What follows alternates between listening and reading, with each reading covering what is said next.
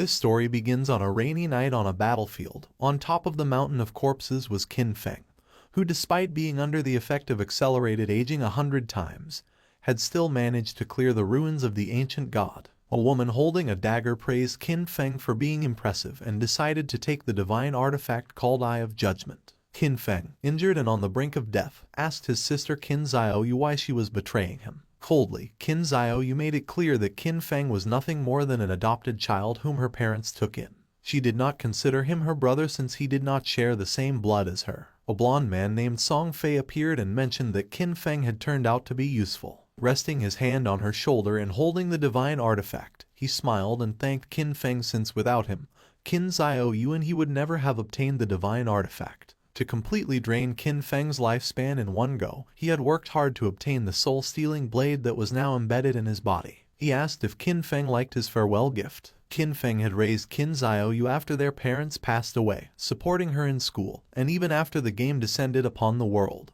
He risked his life countless times for her. But now seeing that she had betrayed him, he realized that he had judged her wrongly. Qin Xiaoyu made it clear that after their parents died, Qin Feng kept meddling in her life, giving her orders and controlling her. Before, when Song Fei and she needed his protection, he was still somewhat useful. But now that they had the divine artifact, the only value he had for them was gone. Song Fei lunged at Qin Feng to end his life, promising that he would take good care of Qin Xiaoyu. As death was approaching, Qin Feng promised not to let them get away with it. Just before he could finish the sentence, Song Fei took his life. In 2025, the God-forsaken game descended where the only currency was lifespan.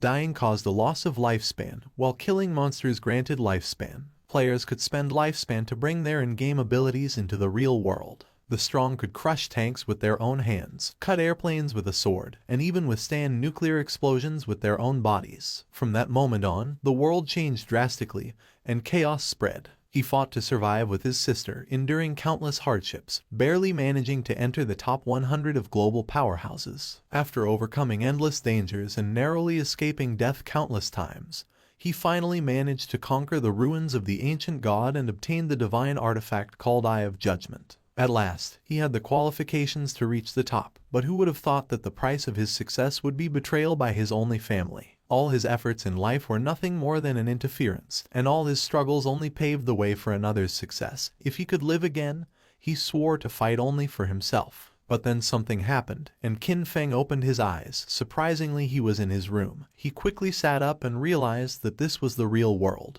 He was confused since he remembered having died, but once he turned on his phone he saw that it was the year 2025. When looking out the window, he saw the beautiful city, realizing that he had been reborn 9 years ago, the day the God-forsaken game descended to Earth. The next day, his sister, Qin Xiaoyu, kicked open the door and upon seeing that Qin Feng was at home drinking coffee, she got angry and asked why he wasn't answering her calls. She kicked the trash can. Qin Feng remembered that on the day the Forsaken game descended, he and Qin Xiaoyu had a big fight over Song Fei. On the wall were the posters of Song Fei. Before the game descended, Song Fei was a somewhat famous underground idol, and Qin Xiaoyu was his obsessed fan. Song Fei seemed glamorous on the surface, but in reality, he was a complete scoundrel who had deceived many of his fans to take their money and take advantage of their bodies. And to prevent Qin Xiaoyu from being scammed, Qin Feng always forbade her from associating with that guy.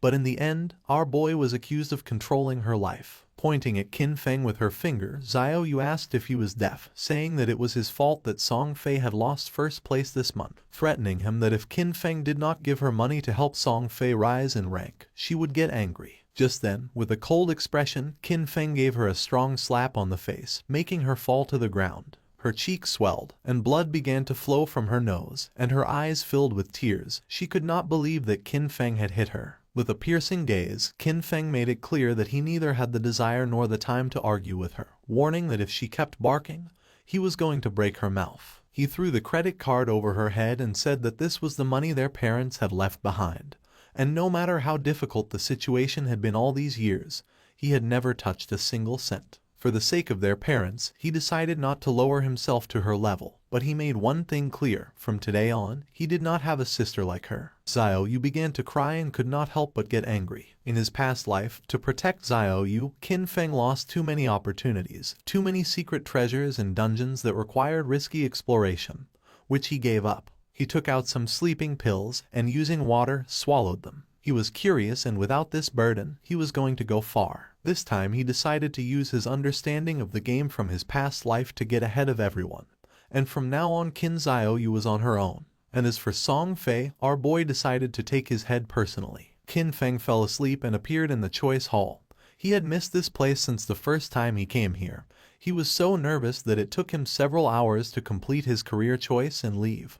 But this time, he had to be faster. In his past life, he chose the warrior to protect Qin Xiaoyu. The warrior class was not weak, but it was no longer the right choice. Now, without the burden of Qin Xiaoyu, he was going to be able to clear solo much faster. Mobility and reaction were the most important things, so without hesitating for a second, Qin Feng chose the assassin class. But then something unexpected happened, and the system reported that the divine artifact Eye of Judgment had been successfully bound. The Eye of Judgment was activated. It had a passive authority. Upon entering the Forsaken game, Qin Feng was going to automatically obtain the highest ranking profession and talent. Our boy was in shock upon seeing that the Eye of Judgment had linked to him after his rebirth, realizing how it worked. As long as the artifact recognized its owner, and even if it was stolen, it would be useless, believing that perhaps this was the reason why he had been reborn. Just then, shadow began to enter his body, then his body started to change and his hair turned white, becoming a shadow. Qin Feng's appearance had changed. Shadow was the highest level hidden profession for assassins. It was completely different from the warrior profession he chose in his past life. Just obtaining this profession had already given him enormous power. Qin Feng's eyes widened in surprise when he remembered that each profession had a very small chance of unlocking its hidden higher tier profession.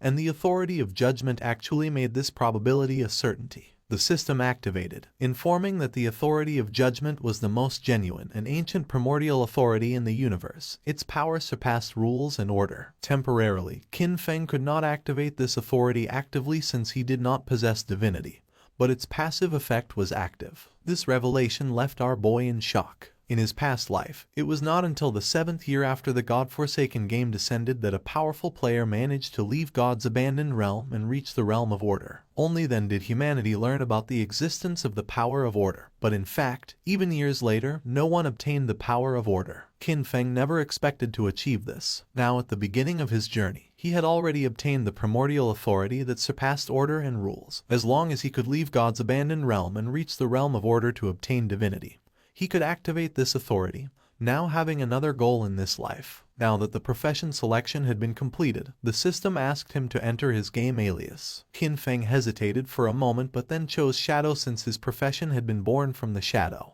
Qin Feng was teleported to the God's abandoned realm. This was a ruined land, full of countless monsters. He had to be careful since the monsters were ready to tear him apart and steal his lifespan. One could leave the town, kill monsters and earn tradable lifespan. But if they died in the game, they would lose half of their lifespan, both tradable and non-tradable. Qin Feng was in Shell Town, a safe zone. Here there were no monsters and players could not attack each other, and the lifespan loss speed was multiplied by 1. Many people were dragged into the game. Some had taken a nap after eating and some others had fallen asleep after a long workday, only to end up in this place. Everyone's attention was fixed on Qin Feng. No one knew what profession he had, nor why it looked so different from theirs. Seeing the dagger, some realized that he was an assassin. Soon, powerful figures from various countries were going to appear one after another, reconfiguring the order of this world. If Qin Feng wanted to get ahead of them, then he couldn't wait since practice waits for no one. Just then, 3 men and an archer were teleported back to the town. You see, if during the monster hunt players died, they would return to the town. The players were furious and panicked since the wild monsters were too strong. With one bite the monster had taken all their life. They had been fighting against a weak level 1 crawler. But even so, they had only managed to take away 1/3 of its health together. And now that they had died, their lifespan had dropped to half. They asked the archer Lizzie what to do now. Qin Feng started observing her and remembered that archers started with short bows, realizing that she was also a hidden class. Lizzie noticed that Qin Feng was also a hidden class. With a kind smile, she asked if he wanted to team up with them. The monsters outside were really strong, and they couldn't handle them alone. Her team had already been annihilated once, so they had experience. Qin Feng refused and continued on his way. Lizzie's companions mocked him when they saw that he was pretending to be a pro. The 5 of them together had not been able to defeat the monster, so there was no way he could do it alone. According to them, Qin Feng was looking for death. Using the system, Lizzie saw that Qin Feng's alias was Shadow. While our boy was walking towards the exit of the town, Lizzie decided to follow him to see if they could find out what skills he had. She couldn't help but smile since maybe they could get new information about monsters and see how Qin Feng died. The land abandoned by the gods was a too unsettling and dangerous place. Lizzie and the others began to secretly follow Qin Feng. She did not know why she had ended up here, but with years of experience in online games, she quickly formed a group. However, the first monster they encountered outside of the town annihilated them. She knew that this monster was not an enemy that a level 1 player could defeat. Lizzie's friends were furious since Qin Feng's initial weapon was different from the group's assassin. He had a dagger, but Qin Feng had a short blade. The assassin felt envious since Qin Feng was even faster than him, but as an assassin, his agility should be the highest. Besides that, Qin Feng's clothing was different from his. Qin Feng seemed like an unusual player, so Lizzie decided to follow him as he might lead to crucial information. Qin Feng started staring at them, and upon feeling this, Lizzie quickly hid again without knowing if they had been noticed. Our boy used the shadow sneak technique and disappeared from the place without a trace, becoming a shadow. Lizzie and the others were somewhat confused to see that he had vanished into thin air. The assassin of the group realized that this was a stealth ability, an initial ability that granted invisibility. Qin Feng had become invisible. Lizzie decided to return to the town and look for ways to improve themselves. It was too dangerous to go out. They had already died once and their lifespan had already been reduced by half. They decided to look for NPCs to try to obtain hidden rewards like treasure chests. Shadow Sneak was a skill that allows the user to enter stealth for a duration. Attacking will reveal the user, and the first hit after breaking stealth deals increased damage. Stealth Mastery doubles the duration of stealth and increases the level of stealth by 1. As expected, the Shadow class was extraordinary. The stealth of a normal assassin at this level would be easy to detect, but the Shadow class had its own stealth mastery, which made it impossible for anyone, even monsters, to notice Qin Feng in the early stages of the game. Our boy couldn't help but think that Lizzie and her friends were naive since the beginner town had nothing that could really improve your strength. It was just a refuge for players. In this forsaken game, weak players were nothing more than prey for monsters. A few seconds later, Qin Feng's stealth came to an end. For now, the duration wasn't very long. Luckily, the cooldown started as soon as he activated stealth. In just a few more seconds, he would be able to disappear again. The status window of Qin Feng appeared. His codename was Shadow, and his class was also Shadow. He had a non-tradable lifespan of 75 years and 0 tradable lifespan, strength of 13 points, constitution of 13 points, agility of 18 points, and spirit of 15 points. All players started with base stats of 10, and the different classes granted additional bonuses. The warrior class he had chosen in his past life only gave him 3 points in strength and constitution, but this time, the Shadow class had granted improvements to all stats, and agility had increased by 8 points. He still had 5 free attribute points to assign. Most players use their points on strength or spirit to increase physical or magical attack power, but that was a big mistake. Without losing a second, Qin Feng assigned the 5 points to agility, now being 23 points. This statistic was key since in the early game, no matter how one allocated their stats, the monsters would always deal overwhelming damage to the players, and the only way to kill monsters without taking damage was to increase agility and boost speed. Then something caught Qin Feng's attention. There was a monster behind a tree. It was a level 1 crawler with a normal grade, but it was evolving. Qin Feng became alert upon noticing that it continued absorbing lifespan. He quickly realized that this monster had been the one who had annihilated that group of 4 players. The crawler felt the presence of Qin Feng. It was somewhat injured because it had lost part of its HP. The monster attacked, but Qin Feng dodged it with a jump. When monsters killed players, they could obtain their lifespan, and if they absorbed enough, they could evolve. Qin Feng activated Shadow Sneak and unsheathed his short blade, and just before the crawler could get close, he disappeared into the air. While the crawler was trying to see where he had gone, Qin Feng appeared above and using Stealth Break Strike, landed on top of the monster and forcefully stabbed his short blade into its head, causing 174 damage, killing the monster and gaining 10 experience points. He did not expect to be able to kill the crawler in a single blow, but then he remembered that attacking the nape of a crawler triggered a critical hit. Just then, a system window appeared informing that the skill Backstab allowed doubling the damage if the attack came from outside the enemy's vision. This explained why the crawler had died in one hit. The skill Backstab had stacked with multiple abilities, creating a terrible damage multiplier. Qin Feng stared at the corpse in silence. He remembered when he played as a warrior. Even a critical hit barely did 40 damage, and he had to fight for centuries just to kill a crawler, almost dying in the process. Once the monster died, it dropped a shining orb that was the lifespan. Qin Feng clenched his fist and absorbed the lifespan, gaining 3 days of tradable lifespan, and 54 years and 155 days of non-tradable lifespan. 5 people had died, each losing at least between 20 to 30 years of lifespan, adding up to a total of more than 100 years. But since the crawler had absorbed it first, Qin Feng only obtained 54 years. For now, the non-tradable lifespan was not useful. But at that moment, the authority of the Eye of Judgment was activated, granting Qin Feng the talent called Infinite Evolution. By killing monsters solo, he had the chance to earn evolution points to upgrade skills. Every 24 hours, he would gain 5 evolution points, and defeating a boss-class monster alone guaranteed evolution points. Currently, he had 5 points. He had infinite evolution and could improve his skills. In his past life, he had never heard of anything like this. No matter what equipment or skill book monsters dropped, its grade was fixed and there was no way to improve it. This was a power beyond rules and order. Our boy decided to try it out and upgrade Shadow Sneak and Backstab. He spent 4 evolution points and the skills were successfully improved. The starting skill Shadow Sneak went from normal to bronze, and the duration increased from 12 seconds to 16 seconds. The breaking stealth attack bonus increased from 60 to 90, and the cooldown time was reduced by 2 seconds. Backstab went from inferior to normal and the damage increased by 5%.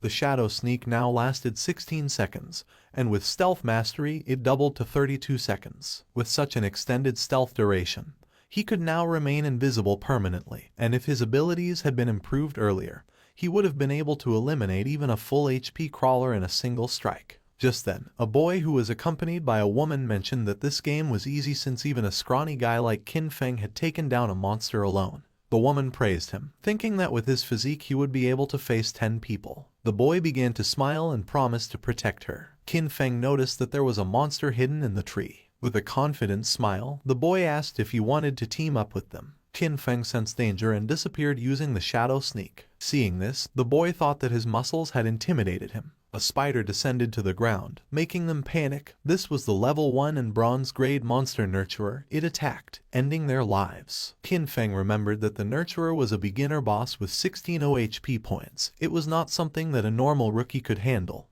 and besides, it had many small spiders under its command. The nurturer began to feed and Qin Feng took advantage of this moment to check how strong his upgraded abilities were. Using the stealth break strike, Qin Feng stabbed his short blade into the spider's eye. It counterattacked, but Qin Feng reacted in time and after dodging the attack, he moved away and became invisible using Shadow Sneak. Our boy's attack caused 338 damage, and in the process, he received 9 damage.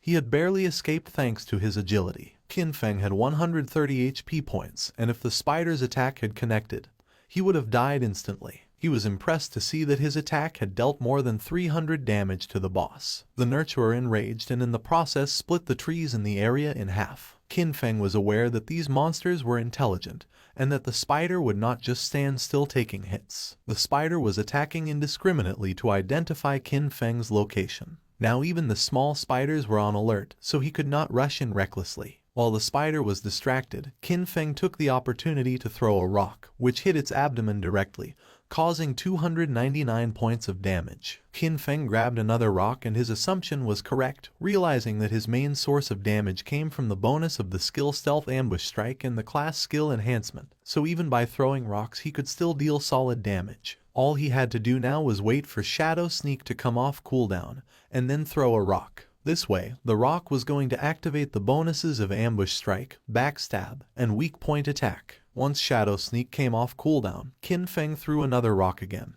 dealing 279 points of damage to the spider, and then activated Shadow Sneak again. His plan was simple: stay hidden until Shadow Sneak was off cooldown, and then attack again. At the same time in the town, the leaderboard was updated revealing that the player Shadow had killed the boss nurturer of bronze grade, being the first to reach level 2, rising to the list as number 1. The other players were in shock since most had died to mobs and could not understand how someone had already defeated a boss. Lizzie and the others were speechless upon seeing that Qin Feng had defeated a boss and ascended to level 2, while they could not even handle normal mobs together, believing it must be a system error. The woman and the man who were attacked by the giant spider spawned in the town and were in shock upon seeing that someone had killed that big spider, realizing that Shadow was the boy they had seen earlier in the forest. Back in the forest, the system announced that Qin Feng had killed the boss Nurturer, obtaining 300 experience points and 2 evolution points. Additionally, Shell Town's level leaderboard was unlocked,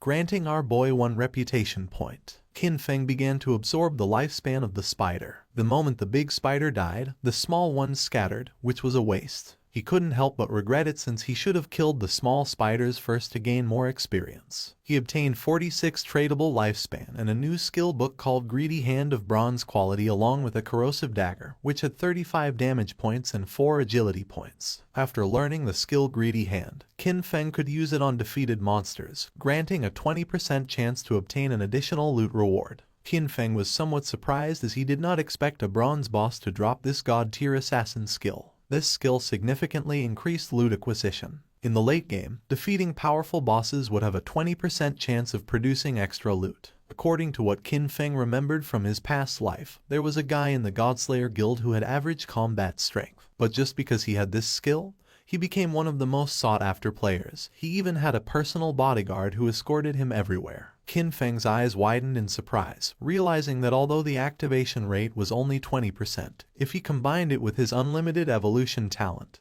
he would be able to infinitely increase both the drop rate and the amount of loot. The next day, the students were on their way to school. Xiaoyu's friend asked if she was not going to call Qin Feng and apologize, reminding her that yesterday they had skipped the exam to secretly go and support Song Ye. She was sure that Qin Feng must be angry with her. Xiaoyu refused since she had done nothing wrong, and because of him, they had almost missed the entrance time. According to her, Qin Feng was the one who should apologize. Her friend tried to convince her since Qin Feng treated her very well and also asked what had happened to her face. Xiaoyu stood firm in her decision since all Qin Feng did was meddle in her affairs, and she made up an excuse, saying that she had tripped and hurt her face. Upon entering the school, they saw many students gathered in front of a classroom. The friend became curious and, making her way through the crowd, entered the classroom where she saw that Zhang Wei's body was becoming semi-transparent. One of Zhang Wei's friends explained that he wasn't very sure, but just now, Wei had said he was going to take a nap, and when they turned around, he was already like this. This was not an isolated case, it was all over the internet. People from all over the world were experiencing the same phenomenon, and some experts said that if one fell asleep,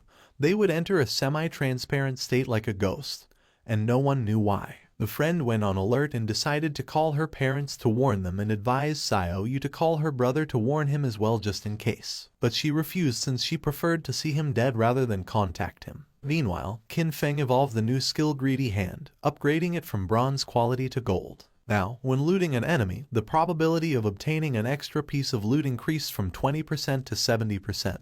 And thanks to this, our boy learned Greedy Hand and obtained 2 points. Qin Feng clenched his fist and activated the skill, obtaining 2 evolution points and 46 days of tradable lifespan. He was more than satisfied to have obtained 2 evolution points and knew that to upgrade Greedy Hand to level 3 he needed 3 points, and that soon he would have a 100% chance of obtaining extra loot. He knew that the governments of the world must have realized the situation by now, and more people were going to flood into the game, so he had to accelerate his progress and equip what he could use. Qin Feng equipped the corrosive dagger of bronze quality, gaining 35 attack points and 4 agility points. He activated the shadow stealth to avoid drawing attention from the monsters, knowing that it wouldn't be long before people realized that the skills and equipment from this game could be extracted into the real world.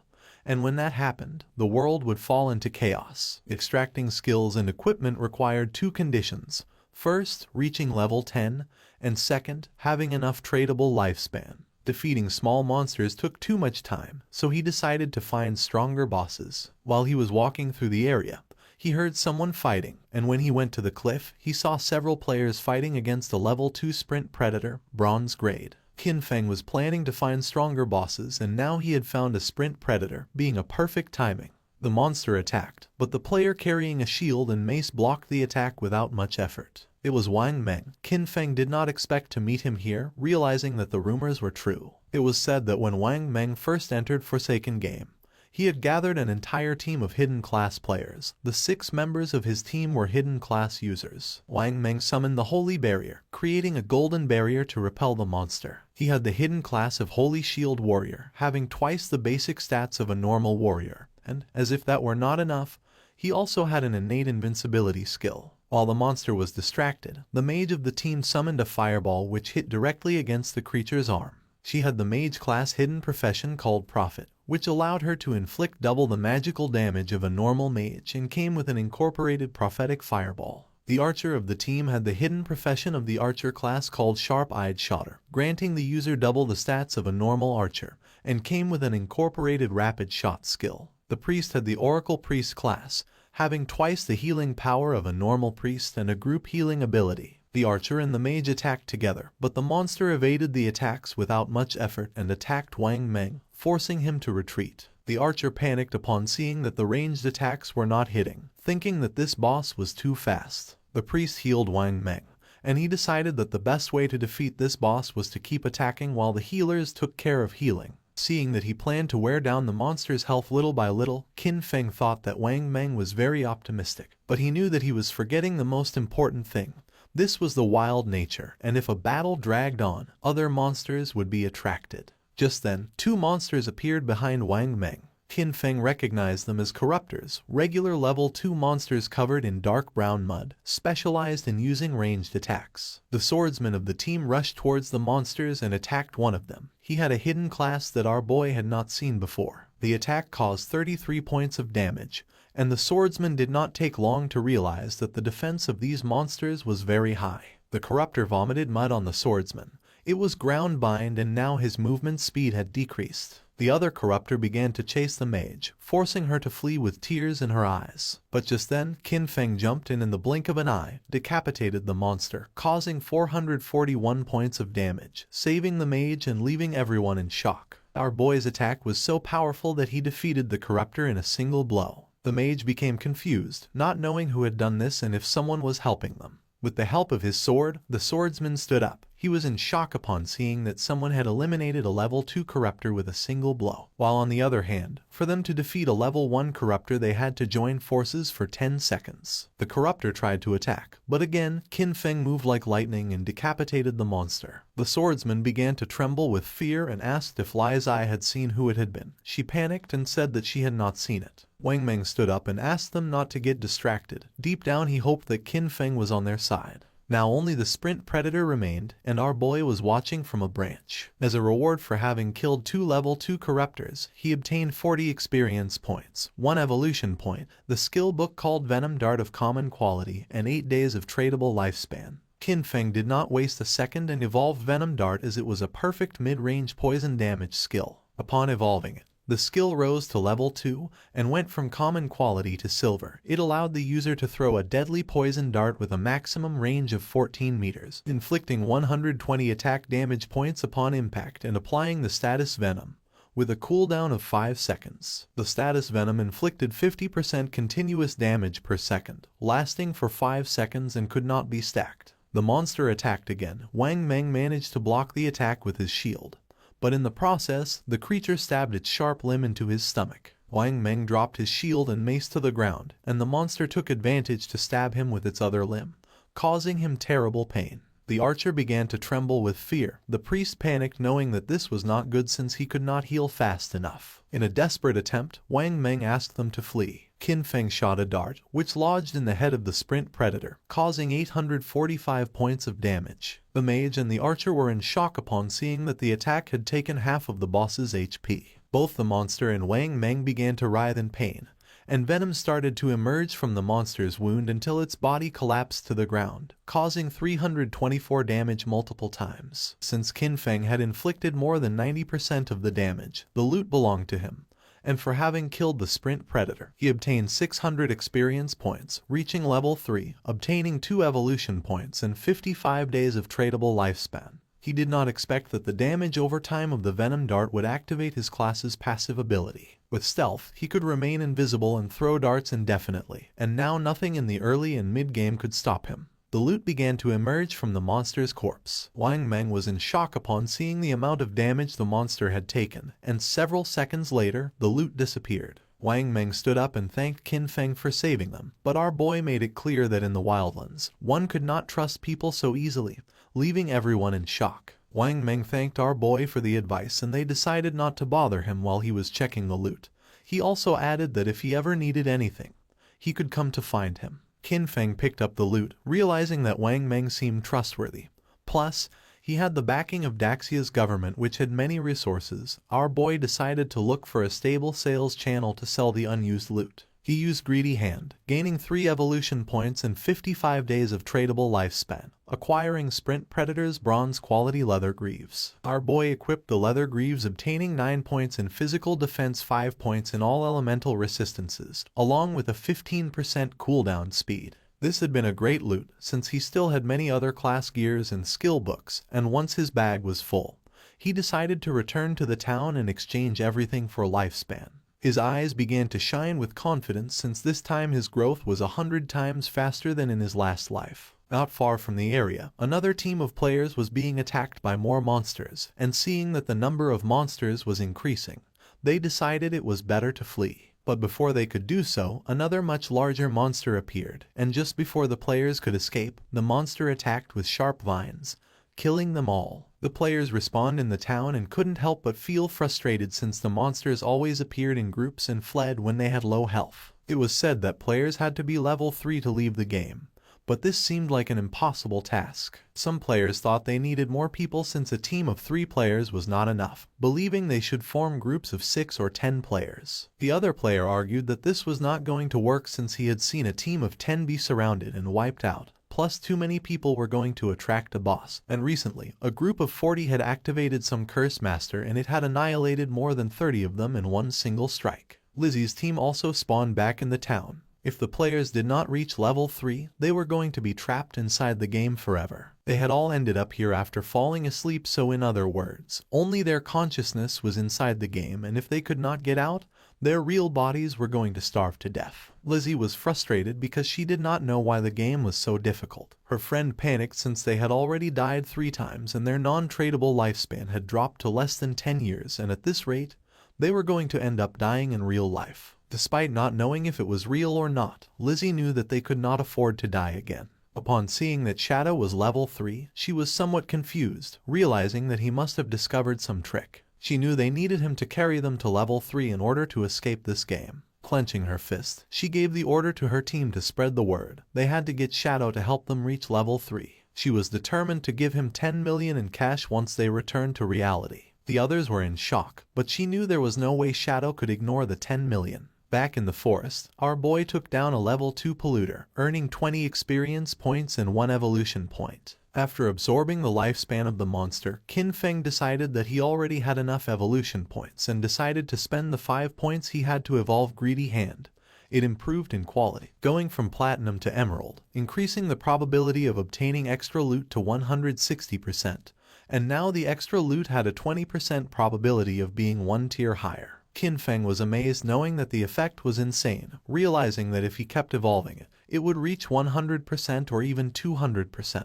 It was raining, and something caught Qin Feng's attention. It was the monster called Curse Master, which was wandering through the forest. This monster was a bronze tier boss and was consuming vital force to advance to a silver tier boss. For Qin Feng, it was normal that this boss had annihilated a team of 40 men. For now, our boy had a full inventory, so even if he killed the monster, he wouldn't be able to pick up the loot, so for now, he decided to mark this place on the map. The boss's evolution took some time, so he thought about emptying his inventory first and coming back later. In the town, the news that someone was offering 10 million for Shadow, the number 1 player on the leaderboard, to help them level up quickly had spread everywhere. People were dying, losing lifespan, so the rich had already started looking for a way to escape, meaning that the commoners were doomed. While people were chatting, Qin Feng appeared in the town, leaving everyone in shock. Using the system, he activated the market stall option, making the system announce that he was selling equipment and skills, with the stall available for only 10 minutes. The players were in shock upon seeing that he was wearing 2 pieces of bronze tier gear, and furthermore was selling 2 more, they still couldn't believe that he had killed a bronze tier boss. One of the players asked why they couldn't see Qin Feng's face. Another player explained that he had enabled the face concealment function, making the in-game appearance match the real one, so for this reason he wanted to remain mysterious. A mage approached our boy's stall and with a curious gaze asked how much for the icicle spell, to which Qin Feng replied that it was 100 days of tradable lifespan. She was Grey Rose, currently ranked 11 in Shell Town, who also had face concealment activated. For Rose, 100 days of lifespan was a lot, so she asked if he could lower the price, to which Qin Feng explained that the common tier skill icicle spell increased a mage's early farming speed, and 100 days was already a bargain. Rose asked if she could use real-world money, but Qin Feng refused to accept it, advising her that if she had cash, she could first buy tradable lifespan and then exchange it with him, and if no one offered more, he was determined not to sell the skill until she had the lifespan. She started to ponder, and then using the team channel, she asked her teammates if this was a good offer. They had leveled up to level 2 so quickly thanks to her leadership, so they showed no objections. Moreover, with this skill, they would be able to reach level 3 even faster since the most important thing was escaping first. She asked them to transfer their tradable lifespan to her, promising to send them money when they returned. She handed over the 100 days of tradable lifespan to our boy. Seeing that all of her team members were level 2, Qin Feng realized that they must have killed at least 30 or 40 crawlers.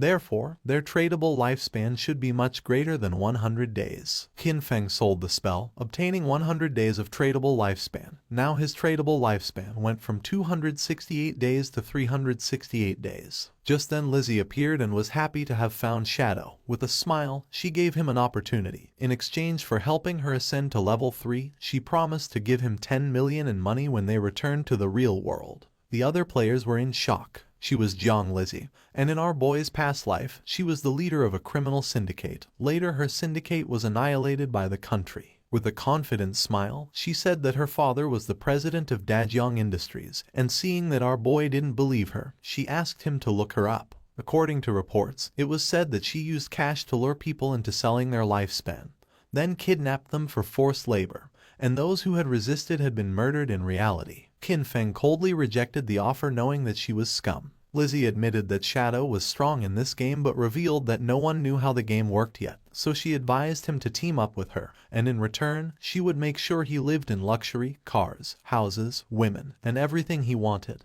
Qin Feng did not change his mind and asked her to stop blocking his business. He better than anyone knew that cash was worth nothing. And soon, the only universal currency was going to be the tradable lifespan. Lizzie became arrogant and made it clear that if this were the real world, she would have given him a good lesson. With a murderous look, Qin Feng made it clear that if she said another word, he was going to kill her until her lifespan reached 0. Lizzie and her friends felt the pressure and without losing a second, they ran away from the place. A few minutes later, our boy sold the last item from his stall, the Gleam Robe of Tier Bronze. Now he had a total of 546 days of tradable lifespan. Now that he had sold everything, he decided it was time to go deal with the Curse Master. He became invisible. No one knew it yet, but the tradable lifespan could extract skills into reality, and soon this forsaken game was going to plunge the real world into chaos. Along with the real world backgrounds that people once took pride in, soon only personal strength would matter. Lizzie and her team moved away from the area. They're out of breath from running, and Lizzie shares that Shadow not only turned her down but also threatened her. She vows to find and kill him once she's in the real world. While she's thinking this, a man named Mao Li Jun, also known as Lao Mao, approaches her. Lao Mao says he's at level 2 and claims he knows some tricks to level up in the game. He asks if he can take the 10 million offer that Shadow turned down to help Lizzie and her team reach level 3. Lizzie, feeling cautious, asks what Lao Mao means by tricks. Lao Mao tells Lizzie that he normally keeps his tricks a secret, but he'll make an exception for her. He explains that to level up in this situation, you should quickly allocate all your attribute points to agility. Doing this will make your running speed faster than the monsters, helping you win without getting hurt. Lizzie is shocked because she had put all her points into strength. She agrees to Lao Mao's offer but says she'll only pay him 5 million since he's not as strong as Shadow. Lao Mao accepts, mentioning that while Shadow is strong, it was odd for him to turn down such a big amount of money. Meanwhile, Qin Feng arrived at the place he had marked earlier on the map. Still in stealth mode, he notes that the monster has advanced to the silver rank, and the gray fog around it shows it's still evolving. He activates his Venom Dart ability, knowing that the monster's evolution to gold rank will take 7 or 8 hours. Not wanting to wait, he launches the Poison Dart, which hits the monster for 659 damage due to his stealth strike. The poison then continues to harm the monster at 219 points per second. He quickly jumps at the monster, using his Shadow Sneak skill, understanding that the Silver Boss monster's health is 2 or 3 times that of a Bronze level 1. Suddenly, the monster starts gathering a massive amount of magical energy in its hands, making it grow larger. Qin Feng figured he just needed to hit the monster with his Venom Dart skill 2 or 3 times. But suddenly, the monster unleashed a powerful attack, destroying the surrounding area. He explains that this monster is a magic-type boss, with skills that deal a lot of area damage at once. After launching the Venom Dart, he quickly retreated and barely escaped the attack's range. Still invisible, he realized that with his current health and defense, he wouldn't survive if he took the monster's attack directly. As the battle continued, the monster started charging another big attack. Its massive form turned toward him, but he stayed calm, moving carefully across the battlefield while watching his cooldown timer. His hidden shadow ability wasn't ready yet, so he needed to wait for the boss to show a moment of weakness. The plan was simple: wait for the right moment, strike precisely, and disappear before the monster could hit back. Moments later, the creature stumbled, briefly distracted. This was the chance. Without waiting, he moved forward, using his Venom Dart skill. The attack hit perfectly, dealing 659 damage. Almost right away, the venom started working, draining the monster's health by 219 damage per second. Seeing the danger, the monster tried to escape, but Qin Feng wasn't going to let it get away. He followed closely, his eyes focused and determined. The monster was nearly defeated. Its attempt to run away was useless. In a swift movement, Qin Feng vanished and reappeared on the creature's head, slamming it into the ground. The system quickly confirmed his victory. He had defeated the silver-ranked boss. A stream of notifications appeared before him. He gained a total of 1,800 experience points, and leveled up from 3 to 5 instantly. He also received 4 evolution points and a surprising 124 days of tradable lifespan. He chuckled, noticing how a single boss kill boosted him 2 levels and gave him extra evolution points. As the monster's body turned into loot, he used his evolved skill, Greedy Hand. The air shimmered as a system screen confirmed the loot was collected. The rewards were even better than he expected, with another 4 evolution points and an extra 124 days of tradable lifespan, doubling his gains. The generous rewards made him smirk. 2 extra bonuses right away were impressive. He realized the silver-ranked boss had given him a total of 12 evolution points and 372 days of tradable lifespan. Just as he was taking in his rewards, another system prompt appeared, revealing an unexpected bonus. The secondary effect of Greedy Hand had kicked in, upgrading one of his looted items from silver to gold rarity. He looked at the notification with interest. A gold tier item. It made sense why Greedy Hand was considered a Jade level skill. It could enhance loot beyond its original quality. His focus then turned to the scattered loot. 7 or 8 pieces of gear had dropped, but he only had 10 slots left in his backpack. He sighed, realizing that running back each time he defeated a boss would waste a lot of time. He knew that a storage ring or something similar would have been perfect to solve this problem. Just as Qin Feng was about to check out a specific item among the loot, the scene suddenly shifted back to the Shell Town. There, the mage from Wang Meng's team appeared in a flash of light, her face showing relief. She was finally back, all thanks to Wang Meng. As the rest of the team followed, they thanked him, admitting that without his leadership, they wouldn't have reached level 3 and returned safely. But Wang Meng brushed off their praise, saying their progress was due to everyone's hard work. The mage, however, couldn't let go of a lingering regret. She sighed, wishing she had managed to add Qin Feng as a friend in the forest. She thought maybe it was because she had been covered in mud at the time. Her teammate reassured her with a playful grin, saying that with her new outfit, she looked great, and surely the mysterious player wouldn't reject her again. As they chatted, a system announcement echoed through the town. The leaderboard had been updated. Shadow had reached level 5. The news shocked the players in town. Someone couldn't believe how Shadow had jumped from level 3 to 5 so quickly. The only explanation was that he must have defeated a powerful boss monster. Another player mentioned that just 10 minutes ago, he saw Shadow casually selling gear in the town square, and now this. Another guy said that his sister had just turned 18, and if Shadow liked her, it would be a big win for their family since having Shadow's help with leveling up would be a game changer. His friends quickly dismissed the idea, reminding him that Shadow wasn't interested in 10 million cash, so he wouldn't be interested in a matchmaking proposal. Back at Wang Meng's camp, his team was starting to worry. They had just celebrated reaching level 3, only to find out that Shadow had already moved far ahead. But Wang Meng stayed calm. He told them to put their worries aside for now. They needed to log out, return to reality, and warn their families and friends about this dangerous game. As their bodies started to fade, the system confirmed their logout. Wang Meng's last words were serious. If the world was heading toward chaos, they had to prepare their loved ones. The scene shifted to the real world. Wang Meng's eyes opened, and a voice quickly called for the captain. He wasn't just any player. Wang Meng was a police officer. His fellow officers rushed to him, visibly worried. One admitted they were scared because his body had started to turn transparent while he was unconscious. The terrifying truth was clear: if a player died in the game or lost all their life, they didn't just log out, they disappeared from the real world. But there was no time to dwell on that horror. Wang Meng stood up and called for everyone to gather, as something serious had happened. Someone asks Wang Meng about his report. Wang Meng explains that he and his team formed a party, and each member had a hidden profession, which was a big advantage in the game. Yet, they were almost wiped out by a single monster. They were only saved at the last moment by an unknown player, Shadow. Wang Meng confirms that his report is accurate. He then describes Shadow's incredible progress. When Shadow helped them, he was at level 3. But by the time Wang Meng and his team reached that level, Shadow had already moved up to level 5, a huge jump of 2 levels. This news worries the higher-ranking officers. One of them asks the obvious question: does this mean Shadow is now the strongest player in the world? How did he level up so quickly? The speculation starts, and Wang Meng suggests that maybe Shadow defeated a high-level boss monster or did something equally impressive. Another officer, curious about the details, notices an inconsistency. According to Wang Meng, Shadow was already at level 3 when he saved them.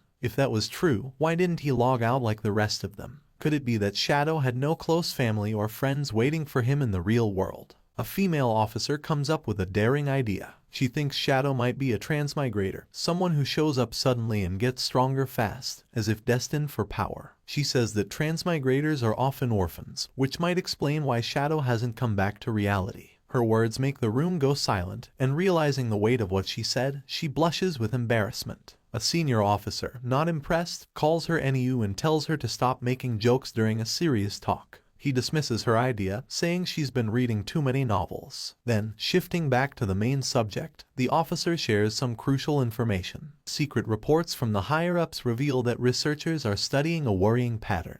Many older people have been mysteriously dying in their sleep. When researchers compared this data with those who had returned from the forgotten game of the gods, they found something alarming. It turned out that those who died in their sleep had also died multiple times in the game. This shows a scary truth. If a player's lifespan hits 0 in the game, they don't just die there, they die in real life too. One officer shares his worry, saying the forgotten game of the gods is an anomaly, something way beyond what they understand.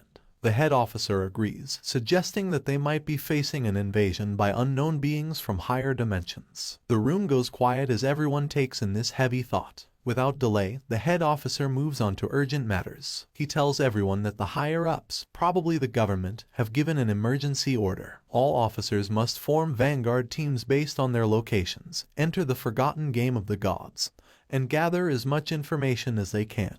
This is no longer just a police issue. The government is setting up a special force to handle this unique crisis. He highlights the global scale of the problem. Every nation is rushing to explore and understand this new reality, and falling behind would mean losing international standing. For national security, they must gather information at all costs. The head officer then announces his decision. NEU will be the captain of Team 1. She accepts the role without hesitation. Wang Meng is appointed as her vice captain, and they are given the power to pick their team members. Wang Meng nods, understanding how important their mission is. The head officer then turns his attention to Shadow, the mysterious player Wang Meng met. Based on Wang Meng's story, Shadow doesn't seem to have bad intentions. Because of this, the head officer orders NEU and Wang Meng to try and befriend him. Their goal is to find out who Shadow really is and work with him. He explains why NEU is in charge. Her deep knowledge of games and stories makes her the best choice to investigate someone like Shadow, whose abilities and actions seem almost like those in myths. The head officer hopes that NEU and Wang Meng can make Shadow an ally, someone who could represent them in the game. If they succeed, they will get access to vital information that could give them a strategic edge. The other police officers are tasked with keeping public order and stopping any mass panic. With that, the meeting ends. As the sun sets and casts a golden glow over the city, the officers get ready for the challenges ahead. The next day, the scene shifts to a high school where the protagonist's younger sister sits at her desk, lost in thought. Around her, students chat excitedly about recent news. A small group nearby talks about a surprising discovery. Chang Wai, the student whose body had started to vanish, has reached level 3 in the game and logged out safely. One of the girls shares that Chang Wai revealed something important. If several people from the same district fall asleep at the same time, they will all end up in the same starter village in the game. This news stirs both excitement and worry among the students. Another girl, alarmed, insists that this won't work. She feels she must bring her parents into the game. They have no gaming experience, and she's scared something might happen to them if they enter unprepared. But another student disagrees, saying they shouldn't rush to involve their parents yet. They should focus on getting stronger first, so they can protect their families when needed. Meanwhile, the protagonist's younger sister looks at her phone, deep in thought. A nagging frustration grows inside her. Why hasn't her brother reached out to her yet? With something as big as the Forgotten Game of the Gods happening, she expected at least one message from him. But there's been nothing. He hasn't checked on her or even apologized for hitting her earlier. That was completely unlike him. In the past, whenever they argued or she upset him, he would always find a way to make peace. But today, there was only silence. No apologies, no attempts to make things right. Even their parents had never laid a finger on her, yet he, her brother, had struck her. Still upset, she tries to justify her actions. All she did was skip class to see Song Fi's concert. Was that really such a big deal? She pouts, deciding that unless her brother calls and apologizes at least 1,000 times, she will never forgive him. Her annoyance quickly turns into excitement as she starts talking about Song Fi. Looking back, she's glad she went to see him yesterday. Once the Forgotten Game of the Gods takes over, she might not have many chances to go to his concerts. A dreamy look appears on her face as she remembers last night, thinking about how close she was to him during the show. She pictures Song Fi on stage and can't help but gush over how amazing he was. Then, she realizes something. If everyone enters the game world while sleeping, that means Song Fi will too. Her face turns red as she imagines meeting him in the game. Could this be her chance? Is fate finally bringing them together? Her heart beats faster at the thought. As she gets ready to sleep, she suddenly remembers something. Chang Wai had reached level 3 really fast. That meant he was probably already an expert. If she wanted to do well in the game, she needed some good advice. So, without hesitating, she sends Chang Wai a message, asking if he has any helpful tips before she enters the game world. Meanwhile, Chang Wai is with his classmates when he gets her message. He looks at his phone and smiles. He's amazed by the situation. Who would have thought that someone like the protagonist's younger sister would ask him for advice? He sees this as a great opportunity. This was his chance, whatever that meant. Chang Wai quickly replies, saying she's asked the right person. He shares an important game secret. At the start, she should put all her attribute points into agility. If she doesn't, she won't be fast enough to escape monsters and will keep dying. She asks if this is true even if she chooses a mage class. Chang Wai assures her it is. Agility is useful for mages too, he explains, because it boosts casting speed, which is key early on. Still unsure, she asks what if she still can't win after improving her agility. Chang Wai confidently tells her not to worry. As long as someone in their village reaches level 5, the village's teleportation formation will activate, connecting all the starter villages. Once that happens, she can just join a random party to help her level up, and he will come find her when the teleportation circle is active. Hearing this, she feels very happy. Lying on her bed, she smiles to herself, thinking how handy people like Chang Wai are. Just like that, she's found someone to help her out. As she starts to fall asleep, another thought pops up. This is great. She'll get into the game before her brother, level up quickly, and become strong. When her brother finally joins, she'll make sure he has a tough time. No help, no support, he'll have to manage on his own. Happy with her plan, she drifts into sleep, excited for the adventure ahead.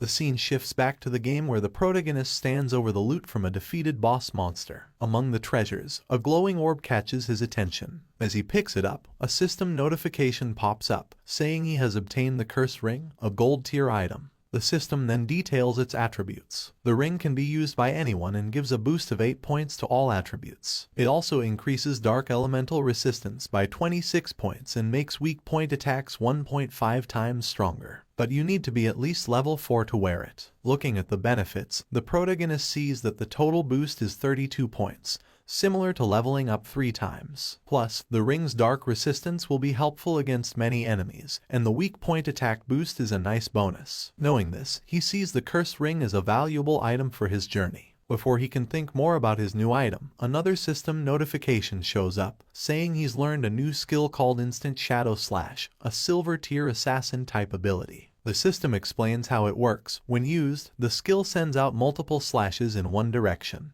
reaching up to 15 meters. It also gives temporary invincibility for 5 seconds, hitting all enemies in a 2.1 meter wide path 3 times. Each hit deals 100 damage and counts as a backstab, but it doesn't hit weak points. The skill has a 12-second cooldown. Seeing how useful this ability is, the protagonist knows it's a strong area attack with the bonus of temporary invisibility. He quickly learns the skill. With some evolution points left, he decides to improve one of his key skills, Greedy Hand. The system takes 8 evolution points and upgrades the skill from Jade rank to Diamond rank. The effects of Greedy Hand get a big boost. The chance of getting extra loot from defeated monsters goes up from 160% to 220%, and the chance of that loot being upgraded by 1 level increases from 20% to 40%. Thinking about this upgrade, the protagonist realizes that with this improvement, he'll now get 2 pieces of loot per enemy, making each kill 3 times as rewarding. Not wanting to waste his remaining evolution points, he upgrades Instant Shadow Slash by 3 levels. The system takes 3 evolution points, leaving him with just 1. The skill quickly evolves, moving from silver rank to gold rank, and finally reaching platinum rank. The skill's attack range has expanded, growing from 15 meters to 21 meters, allowing for greater reach. The invisibility now lasts 7 seconds, giving him a bit more time to stay safe. The number of slashes has increased from 3 to 5, hitting all enemies in its wider 3.1 meter path. The cooldown is slightly shorter, going from 12 seconds to 10.43 seconds, which makes it a bit more efficient but still needs careful use. Each strike now deals 200 damage, doubling its previous strength. Every attack counts as a backstab, triggering the backstab skill effect, even though it can't hit weak points. Seeing these upgrades, the protagonist knows that while the cooldown isn't much shorter, the skill's ability to keep him invisible longer can be a big advantage in fights. Looking at the rest of the loot, he quickly sees that most of it isn't useful. But one item stands out, a silver tier warrior skill book, Battle Roar. He knows selling it will give him more tradable lifespan. Just as he finishes checking the loot, he notices something moving. Turning around, he sees 3 huge creatures coming toward him. Without delay, he recognizes them as level 4 limb crawlers, ugly and dangerous monsters. Instead of being scared, he sees this as a great chance to try out his improved skill. He quickly activates Instant Shadow Slash. In a flash, he becomes a blur, launching a series of fast slashes that cut through the creatures with ease. The limb crawlers are torn apart before they can even react. As the dust settles, a system notification pops up, confirming their defeat. The system records his win, giving him 80 experience points and an extra 5 days of tradable lifespan as a reward. Standing in the aftermath, a dark, intimidating aura surrounds the protagonist. He calmly thinks about his new power, realizing that his ability to defeat enemies has greatly improved. He thinks about a strategy, figuring that if he uses his Poison Dart skill with Instant Shadow Slash, he could win battles before they even start. Checking his tradable lifespan,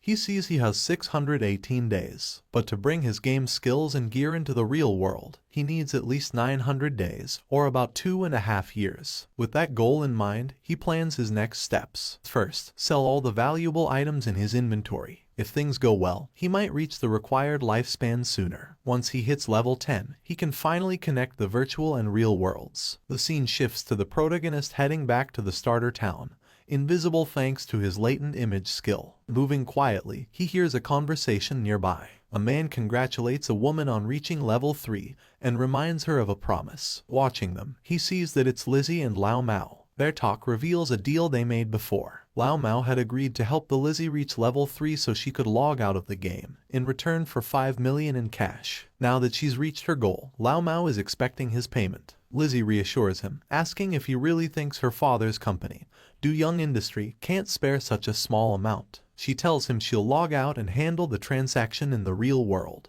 Before leaving, she gives Lao Mao her phone number and tells him to contact her after he logs out. She then makes another offer. She wants to buy all of his tradable lifespan, offering 10,000 in cash for each day's worth. Lao Mao eagerly agrees, excited about the money he'll make. With a smug look, he remarks on how foolish King Fen was for turning down Lizzie's offer, saying they can talk more about the deal when they meet in reality. Unseen by them, King Feng moves silently between them, hidden in plain sight. Lao Mao, unaware of King Feng's presence, dismisses the importance of lifespan in the game. He thinks there's no need to worry since he can gather lifespan just as easily as in-game currency. For him, turning game achievements into real-world money is the best strategy, and he feels clever for figuring this out. The scene shifts to the starter town, where King Feng stands in front of the teleportation gate. As he stretches out his hand, the gate glows with bright blue energy. As the light grows stronger, a system window appears, congratulating him for activating the teleportation formation in Shell Town and awarding him 1 reputation point.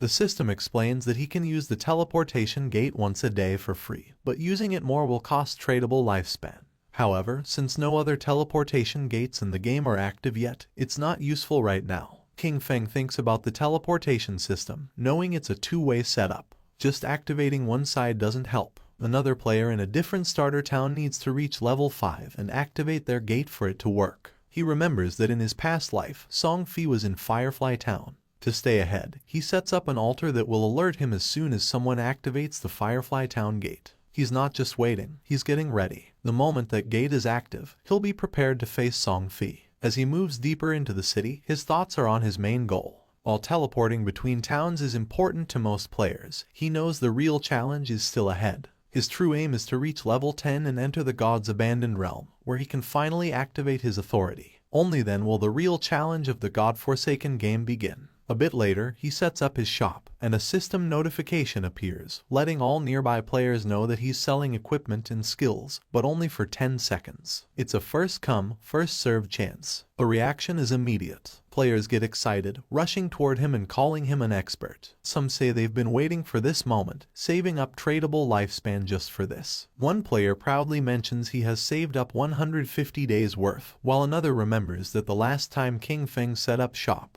he sold an icicle spell, which helped Gray, the buyer, climb to second place in the rankings. Another player, thrilled, discovers a silver-tier skill book called Battle Roar, a warrior-only ability, and decides to buy it without a second thought. A system notification pops up, confirming the Battle Roar skill book has been sold for a huge 300 days worth of tradable lifespan. The players around are stunned. One questions if a single skill book is really worth that much. Another player dismisses him, explaining that Battle Roar greatly increases a warrior's ability to farm monsters. With this skill, the 300 days of tradable lifespan can be earned back in less than 2 days, making it a very smart buy.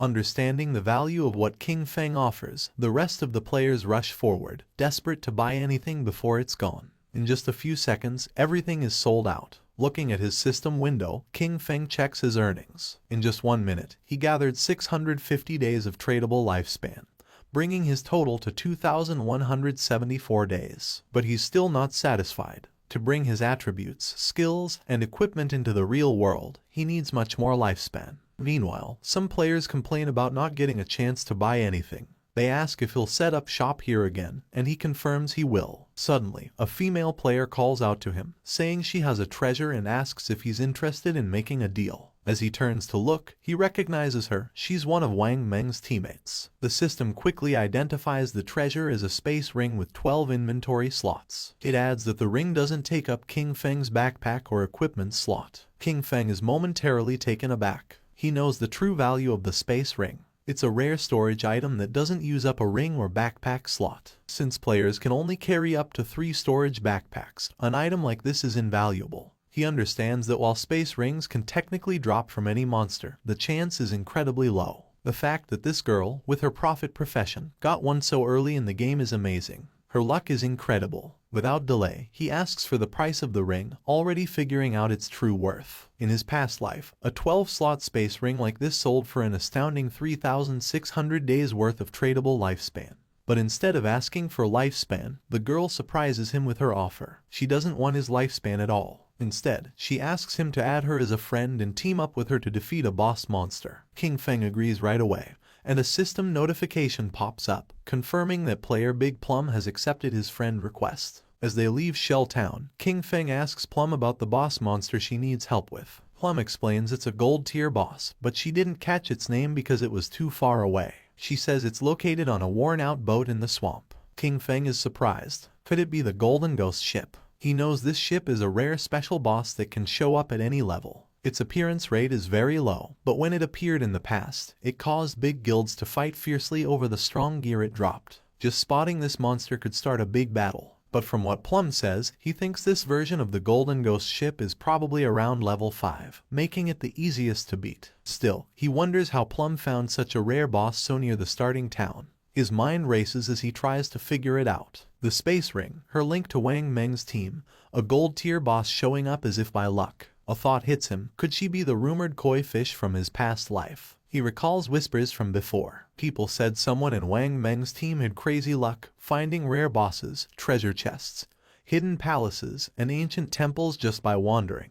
He used to think it was just a cover-up to hide their real info. But now, looking at Plum, he realizes the rumors were true, and she's right in front of him. Deep in thought, he stares at her, trying to understand what it all means. Plum notices his gaze, blushes, and asks why he's looking at her like that. Snapping back, King Feng tells her it's nothing and focuses back on their journey. As they step past the main gate of the starting town, they don't notice a figure lurking nearby. A bald player hides behind a tree, watching their every move. The scene shifts to a group of tough-looking players, where a long-haired man stands in front of a bunch of bald players, speaking with authority. He talks about his past victories, like leading his team to conquer the overlord of Sand City. With confidence, he tells the bald players that if they follow him, he will make sure they succeed in the game. Before he can say more, the bald player who is watching King Feng runs back and reports that the target has left town with a girl. The boss smirks. He laughs at the news, thinking King Feng is just another young guy,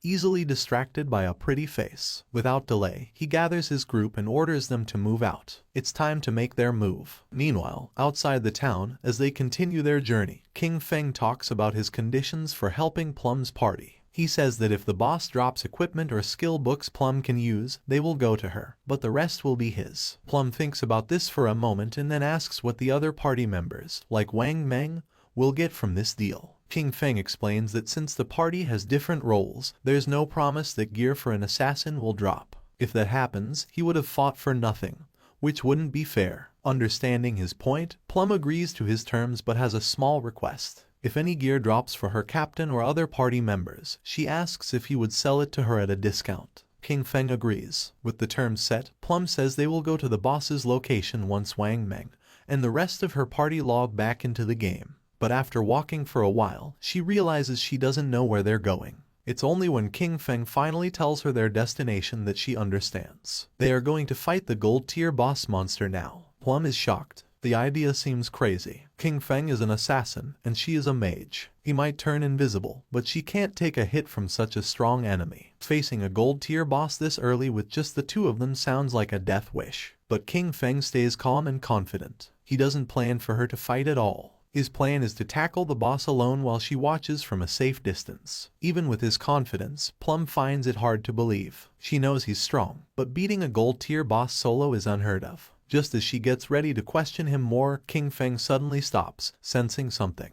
Without a word, he uses his latent image skill, and he disappears into thin air. Plum is left there, stunned. She looks around, trying to understand what just happened. Moments ago, he was next to her, and now there's only empty space. Confused, she calls out for him, but there's no answer, just silence. Meanwhile, hidden behind a tree, the group of bald-headed players keeps watching King Feng and Plum from afar. Their leader smirks, sure they have the upper hand. But then one of the players notices something odd. King Feng has vanished. Confused, they look to their boss for what to do. Without a second thought, he dismisses it, thinking King Feng must have tricked Plum and left her alone. Grinning wickedly, he orders his men to move in, planning to capture Plum first and have some fun before anything else. As they rush forward, their boss reminds them of his promise that sticking with him means a good life. Now, he claims, even women are falling into their laps. But just as they get close, a shadowy figure appears right in front of them. The leader stops, his grin fading as he looks into the swirling dark aura before him. Confusion flashes in his eyes. What is this? Before he can react, King Feng uses his instant shadow slash skill, and in a blink, it's over. A cold gleam slices through the air, and the group falls, lifeless. Their bodies drop, torn apart before they even know what's happening.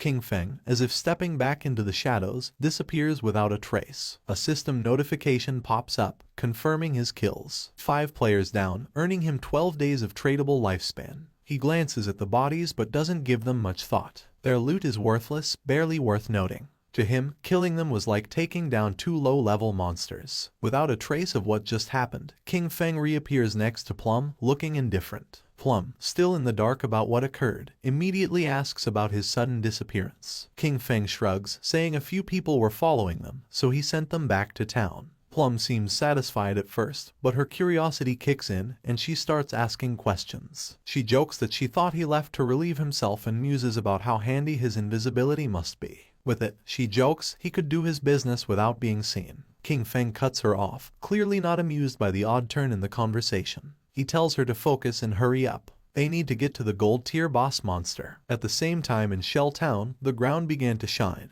And just then, King Feng's sister spawned as a healer.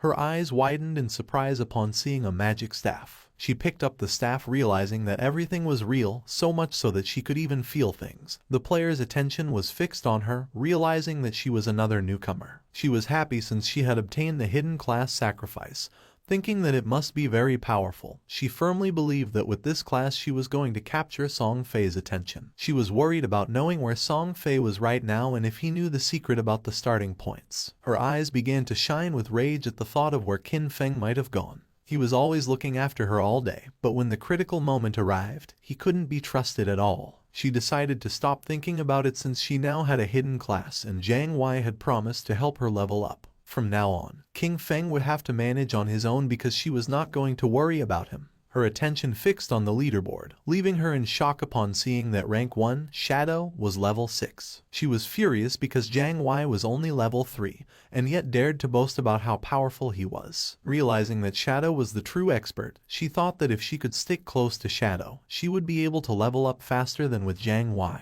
But a question came to her mind: where should she go to find that expert? Not far away, there was a group of players talking. They were worried because they couldn't contact Swaying, the healer of the party. It was Wang Men's team. He knew they didn't have time to wait for him, so he asked if anyone had any ideas. One of them, somewhat concerned, explained that they couldn't kill mobs without a healer. The other player argued that they weren't experts like Shadow, who could farm alone, suggesting finding another healer to party up. While they were trying to find a solution, someone greeted them, and when they turned around, they saw King Feng's sister. For her, this opportunity was perfect. With a smile, she asked if they needed a healer, revealing that she had the hidden class life sacrifice. Meanwhile, in the forest, King Feng and Plum were on top of a cliff with a swamp at the bottom, where they saw the Golden Ghost ship lurking. Using Shadow Sneak, King Feng disappeared into the air, asking Plum to hide and be careful of ambushes while he went to take care of the boss. Plum, somewhat confused, nodded but asked him to be careful. Our boy descended onto the swamp, and a system window appeared informing that due to the influence of Ghost Ship, this area had become a violent domain, with a rate loss of lifespan of 100 times. Doing quick calculation, King Feng realized that at a speed 100 times greater than time, staying here for 15 minutes was equivalent to consuming 1 day of lifespan. For him, this kind of violent temporal domain did not have a great effect. The system detected that the Golden Tier Ghost Ship was a level 5 boss, and then something unexpected happened. A timer of 45 minutes and 25 seconds appeared. King Feng was somewhat surprised to see that there was a time limit to defeat special bosses like this, but he felt fortunate since there were still 45 minutes left. It was more than enough time to kill it. Using instant shadow slash, King Feng moved like thunder, attacking the boss with powerful slashes, causing a total of 15-0 damage. While the boss was trying to understand what was happening, King Feng deactivated Shadow Sneak and launched a Venom Dart, which hit the ship's bell directly, activating Critical Hit and Stealth Break Strike. While the poison was causing continuous damage, King Feng distanced himself from the boss. To climb at the Golden Ghost ship, there were some challenging points. First of all, many people did not know what its weakness was and believed it had to be its skeletal body, or the ship. But in reality, the weak point was the Ghost Fire Bell located at the tip of the ship. The boss enraged because when its weakness was attacked, it controlled the surrounding water. The boss prepared a massive AI attack, making pillars made of water emerge. Evading the attacks, King Feng began to approach the boss. The water pillars had abnormally high damage, and early-stage warriors wearing silver armor sets could barely take a hit. He was happy since his shadow class had high agility, otherwise, he wouldn't have been able to dodge. At that moment, hands emerged from the swamp. Decaying zombies known as ghosts began to surface. King Feng remembered that once the AoE attack ended, the boss would summon 12 decaying water ghosts, each with a silver tier capability. Thanks to Shadow Sneak, the ghosts couldn't sense King Feng's presence as he stood right in their midst. The 12 decaying water ghosts were about to attack savagely, and most parties would be in a frenzy by then.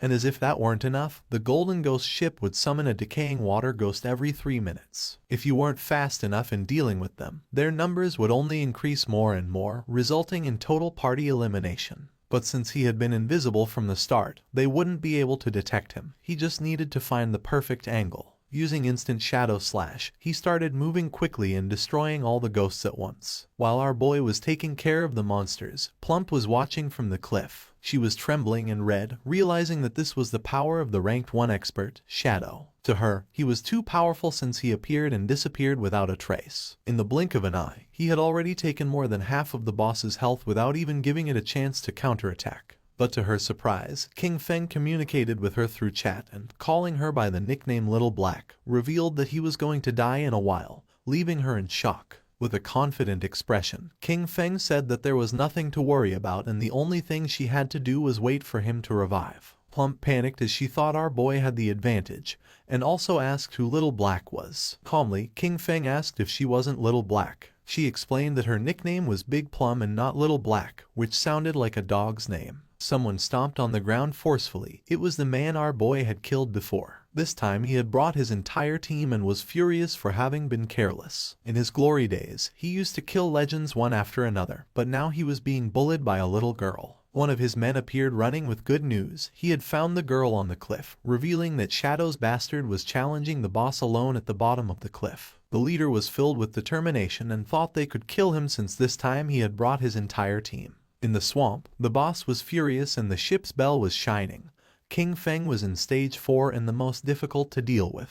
The boss raised the ore, creating powerful waves. When it was at half health, it launched massive Aeos Soul Surge. The waves started traveling through the swamp, making Plump's eyes expand in fear. The Soul Surge disabled our boy's invisibility skill, and something started emerging under his feet. In the next second, a powerful giant pillar of water trapped his body, taking away 1059 points of damage. The system confirmed his death. Our boy lost 326 years of non-tradable lifespan and 1087 days of tradable lifespan. The leader, who was on the cliff, was pleased thinking that King Feng had become arrogant after being called an expert several times. To him, our boy was a fool for believing he could challenge a gold boss alone. Seeing King Feng's lifespan lying on the ground, he and his men started running like mad towards it. They didn't know Shadow was so rich, realizing that such a large orb of light must contain at least 100 days of lifespan. They decided to kill the boss now that it had low health, believing that at the same time they could collect our boy's lifespan. But once they took another step, they appeared in the sky. The leader was confused, not knowing what was happening. He and his men were teleported back to Shell Town. They felt frustrated without knowing why this boss was so powerful, and how the player Shadow had attacked it until leaving it at half health. Some were furious since just after entering the swamp, the boss had instantly killed them with the water pillar, not to mention that the swamp was full of small mobs. For them, there was no way to fight this. The leader gritted his teeth and refused to believe this. They had suffered great losses, so he gave the order to his men to follow him as he wanted to try again. At the same time, someone jumped. It was King Feng, who had already returned to the swamp. He felt somewhat confused upon seeing so much lifespan dropped on the ground. Using the chat, he informed Little Black that he was already back and also asked why there were so many lifespan light orbs. Little Black was somewhat surprised to see how quickly he had returned, explaining that the lifespan belonged to a group of people who had charged noisily against the boss, only to be wiped out by the water pillar. King Feng couldn't help but smile upon seeing that they had overestimated their own strength, but then he remembered that in his past life, he had also suffered a lot because of Ghost Ship. The boss was still roaming around the area. King Feng began to observe it, knowing that the Golden Ghost ship was only going to use the immobilization skill once, so the rest of its health was very easy to handle. When it received damage while below half health, there was a fixed probability that it would disappear and reappear far away, making it very difficult for normal players to kill it. Without wasting another second, King Feng launched a poison dart, which hit the ship's bell directly. The boss became enraged and began to summon another attack. Seeing this, King Feng used Shadow Sneak and became invisible. After carefully observing the boss's movements, King Feng used instant shadow slash and attacked quickly since he had long seen through its movement patterns. The leader and his men arrived at the cliff again. One of them informed his boss that King Feng was fighting against the boss again. Upon hearing this, he decided to find an opportunity to take down both. Seeing that the group of idiots had returned to cause trouble again, Little Black got angry. Shadow was about to kill the boss, so she decided not to let these bastards get away with it. She gripped the magic staff tightly and concentrated, making thunder appear. A thunderbolt emerged from the magic staff, falling on the men, charring their bodies and leaving the others in shock. The leader, somewhat furious, asked who was attacking him. One of his men began to point at Little Black with his finger, informing that it had been her. He picked up his axe from the ground and gave the order to his men to kill her. Seeing this, Little Black's eyes filled with fear. She started running, asking for help. The leader and his men began chasing her, swearing to kill her. Not far from the area, a man who was hiding behind a tree began to observe them. He was not alone. There was another man behind him. Upon noticing that Little Black and the others were approaching, they hid again behind the tree. Back at the swamp, King Feng distanced himself from the boss, his gaze fixed on it, realizing that it was almost dead. But it was as he had expected. Despite being only a level 5 boss, the Golden Ghost ship was difficult to kill alone. He knew that his damage was very low. The battle had taken too long, attracting many people to spectate. Noticing that there were people on the cliff, he realized they were those who had just died. Additionally, he noticed that there was also a group beside the swamp waiting for him to kill the boss before killing him and seizing his loot. The poison started to take effect on the boss, making its eyes start to shine, and not many after, its body started to disappear. The system announced the death of the Golden Ghost ship of gold grade, granting King Feng as a reward 48 experience points.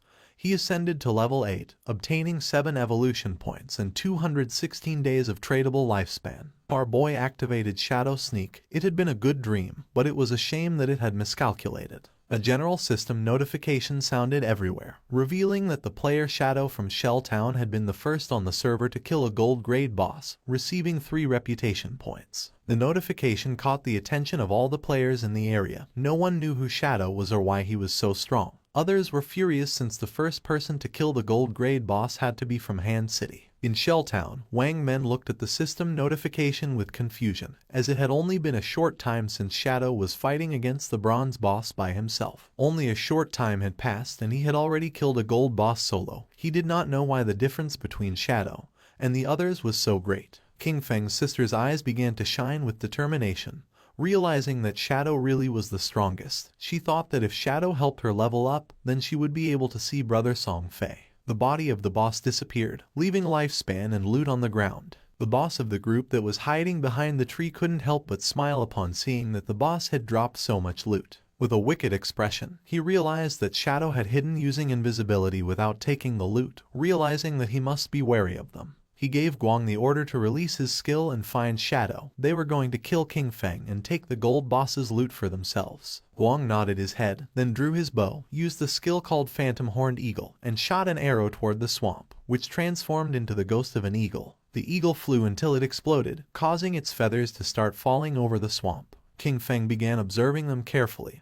He did not expect this hunter to learn this anti-invisibility ability so quickly. For him, it was no surprise that they were so confident in killing him and seizing his loot, but it was a pity that his assassin class came with an extra point in invisibility level. Guang's skill was level 1, so it could not break his skill. Confident, Guang turned to the boss, informing that Shadow must have fled after seeing so many of them. The boss and his men began to advance towards the loot. Deciding to protect the loot first, he asked his men not to be careless and to prepare for battle at any moment. The ownership of the boss's loot was 5 minutes. After the time ended, the loot was going to be theirs. A proud smile appeared on their faces, but just then, Shadow began to emerge, making their eyes widen in fear. Just before they could react, King Feng moved like thunder, taking everyone down. Now that the atmosphere was quieter, King Feng's attention focused on the loot. But then a question came to his mind: where had Little Black gone? He decided to forget about it and find her later. For now, he had enough evolution points to upgrade Greedy Hand, so he decided to upgrade the skill before obtaining the loot. Greedy Hand went from being diamond quality to epic. It could be used on monster corpses, having a 220% to 300% probability of obtaining an extra loot drop. The extra loot had a 100% probability of being 1 tier higher. Our boy picked up the loot. He was determined to use the 100% chance to gather all the light together and squeeze them. Greedy Hand started to absorb the loot, making a smile appear on King Feng's face. A bright light began to emerge from the forest, and after using Greedy Hand, he obtained 21 evolution points, 648 days of tradable lifespan, and 2 special items called Ghostfire Bell. King Feng's eyes widened in surprise upon seeing that he had obtained 2 Ghostfire Bells. It was a special item. After equipping it, King Feng would not lose lifespan upon dying, with a cooldown time of 1560 seconds. It had 2 skills, 1 passive and 1 active. Soul Absorption was passive. When killing monsters, the amount of dropped lifespan would increase by 20%, and having 2 Ghostfire Bells at the same time would double this effect. Soul Shock was an active skill. He could shake the bell to immobilize all enemies within a 100-meter radius for 3 seconds, with a cooldown of 512 seconds. The Ghostfire Bell was not considered equipment. It was an item. It did not take up 2 equipment slots,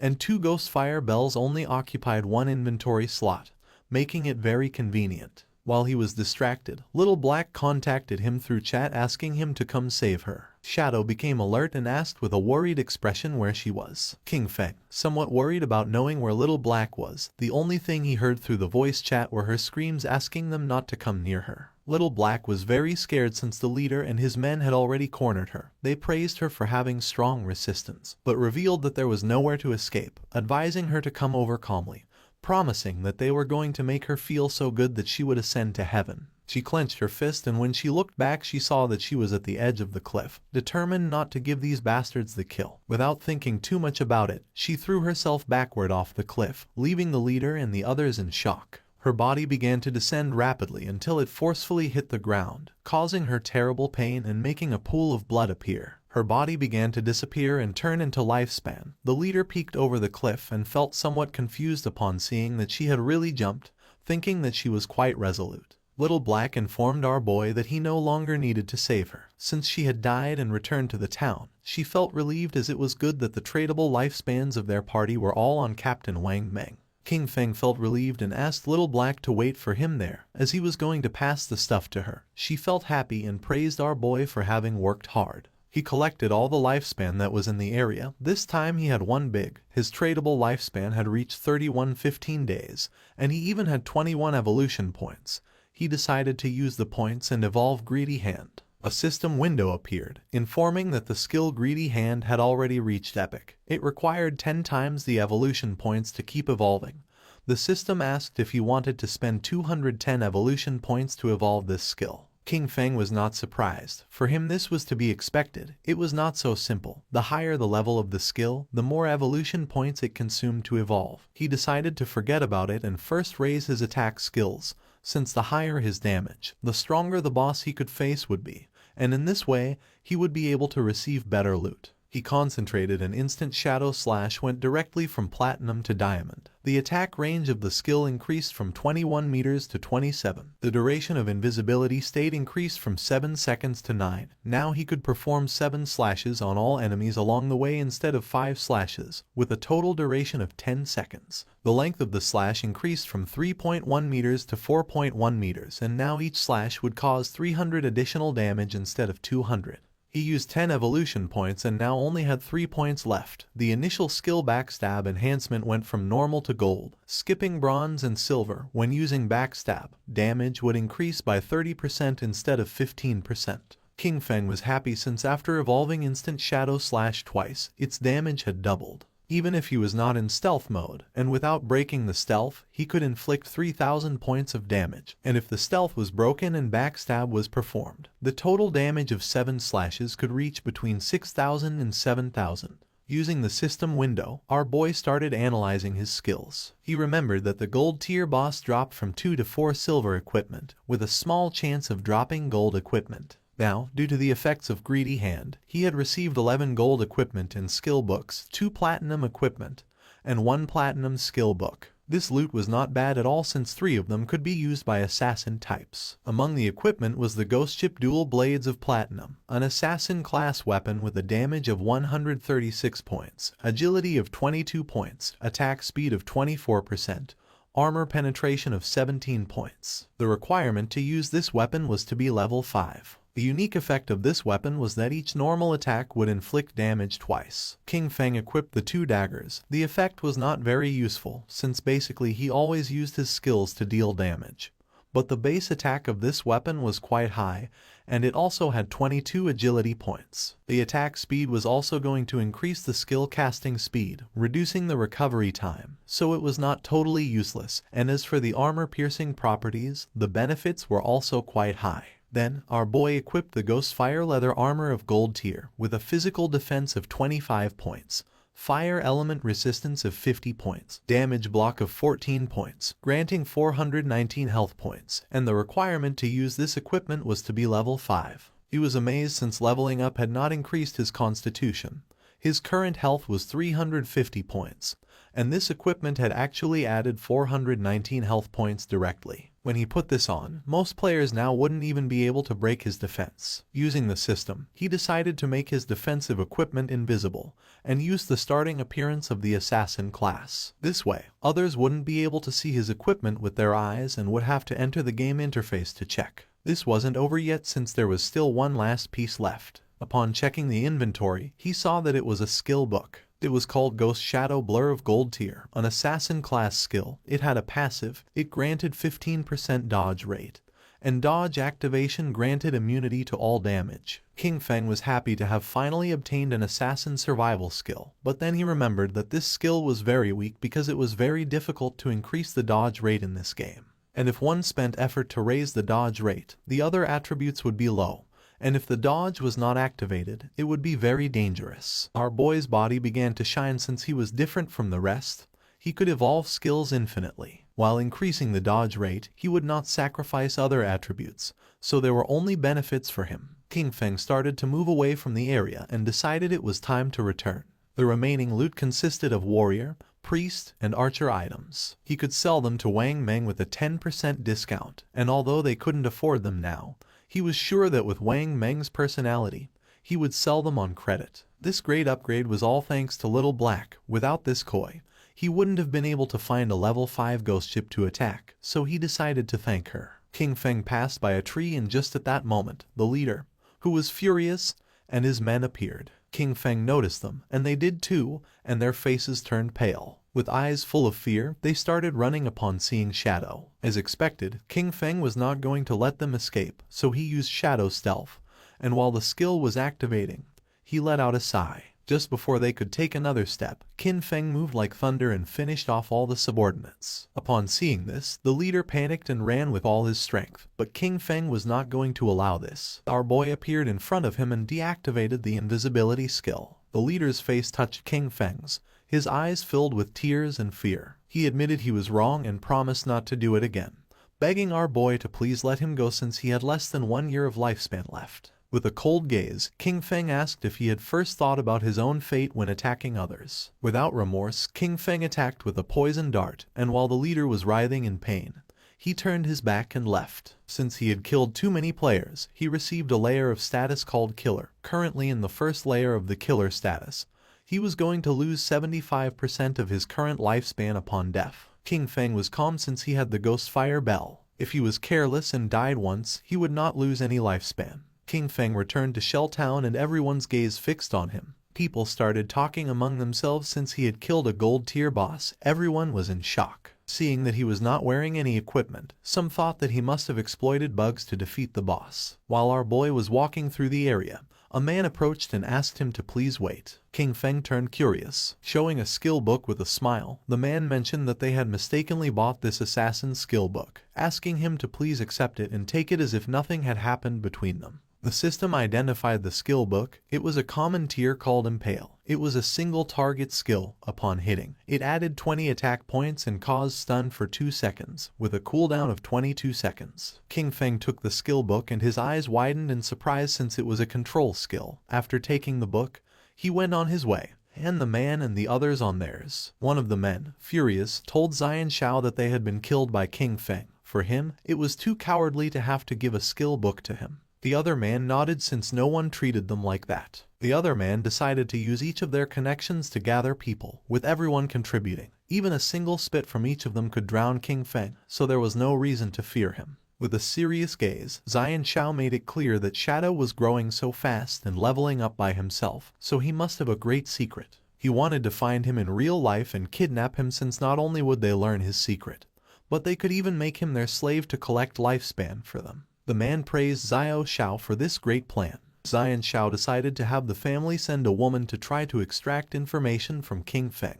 When he had heard Shadow's voice just now, it sounded very foreign. He knew he was not within their circle, which meant that he was very poor. They decided to find a professional beauty, as they were sure that King Feng would fall into the trap. King Feng met with Little Black and asked her to accept the trade, since he wanted to give her some things. Upon hearing this, her eyes filled with excitement, but she explained that her name was not Little Black but Big Plum. King Feng gave her a powerful skill and a necklace, and upon using them, fire began to emerge from her magic staff. She was happy because with this skill and the necklace, her damage had multiplied several times. Moreover, her mana regeneration had more than doubled. She thanked him from the bottom of her heart. Our boy said there was no need, explaining that he was just following their agreement, asking her to give him the space ring. With a smile, she took the space ring out of the inventory and said that he could keep it. With her face blushing, she revealed that when she was escaping in the forest, she had discovered an underground cave that seemed to be the entrance to a ruin,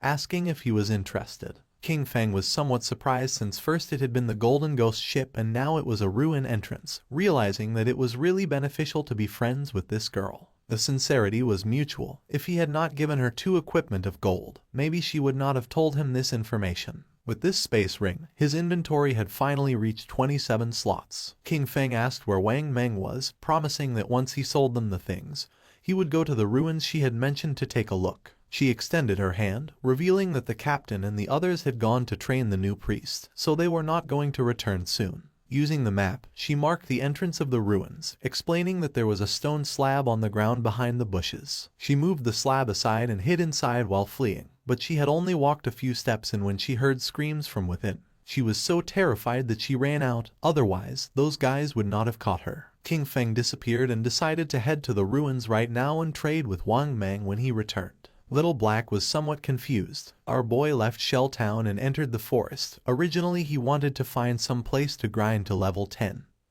But since there was a ruin, there was no need to grind. Mainly there were 3 types of ruins that appeared in a beginner's town. They were tombs, cursed ruins, and temples of faith. No matter what type of ruin it was, the small mobs were all bronze tier. There might even be some silver tier monsters. For him they were a sea of lifespan and evolution points. Following the location that Little Black had marked on the map, King Feng arrived at the entrance of the ruin. Without wasting time, our boy entered, remembering that there were mainly 3 types of ruins that appeared in a beginner's town: tombs, cursed ruins, and temples of faith. There was not much to say about the tombs. They were inhabited by a lot of monsters and it was very difficult to kill them all, and also there was almost always going to be a golden boss at the end. The monsters in the cursed ruins were all cursed by ancient gods and evil gods. They could have been humans in the past, but some went mad and others became ghosts after death. The monsters in the temple were all believers of ancient gods and evil gods. Moreover, the layout of the temple was very complex. The walls were filled with ancient murals. If one managed to get past the last 2, they would receive a special item or a skill book. Upon observing the murals on the walls, our boy realized that this was a temple of faith. He began to observe the murals carefully as they were very familiar. At that moment, roars began to be heard. Our boy started walking down the hallway, realizing that this was the faith temple of the ancient god of judgment. It had the same origins as his Eye of Judgment. At the same time, in the forest was Wang Meng and his party fighting against a monster. Wang Meng drew his shield and blocked the monster's attacks. But then, the monster lunged at him and just before he had time to react, it attacked with its fierce claw, causing Wang Meng's body to fly through the air, inflicting terrible damage on him. Seeing that the captain was injured, the party's archer panicked and gave the order to the healer to heal. King Feng's sister was paralyzed with fear, not knowing what to do. With tears in her eyes, she tightly grabbed the magic staff and asked how to do that. While they were distracted, the monster jumped and prepared to attack. Seeing this, the party's swordsman drew his sword and gave King Feng's sister the order to use her skill. But instead of obeying, she fell to her knees on the ground, dropped her magic staff, and began crying in fear. The monster attacked again and Wang Meng's party was eliminated and they were teleported to Shell Town. Wang Meng and his men were furious. Little Black, who was in the area, greeted them and with a smile asked why they were back so soon, explaining that the expert Shadow was still not back so they couldn't buy equipment now. The archer, who was furious, started pointing at King Feng's sister and said he had never seen someone as stupid as her. She didn't know how to dodge monster attacks, nor how to use her skills. Xiao Yu started to cry, not knowing what to do. Little Black stood in front of her and with a confused expression asked the archer why he was so fierce, explaining that she was a beginner, and it was her first time playing the game, so it was normal to die once. With eyes full of rage, the archer asked Little Black to move away since he was going to scold her to death. The swordsman explained to Little Black that they had not died once, they had died 3 times in less than an hour. Upon hearing this, Little Black's eyes widened in surprise. With a smile, she began to show the necklace that King Feng had given her. She decided to go with them, revealing that she had just received 2 good things from the expert. She was very powerful now, and believed they were not going to die once she was there. Wang Meng stepped forward and gave the order to everyone to stop arguing. For him, Little Black's suggestion was not bad since with her joining them this time, things should go well and maybe when they were back they would be able to meet Shadow. Although deep down Xiao Yu was furious, she pretended to be grateful, apologized and promised to work hard. She could not believe that they themselves could not do the job and still dared to blame her. If it weren't for the connections they had with Shadow, she wouldn't bother with all of them. She was very angry. At the same time, our boy entered a room and something caught his attention. 2 monsters knelt before him, and the system identified them as devout followers of the ancient god. Called the Judged, they were level 10 monsters and silver tier. King Feng's eyes began to shine with suspicion.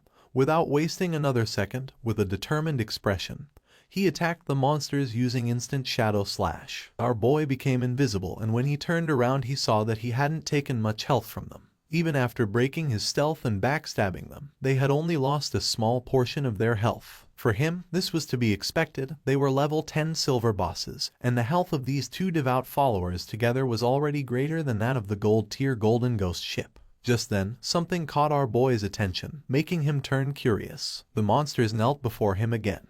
He was somewhat confused since the monsters were kneeling once more in his direction. It was strange since he was still in stealth. He didn't know if they had sensed the Eye of Judgment on him, nor if this was the reason why they weren't attacking him. King Feng questioned whether they knew the way and asked them to guide him. The monsters raised their heads and began to roar. King Feng realized that they had been corrupted, decomposed and had gone completely mad. They had turned into wild beasts that only knew how to steal lifespan from humans. At that moment, the eyes of the monsters began to shine, and not long after, they turned their backs on our boy and ran off. Right at the door of the room there was a group of players. The monsters felt their presence and began to charge at them. The players realized that these bosses were silver tier. They could not face one, so they decided to flee from this place. Just before they could do it, the monsters attacked and toxic mist began to melt their bodies. Their bodies disappeared, dropping lifespan orbs. They were the team of the girl who had bought Ice Spike from our boy, called Grey Rose. He never thought that they would also find this ruin. Judging by the current players' equipment levels, King Feng came to the conclusion that no one was equipped to go deep yet. Our boy deactivated stealth and decided to pick up the lifespan. The monsters knelt before him again.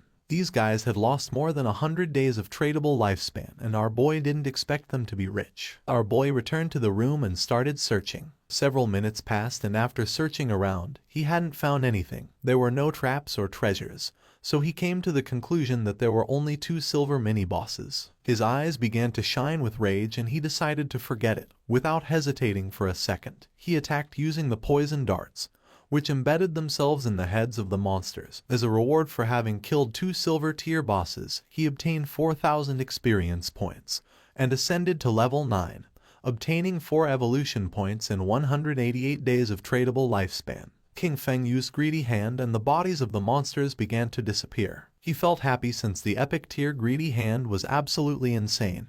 He got 32 evolution points, 1504 days of tradable lifespan, 4 gold tier items and 10 silver tier items. He extended his hand, making a pendant appear.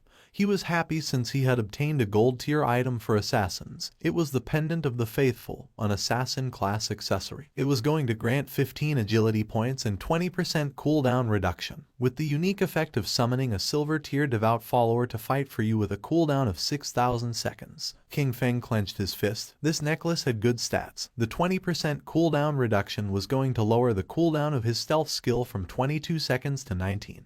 The cooldown of poison darts dropped from 4.35 seconds to 3.75 seconds. That of instant shadow slash went from 10 seconds to 8. Grinding had become much more efficient, since all his other gear required being above level 8. No one else could use this yet, so he decided to keep it for now and sell it later. Just when King Feng was about to leave, the ground started moving. Our boy became somewhat curious, and when he turned around, a small pillar emerged. His eyes began to shine with joy, since after eliminating all the monsters, the mechanism had been activated. King Feng examined the pillar carefully, realizing that it was a hidden mechanism. Not long after, the mechanism of the pillar was activated, and a platform appeared under our boy's feet. A door that was on the ground opened, and little by little the platform began to descend. It was a lift. Once the platform descended several meters, the door began to close. Several minutes later, it stopped. King Feng felt as if he had descended 300 or 400 meters. This place was dark and seemed gloomy.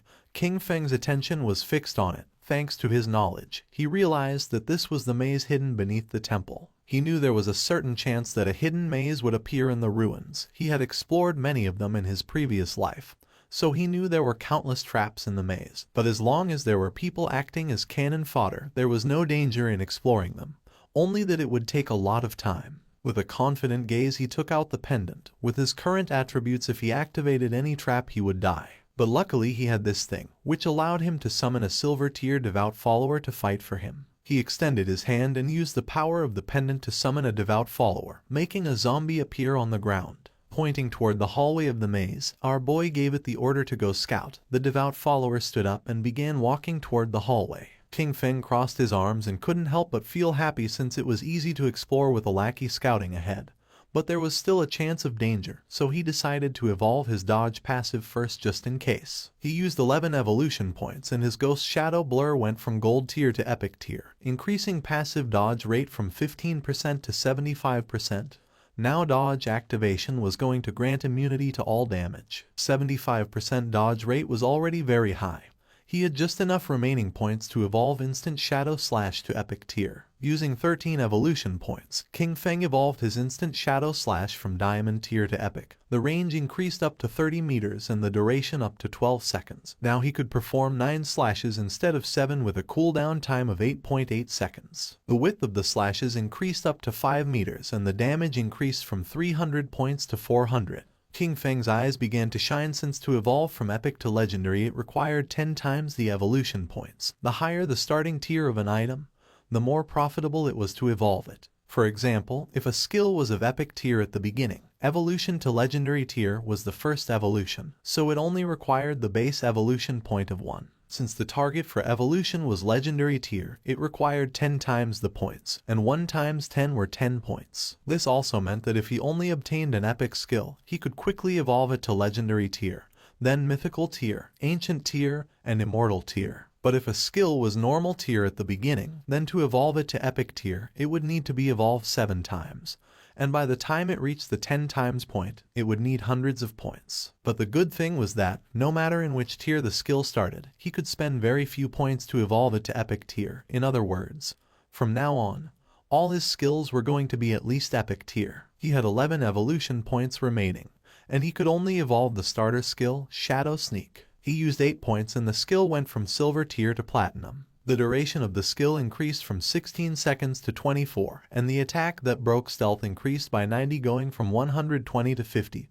Cooldown went from 26 to 22 seconds. He had the attribute that reduced the cooldown speed by 35%, and for this reason, the final cooldown for Shadow Sneak was 16.3 seconds. The cooldown was still too long, and the stealth breaking attack was a bit low. He knew he needed to swap this skill in the future. While walking through the hallway, the devout follower stepped on a slab, activating a trap, and then a giant rock fell on top of it, crushing its body. Its body transformed into light. Now that the summon had died, he decided to wait for the cooldown before resummoning. This maze was complex and dangerous. He could only do this to explore slowly, and hope to find good things when the time came. In the upper layer of the temple, a man carrying a shield and a hooded woman peeked their heads through the door. The man informed his captain, Grey Rose, that the monsters had disappeared. Upon hearing this, Grey Rose couldn't help but feel somewhat surprised. They entered the room, and Grey Rose noticed that their lifespan had also disappeared, knowing that someone must have killed those monsters and taken their lifespan.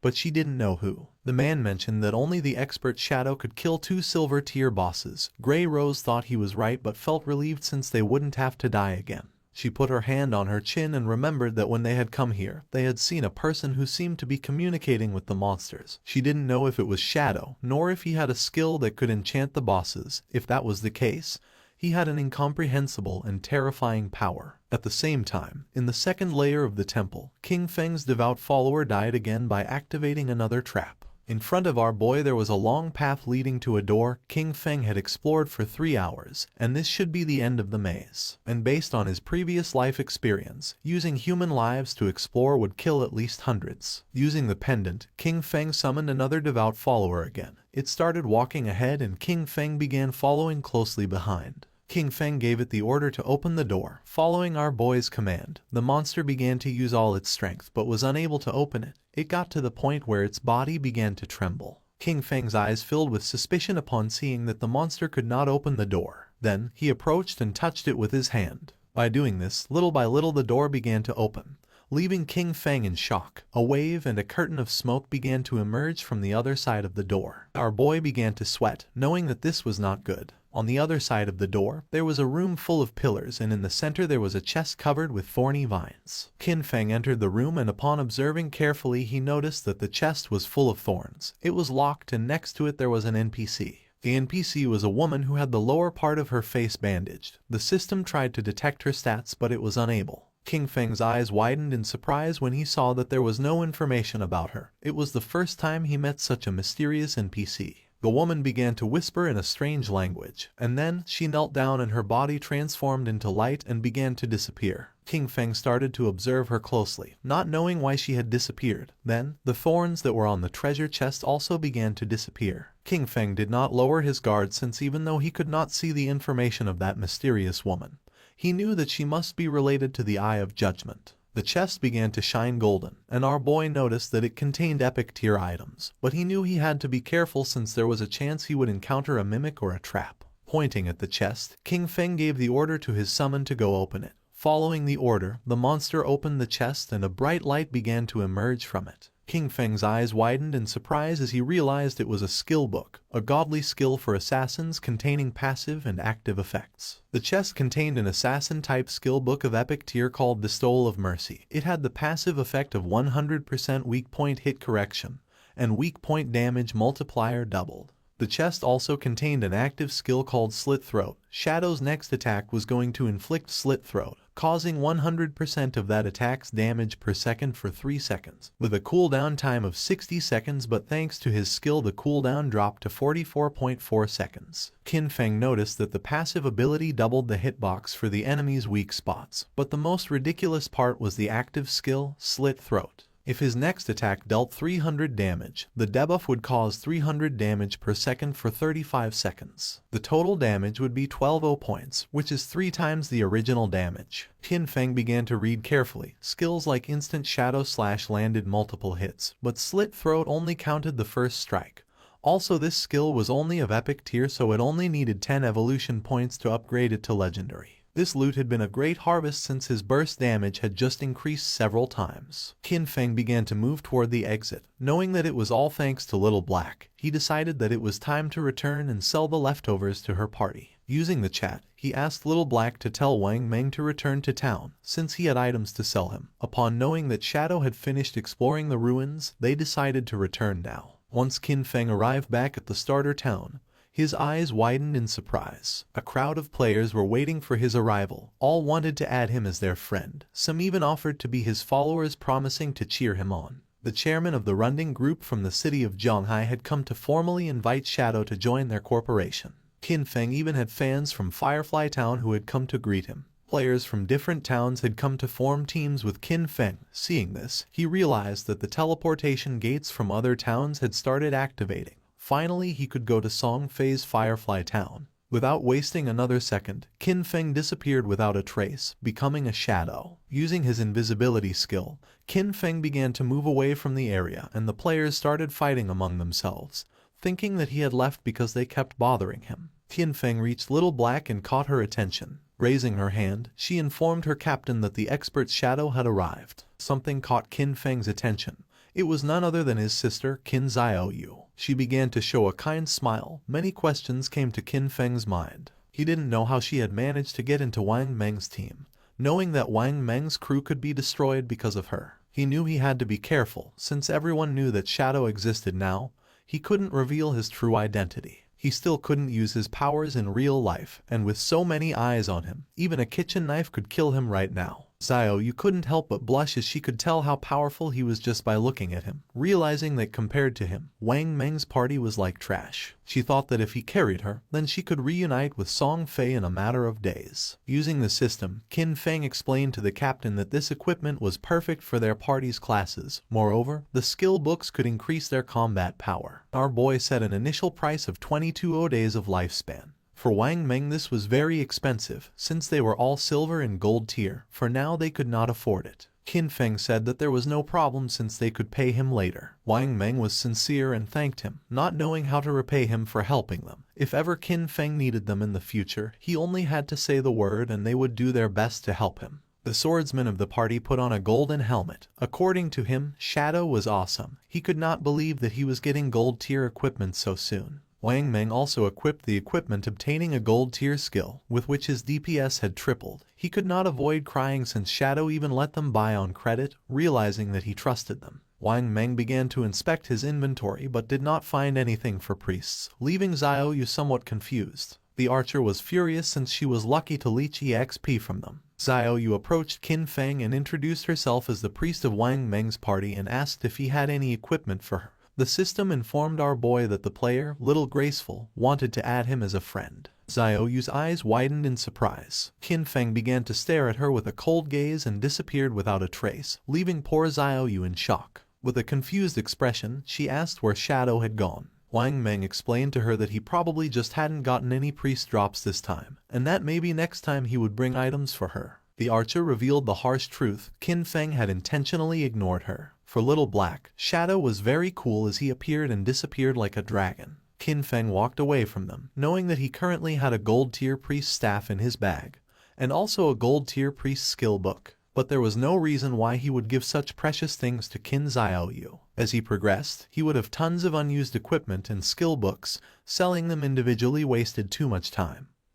But Wang Meng's backing with the authorities was perfect for bulk buying of him. He could not allow Xiaoyu to affect his cooperation with the authorities. He needed to quickly find a priest for Wang Meng's team to replace her. His eyes began to shine with seriousness when he thought that he needed to find Little Zhu quickly. Gu Yixu, the former manager of the Godslayer Guild in his past life, she was a hidden class priest called White Avian Priestess, which came with a white bird that could heal and apply buffs. She was the only priest he knew who could defeat epic tier bosses alone. She was his powerful ally, and compared to her, Qin Xiaoyu was complete trash. Qin Feng activated the gate, remembering that Little Zhu was also from Firefly Town.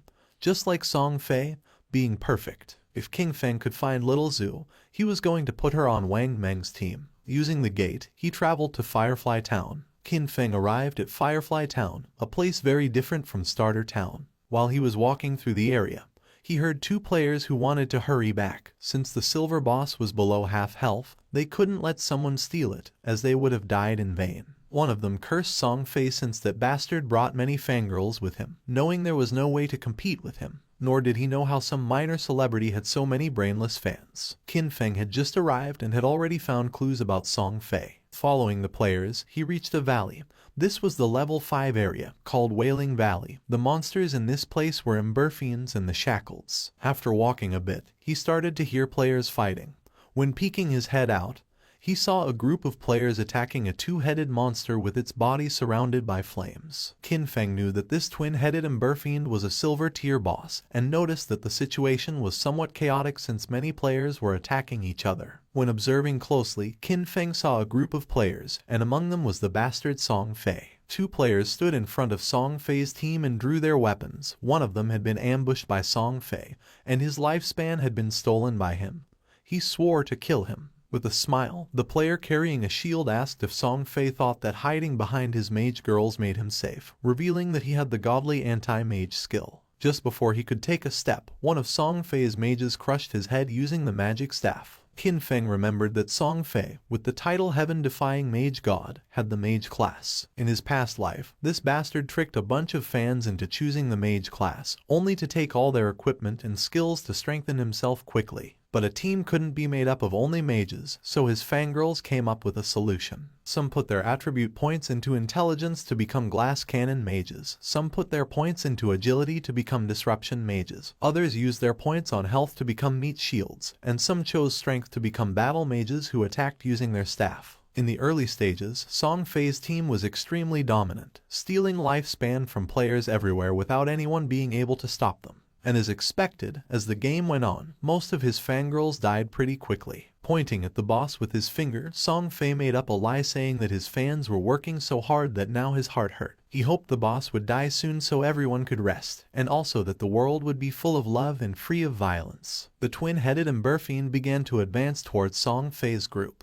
One of Song Fei's fans explained that this was not hard for them since the one who was trying the hardest was him. According to her, he worked so much that he shouldn't have to endure all this. She started pointing at the monster and decided to kill it so it wouldn't hurt their beloved Song Fei. Song Fei's fans began attacking the monster by casting spells. They were willing to defeat it so that Song Fei would become king, swearing to follow him no matter where he went. The monster opened its mouth and launched a burst of fire towards Song Fei, putting him on alert. But just before the burst of fire could get close, one of his fans stepped in the way, taking the attack fully. Song Fei took the girl's hand and began to show a sad gaze, while the woman's body was disappearing. With tears in her eyes, she swore to do anything for him. The chubby girl tightly grabbed her magic staff and told the others to get angry since if they killed this ugly monster, brother Song Fei would be able to ascend to first place in the ranking.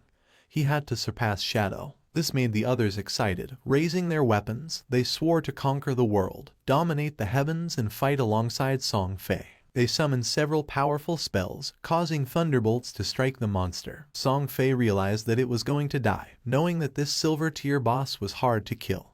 He couldn't help but wonder how someone had been able to defeat a gold tier boss alone. He was sure that Shadow had used a bug. Song Fei had many fans helping him and was only level 7. He didn't know how Shadow leveled up so fast. A smile spread across his face since once he defeated this silver tier boss, he was going to level up to 8. He knew that Shadow had been stuck at level 9 for a long time, so he decided to take the opportunity to surpass him and become the #1 player of the God-forsaken game. Just then, a hand surrounded by Shadow grabbed Song Fei by the mouth. In the blink of an eye, Qin Feng decapitated Song Fei, and using instant Shadow Slash, cut his body into pieces. Blood began to emerge from the mouth of the bastard Song Fei. His fans went into shock, and just before they could take another breath, Qin Feng attacked again. Moving like thunder, he cut the bodies of the fans and of the boss into pieces. A system window appeared, informing that the boss had been defeated and granting him 15 experience points. The boss fell to the ground and its body began to transform into lifespan. The players were in shock since they couldn't believe that Shadow had killed the boss with a single strike. A single attack from Shadow did thousands of points of damage, while theirs only did 100 points of damage. Shadow was 10 times stronger than them. The corpse of the boss transformed into orbs of lifespan, and Qin Feng deactivated his stealth skill. The smartest players realized that it had been an AoE attack. They couldn't believe that a single attack had killed Song Fei and all his gang of fans. Upon observing closely, they saw Shadow and remembered that he was the one who had achieved the first global kill of the gold tier boss. They decided to leave and let Shadow have the loot. They began to cheer for Shadow for having avenged them by killing Song Fei's gang. Qin Feng knew that they were only afraid of being attacked, and that's why they could only join forces to attack him. In his past life, he would not have hesitated to kill them. At the same time, Song Fei respawned again in Firefly Town. The system reported that he had been killed by Shadow, and he lost 1106 days of tradable lifespan, and 18 years and 113 days of non-tradable lifespan. Song Fei panicked and realized that Shadow had come to Firefly Town. He couldn't believe that out of the hundreds of starter towns in Zhonghai City, he had come to his to steal the kill. His fans also respawned again. The chubby girl felt confused to see that Song Fei had also died. The other girl was furious since she didn't know why Shadow had killed them. The other thought that Shadow wanted to steal the silver tier boss. According to them, he was evil for taking advantage of Song Fei being distracted to launch a surprise attack. Just then, an archer approached Song Fei and with a nervous expression asked if she could join his team, revealing that she had the skill called Eagle Eye, and she could detect invisible enemies. Song Fei's fans told the girl to get lost since he had said he only wanted mages in his party. The chubby girl thought her efficiency at killing monsters was too low, and she would only affect Song Fei's progress in the ranking. Song Fei extended his arms and explained that although she was an archer, she could be part of his family since he believed that love could fill everything. He took the woman's hand and with a kind expression mentioned that he had felt her strong emotions. It didn't matter if she was an archer.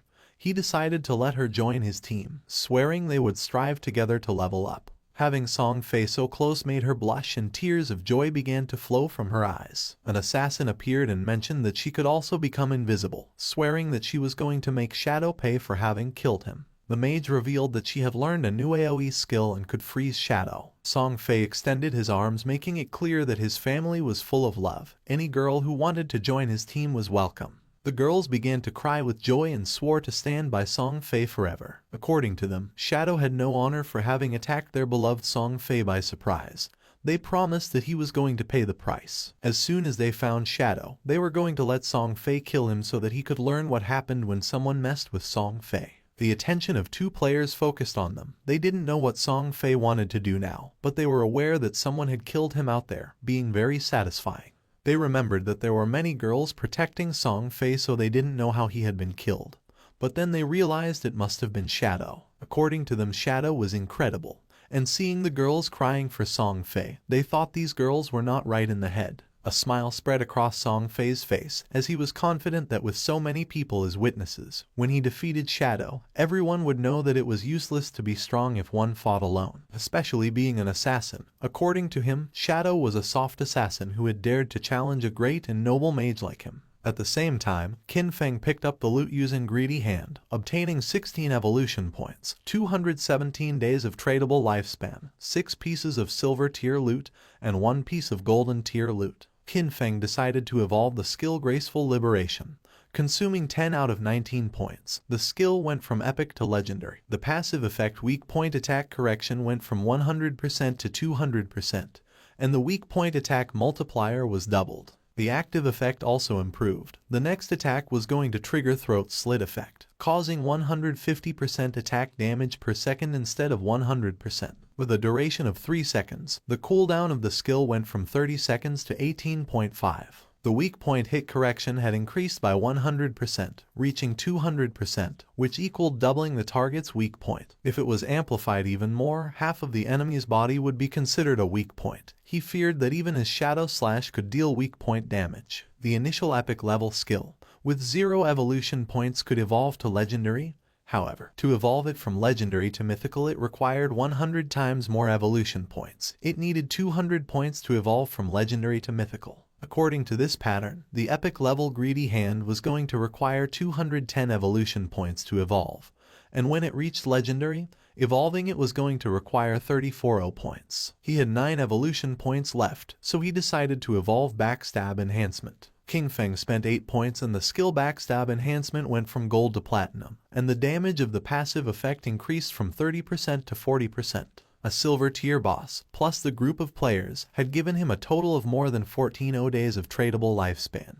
His mission had been fulfilled, so he decided it was time to return. While Qin Feng was distracted, a girl tried to attack him by surprise. She intended to kill him. Shadow began to observe her in silence, and dodged the attack without much effort. The girl attacked again, but he evaded it again without problems. The girl was in shock to see that he could dodge all her attacks. Without wasting any more time, she used stealth and disappeared. Just then, Song Fei's fans appeared on top of the cliff. They had cornered him and swore to avenge Song Fei. The mages of Song Fei raised their magic staffs, and the archer who had just joined the team began to aim her bow at Qin Feng.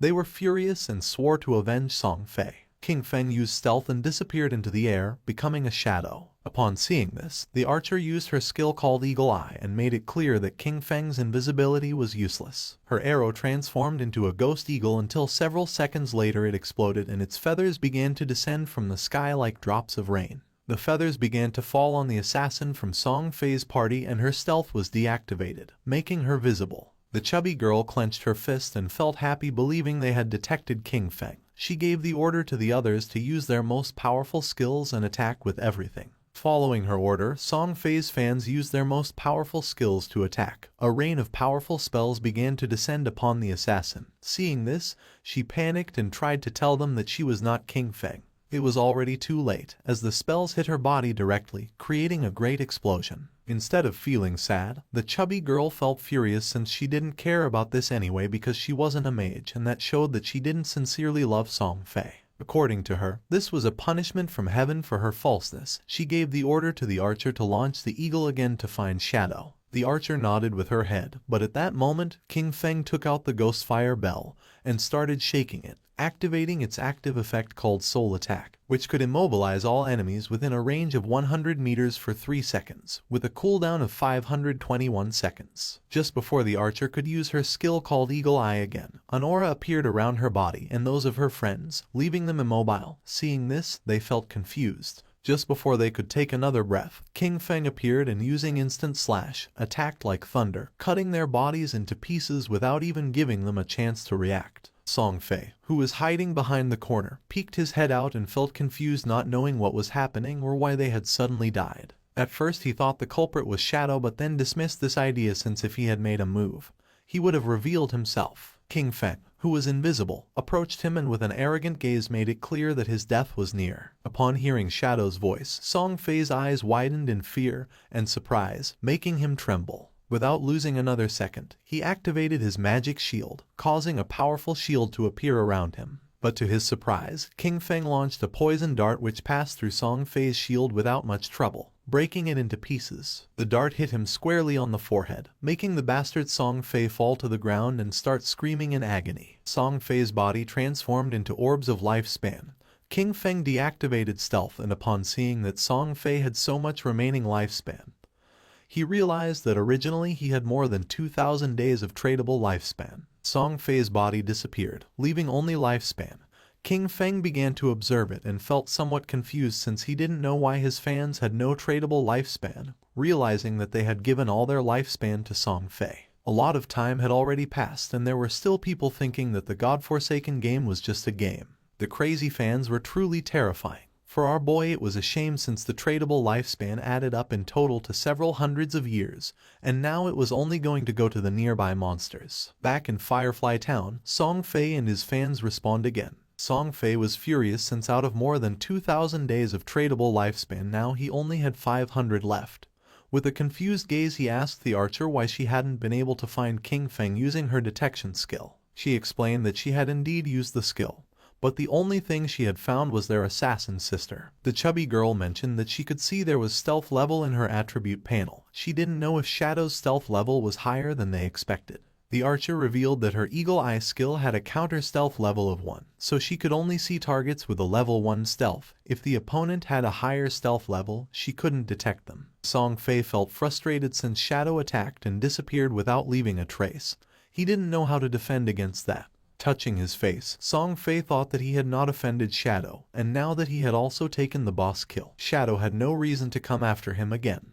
But then he thought maybe Shadow was jealous of his unparalleled beauty, and was going to come kill him again. Song Fei's fans raised their weapons and decided for everyone's safety to level up somewhere else. Wherever Song Fei wanted to go, they swore to follow him. Not long after, King Feng also returned to Firefly Town. After searching for a while, he thought this was strange since Song Fei and the others had left. He didn't know if they had gone to another town or logged off. Deactivating stealth, our boy asked a player who was in the area if he knew where Song Fei and the others had gone. Upon seeing Shadow, the man couldn't help but feel afraid. Pointing to one side, the man revealed that Song Fei and his fans had gone in that direction.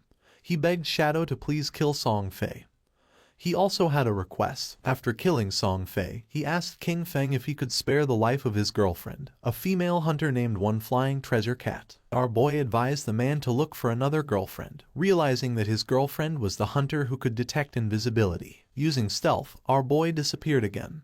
The man began to beg, saying that he had worked very hard to find her. Although King Feng knew the direction in which they had gone, he had no idea where they were heading, and searching everywhere was going to take too much time. The man put his hand near his mouth and started calling Shadow. Our boy knew that things would be much easier if he could find Gu Yixu. At that moment, a woman passed by his side, and his attention fixed on her, leaving him somewhat surprised. This girl was none other than Gu Yixu. Our boy deactivated stealth, and with a cheerful gaze called her beautiful and asked if she could help him. Upon seeing Shadow, she couldn't help but feel surprised. King Feng took out the golden grade staff from his inventory and mentioned that he had heard that her class could search for targets in a wide area. He promised that if she could find Song Fei, as a reward he would sell her the staff at a bargain price. Seeing this, Gu Yixu's eyes began to shine with excitement. She opened her system window and asked how he knew that she could search over a wide area. She remembered never having told anyone about it. King Feng asked if she wanted this golden grade weapon, and she said yes even though she didn't know if she could afford it.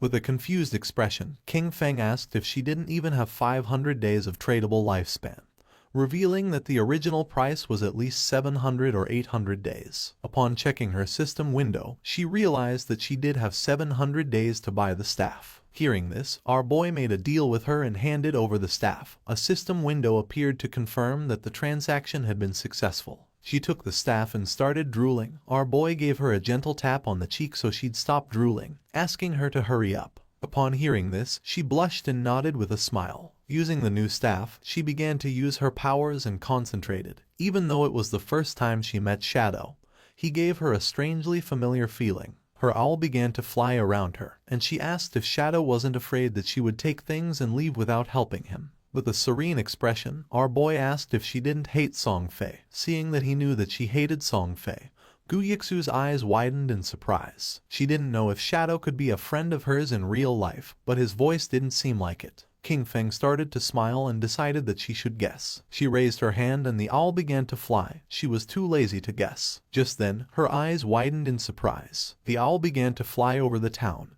and in the distance in the middle of the canyons she saw Song Fei and his fans. Her owl finally found where Song Fei was hiding in the rocky canyons and quickly told King Feng the place. She also told him to hurry because Song Fei and his friends might leave before he got there. The owl could fly fast, but following them for too long could make it really tired. Shadow, ready to go, told her not to worry because he'd be there super quick. Right then, King Feng took off like a shot, zooming over rocks and through rough spots without slowing down. But then, the owl stopped flying. That made King Feng stop too, because it meant something was messing with their tracking. He looked around and saw a tree with a weird sign on it. Wanting to know more, he got in touch with Yu again, and she had the owl check the area. Soon, the owl found 2 more trees with the same signs. One was 100 meters ahead, and another was 100 meters to the left. King Feng went up to each tree, touching the symbols very carefully. When he touched all 3 with a bit of his energy, a bright light connected them. Then, the ground in the middle started shining, and suddenly, a treasure chest with a bright green light and golden glow appeared. Feng was shocked. A treasure like this in a simple place like Firefly Town. He could hardly believe it. These treasures, left by ancient gods, were super rare and could pop up anywhere. Some brought monsters, some unleashed swarms of beasts, and some, like this one, had incredible treasures. Yu, watching through her owl, couldn't believe it either. That green chest could be worth 1,000 days of someone's lifespan, or over 10 million in real money. King Feng couldn't help but admire Yu's quick thinking. Back in his previous life, a year of someone's lifespan was worth 10,000 at the start, but it quickly jumped to 50,000 by the second day. Yu, still intrigued, started to take note of the symbols for later. A smart look was in her eyes. There was no telling what secrets her skills in tracking could uncover. Then, King Feng went ahead and opened the chest. Inside, there was a skill book with a dark aura called Curse of the Blossoms, a powerful emerald-level ability. This skill let cursed flowers grow from a defeated enemy, making their tradable lifespan drop to 0. It didn't have a cooldown period, but it had to be used within 15 seconds after someone died. Feng remembered how dangerous this spell was in his previous life. Every enemy he defeated could turn into an advantage. If he managed to defeat Song Fei again and watched over the body for a short time, he could take everything from him. A sinister smile appeared on his face. This time, Song Fei wouldn't just be defeated, he would be completely drained. As King Feng hurried toward his target, the scene changed. Somewhere far away in a canyon, Song Fei's biggest fans were busy fighting a boss, hitting it hard while Song Fei stayed back, waiting to land the last blow. Song Fei was overconfident, sure that King Feng wouldn't chase them this far, especially since King Feng had already beaten a silver-level boss and embarrassed him twice. That should have been the end of it. But Song Fei was mistaken. Right when the boss was about to go down, the girl who was a bit heavier noticed another group fighting a different boss nearby. Song Fei, smooth as ever, convinced his fans once more. He said the other group were fans of a rival idol, trying to make him look bad. The faces of his fans twisted with anger. No one was going to outdo their dear Song Fei. Without a second thought, they charged at the other group. The other team, thinking they were about to get some help, welcomed them. But before they could even say hello, the heavy girl slammed her staff down, knocking out their leader in one hit. The rest of the team was shocked as Song Fei's fans turned on them, madly talking about idols and fate. When one of the enemy tried to ask what was going on, they were quickly shut down by a spell. Then, in a strange turn, the fans started spouting odd poems, talking up Song Fei like he was some kind of god. After they took out the other team, the girls made way for their golden prince Song Fei to finish off the boss. Song Fei kept up his act, pretending to be grateful and showering them with thanks that didn't mean a thing. He made up stories about almost getting caught in an ambush and called them heroes. His words made them all blush and giggle. They were totally caught up in his make-believe world. But that was the end of it. At the same time, Shadow appeared at the edge of the canyon. Song Fei felt something wasn't right and got a cold feeling down his back. But by the time he turned around, it was too late. Feng's sword moved through the air like it was meant to punish, striking in an instant. Song Fei's head was cut off in one smooth motion, and his body fell to the ground. This time, Shadow didn't just leave after the deed was done. He knelt down next to Song Fei's body and used the Curse of the Blossoms. A big red flower grew right out of Song Fei's chest, its petals moving like they were alive, sucking away the tradable lifespan from the young troublemaker. The fangirls watched in shock, not able to make sense of what was happening right in front of them. Then, the scene changed, and Song Fei was back at Firefly Town's portal, feeling confused and annoyed, still not getting why Shadow was always after him. In his confused way of thinking, he decided it must be jealousy. Maybe Shadow was upset about all the attention from the fangirls, or perhaps one of those girls was someone Shadow had feelings for. Song Fei convinced himself that Shadow's constant showing up in Firefly Town was part of some complex revenge scheme. While he was lost in his wild guesses, a system alert popped up, scaring him with the news that his tradable lifespan was going down fast, much more quickly than just from dying. At first, he thought it was some kind of penalty for dying too much, but before he could really figure it out, his fan club started showing up at the portal as well. The heavier mage girl was among them, out of breath, telling Song Fei about the creepy red flower that grew from his body, clearly taking away something important. Song Fei quickly figured it out. The cursed flower and his disappearing lifespan were Shadow's doing, thanks to a scary new ability. The realization hit him hard, and he suddenly ordered his fans to log off. He knew if they kept losing to Shadow, their tradable lifespan could drop to 0, which meant actual death. Still acting the leader, he called them his family, promising to step into the real world to extend their lifespan, and come back with new gear bought with the lifespan they had saved up. The girls, still totally under Song Fei's spell, were all in, imagining their big return to beat Shadow with new power. Even as Song Fei disappeared from the game, anger and frustration warped his face. He wasn't ready to see this as a loss. After working for 2.5 years to get to where he was, he couldn't stand the thought of being taken down by some unknown player. In his mind, with enough money, he could crush any obstacle. He just needed some time. Back where the fight had happened, red flowers were everywhere, each one growing from a fallen player, quietly taking away the tradable lifespan from Song Fei's fans. With Shadow's relentless attacks, his rank as a killer had jumped to level 4, making the loss of tradable lifespan upon death a staggering 96.8%. But Shadow wasn't bothered by this at all. Shadow figured out that this surprise attack had just added about 1,000 days to his lifespan. All thanks to Song Fei and his misguided followers. They had done the hard work of defeating monsters only to end up giving their gains to him. But the bounty didn't last forever. The flowers started to fade, and the energy stopped flowing. Shadow realized that the players had logged off to avoid losing more of their lifespan. Above, the white owl kept flying in silence. Yui had watched the whole thing, and even she was taken aback by such a show of strength. Seeing what the top player could really do was something else. When Shadow asked Yui if Song Fei had really logged off, she nodded, saying the whole group had disappeared to save themselves some time. Shadow told her calmly to keep an eye out and to let him know if Song Fei ever came back. When she wondered if her job was over, Shadow said to stay on it a bit longer. He had just gotten a golden tier priest skill called Sword of Divine Judgment, and her interest was immediately piqued. She really wanted that skill. Seeing her interest, Shadow made her an offer. He'd trade the skill for 500 days of her lifespan, but he'd cut the price in half if she agreed to one thing. Yui's eyes narrowed, and she quickly said she wasn't going to trade her dignity, which caught Shadow off guard. He hurried to explain she had the wrong idea. He just wanted her to join his team as their main healer. She relaxed and laughed, agreeing right away, but warned him she'd hold him responsible if the team was a disaster. Shadow reassured her they were a solid group and decided to get in touch with them immediately. Then the story moves to a different part of the game world, where Wang Mang was feeling proud after defeating a poisonous monster, happy about the experience points. He called over to Ju for a heal and something to counter the poison, but Ju was stuck, not knowing what to do. Wang tried to remind her again about her priest class's ability to remove toxins. But before she really got what he was saying, she accidentally used the skill on a tree instead of helping Wang, who needed it. As time ran out, Wang fell to the ground, succumbing to the poison, his victory over the monster wasted. The team was left in shock, frustration simmering as they looked at Feng's sister, unable to believe how useless she had been. Standing near the teleportation stone later, the team leader faced a tough decision. He knew they needed a new healer since every skilled hidden class priest was already taken. But they couldn't continue like this. Zhao, on the other hand, was blissfully ignorant of her failure, lost in fantasies of being the chosen one, a goddess in this new realm.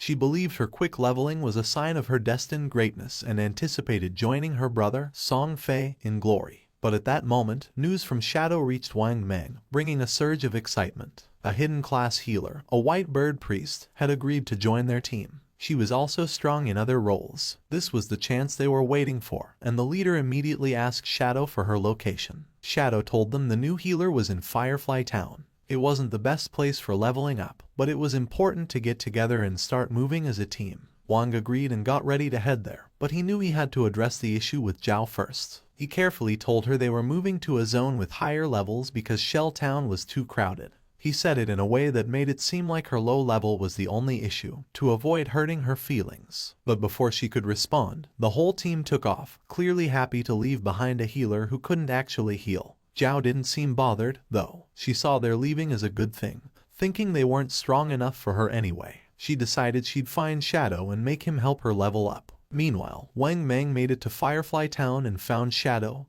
and Yu. Right away, he gave them the lifespan he'd gotten from their last fight, ready to settle up and get going with the new team setup. As they moved forward, Wang realized just how challenging it was to keep up in this game. While making plans, he brought up a new ally, a captain named Yu. Hearing that name made Shadow stop dead in his tracks, his thoughts racing. That name wasn't just random. Then, suddenly, she showed up. Greeting them with a cheerful wave, Yu caught the attention of both men right away. Shadow was in disbelief. The woman standing before them was the Yu, also known as Justice Execution, the only one in the game with the Dragon Swordsman hidden class. In Shadow's previous life, she was in the top 20 players worldwide and played a crucial role for the country's official forces. She was a national hero, respected and feared. And there she was, showing up early, glowing, and looking at Shadow with clear admiration. Yu introduced herself with a warm smile, admitting her admiration for Shadow. She even half-joked about him being a time traveler or a reincarnated hero because of how quickly he was advancing. Shadow stayed quiet, his mind wandering back pre-his past there where their paths had crossed later, and under much grimmer conditions. She hadn't been part of Wang's team back then, which made this early encounter quite the surprise. She likely had a good amount of tradable lifespan already, probably gathered for government groups. As a dragon swordsman, known for their toughness, she was an ideal candidate to hold such power. Shadow saw the wisdom in the government's choice and respected it. Yu was straightforward, too. She told him if he had any gear to sell, she and her group were interested in buying. She sweetly but firmly reminded him of the responsibility she carried for her city. Shadow saw no benefit in opposing her, and they both understood that. He agreed, mentioning it would be short-sighted to pass up a chance for such a beneficial deal. Though Yu appeared cheerful and unthreatening, King Feng knew well there was much more beneath the surface. The fans of Song Fei logged out of the game. They had seen the official announcement that left them in shock. Lifespan in God-forsaken game was real, and if it reached 0, one would die in the real world.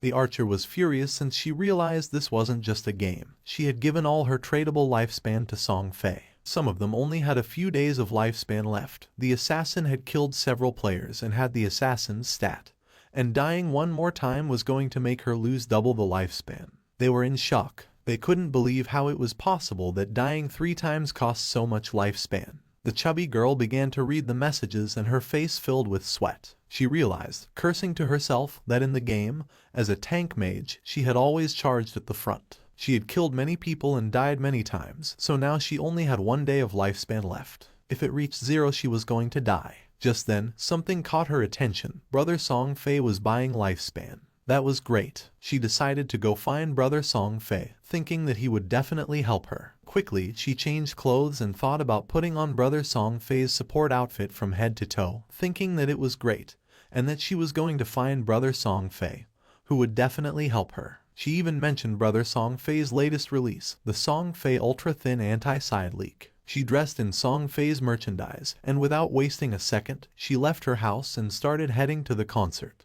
Not far away, there were some apartments. Qin Feng's sister also logged out of the game. She didn't know if she was in the real world since now it was hard for her to tell the difference. She turned on her phone and couldn't help but smile when seeing that. At that rate, 1 day of lifespan could be sold for 15,000. With the 200 days she had left, she could become a millionaire. But then, she went into shock when she saw that Shadow had killed Song Fei 3 times. She couldn't help but cry from sadness and fury, since she remembered that they had told her that if her lifespan reached 0 in the game, she would truly die in real life. Even having 100 years of non-tradable lifespan, dying 3 times had left her with barely 12 years remaining. Then she remembered Brother Song Fei and wondered why Shadow had killed him. According to the group chats, Shadow, despite being surrounded by dozens of people, had managed to kill Song Fei 3 times. To her he was something so terrifying and incredibly strong. The chubby girl started sending messages through the chat, saying that Brother Song Fei needed help at this moment. She asked any sister in Zhonghai City to go find her to sell their tradable lifespan to her. She also revealed that Song Fei was at Dajiang Plaza at that moment and that the exchange rate for lifespan was 1 to 10,000.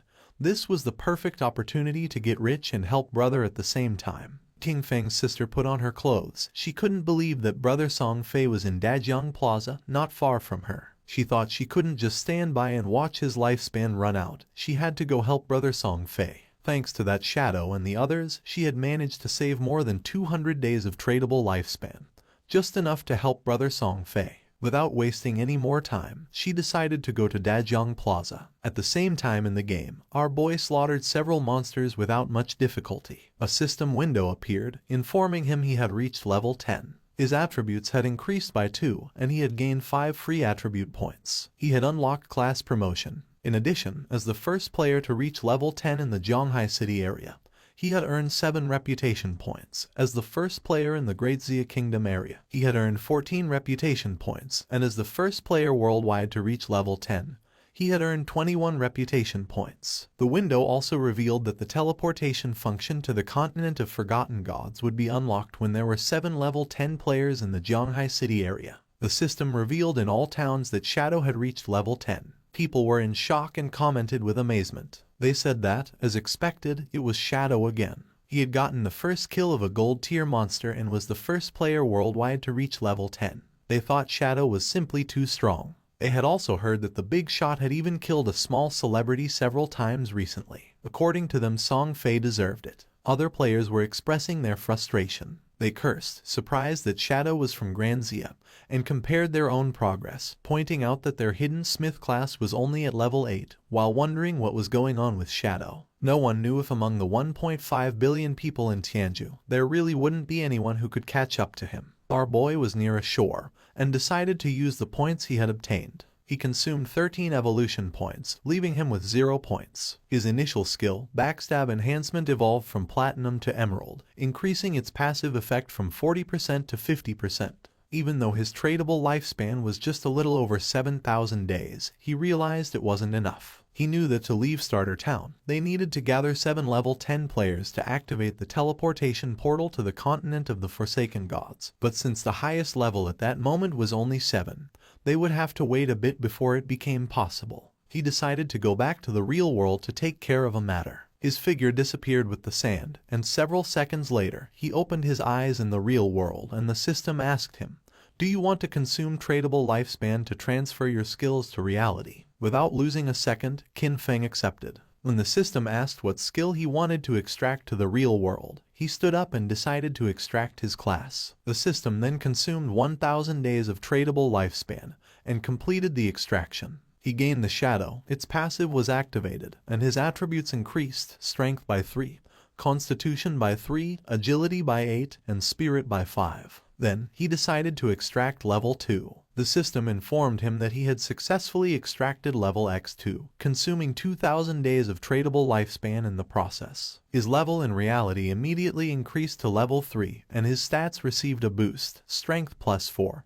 Constitution plus 4, Agility plus 14, and Spirit plus 4. The system reported that he had consumed 900 days of tradable lifespan and extracted the skill Shadow Step of Platinum tier. It also informed him that he had consumed 2262 days of tradable lifespan and extracted the skill Venomous Dagger of Silver tier. He was happy since he still had 1292 days of lifespan left and for now could not extract other skills. He had only paid the price to extract a low tier skill, but had obtained the Shadow Step of Platinum tier, being a beneficial deal. He couldn't help clenching his fist and feeling furious when thinking about Song Fei. Now his base stats were double those of an average person, and his agility had reached 32 points, surpassing the human limit. With unlimited invisibility and the poisonous dagger that could be thrown up to 14 meters, he could definitely find an opportunity to finish off Song Fei. King Feng started browsing on his phone and was surprised to see that Song Fei was aggressively buying lifespan.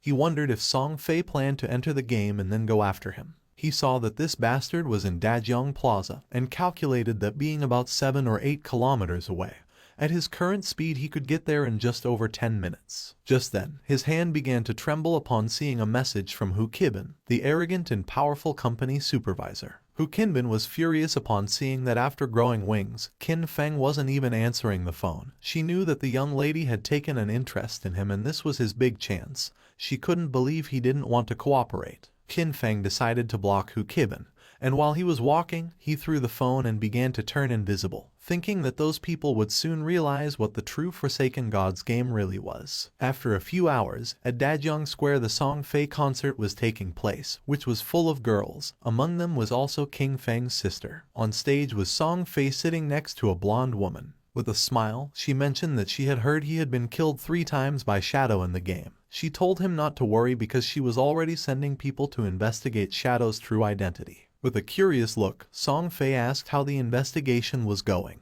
and she revealed that she had already sent someone to Firefly Town to make contact with him. They would offer him an amount he couldn't refuse. When he came into the real world to collect the money, they would catch him, and when they did, they would make sure brother Song Fei could vent his anger properly. Upon hearing this, Song Fei couldn't help but smile and asked her to make sure to let him know when the time came. Then he asked if she had heard that her Dajiang Corporation had already used that method to control several players and make them work for free for her. Hu Qinbin couldn't help but laugh, since according to her, they were all idiots, so weak that they couldn't accumulate much lifespan. For her it was much better to be on Song Fei's side, since so many women voluntarily gave him their lifespan, and were even willing to die for him. Song Fei started laughing maliciously. A man who was among the audience began shouting and demanded that they all stop recklessly selling their lifespan to others. Turning to Song Fei, he added that Song Fei knew full well that lifespan was tied to life and death, yet he was still brainwashing his fans and aggressively buying up their lifespan.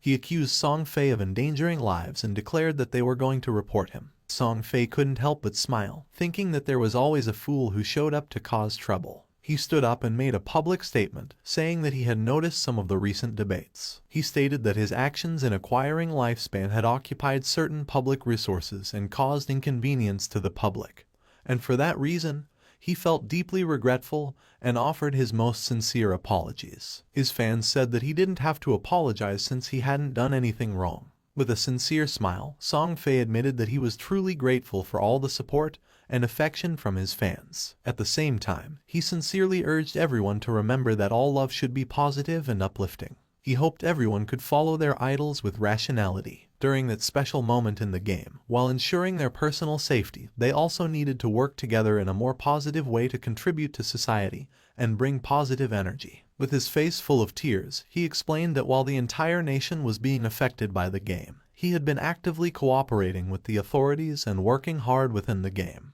That was the reason why he had used his personal wealth to acquire lifespan, hoping to become a quality idol in the game, someone worthy of liking. He had done this to give back to his fans, hoping that everyone could gain something outside of the game and live a happy, peaceful, and safe life and work together for a better tomorrow. but he never expected that it would cause so many problems for everyone. His words made all his fans unable to avoid crying. He apologized to everyone for having caused them trouble. This made everyone feel sad. They started shouting, saying that he had not done anything wrong. They got angry with the man, calling him a bunch of savages and telling him to leave from there, since they were voluntarily helping the brother, and told him not to insult their genuine intentions. The chubby girl went up on stage and asked everyone not to listen to those ridiculous rumors from outside. She didn't know how they dared question the brother, since only fools with pig brains believed everything, asking how the lifespan of the game could possibly affect the real world. She put her hand over her chest and declared that she was the one who was willing to die for the brother. She said that when she logged out, it showed her that she had less than a day of lifespan left, but she was perfectly fine.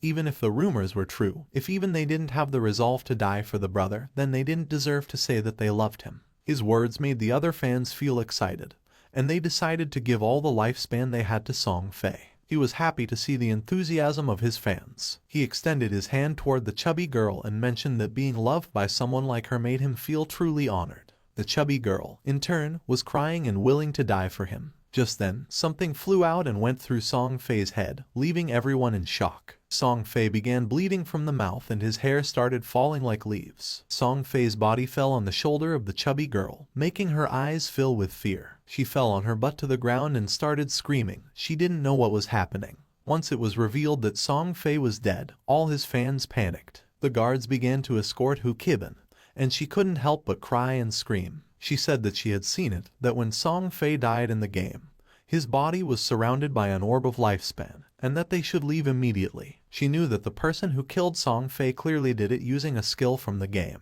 She wondered, horrified, if the skills from that game could really be used in the real world, and how that was possible. She thought about the actions, killing Song Fei instantly, becoming invisible and collecting lifespan, and concluded that the only person who could do that was Shadow. Just then, a dart pierced her head as well, killing her instantly and leaving the guards in shock. Among the crowd was King Feng. It was already dusk, and the news announced the tragic death of superstar Song Fei in Dajiang Plaza. It was also reported that his most devoted fans had sacrificed all the lifespan they had left, falling dead next to Song Fei's corpse, and the police investigation had revealed that his death was due to supernatural abilities. The faces of King Feng's sister and her friend were full of tears and fear. She was sad since she still couldn't believe that just the day before they had gone to see Song Fei's concert, and now he was already dead. The friend wasn't dumb at all and realized that the throwing knives and invisibility must be abilities from the godforsaken game. She wondered if Shadow had been the one who killed Song Fei, since she had heard that Shadow had killed him 3 times in the game. Xiaoyu was confused as she wondered how the game's skills could appear in reality. She couldn't believe that Shadow had killed Song Fei. She remembered that Shadow had killed him several times in the game and came to the conclusion that, in reality,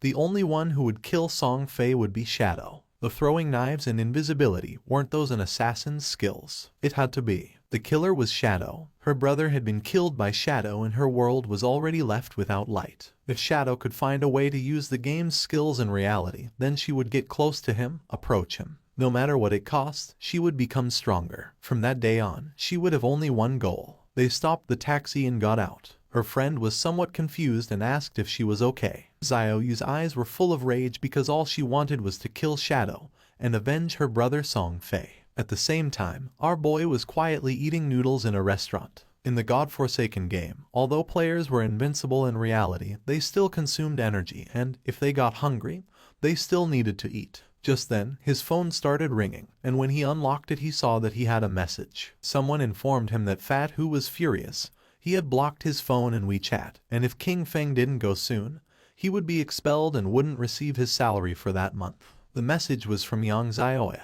whom he considered a good girl, although quite delicate and often bullied. In his previous life, she had also been a member of his Jian Shen guild. King Feng asked her not to worry about him or the job but to focus on leveling up in the game. She was confused since she asked King Feng if he had played the game. She had heard that it was very difficult and that the lifespan of many people was almost exhausted. Our boy explained that, whatever her profession was, she simply had to focus on improving agility at the beginning. She decided to listen to him, but mentioned that she had heard that the lifespan produced in the game was really expensive at this moment. Then, she asked King Feng how his progress was going and how much he had earned. Our boy replied not much, since he had almost spent it all. He knew that Fat Hu was a lackey, and that the real problem was his boss behind him, Cayenne Shishi. She was the daughter of the president of Cayenne Group, and the company for which he used to work belonged to said group. This young woman did nothing all day except look at men. She had gone into a hotel with 6 middle-aged foreign men, had driven a sports car with 3 African men for fun, and now she was even taking an interest in him. Cayenne Shishi was obsessed with foreign culture. After the arrival of the game, she had left Great Zia and gone to North America, where she led the formation of North America's top 3 guild, Alice's Wonderland. She had specifically opposed Great Zia. In his previous life, she had caused endless trouble for Great Zia and its Jan Shen guild. Our boy thought he needed to find a way to deal with her before she went abroad. Otherwise, once she was in North America, it wouldn't be so easy to handle her. If Cayenne Shishi died, the guild Alice's Wonderland might never get established. It was rumored that all the key founders of the Alice Guild had some kind of connection with Cayenne Shishi, and as soon as that woman disappeared, the bond between those founders would naturally break. His phone started ringing again.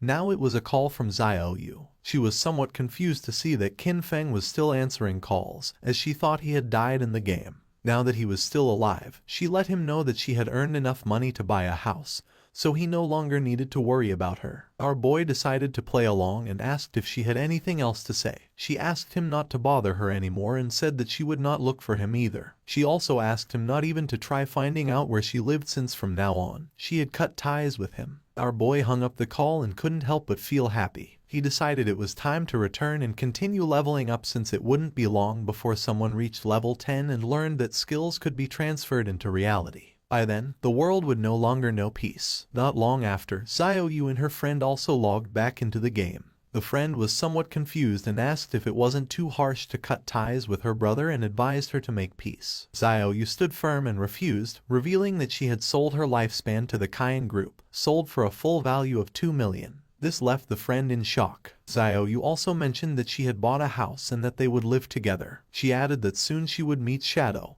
and by then, Qin Feng would no longer matter. Just then, a player who was passing through the area caught her attention. With a smile, the man handed her a book and mentioned that this was the assassin skill book she wanted. He also reminded her not to forget what she had promised him. With a cheerful expression, she nodded and said that once everything was done, she would indulge his little wishes. Although inwardly she called him a flatterer and thought that once she met Shadow, no one would care about a worthless piece of trash like him. She informed Wang Meng that she had an assassin skill book, a control skill. She asked him to check with Shadow if he needed it, since she could give it to him. A smile spread across her face. According to her, Zhang Wei, that flatterer, was still somewhat useful since he actually had such a good skill book. This skill book would be the red thread between her and Shadow. She would approach Shadow soon, stay quietly by his side, heal him, help him kill enemies and level up with him. She would make sure he felt every bit of her help so that he gradually trusted her, so that he saw her as his other half. But when she became strong enough and he no longer served any purpose, she would kill him with her own hands and rip out his eyes,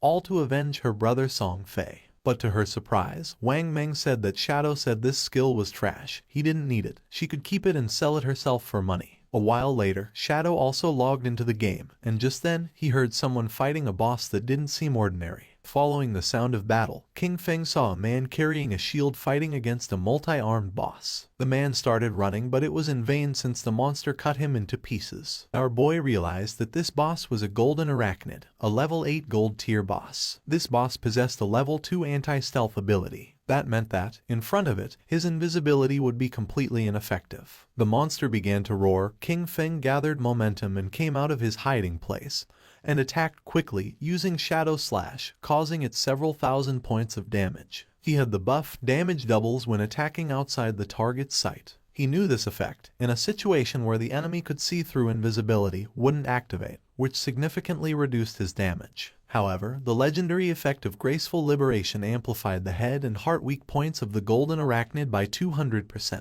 Out of the 9 strikes of Shadow Slash, 3 were judged to have hit the target's weak points, dealing 3 times the weak point damage, which directly made up for the lost damage. It was truly a legendary skill, and he had to thank Xiao Hai for that, as she had helped him find that Faith Temple. A mage was watching the battle. According to her, Shadow's damage was insane since a single skill had reduced Golden Arachnid's health bar by 1/6. King Feng attacked with a venomous throwing knife, which stuck into the monster's head, causing 1,783 points of damage. Venomous throwing knife was still only silver tier, and its damage was already falling behind. He still needed to advance his profession to gain a higher level of invisibility. To King Feng's surprise, the monster lunged at him and prepared to attack. Seeing this, the mage panicked, but King Feng's eyes began to shine with confidence. The monster attacked, but he dodged the attacks without much effort. The mage and her friend were in shock, wondering what kind of speed this was. They noticed it wasn't just the speed. His reaction was incredibly fast, and he seemed to know the boss's attack patterns too well. In terms of speed, he was almost on par with the boss. He dodged each one of its attacks as if he had fought against this boss countless times. In his previous life, he had been with Qin Xiaoyu, and she couldn't even protect herself, much less heal him. Over time, he had developed this skill, since a warrior not only needed to withstand blows, agile movement and evasion skills were also essential. His eyes began to shine with fury, as that was also the reason why he had been able to reach the world top 100 with just an ordinary warrior class. He attacked the boss with a series of slashes, and now its life had dropped to less than half. Our boy became invisible, and thought that compared to special bosses like the Golden Ghost ship,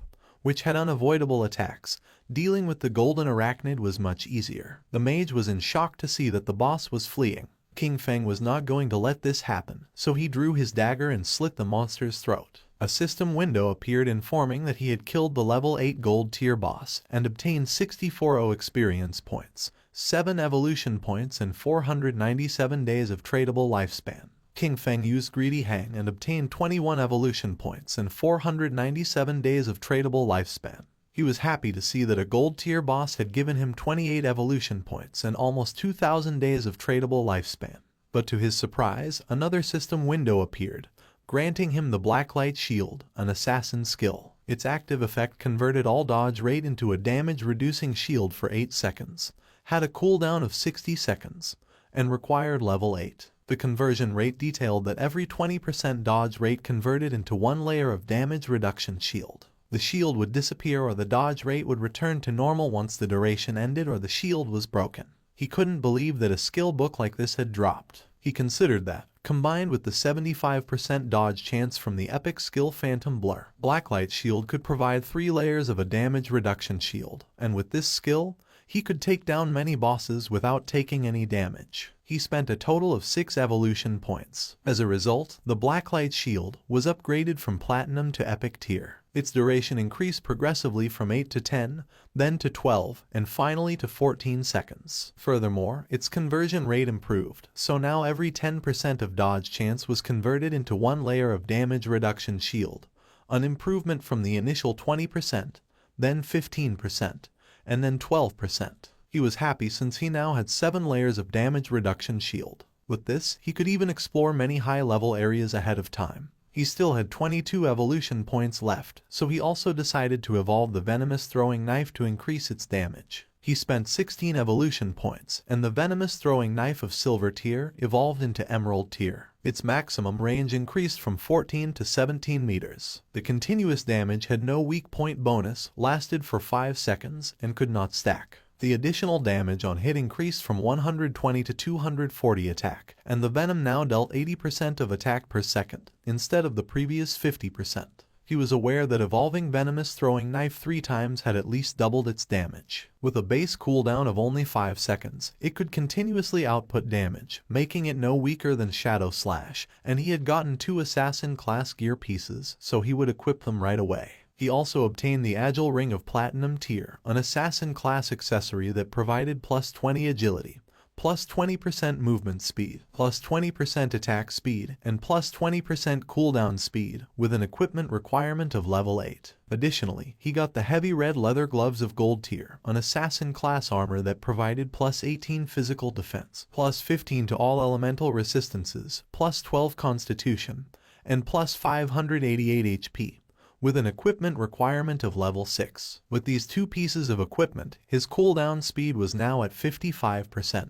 What used to be a 12-second cooldown for Shadow Slash was now only 7.7 seconds. Plus, he had increased 51 points of constitution, 106 points of physical defense, and 17 points of HP. It was not bad at all. Now, his stats allowed him to tank 3 attacks from the golden arachnid without dying. Combined with Blacklight's shield, his survivability had greatly improved. The mage and the others went out and praised Shadow, saying that the boss had been nothing to him. They couldn't believe he had defeated it alone. Then, the mage asked him if he had any equipment or skill that she could use, adding that she would buy them. Our guy revealed that for a mage, he had a gold tier skill book, Frostball Bounce, a group skill that released ice balls, bouncing up to 10 times, priced at 800 days for a one-time purchase. The mage thought that 800 days was a bit expensive, as she had seen someone sell a level 5 gold tier skill book for just 400 days earlier. With a serious gaze, he made it clear that this Frostball Bounce was a level 7 skill book, which had over 40% higher damage than a level 5, so 800 days wasn't expensive at all. The mage did not hesitate and made a deal with King Feng and decided to buy it for 800 days. The system window confirmed that the transaction had been completed. Our boy started to become invisible. At this moment, there was no boss in the initial stages that could threaten him.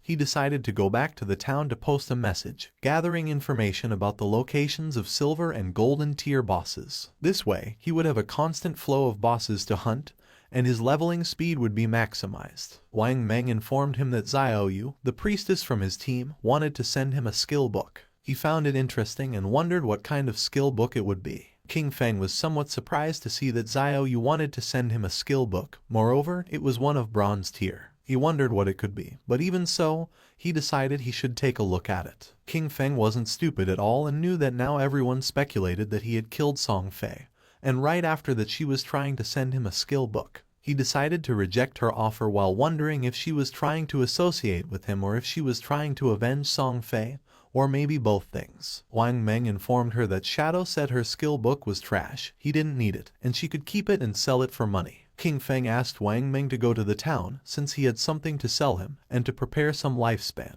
With a serious look, Wang Meng decided to ask him a question, and our boy asked what he meant and if he was asking whether he had been the one who killed someone. Then, he revealed that he had been the one who killed them. For King Feng, Wang Meng was his friend, so he knew that during the time Song Fei had been murdered, Shadow had been disconnected the whole time. The motive and timing of the crime matched perfectly. Since Wang Meng had asked this, it meant that the authorities had already deciphered most of it. King Feng asked if Wang Meng was trying to arrest him, as he knew that in 2 hours other players would reach level 10 and the ability to transfer powers to reality would no longer be a secret. He considered it the perfect opportunity to see how the Daxia government would react to this and would take it as a test. King Feng returned to Firefly Town and reunited with Wang Meng and the others. Yu asked if he was really admitting to having killed Song Fei. King Feng nodded. With a smile, Yu mentioned that King Feng was, in fact, the main suspect. However, they also knew that Song Fei and Zhonglai had harbored malicious intentions toward him, and that Dajiang Industries had captured and abused many players, forcing them to work. Strictly speaking, killing those two had been an act of self-defense. King Feng realized that since they couldn't uncover his true identity, they had chosen to maintain a temporary cooperation with him.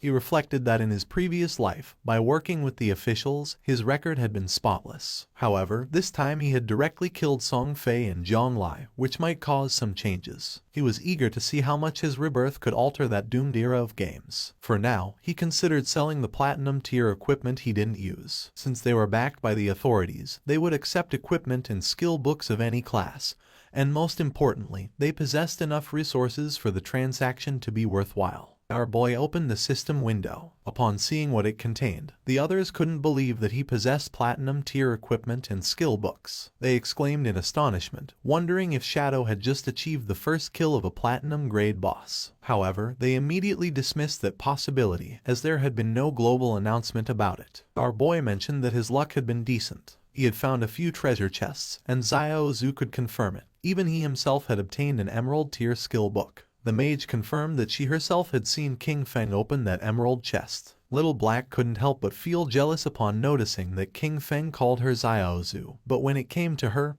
he simply said you. Our boy decided to call her Little Blackie instead of Little Black, and this made her angry and she asked him to better call her Little Black. Wang Meng let out a sigh, since according to him, people really couldn't be compared with each other. and you felt jealous since it was true that they had barely managed to defeat a silver grade boss, while Shadow casually opened platinum and emerald tier chests. King Feng revealed the prices of the items. The Platinum Grade Archer Skill Book at a fixed price of 2,500 days. The Platinum Grade Berserker Weapon at 1,500 days. The Platinum Grade Mage Skill Book at 3,000 days. And the Gold Equipment and Skill Book package at 8,000 days, including the remaining Platinum Equipment and Skill Books, which totaled 25 items. He offered a discount, setting the total price at 16,000 days. Wang Meng was in shock and asked NEU to pay whatever he said. Then he asked if she wasn't going to try bargaining. With a smile, she mentioned that she thought the price was quite fair. She would also include what Xiao Zhu and Wang Meng owed her from before in the deal. The transaction was completed and King Feng praised her, calling her a true heroine, direct and decisive. Deep down, King Feng knew that once the tradable lifespan exceeded 10,000 days, the unit would change to years. 60 years converted to days were approximately 22,000 days. At the current exchange rate, that equaled 400 million in cash. Even for the officials of Jianghai City, it was a huge expense, but the benefits for them far outweighed the money. After all, with this batch of equipment and skill books, many teams under the tutelage of Jianghai City officials could develop ahead of schedule. He was aware that the stronger the authorities became, the more unnecessary problems could be avoided in the future, and they could even gain an advantage in international confrontations. NEU informed King Feng that several players had been imprisoned at Dajiang Industries. They were planning a rescue mission and asked if he wanted to join them. King Feng felt somewhat confused since he didn't know whether the authorities were trying to recruit him or just trying to whitewash the fact that he had killed Song Fei. He said he wouldn't go but that he could tell them something in advance. Their suspicions were correct. He had indeed used game skills to kill those two, leaving everyone in shock. King Feng made it clear that, while in the game they reach level 10, they could consume lifespan to extract skills from the game into reality. NEU realized that for this reason, Dajiang Industries was also buying lifespan at that time. Once their people reached level 10 and extracted skills from the game, their rescue mission would face even greater resistance. King Feng was glad that she had understood and decided it was time to leave. Not long after, he transformed into Shadow and disappeared from the place. With a serious look, NEU gave Wang Meng the order. From that moment on, they should level up separately. She explained that their 6-person team already had high levels, and when they stayed together, they defeated small monsters with a single blow due to excessive damage. However, if they separated, each leading a team, they could greatly improve their overall leveling efficiency. Wang Meng nodded his head, and NEU mentioned that everyone should reach level 10 first. Then, she told him to log off for a moment to report that intel. 2 players who were in the town noticed that Shadow was setting up a stall again. But this time he wasn't selling, he was buying. A system window appeared and announced that Shadow was buying Silver Boss coordinates for 30 days. And Gold Boss coordinates for 100 days. Upon seeing this, one of the men nearby couldn't help but smile. He approached our boy and informed him that his young lady had said that as long as he was willing to help her level up, she would give him 300 million, plus shares in Dajiang Industries. The man added that such an opportunity rarely came along in life and advised him to take advantage of it. The other players noticed that the man still hadn't disconnected. He probably didn't know that Shadow had killed Song Fei and the young woman from Dajiang Industries in real life. Some couldn't believe that the girl from Dajiang Industries had also been eliminated. They had seen that girl and thought it was a waste. The man's face filled with rage as he remembered that the girl had brought it upon herself. She had initially planned to capture Shadow in real life to force him to do illegal work, but she was killed on the spot. With a shock, he realized that Zhang Lai was dead. He recalled how, at first, Zhang Lai had offered 10 million for Shadow to help her level up. Shadow refused, so he, seeing the money, rushed to help her. He thought he could get a huge payment of 5 million, but when it came time to collect the money in real life, they knocked him out. When he woke up, he found himself locked in an unknown basement. They whipped and abused him every day, forcing him to earn lifespan for them in the game and lure more people in. He never expected that Zhang Lai had already been killed by Shadow. With a bitter laugh, he thought that hateful woman got what she deserved with a good death. He used to mock Shadow for being stupid, but it turned out the real fool was him. Upon seeing his expression, King Feng realized that he must have helped her tie up quite a few people. The man got nervous and refused, then mentioned that he had been forced to do it and decided to leave. King Feng knew this guy was trash and decided to let the officers take care of him. 2 players approached King Feng and revealed that they had the coordinates for a silver boss, offering them for 30 days, and proposed closing the deal. Someone arrived in the city and everyone's attention turned to them, realizing it was Ace of Spades. It was said that she was Kayan Shishi, the heiress of the Kayan group in reality. They warned each other to stay away from her since she had killed quite a few players, and to be careful because she might try to steal their lifespan. Kayan Shishi logged into the game along with her men. She couldn't help but smile, since she didn't think the game was anything special. You only needed to spend money to buy a lot of equipment and skills. As long as her combat power was ahead of other players, when she found someone with lifespan, she would kill them and take it. She was furious since that damn game had delayed her flight. At that moment, she should have been in North America, enjoying pleasures with Big Dick and Max Fackle, surrendering herself to lust and passion. Her attention focused on two players who were trembling with fear. She was trapped in Daxia's magic city, unable to leave the country. She looked at those men from Daxia, each one as weak as an insect. According to her, Tony's men were still more attractive. With a smile, Tony mentioned that she had good taste. They were naturally much stronger than those men from Daxia, being superior in that aspect. He added that, once they returned to reality, she could experience it for herself. Upon hearing this, she couldn't help but blush like a tomato. She had heard that the useless Song Fei had died. She had played against him once and he disappeared in a minute. According to her, he was a waste. She felt excited since it was said that the person who had killed him was named Shadow. Although he was a man from Daxia, he was still #1 in the world. Maybe she could get to know him. Upon learning that Shadow had been capable of killing Song Fei, she deduced that murdering an ordinary person would be even easier for him. She believed this was a good opportunity to get to know him. She informed her men that she would disconnect to make a call and send someone to contact Shadow. She claimed that although Shadow might not be interested in cash, he definitely wouldn't reject 3,000 days of lifespan. To obtain this, all she would need was to kill an ordinary person with a simple flick of the finger. Internally, she chuckled softly, promising never to forget the expression on Qin Feng's face when he rejected her, and stated that soon, Qin Feng would die. At the same time, in the forest, a player killed a monster and its body transformed into lifespan, while a healer was healing him from the monster's attacks. The man was exhausted and asked Xiaoyu that next time she healed him, not to be so extreme, since he was about to meet his great-grandmother. Xiaoyu turned her back on him and asked why he was being so fierce, adding that he wasn't dead. With a confused look, the man replied that he hadn't meant to be fierce. He was just reminding her. She mentioned that the system had warned her that her hunger level had reached 90%.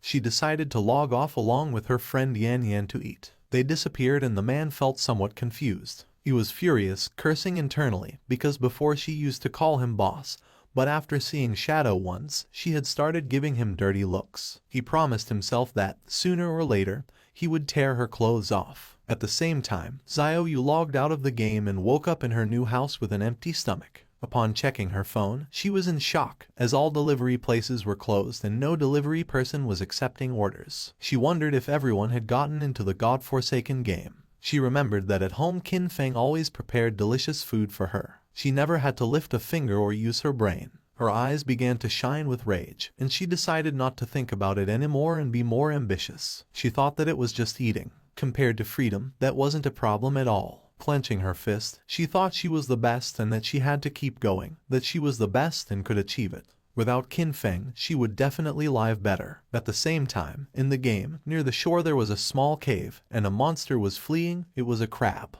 When the crab came out of the cave, someone cut it in half. It was Shadow, he sighed, as he had killed 4 silver bosses in just over an hour, and overall efficiency was quite good. Each boss granted 16 evolution points. The crab's corpse transformed into lifespan. On average, each silver level boss yielded 3,500 days of tradable lifespan. Thanks to this, all his equipment was now gold tier or higher. He couldn't help but smile, as his cooldown speed had increased from 55% to 75%.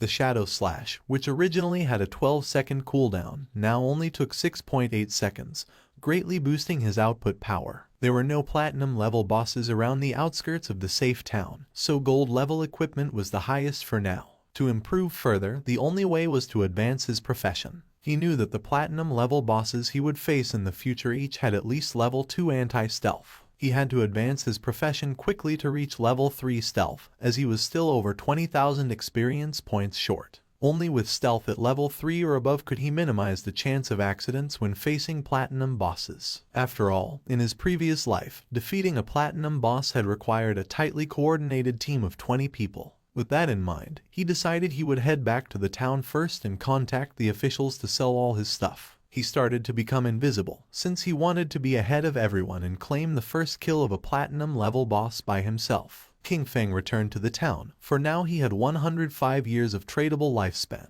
While he was walking through the area, a player asked him that next time he had more equipment, to sell it to them. King Feng had almost 40,000 days of tradable lifespan, and knew that it would allow him to extract quite a few skills. A man who was hiding behind a pillar peeked out and, with a smile, realized that he was Shadow. He approached and offered him an assassination contract, asking if he would take it. He asked him to kill someone in reality, assuring him that the payment would not be less than what he deserved. Our boy ignored the man and left. Seeing this, the man panicked and stood in front of King Feng, asking him to stop. He explained that it was just about killing an ordinary person named Kin Feng. He would give Shadow the address. He argued that since he had even killed Song Fei, this should be easy for him and asked him not to reject free money. With a cold gaze, our boy was in shock and asked if King Feng had provoked him and if he wanted to kill him.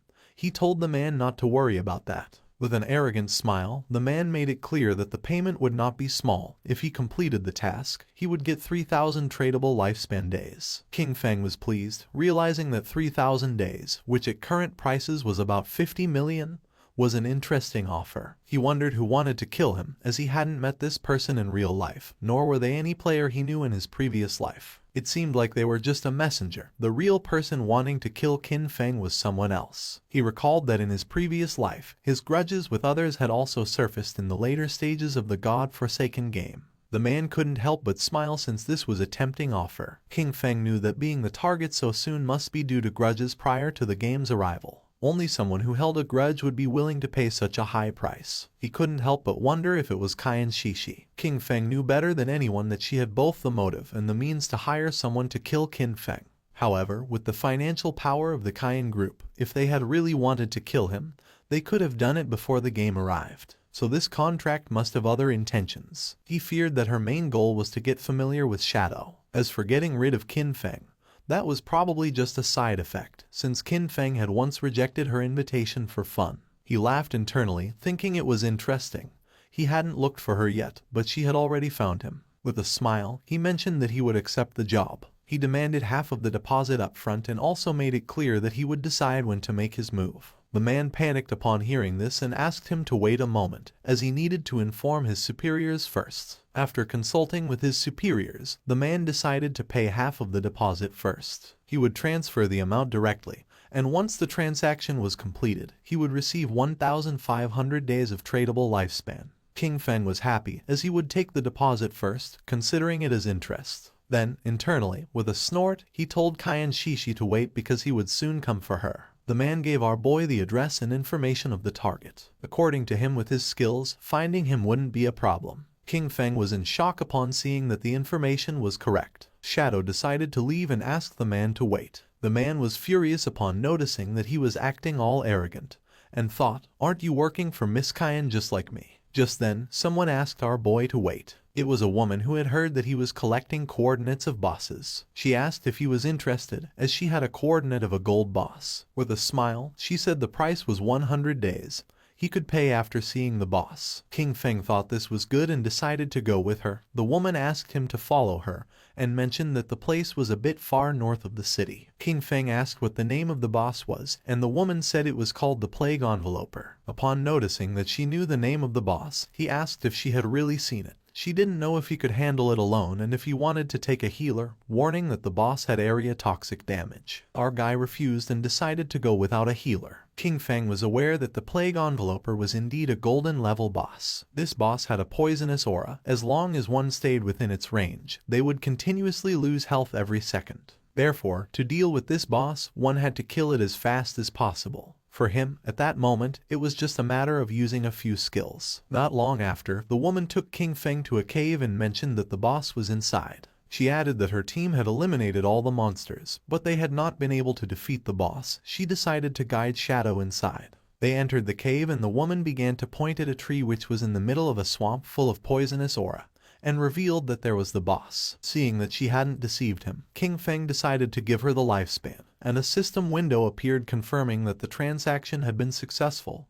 He had traded 100 days of tradable lifespan. He remembered that this kind of poison damage could be evaded. In this case, his Ghost Blur's 75% evasion would be really useful. With her face full of sweat, the woman mentioned that there was something she needed to remind him. In reality, it was a trap. As soon as he started fighting, someone would come to kill him. She remembered that they had level 2 anti-stealth items. For King Feng this didn't matter much, but the woman revealed that they had told her to pretend to stop them as part of the plan and to use that opportunity to get close to him. In the end, they wanted her to find a way to discover his real-life information. Our boy began staring at her. He was disappointed upon seeing their plan. The woman blushed and, with a nervous expression, said that she had also been forced. She wanted to tell him the truth so he could go after the one behind everything. Since they were blackmailing her in real life, she wished for their death as much as he did. When King Feng asked who was forcing her, she revealed that it was Dongfeng Xian. She explained that in the game, his ID was Xianyuan, and he said that King Feng had killed him once. Upon hearing this, our guy couldn't help but wonder if it was Dongfeng Xian, the one who had first tried to steal his Golden Ghost ship boss. The same guy later sent him a skill book asking for forgiveness. The woman panicked and remembered that he had been able to kill Song Fei, so she believed he could also take down Dongfeng Xian. She was putting all her cards on the table with him and begged him not to betray her. The best thing, she emphasized, would be for him to eliminate Dongfeng Xian or else she would be doomed. According to King Feng, they had really come up with a childish plan. He had never heard of that guy in his past life and considered that he was probably eliminated early. King Feng decided to start by killing the boss, since he knew he could massacre a passing dog. King Feng became invisible and jumped off the cliff, asking her to go along with their plan. She should let her people get close, and he promised to take care of the rest. The woman panicked and thought everything was lost. They were doomed. According to her, Shadow was surely going to die. She remembered that previously Dongfeng Xian had led 3 teams, 18 people in total, to fight against that boss, but they had been annihilated in half a minute. While King Feng was descending upon the boss, she revealed that the continuous poison damage was too high. They hadn't even managed to reduce the boss's health by 5%.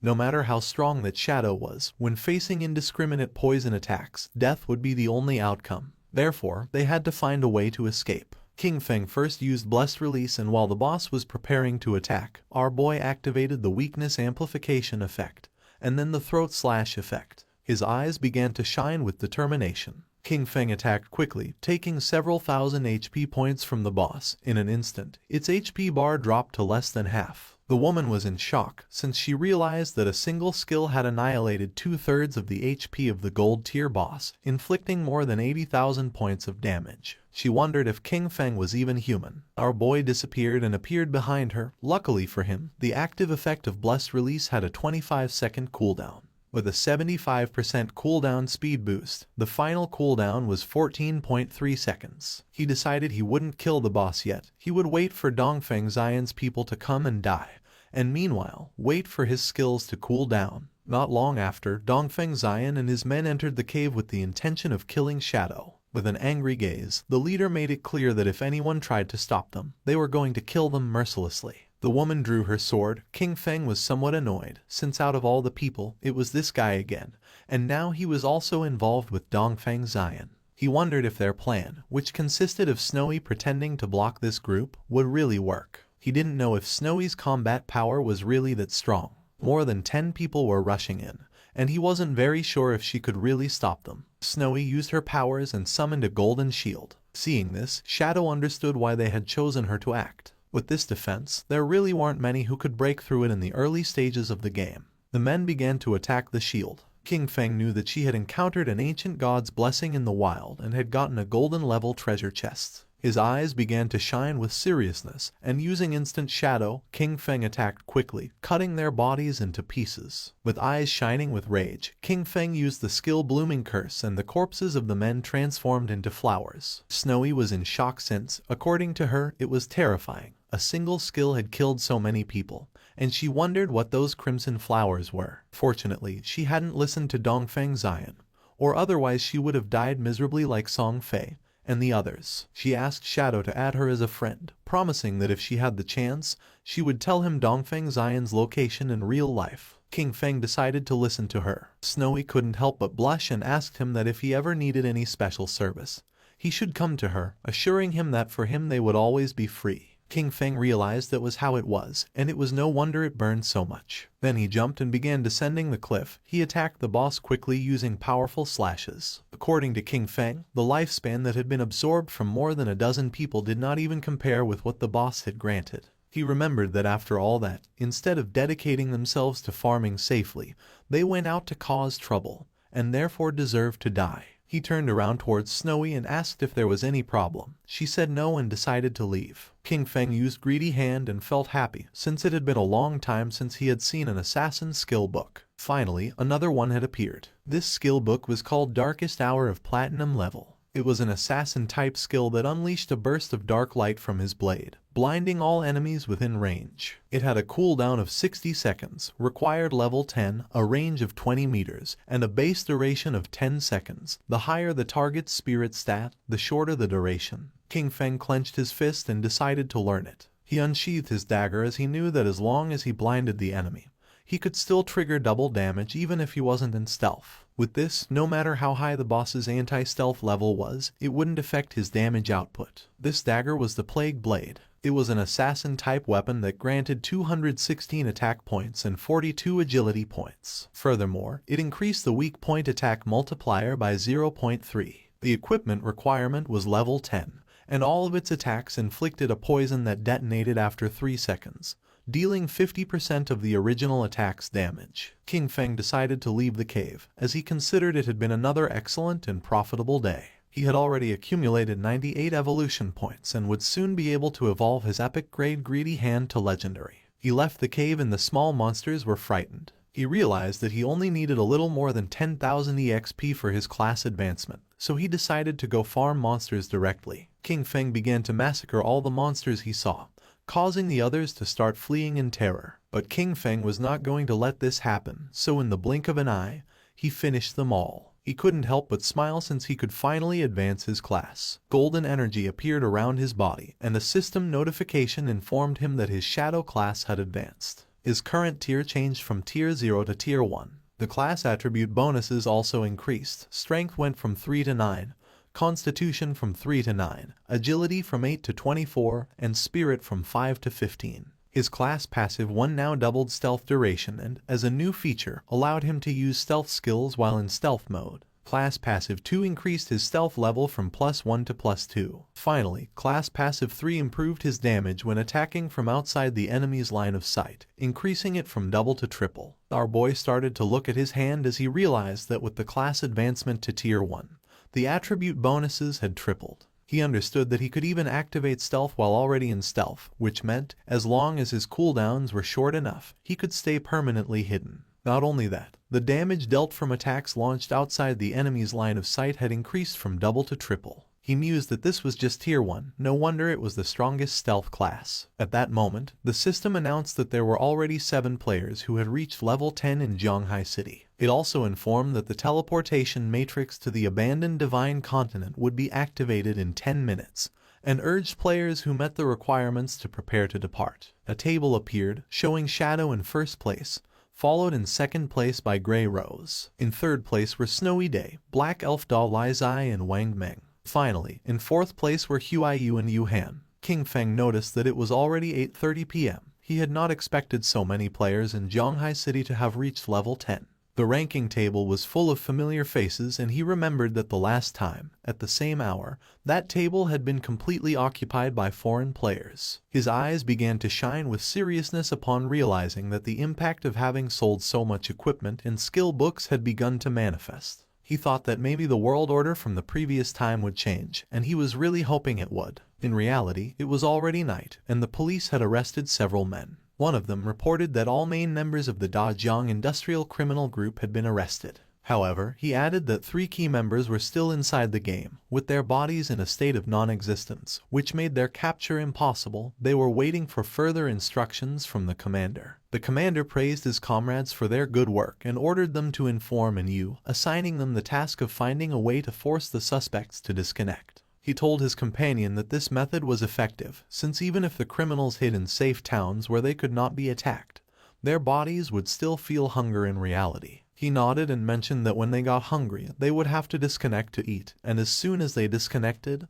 they could be captured. They were happy since this time everything had gone very well, and all thanks to Shadow. He had not only provided them with criminal intelligence about Dajong Industrial, but had also warned them in advance that the skills from the game could be extracted into reality. If he had been a little later, the leaders headed by Zhang Lai would have soon reached level 10. By then, they would have already extracted their skills, and any attempt to capture them would have resulted in numerous casualties. Several countries had already experienced small-scale uprisings, with thousands of deaths. The squads they had sent into the game had gradually reached level 10, largely thanks to the equipment and skills provided by Shadow. They knew that Shadow was an indispensable talent for Great Xia, and that they needed to find a way to fully bind him to their warship. At the same time, our boy returned to Firefly Town, and Snowy mentioned that she didn't expect him to be a great hero who would free the town from evil. She admired him. King Feng asked what she was rambling about and told her that if she had something to say, just say it. She stuck out her tongue and, with a smile, told King Feng that he didn't need to be modest, since the authorities had already made the news public. She explained that Dajong Industrial, along with Song Fei, had orchestrated the kidnapping, detention and murder of players, and that the reason he had to kill Song Fei and Zhang Lai was under official orders. King Feng remained silent. He could not believe that the authorities were clearing his name, and he could not help but think that, surely, they were doing it to facilitate future cooperation with him. When King Feng asked if she had already discovered Dongfeng Xian's location in the real world, she mentioned that he had not yet disconnected and asked him to wait a little longer, assuring him that she would send him the information as soon as she obtained it. King Feng began to walk through the city. He considered that everything else could wait. The urgent task was to head first to the Divine Abandoned Continent. He noticed that quite a few people were already using the teleportation arrays of the town.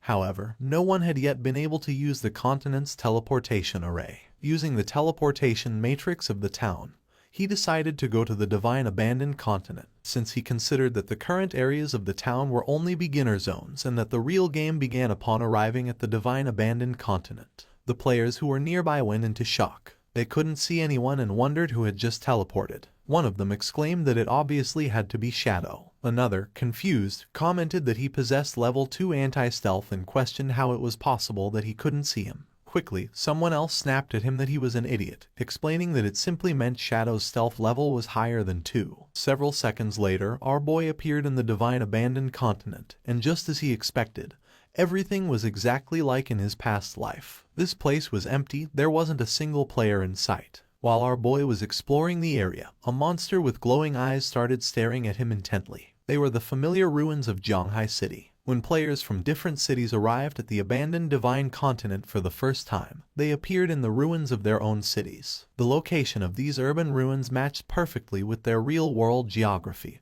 and the reason for this had always been a mystery. The monster emerged from its hiding place, and upon noticing this, King Feng turned around. A worm-shaped monster appeared and began to roar. The monster attacked fiercely, destroying the ground. Using Shadow Blur, our boy dodged the attack, and then using Instant Shadow Slash, he cut the monster in half. A system window appeared informing that he had killed a level 11 Earthshaker. Just then, more Earthshakers appeared and tried to attack King Feng, but he jumped and dodged the attacks. With his eyes shining, he used Blessed Release, and then activated Instant Shadow Slash and cut the monsters into pieces. The bodies transformed into Lifespan, and he knew that there were no longer safe zones like in the towns. The monsters lurked from all directions, ready to attack at any moment. But he was aware that, as long as one could find the refuge hidden in the ruins, a fortress could be established and dominate the area. He remembered that the best refuge in the ruins of Zhanghai City was located in the northwest. It was exactly the refuge of the Godslayer Guild from his previous life. At the same time, in the Divine Abandoned Continent another group of players also arrived. It was Wang Meng's party. Little Black was somewhat surprised,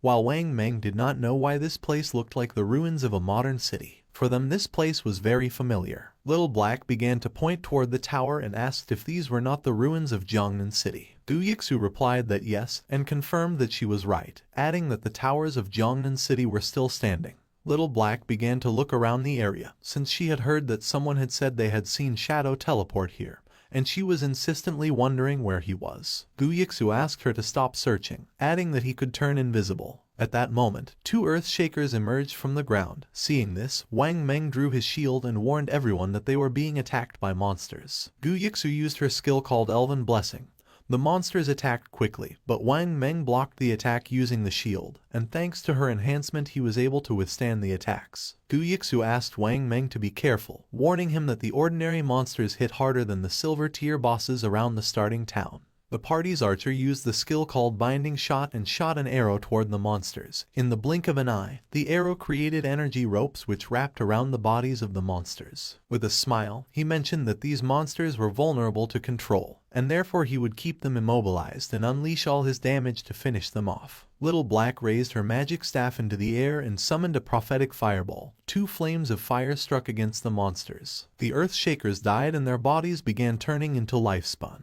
Wang Meng asked Xiaoxu to send her owl to fly high and explore the surrounding terrain. She nodded and her owl began flying around the area. She reported that there were monsters everywhere, a lot of them, and that the noise from the previous fight had already attracted some in their direction, which were heading directly towards them. She added that she didn't see any nearby safe zone and asked the captain what to do now. Wang Meng was in shock upon seeing that there was no nearby safe zone. The archer panicked, wondering what kind of lousy continent this was and how it had suddenly turned into a survival game. Little Black asked Xiaozu to try to find Shadow, explaining that he had arrived about 10 minutes before them and shouldn't be far away, and assured that if they found him, they would be safe. At the beginning, she couldn't see any human figure nearby, but then she started to see Lifespan. She observed a huge cluster of bright lights toward the northwest and realized that those were the rewards from the defeated monsters. She deduced that it must be Shadow's work, who probably had a full inventory and that's why he hadn't picked up the loot. More monsters emerged from the ground and began to charge towards them, and Yu started to run and asked everyone to hurry up. Now that Shadow had cleared all the monsters from that place, it was safe, and if they followed the glow of the rewards, they would find him.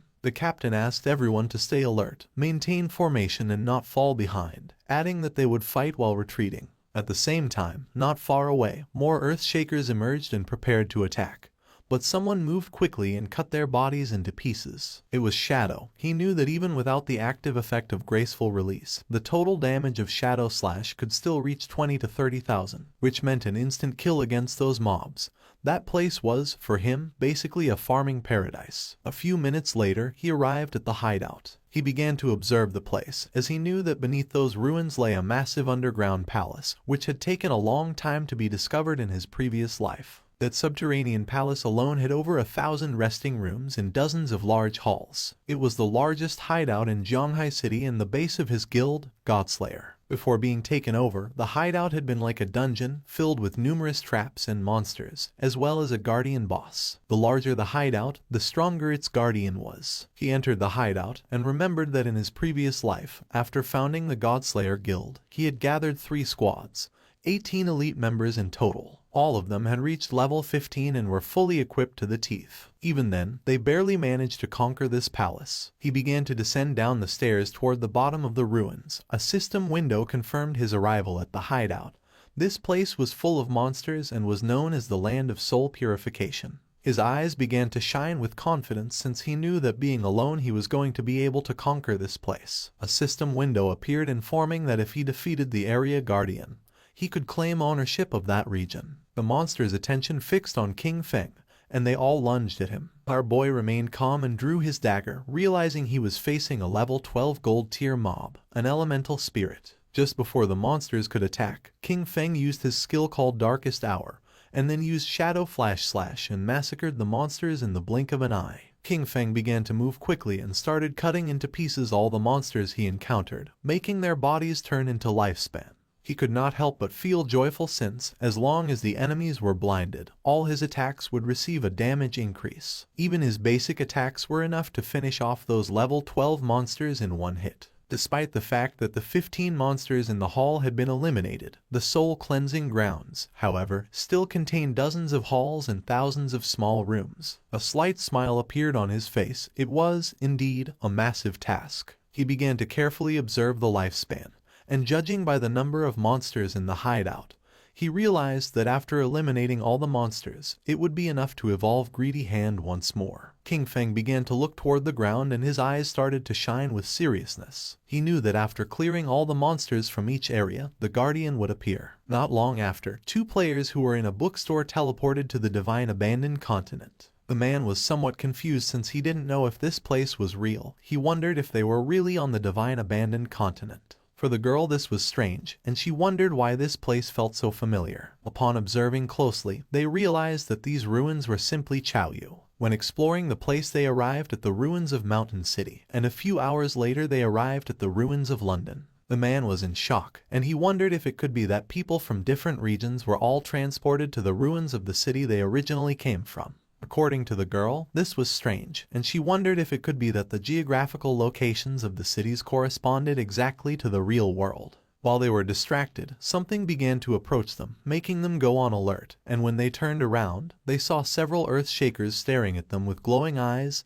They panicked and decided to flee. The monsters began to attack and they began to flee the area. At the same time in the Zhonghai ruins the ground was filled with lifespan, and not far away were Wang Meng and his team hidden under some rubble. Wang Meng stuck out his head and, seeing that there were no monsters nearby, suggested that they first take a moment to recover. And you couldn't help but blush since for her shadow was impressive. She had believed that they were strong enough, but in the end, they could only cower trembling under the shadow of the boss. Wang Meng coughed and asked her to watch her words. She felt somewhat confused and asked if that wasn't an accurate description. Little Black stuck out her head and mentioned that, fortunately, Shadow had cleared that area, since otherwise, with so many monsters, they probably all would have died. She added that she was a little curious about where exactly they would reappear if they died in this place. While Gyixu was controlling the owl to explore the area, Wang Meng reached out to Yu and suggested that the 6 of them should postpone exploration for the moment, proposing that they wait until all members of their team reached level 10 before moving forward together. She nodded her head. Gyixu's owl was flying over the area and she observed that the monsters were really falling like flies. But she wondered why Shadow had stopped there, since it was as if he had disappeared right in that place. She also noticed that there was a lot of loot, and part of it was gold tier. She really wanted to go pick it up. With a serious look, Wang Meng decided to contact Shadow to see if he still wanted those things. At the same time, our boy cut one of the monsters into pieces. The area was filled with lifespan orbs.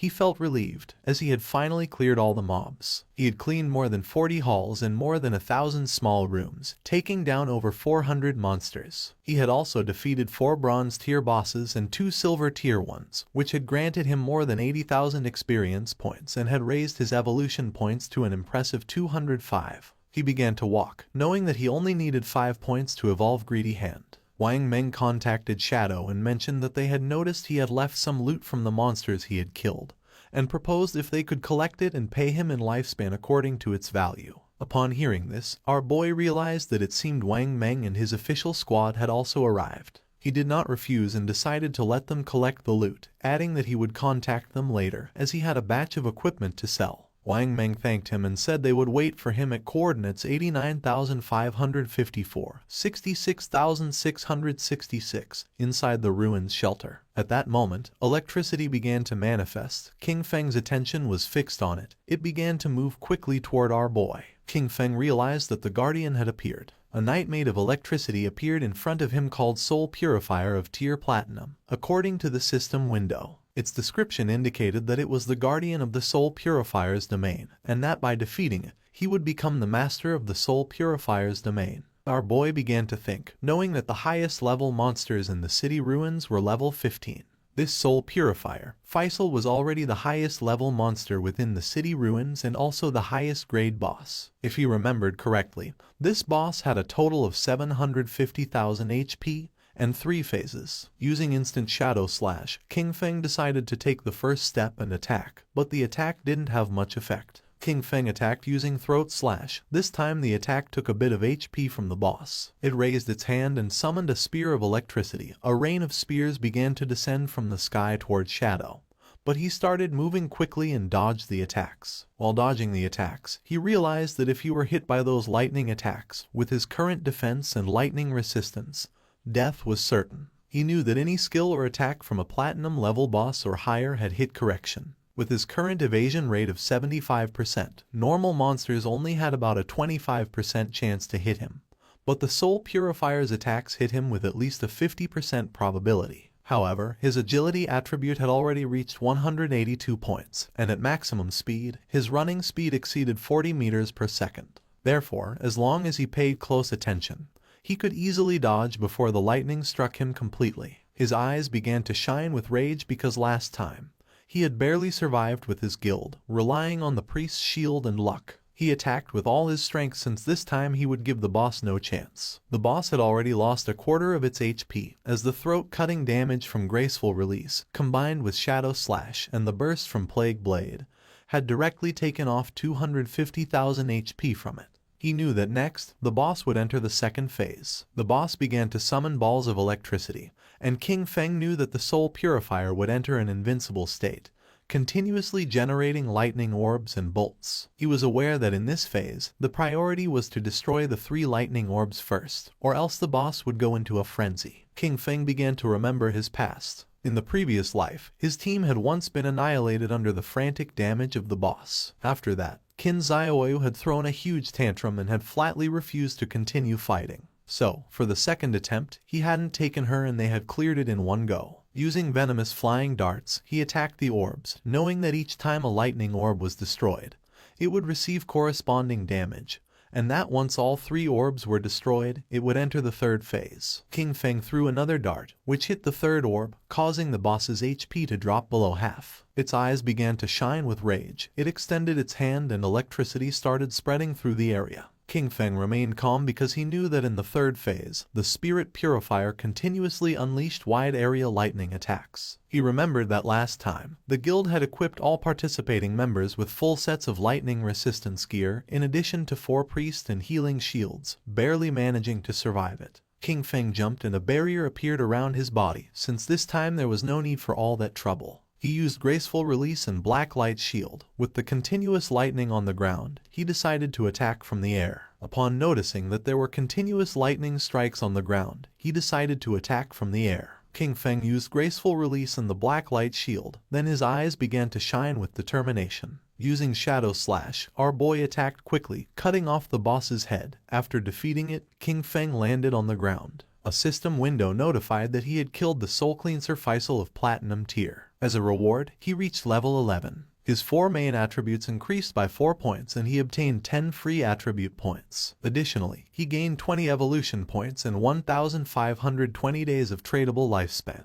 Our boy was somewhat happy. He had achieved the world's first kill of a platinum tier boss, for which he earned 10 reputation points. Additionally, he had become the master of the sanctified grounds. The ground was full of lifespan and, according to King Feng's knowledge, the hideout he had just obtained had an importance that transcended the game. He knew that a hideout not only provided shelter and storage functions, but more crucially, it could be extracted into the real world. This was vital because, when the game descended, real-world weapons began to corrode. The most powerful ones, especially nuclear bombs, became useless from day one. Planes and tanks would barely function for another month or 2 before turning into scrap. In other words, all future battles in reality would depend entirely on skills extracted from the game. Once a hideout was brought into the real world, it could activate a magical defensive barrier and become an absolutely safe refuge. King Feng began to think in silence, and then started to move away from the area, remembering that in his previous life, his guild Godslayer had used this same place as their base to continuously grow. And although he kept many joyful memories of that time,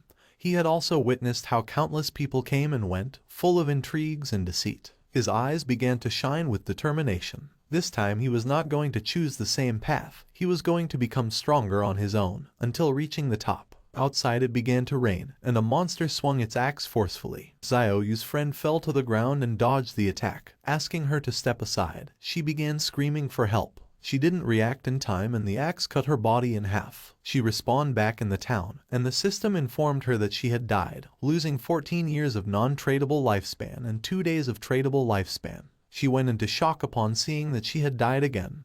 Her friend was furious. He called her an idiot and scolded her, asking how it was possible that she hadn't dodged the big axe wielded by the boss. She got angry and asked him who he thought he was insulting. She scolded him, saying he was the tank and if he didn't attract the boss's attention properly, how was she supposed to dodge the skills? He got even angrier and, calling her an idiot, asked her how he was supposed to attract the boss with an AoE skill. After arguing, he left the party. Xiaoyu's friend panicked when she saw that the tank had fled and started asking for help since she was being attacked by the boss. The boss attacked with its axe, and not long after, the friend also respawned back in town. With a worried expression, she suggested to Xiaoyu that they better focus on killing small monsters to level up first, explaining that she was uneasy because they didn't have much lifespan left. Xiaoyu began to ponder in silence. At that moment, the system revealed that the player Shadow from Jianghai City had achieved the world's first kill of a platinum-level boss, gaining 10 reputation points. Everyone's attention was fixed on the system window. People couldn't believe what they were reading. It seemed crazy to them that someone had managed to solo kill a platinum-level boss. Many commented in amazement that they had barely made it to the continent, while Shadow was already farming there alone.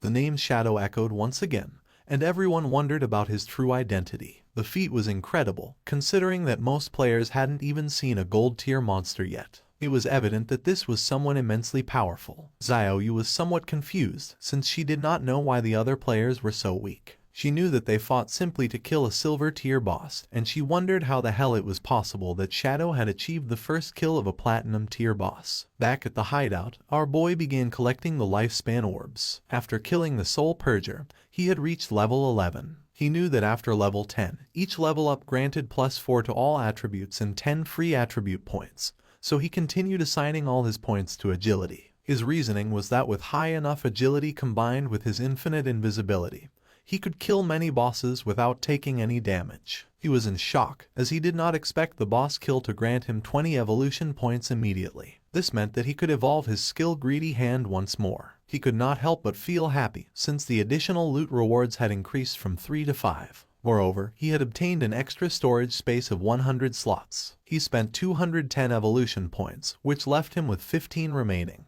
As a result, his Greedy Hand skill evolved from epic to legendary. The assassin skill now granted a 500% chance to get an extra loot reward, and that extra loot had a 100% chance to increase by 1 tier. Additionally, he gained a new passive effect, 100 slots of greedy space for item storage. King Feng decided to use his legendary tier Greedy Hand skill to collect the loot, and as a result, he obtained 5 extra loot drops. Additionally, he gained 100 evolution points, bringing his total to 115 remaining points. While observing the system window, King Feng noticed that 2 pieces of assassin gear and a book of assassin skills had dropped. However, since his level was still not high enough to use them, he decided to store them for the moment in the safehouse warehouse. King Feng summoned a devout believer and gave it the order to collect all the loot from the palace and pile it up. The devout believer got to work. King Feng was happy because he knew that the 115 evolution points he had left could be used to upgrade those skills that had not yet reached the epic level. He consumed 42 evolution points to evolve Shadow Stealth 3 times to epic level. As a result, its stealth duration increased from 36 to 60 seconds. The attack that broke the stealth now dealt 300-500 damage, and its cooldown was reduced from 22 to 15 seconds. Next, he used 34 evolution points to evolve Backstab Enhancement twice, bringing it to epic level, and increasing its backstab damage bonus from 50% to 75%.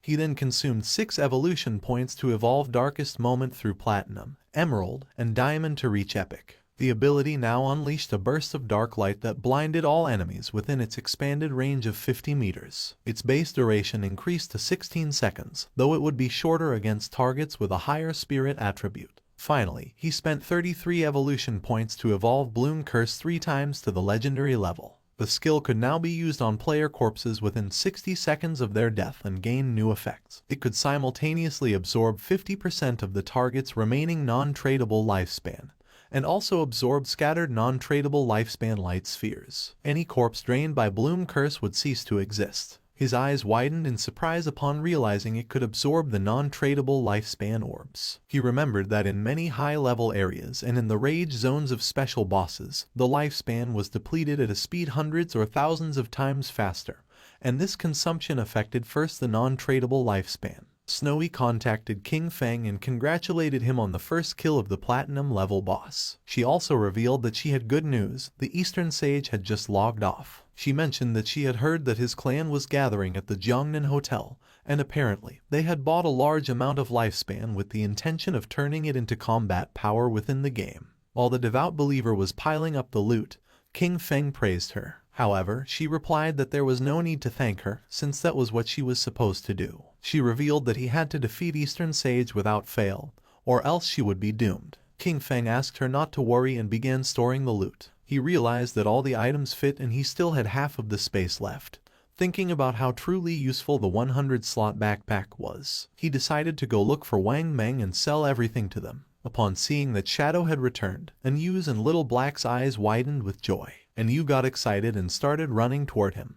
But just before she could give him a hug, King Feng stopped her with his hand and got straight to the point. He made it clear that, as usual, he set the price and if they didn't accept it, they could pass. He explained that more than 30 items were common grade and bronze junk, so he would give them a discount, a single price of 950 days of lifespan. With the mark of King Feng's hand on her face, and with a smile, Anyu mentioned that she agreed. They had already calculated the value of the items they collected earlier, which was approximately 1,000 days, so to simplify everything, they would give 2,000 days for the entire batch. King Feng felt somewhat confused and mentioned that this batch consisted of silver level, gold level, and platinum level items, with a total value reaching 18,000 days of tradable lifespan. She opened the system window and, while browsing through the contents, was visibly surprised. She couldn't believe there was platinum-level equipment. She herself only had one piece of gold-level equipment and thought that only a true boss would be willing to sell items of that caliber. Excitedly, she realized this would undoubtedly accelerate Zhonghai City's development,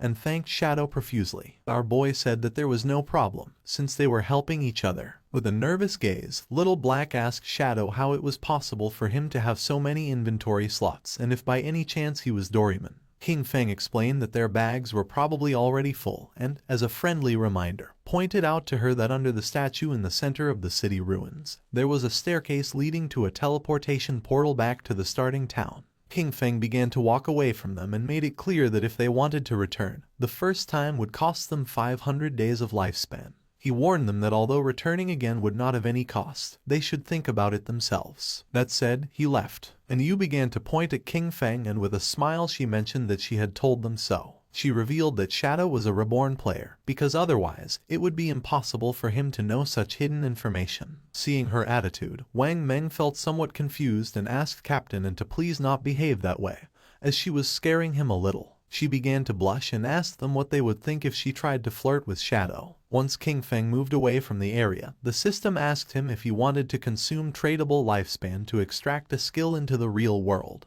He decided to activate the level synchronization and class advancement synchronization. The system informed that he had consumed 27,000 days of lifespan, and that the level synchronization and class advancement synchronization were completed. King Feng felt excited, as the next step was the extraction of skills. He remembered that he had previously extracted Shadow Meld, but it was only at level 1. This time, he not only planned to raise the level of Shadow Meld in reality, but also to extract even more skills. He consumed 1,946 days to improve Shadow Meld to level 10.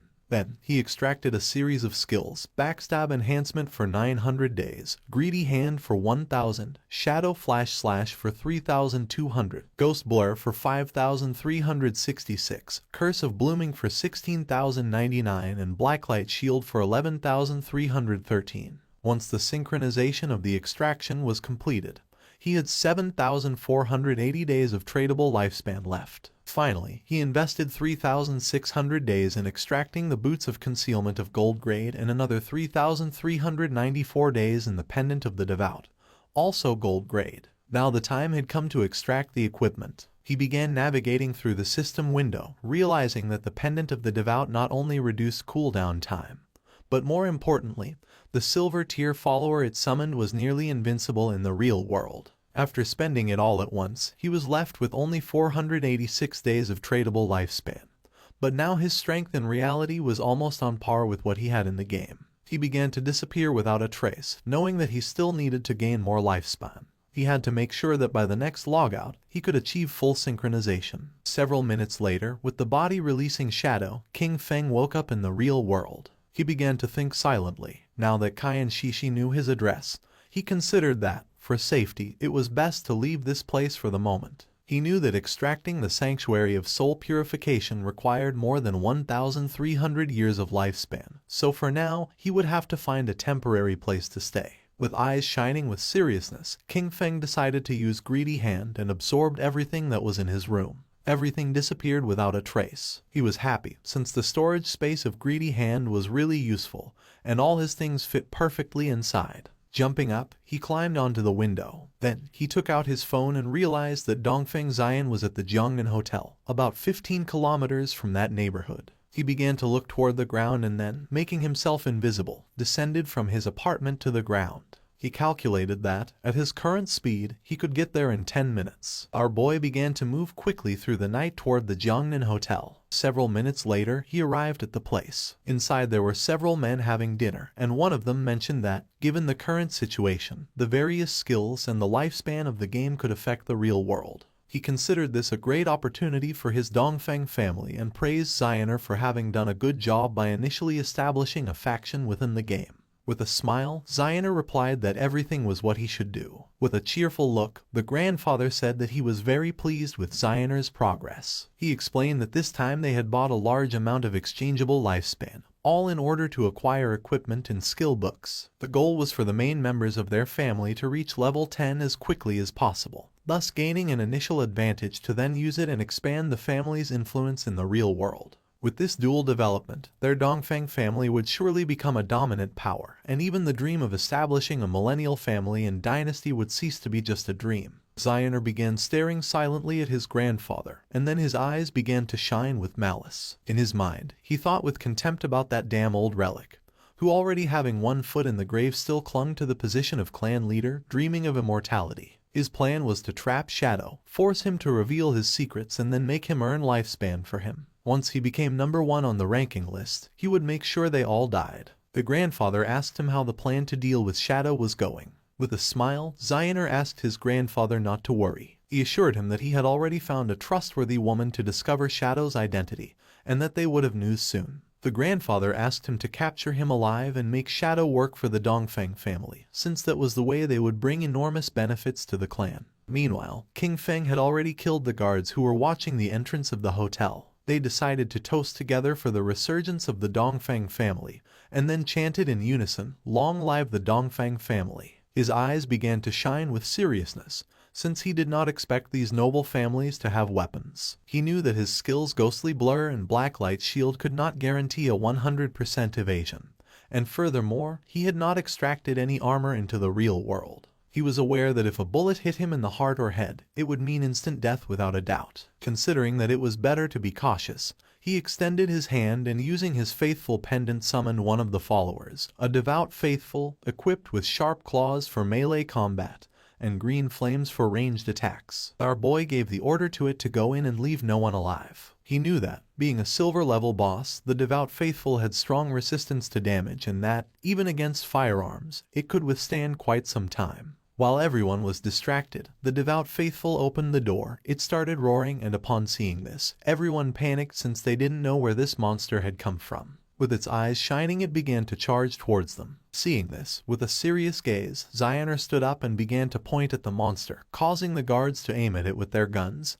He could not believe that it was a monster from the game and quickly ordered them to shoot. The bullets impacted against its head, but they did not have much effect. It swung its arm forcefully, killing one of the guards. It stabbed its sharp claw into the chest of the other guard. While it was attacking the guests, Zioner couldn't help but sweat and feel fear. The monster began to attack his grandfather, who panicked and started calling for help. Without losing a second, instead of helping, Zioner started running. He did not look back, knowing that he had to get out of here quickly, because as long as he managed to escape and enter the game, he would be safe. His eyes were full of fear, and he thought that as long as he managed to reach level 10 in the game, extract his skills into the real world and then return, nothing could threaten him. At that moment, he saw King Feng standing at the entrance of the hotel, and just before he could take another breath, our boy attacked quickly, making Zioner's head fly through the air. While blood was emerging from his neck, King Feng turned his back and began to walk away. Zioner's eyes were full of confusion. He did not know what was happening.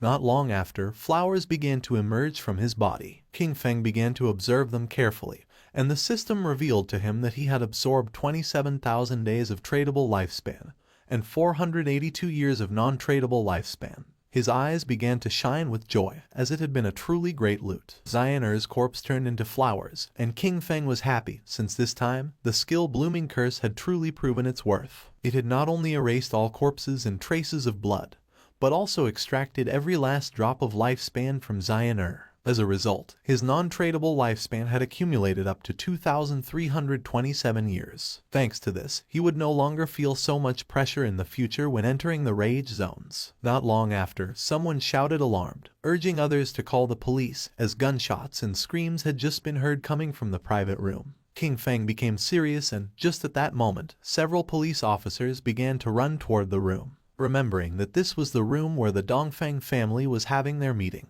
They were sure there had been a shooting, but upon arriving at the room they went into shock. Since there was no corpse, it seemed impossible to them that there were no victims. The situation was incredibly strange. One of the police officers felt somewhat confused. As this private room was a complete mess, it was evident that a violent fight had taken place here. What he didn't understand was why there wasn't a single person in the place. Immediately, he asked his companions if any of them had seen someone leave the hotel. According to them, this was strange. The question everyone was asking was where the entire Dongfeng family had gone. It was as if they had completely disappeared, and they thought it best to call the investigation unit. Meanwhile, King Feng had already left the hotel. King Feng began to move away from the hotel. His next target was the Cayenne Corporation. However, its main headquarters had already moved to North America before the game descended. At this moment, only the CEO's daughter, Cayenne Shishi, was trapped in the Demon City area, and he needed to eliminate her before she left the country. The distance from Zhonghai City to Demon City was nearly 300 kilometers. If he traveled on foot, it would take him 2 or 3 hours, and that was too much of a waste of time.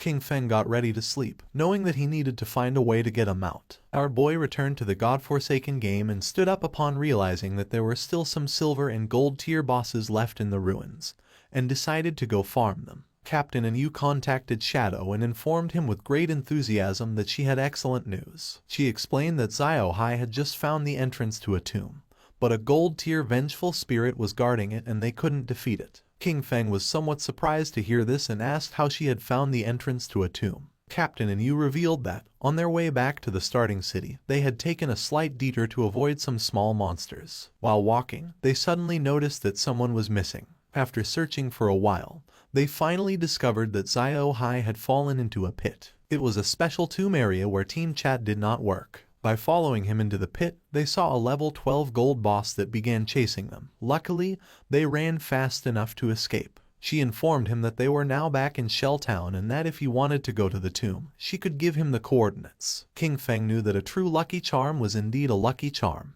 That someone could find a tomb just by taking one wrong step while walking through the ruins of the city was an incredible coincidence. He was aware that tombs, like faith temples and curse ruins, were wild random events and very rare. He asked the captain to give him the coordinates, and you sent him the coordinates revealing that the tomb was near the ruins of Shell Town. King Feng thanked her and mentioned that if he obtained something he couldn't use, he would sell it to them without hesitation. He couldn't help but think about how truly clever Yu was. King Feng's attention was fixed on a well. He was somewhat confused to see this and wondered if this was really the access point. With such a large well, it seemed incredible to him that someone could simply fall in by accident while walking.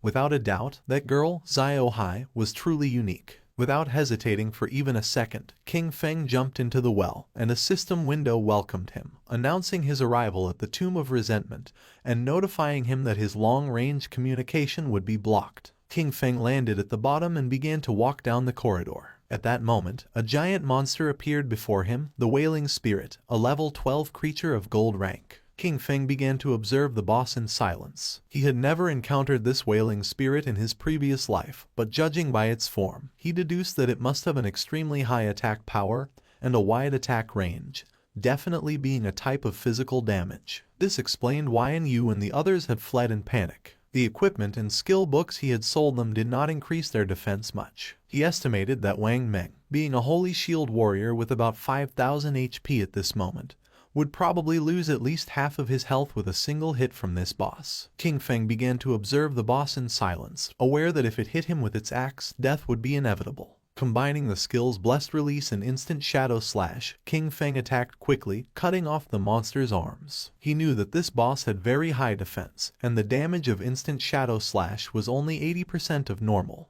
But this didn't matter, since the creature wouldn't be able to withstand the subsequent damage from throat slitting of the skill Blessed Release. At that moment, the monster's arms started moving toward King Feng, making him panic. Not long after, it exploded, but King Feng reacted in time and jumped away from the area. He was somewhat surprised. It was a corpse explosion. He acknowledged that he had been careless by not dodging it and, fortunately, his skill Ghost Blur had activated. Otherwise, he would already be dead. The boss's corpse transformed into Lifespan. King Feng remembered that in his previous life, something similar had happened once. They had killed an unknown boss. A team member had approached excitedly to loot the corpse, but it exploded and annihilated him instantly. Some teams had even been annihilated by boss corpse explosions, although this mainly happened with platinum-level bosses and above. He did not expect a gold-level boss in this tomb to self-destruct in that way. Using Greedy Hand, he picked up the loot. A series of system notifications informed him that, for having killed the resentful ghost, a gold-level boss, he had gained 10 days of tradable lifespan and 20 evolution points. Additionally, he obtained the skill book Night Ring Blades of platinum level. Thanks to the use of Greedy Hand, he got an additional 63 days of tradable lifespan, and the resentful leather armor of platinum tier. He was somewhat surprised because he had obtained a piece of equipment and a skill book that he could actually use. According to the system, the Dark Night Ring Blade was a platinum tier assassin skill. It imbued the blade with dark power, dealing dark elemental damage to all enemies within a 5-meter radius and adding 500 points of dark elemental attack. Its cooldown was 10 seconds, reduced to 5.7, and the required level to use it was 11. King Feng was happy, as this was exactly the elemental damage skill he needed for the assassin class. Since the shadow class had higher spirit attributes than strength, its magic attack power surpassed physical. This perfectly explained why elemental skills like Dark Night Ring Blade suited him so well, and he understood that he should focus more on enhancing his spirit stats to maximize this type of damage. He had 9 points in strength, 9 in constitution, 24 in agility, and 15 in spirit. Phew! King Feng decided to advance the skill to epic level to see the result. Immediately, he consumed 6 evolution points, leaving him with 36 remaining.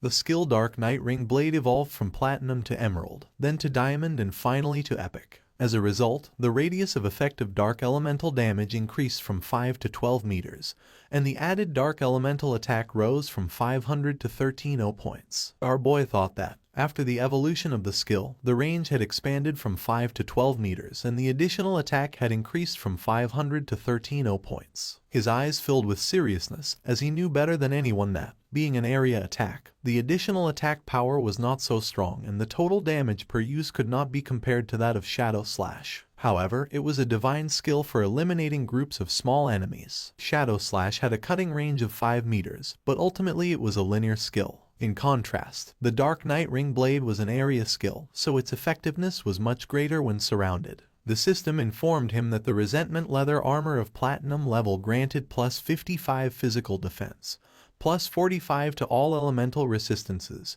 plus 42 damage block and 777 points of health. The level requirement to equip it was 11. Additionally, it possessed the Resentment effect, which granted him 30 points of base attack power after being attacked. King Feng began advancing toward a giant door, knowing that the Resentment effect did not have much impact. However, the base defense, resistances, and block on this leather armor were very high, so he could replace the Golden Ghostfire leather armor level 5 he wore. In total, the rest of the loot added up to about 20 items, and selling them all would bring him more than 10,000 days of lifespan.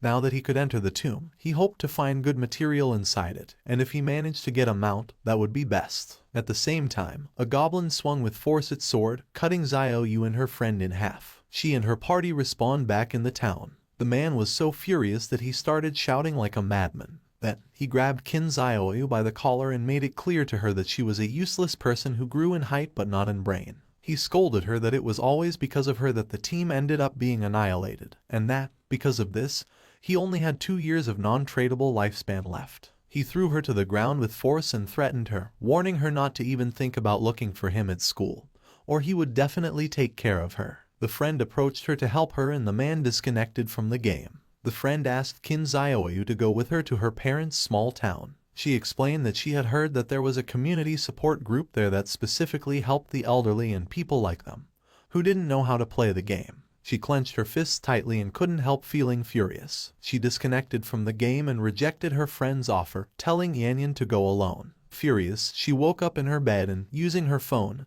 asked Hanhan if he could help her level up. With a smile, Hanhan did not refuse, but he set a condition. In exchange for raising her one level, she would have to accompany him for one night, as he wanted to see how the popular goddess of the school behaved in bed. She was furious and called him an ugly monster. She scolded him for thinking himself capable enough to try to take advantage of her and ordered him to leave. Then, a smile spread across her face. She told Hanhan that, actually, she had always liked him too, but that she hadn't accepted his confession earlier because her brother, Qin Feng, was controlling her. Now that she had cut ties with him, they could finally be together openly and without worries. He didn't fall into her trap. He called her an idiot and asked if she was trying to kill him with laughter. He pointed out that, if she had already cut ties with her own brother, who knows what she could do to him next. Finally, he ordered her to get out. She started contacting everyone. First, she reached out to Sharp Young Master, inviting him to her house to keep her company and, by the way, help her level up.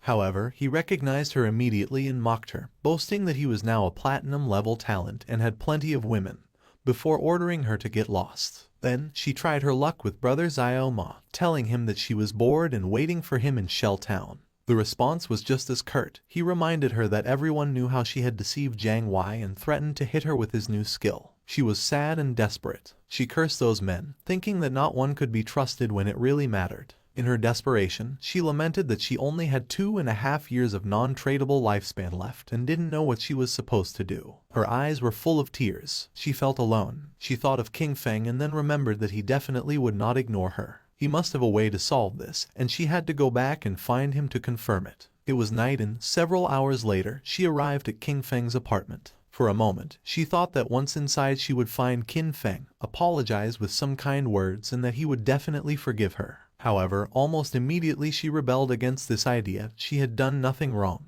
Why should she apologize? She prepared herself to knock on the door and decided that she could not think in that way. She convinced herself that lowering her head was only something temporary. First, she would pretend submission so he could help her level up, and she was sure he would accept because he was the person who had cared for her the most since childhood. A smile appeared on her face. Once she leveled up and no longer faced the crisis of lifespan scarcity, she would completely cut ties with him. This was the plan, and Xiaoyu thought she was truly a genius. Satisfied, she knocked on the door, asking Qin Feng to open. She started knocking on the door, calling for Qin Feng to open it. She insisted, wondering aloud if he might be asleep, and then announced that she had returned. Her tone became increasingly pleading, begging him to please open the door. Furious, she kicked the door open but went into shock upon seeing that there was no one inside. She wondered where Qin Feng was, only to discover with greater astonishment that the bed, table, clothes, everything had disappeared. She turned on her mobile phone and tried to call King Feng, but there was no answer. She didn't know where our boy had gone.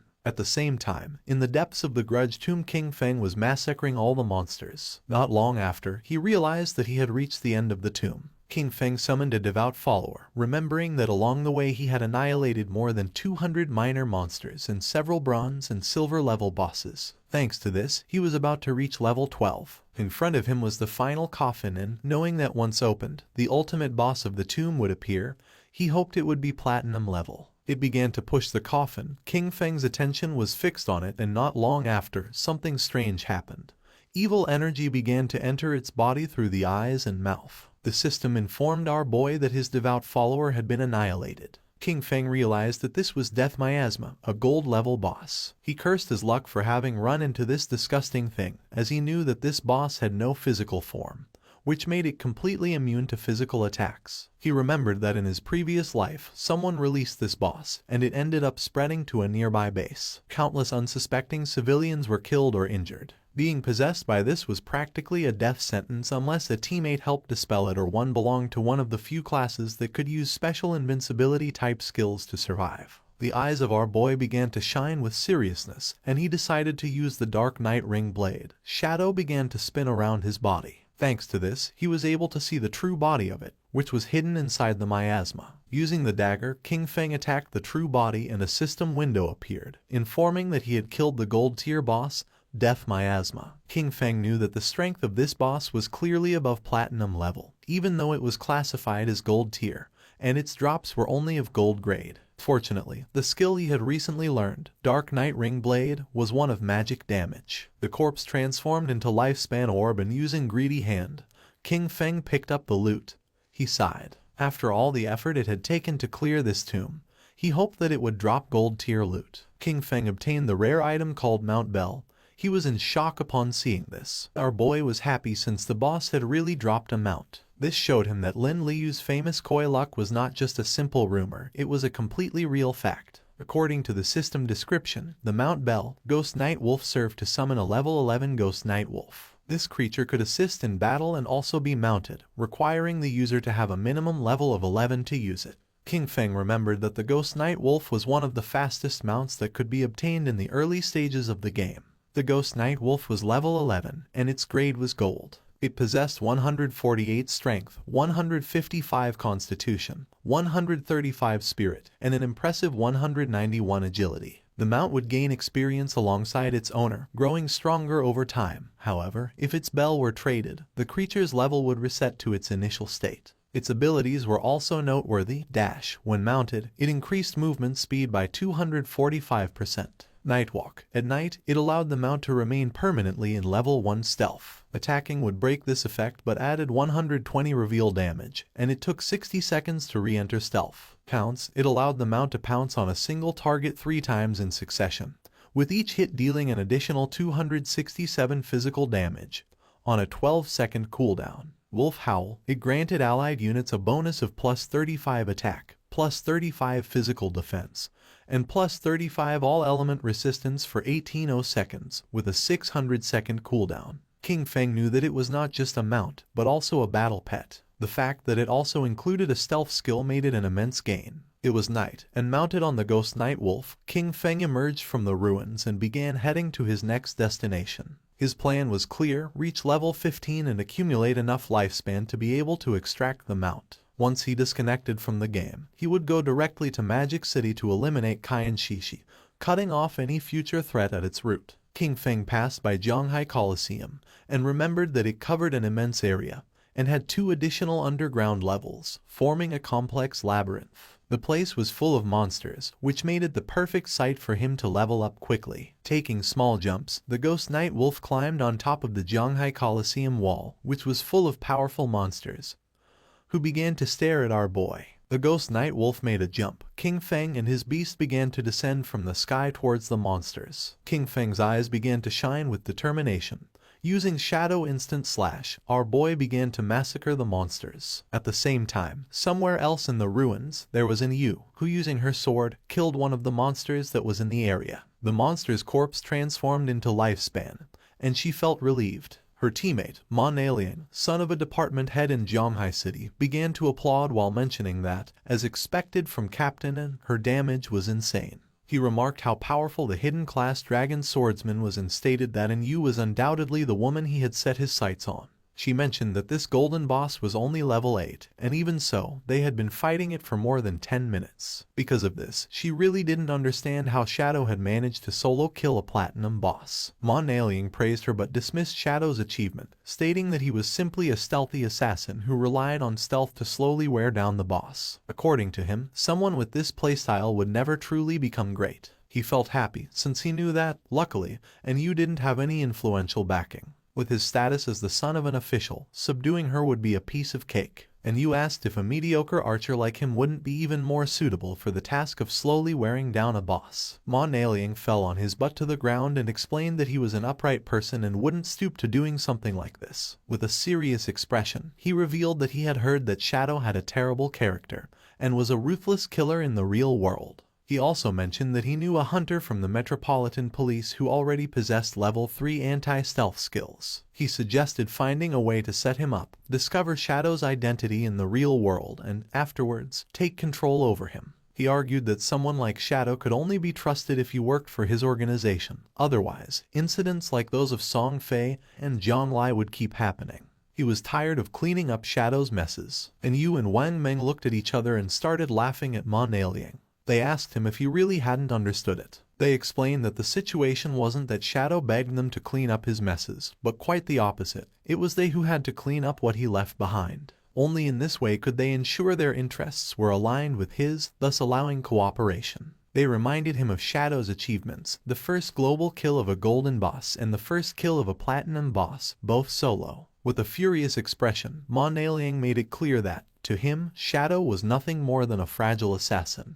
He rhetorically asked how they couldn't control him, as long as their anti-stealth level remained on par. Calling them a bunch of nobodies, he scolded them for daring to reprimand him. He then turned to Anyu, declaring that she should watch closely because he would ruin Shadow's reputation and capture him. He stated that when this happened, she would be on her knees before him, apologizing and begging for his forgiveness. Wang Meng asked Anyu what loot the boss had dropped. She replied that it had dropped a piece of gold tier equipment for a priest, a silver tier equipment, and a silver tier skill book. She started touching her chin and remembered that Shadow usually sold them several pieces of gold and even platinum equipment. This made her wonder how many bosses he had actually killed, or if his talent was treasure hunting and all these items came from opening chests. With a serious look, Wang Meng revealed that he was a little worried, and you couldn't help but feel somewhat confused. Wang revealed his concern, bringing up the case of the Jiangnan restaurant, the incident in which the entire Dongfeng family was murdered during a gathering. Then, he raised an unsettling hypothesis. If Shadow had been responsible for this, were they still supposed to clean up his messes? Wang admitted that he still didn't understand Shadow's personality, and expressed his fear that he might actually be a ruthless serial killer in real life. She knew about this case. The superiors were taking it very seriously, and everyone was speculating whether it was related to Shadow. With a confident smile, she explained that, even if this case had really been the work of Shadow, she would still choose to cooperate with him. She stated that, although the superiors refused to clean up his messes, she would personally support him. Wang Meng was somewhat confused, and when he asked the reason, she simply replied that the real question was who wouldn't want to support Shadow. Their subordinate appeared and reported that in the area ahead they had found a place similar to an arena, but all the monsters inside were already dead. With a serious gaze, he revealed that there were bodies everywhere. He didn't know which party had been strong enough to clear all the monsters from the arena. Then Yu felt happy and decided to go to the arena. Upon seeing her behavior, Wang Meng felt even more confused. They arrived at the Zhanghai Coliseum and saw a lot of lifespan lying on the ground. They were in shock as they realized the incredible amount of loot. There must have been hundreds of minor creatures there, and this led them to wonder which party was so strong to have achieved such a feat. Captain Anyu was confident that Shadow had been here. With this in mind, she suggested they search the surroundings, as they might run into him. Mon Alien questioned why she was so sure it had been Shadow. Captain Anyu responded that the reason was simple. He was number 1 on the leaderboard. Their party was right behind on the leaderboard, and since they couldn't achieve something like this, it had to have been Shadow. Mon Alien was furious and revealed that he also had invisibility, and could do the same. It would just take him more time. That's all. With a smile, Captain Anyu communicated with Shadow, and upon noticing that he had cleared so many monsters, she thought that he surely had a lot of gear and skill books that he didn't need, so she proposed that he sell them to them. At that moment, Mon Alien's eyes widened in surprise. King Feng mounted on the wolf appeared behind him. He fell on his butt to the ground upon seeing the wolf, while on the other side, Captain Anyu felt excited and asked where King Feng had gotten a mount. King Feng revealed that thanks to the coordinates Little Black had given him, he had obtained the mount. Upon hearing this, Little Black couldn't help but blush, and she said there was no need to mention it. King Feng decided to make a deal with Captain Anyu. He proposed that she take all these items from the ground as part of a package, clarifying that the conditions would be the same as always. She mentioned that she understood if she wasn't satisfied, she didn't have to buy. She already knew it. Shadow's prices were always fair. While they were talking, Mon Alien couldn't help but feel furious. His eyes widened with rage. He felt humiliated by Shadow, and swore internally that he would make them pay. Mounted on the wolf, King Feng began to advance through the ruins. According to the system chart, he had already reached level 13. Below him, at level 10, were Justice Enforcement and Wang Meng. Black Goblin Big Lai's Eye also appeared at level 10. Our boy had 245 years of tradable lifespan and 255 evolution points. King Feng was happy because this time, after clearing the arena ruins, he had obtained a pretty good grade gold skill book. The skill book was called Silent Concealment. It was grade gold and allowed the user to enter stealth without moving. As long as they did not attack or move, they would remain permanently invisible. Attacking from this state added 300 detection penetration damage points. It had a cooldown of 120 seconds and required level 13 to be used. King Feng realized that this skill not only strengthened his stealth, its true power lay in the fact that, if he used it in reality and combined it with the invincible state from the game, he could make himself disappear completely in the real world.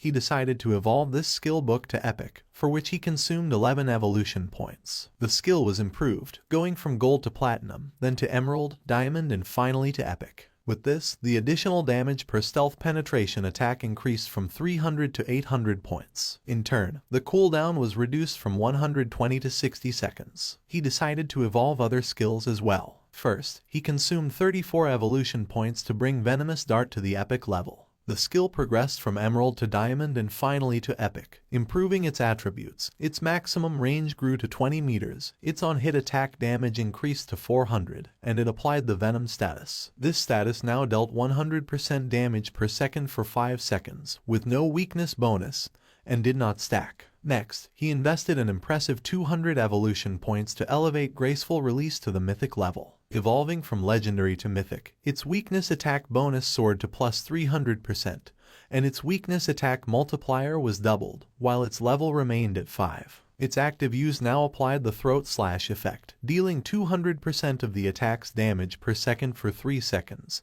and its cooldown was slashed to just 15 seconds. Or 9.7 with his bonuses. King Feng was happy since the mythic level skills were truly powerful. Now, except for some special monsters, each of his attacks was a hit to a weak point. He took out the necklace and began to observe it carefully and decided that it was time to evolve it. It was the Deceiver's Pendant of Platinum Grade, an accessory for assassins that granted 45 points of physical attack, 20 of strength, and 20 of constitution. Its equipment requirement was to be level 13 and also had a unique effect that added 1 point to stealth level. By combining his skills and equipment, he realized that he now possessed a stealth level 4. He was convinced that, at this stage, no one could detect him. In addition, there was the item Shadow Veil. Thanks to it, his evasion rate had directly reached an impressive 83%. It was the gold tier Shadow Veil, an assassin-type equipment. It granted 5 points of constitution, 5 of spirit, and a 32% evasion rate. At that moment, a small explosion occurred. King Feng decided to stop to find out what was happening. And when he turned around, something began to emerge. It was a giant boss who had chains as arms and 2 sharp blades as hands. King Feng realized that it was the Steel Saintess and wondered who would be crazy enough to have unleashed this boss. King Feng remembered that in his previous life, she had appeared in the ruins of Zhanghai City, where more than 1,000 people tried to hunt her down, which resulted in more than 4,000 deaths in total. In fact, she was the guardian of the sanctuary called Church Sanctuary, the second largest refuge in the Zhanghai ruins. His original plan had been to deal with Qian Shishi first before facing this boss, but since she had appeared there, he decided to face her. Jumping up, the wolf climbed on top of a building. The boss began spinning her arms and massacring nearby players. She killed one of the players, and upon seeing this, the others realized that she was very strong. Just before they had time to react, she swung her blade-made arms with force and began to kill the other players. King Feng, upon seeing that the players wanted to face the Steel Saintess, knew that they were greatly overestimating their own abilities. A player who was mounted on a tiger began to fight against the boss, and King Feng noticed that he was Dong Wuming, also known as Chen Wuming, possessor of the hidden class Paladin. It was about an old friend of King Feng, with whom he had fought for 9 years in his previous life without a clear winner. This man was cunning and deceitful. Whenever he was about to lose, he managed to escape with some dirty trick. King Feng remembered that in the past life, the Steel Saintess was defeated by Chen Wuming's guild, the Knight's Sanctuary. This gave rise to the saying, West/God, East Sanctuary, since each one controlled respectively the western and eastern regions of Zhanghai City ruins. The Guild Knight's Sanctuary, when recruiting its first members, made them sign a very harsh contract that guaranteed their safety but with a tax rate on their lifespan of up to 50%. Most of the members became black slaves, basically forced to work for the higher tier players of the guild. King Feng's eyes widened with joy. For him, this was simply perfect. He made the firm promise that, this time, Chen Wuming would not escape. The boss began to spin her arms forcefully in circles, and while she was distracted, King Feng, using invisibility, landed near her. His eyes began to shine with evil intent, and without wasting time, he used the Dark Knight Ring Blade and in the blink of an eye killed the players who were nearby. Wrapped in red aura, our boy began to spin quickly, killing all the players. Upon seeing this, Chen Wuming was in shock. Upon realizing it was Shadow, he asked why he was killing his people, stating that they had no grudge against him. King Feng appeared behind him and, with a murderous gaze, replied that it was because he didn't eat beef. Upon hearing this, Chen Wuming's eyes widened in fear. With a cold and arrogant expression, using instant shadow slash, King Feng killed Chen Wuming. Then, he extended his hand and used the skill Blooming Curse. Not long after, the players respawned back in their town. Chen Wuming was furious since he didn't know what Shadow not eating beef had to do with them. His subordinate panicked since his lifespan had reached 0. Chen Wuming knew this must be the work of a skill from Shadow. He decided they would gather their people to counterattack. But first they would move to another place to level up and thus recover the lost lifespan. Among them was also Xiao Yu. She couldn't help but cry while wondering why Shadow was attacking her directly.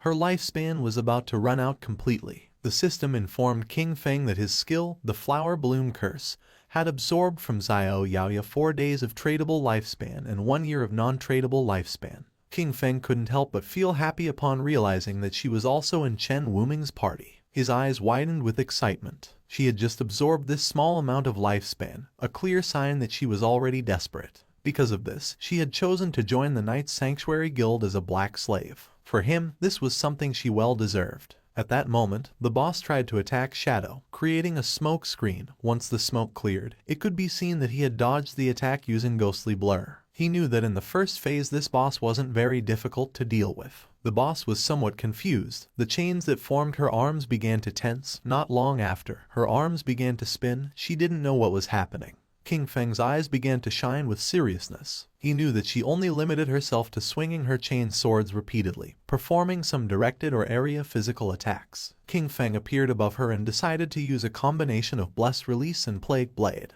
After an attack, Blessed Release applied the effect Throat Slash, which triggered a burst that caused massive damage. Plague Blade, in turn, would cause an explosion of toxin damage 3 seconds after impact. King Feng attacked quickly, causing several thousand points of damage to the boss. Then, he used Throat Slash, causing a deep cut in her throat. In the blink of an eye, her HP bar had dropped to less than half. Her eyes began to shine with rage. King Feng remained calm, knowing that the reason she had become the Guardian lay in her terrifying second phase. After losing half of her health, the demon sealed within her would awaken. All damage received was then equally reflected back at the attacker. There was also a legend that claimed there was a portal inside the demon's belly. Anyone swallowed by it would be transported to an unknown place, rumored to be the bottom of a volcano. However, in his previous life, no one had achieved this. He suspected that some fools had simply confused this with mechanics from other games. A group of players was watching the battle. According to them, Shadow was ruthless. The Platinum tier boss had been summoned by the Knight's Sanctum Guild, but Shadow suddenly appeared and annihilated them all. Right after that, he used a single skill that took away half of the boss's health in an instant, pushing it directly into its second phase. While they were talking, King Feng's attention, who was using invisibility, focused on them. His eyes began to shine with seriousness. He was aware that the Steel Saintess had a weakness in her second phase. When she launched an attack, the damage reflection effect disappeared momentarily. This meant that if he attacked right when she did, he could avoid receiving the reflected damage. However, the problem was his skills like Shadow Slash, Throat Cut, Plague Blade and Poison Dagger, since they all inflicted damage over time. If he used any of them, he would still receive the reflected damage, and at his current level of development, this would kill him instantly. Thinking about this, he considered the players who had been spying on him from the cliff. He decided to use them. One of the players asked the others to step aside because he wanted to see what was happening. This man was known as Anquan. Upon seeing him, the others couldn't help but feel happy. Anquan's subordinate explained that they had been watching for a long time and had already memorized all of the boss's skills. She only had a few. With a smile, the girl extended her hands and revealed that after the boss's life dropped below half, she suddenly stopped. Her body had changed a bit, giving hints that she was gaining new skills, and just when the boss entered her second phase, Shadow also disappeared. Anquan couldn't believe that Shadow had been fighting this boss alone. His eyes began to shine with rage. He gave the order to his subordinate, Xiao Tu, to activate Red Eye and check if Shadow was still there. She nodded her head and began to use her powers. A small rabbit manifested and ran near the boss without attracting her attention. Then, she revealed that she couldn't find Shadow's location and thought he had probably left. Upon seeing that her level 3 anti-stealth could not find Shadow, Anquan realized that this meant he had definitely left, as he considered it impossible for him to have a level 4 invisibility. Anquan jumped and got down from the building, making Xiao Tu feel somewhat confused. Anquan asked her to keep a close watch and alert him immediately if Shadow returned. She nodded her head. Anquan descended to the ground and drew his swords. His eyes began to shine with joy and a confident smile spread across his face. According to the other players, he was looking for death by trying to fight a platinum tier boss alone. However, one of them recognized him. He had seen him in the starting town defeat a gold tier boss without receiving a single scratch. It was revealed that his class was Soul Warrior, which granted him 100% dodge when rolling, and he was the famous player known as Safety First. It was also rumored that he had been a top-level global streamer in Souls-type games, with ultra-fast reflexes. The boss's attention focused on him. She attacked using her sharp blade-like arms. Luckily, Anquan reacted in time and slid across the ground, narrowly dodging the attack. The boss grew arms made of energy, and when she tried to crush Anquan, he rolled again, dodging the attack once more. When the boss tried to catch Anquan, he rolled again and moved away from her. His subordinates began to praise him, amazed by his incredible skill and the calmness with which he dodged. They highlighted his discipline in not letting himself be carried away by the greed of an extra hit, considering his performance simply brilliant. With a smile, one of them mentioned that he was truly amazing, perfectly dodging each attack from the boss. This seemed incredible.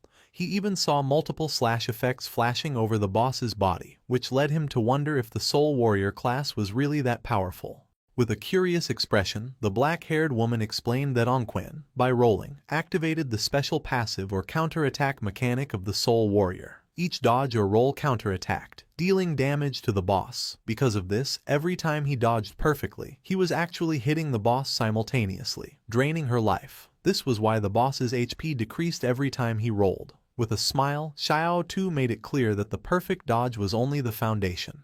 What truly set Anquan apart was his devastating offense. His attacks struck with force and precision, turning defense into an unrelenting assault. His skill combo and timing made him not only untouchable but also lethal. Defense kept him alive, but it was his offense that ended fights quickly. The boss was desperately trying to catch Anquan.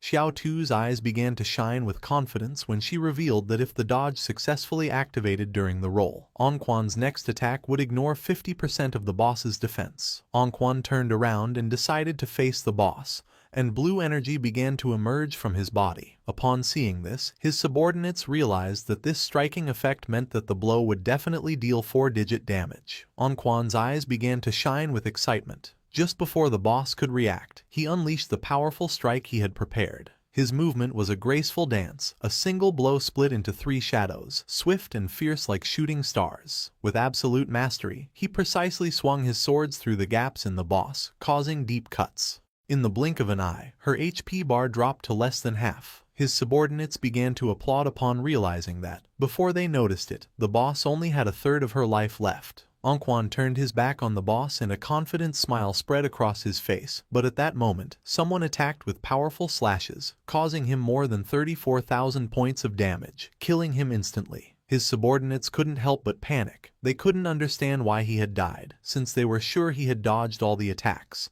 They were even more puzzled because, although their skills hit the boss, her health did not decrease with the blow, despite having seen it drop drastically moments before. Not far away stood our boy.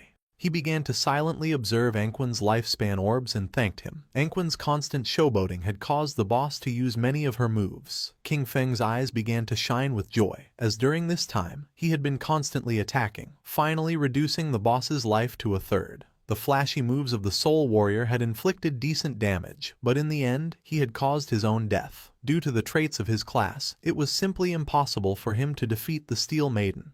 When he rolled, he couldn't attack, and when he attacked, he suffered reflected damage. This was a true curse. The boss began to turn around, and King Feng's attention fixed on her. He knew this wasn't good. With her health so low, the boss was trying to return to the church sanctuary. If she managed to get there, she would fully recover, making all previous efforts useless. King Feng began silently observing Anquan's subordinates, and then his eyes started shining with seriousness.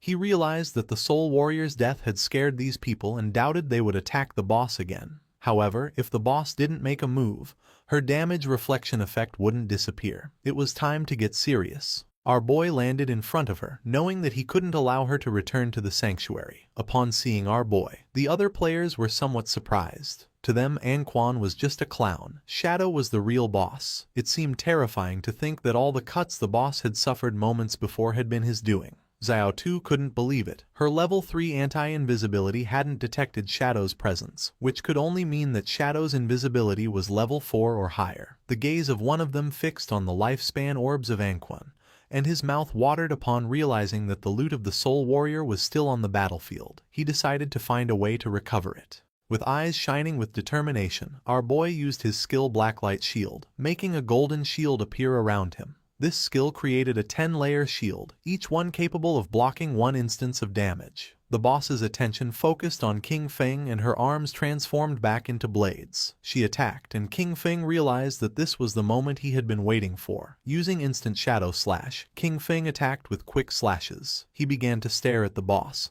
Now his black light shield had 7 layers left. He remembered that, out of the 9 strikes of instant shadow slash, the last 3 had hit the boss during her damage counterattack phase, right after her attack ended. If it hadn't been for the black light shield blocking those 3 hits, he would already be dead. The boss began to concentrate energy in her abdomen, and then she jumped and started to release purple flames. Our guy stepped back. Now he had no layers left of his black light shield. The boss began to stare at him with eyes shining with evil. King Feng realized that the damage from the flamethrower was coming too frequently. Despite having a dodge rate over 80%, this had instantly destroyed all 7 layers of the shield. If he had been just half a second slower, they would have killed him instantly. While he was distracted, one of the players tried to take Anquan's loot, but our guy noticed and threw a poison dart which stuck in his forehead. The player was eliminated. King Feng made it clear that he wasn't going to let anyone steal the loot from him. The system informed our boy that he had obtained 612 days of tradable lifespan, and 67 years of non-tradable lifespan from Safety First. Additionally, Blossom Curse had absorbed 355 days of tradable lifespan, and 20 years of non-tradable lifespan from Clean Hands and Feet. King Feng was somewhat surprised, since Safety First had a really large amount of lifespan, which probably meant that he had never died. This seemed interesting to him, so he decided not to use Blossom Curse on him.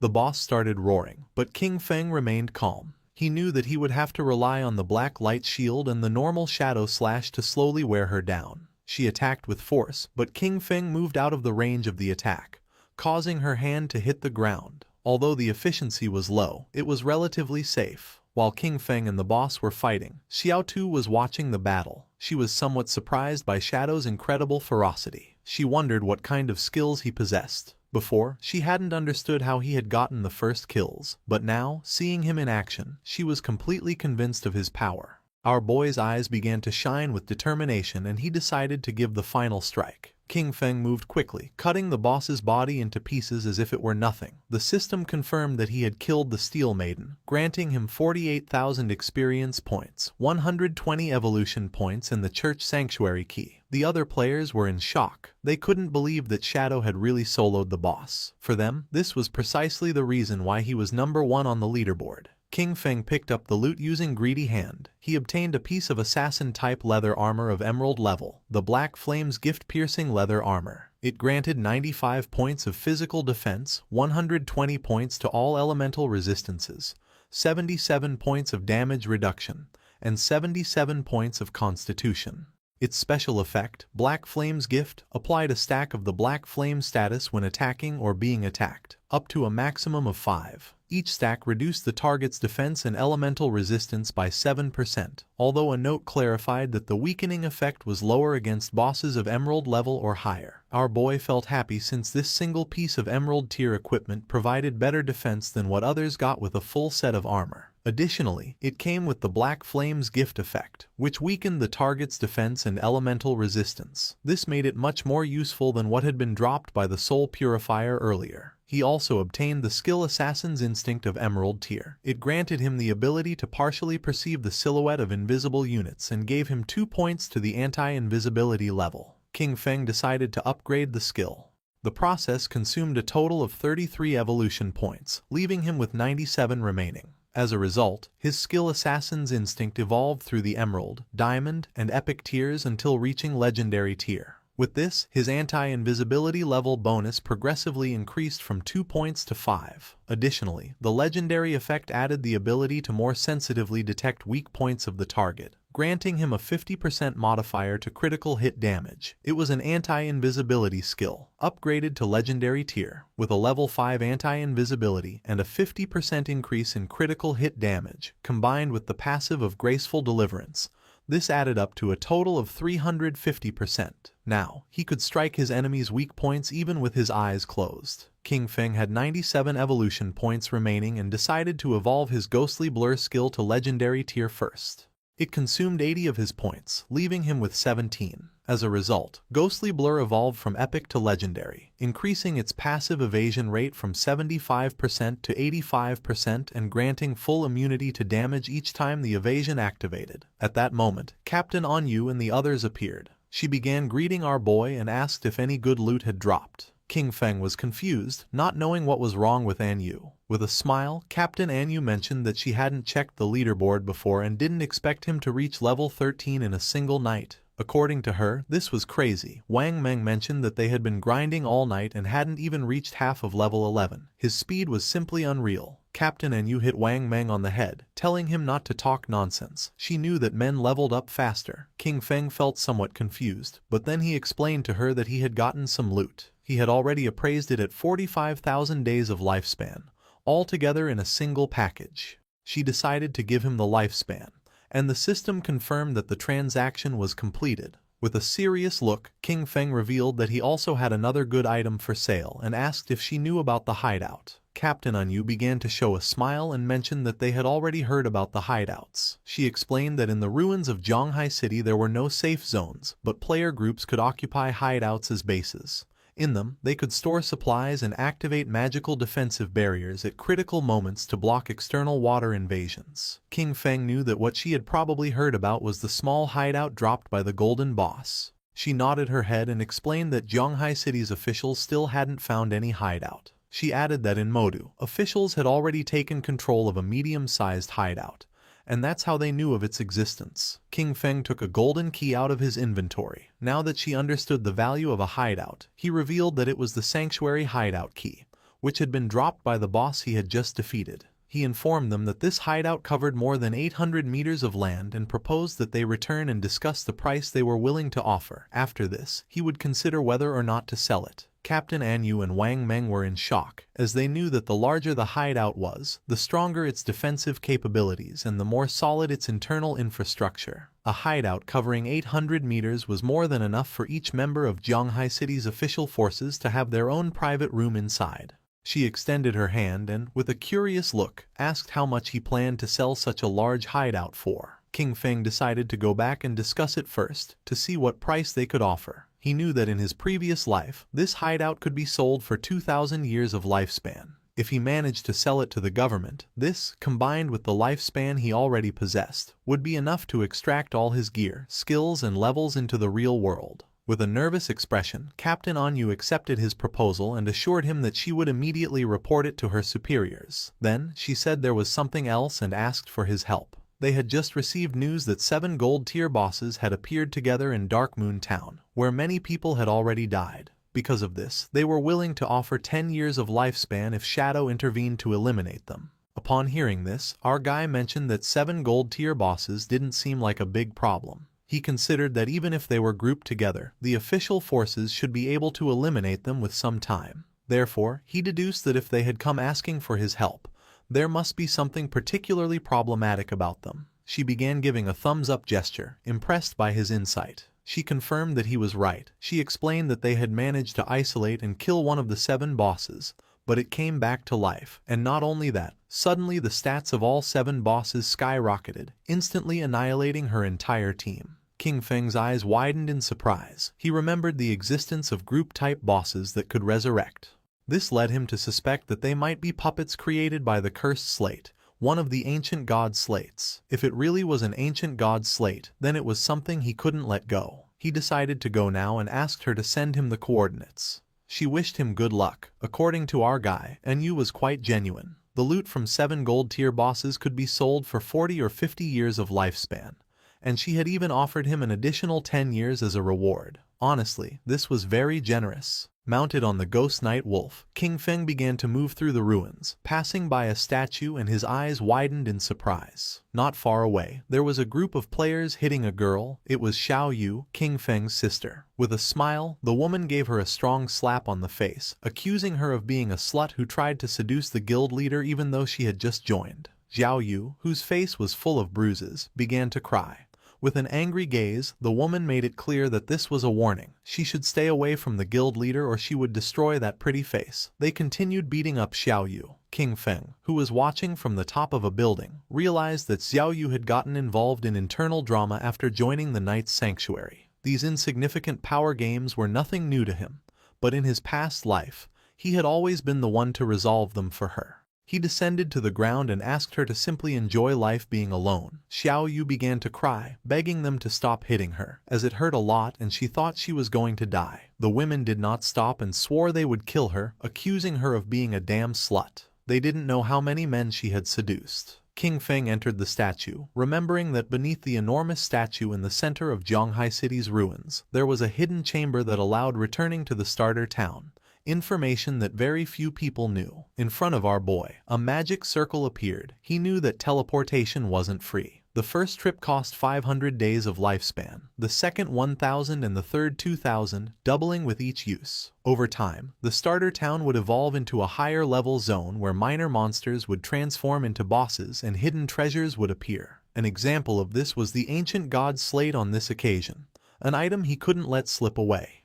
The system asked if he wished to teleport back to the abandoned land of the gods, Dark Moon Town. King Feng remembered that Dark Moon Town was a town that appeared in later stages which he had never heard about in his previous life. Without hesitation, he chose to teleport. The system consumed 500 days of lifespan and King Feng was teleported to the Dark Moon Town. This town was full of elders chatting with each other. King Feng felt somewhat surprised, as he did not expect the place to be so lively and wondered why most of the people were elders. Not far away there were several players. One of them helped the elder woman to stand up. She felt relieved to have returned to the safe zone. The players reminded her that, as they promised, they had leveled her up to level 3. During this process, she had received 72 days of lifespan and now only needed to give them the tradable lifespan. The old woman got angry and refused, asking why they wanted money if they were supposed to be a charity organization that helped her level up. With a kind smile, one of them explained that they weren't asking her for money. When they partied before, part of the lifespan dropped by the monsters they defeated was shared with her. The other guy mentioned that she only needed to give them that portion, as had been agreed from the beginning. The old woman became even more furious, making it clear that she didn't know what damn agreement they were talking about. It seemed shameless to her that some young people had the nerve to ask an old lady like her for money. The players tried to calm her down, explaining that she was mistaken. They were helping her level up for free and only asked in return for the lifespan dropped by the monsters. They clarified that unless she formed a party with them, the lifespan would not be shared with her, and she would not gain the same experience. The old woman asked them not to touch her and began screaming for help, accusing people from the Mengsha River Guild of harassing her. Just then, someone grabbed her from behind and threw her to the ground, leaving both her and the players somewhat confused. It was King Feng. He grabbed her by the neck and with a murderous gaze, drew his dagger. Without hesitating for a second, our boy finished her off. Upon noticing this, the two players couldn't help but feel somewhat confused and went into shock. Lifespan orbs appeared on the ground. Our boy mentioned that her lifespan was on the ground and now they could take it for themselves. The players began to celebrate and wanted to know which expert had just intervened to help. King Feng said he was just doing a small favor. He turned his back on them and started walking away. The players picked up the lifespan. They were happy since they had obtained 72 days. And thanked our boy. For King Feng it was really inconvenient that fights were not allowed inside the town. He began thinking about the Mengsha River Guild, realizing that their origin was Dark Moon Town. He remembered that this guild was founded with a focus on charity work, helping the elderly survive in the abandoned land of the gods for free. Later, it gained official recognition and strong support. In terms of numbers alone, Mengsha River was considered the largest guild in Huaxia. King Feng's eyes began to shine. According to him, in this chaotic apocalypse it was precisely when more people like these were needed. It was night, and somewhere in the forest, someone was fighting against a monster made of mud. They were two mages. One of them asked her friend called Mother to use Lightning Strike. She obeyed and began to charge her magic staff. Not long after, a thunderbolt descended from the ground and struck the monster. The swordsman of the party decided to take advantage of this opportunity and cut the monster in half. Its corpse began to transform into orbs of lifespan. He felt relieved for having defeated the monster. The girl praised them, saying they were the best. The player named Mother mentioned that if they listened carefully to other people's tutorials, they could also defeat small monsters. They started walking through the forest, and the boy asked Yanyan if her good friend Xiaoyu had really joined the Guild Knight's Sanctuary, since he had heard that it had very high membership fees. She nodded her head and added that she had invited Xiaoyu to join the Guild Mengsha River with them. With a sincere gaze, she explained that she had told her that Mengsha River was a charity guild, where many people like them who were not good at games helped each other, and there were even experienced players guiding them.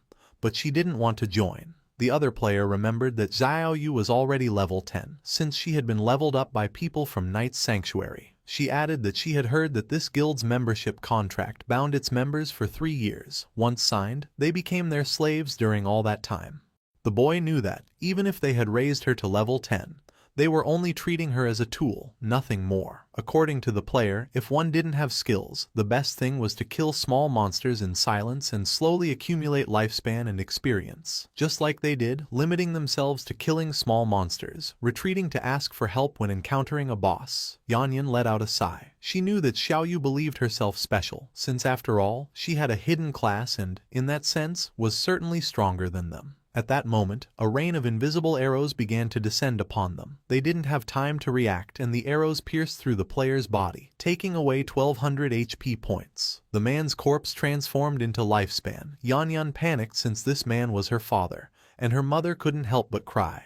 The archer who had shot the arrows couldn't help but smile, as he had eliminated him instantly with a single skill. The masked men asked him to stop talking nonsense, claiming that it was impossible for the Mengsha River Guild to have experts, since they were just trash. They wondered what kind of player with skill would want to carry those elders, insisting that they were all scum. They approached Yanyan and her mother. With a smile, the archer asked them to hand over all the lifespan they were carrying. Yanyan could not help feeling afraid. She knew that the authorities had officially forbidden killing people in-game and remembered that the attackers were risking becoming wanted criminals. The archer began to point at her with his finger and a smile, making it clear he didn't give a damn about the authorities. He decided to stop chatting and gave them 3 seconds to hand over the lifespan. The player named Mother obeyed. Yanyan, however, stood firm, telling her mother not to even think about it. She asked her to quickly ask for help on the guild channel while she held them off. Upon seeing this, the archer gave the order to his men to attack. They had to kill the older one and keep the young one alive for fun. The masked men rushed at her, but just at that moment, a wolf appeared and bit them. Yanyan felt somewhat confused as she didn't know what was happening. The archer's eyes filled with confusion. Just before he could take another breath, someone attacked quickly, cutting off his head. It was none other than King Feng.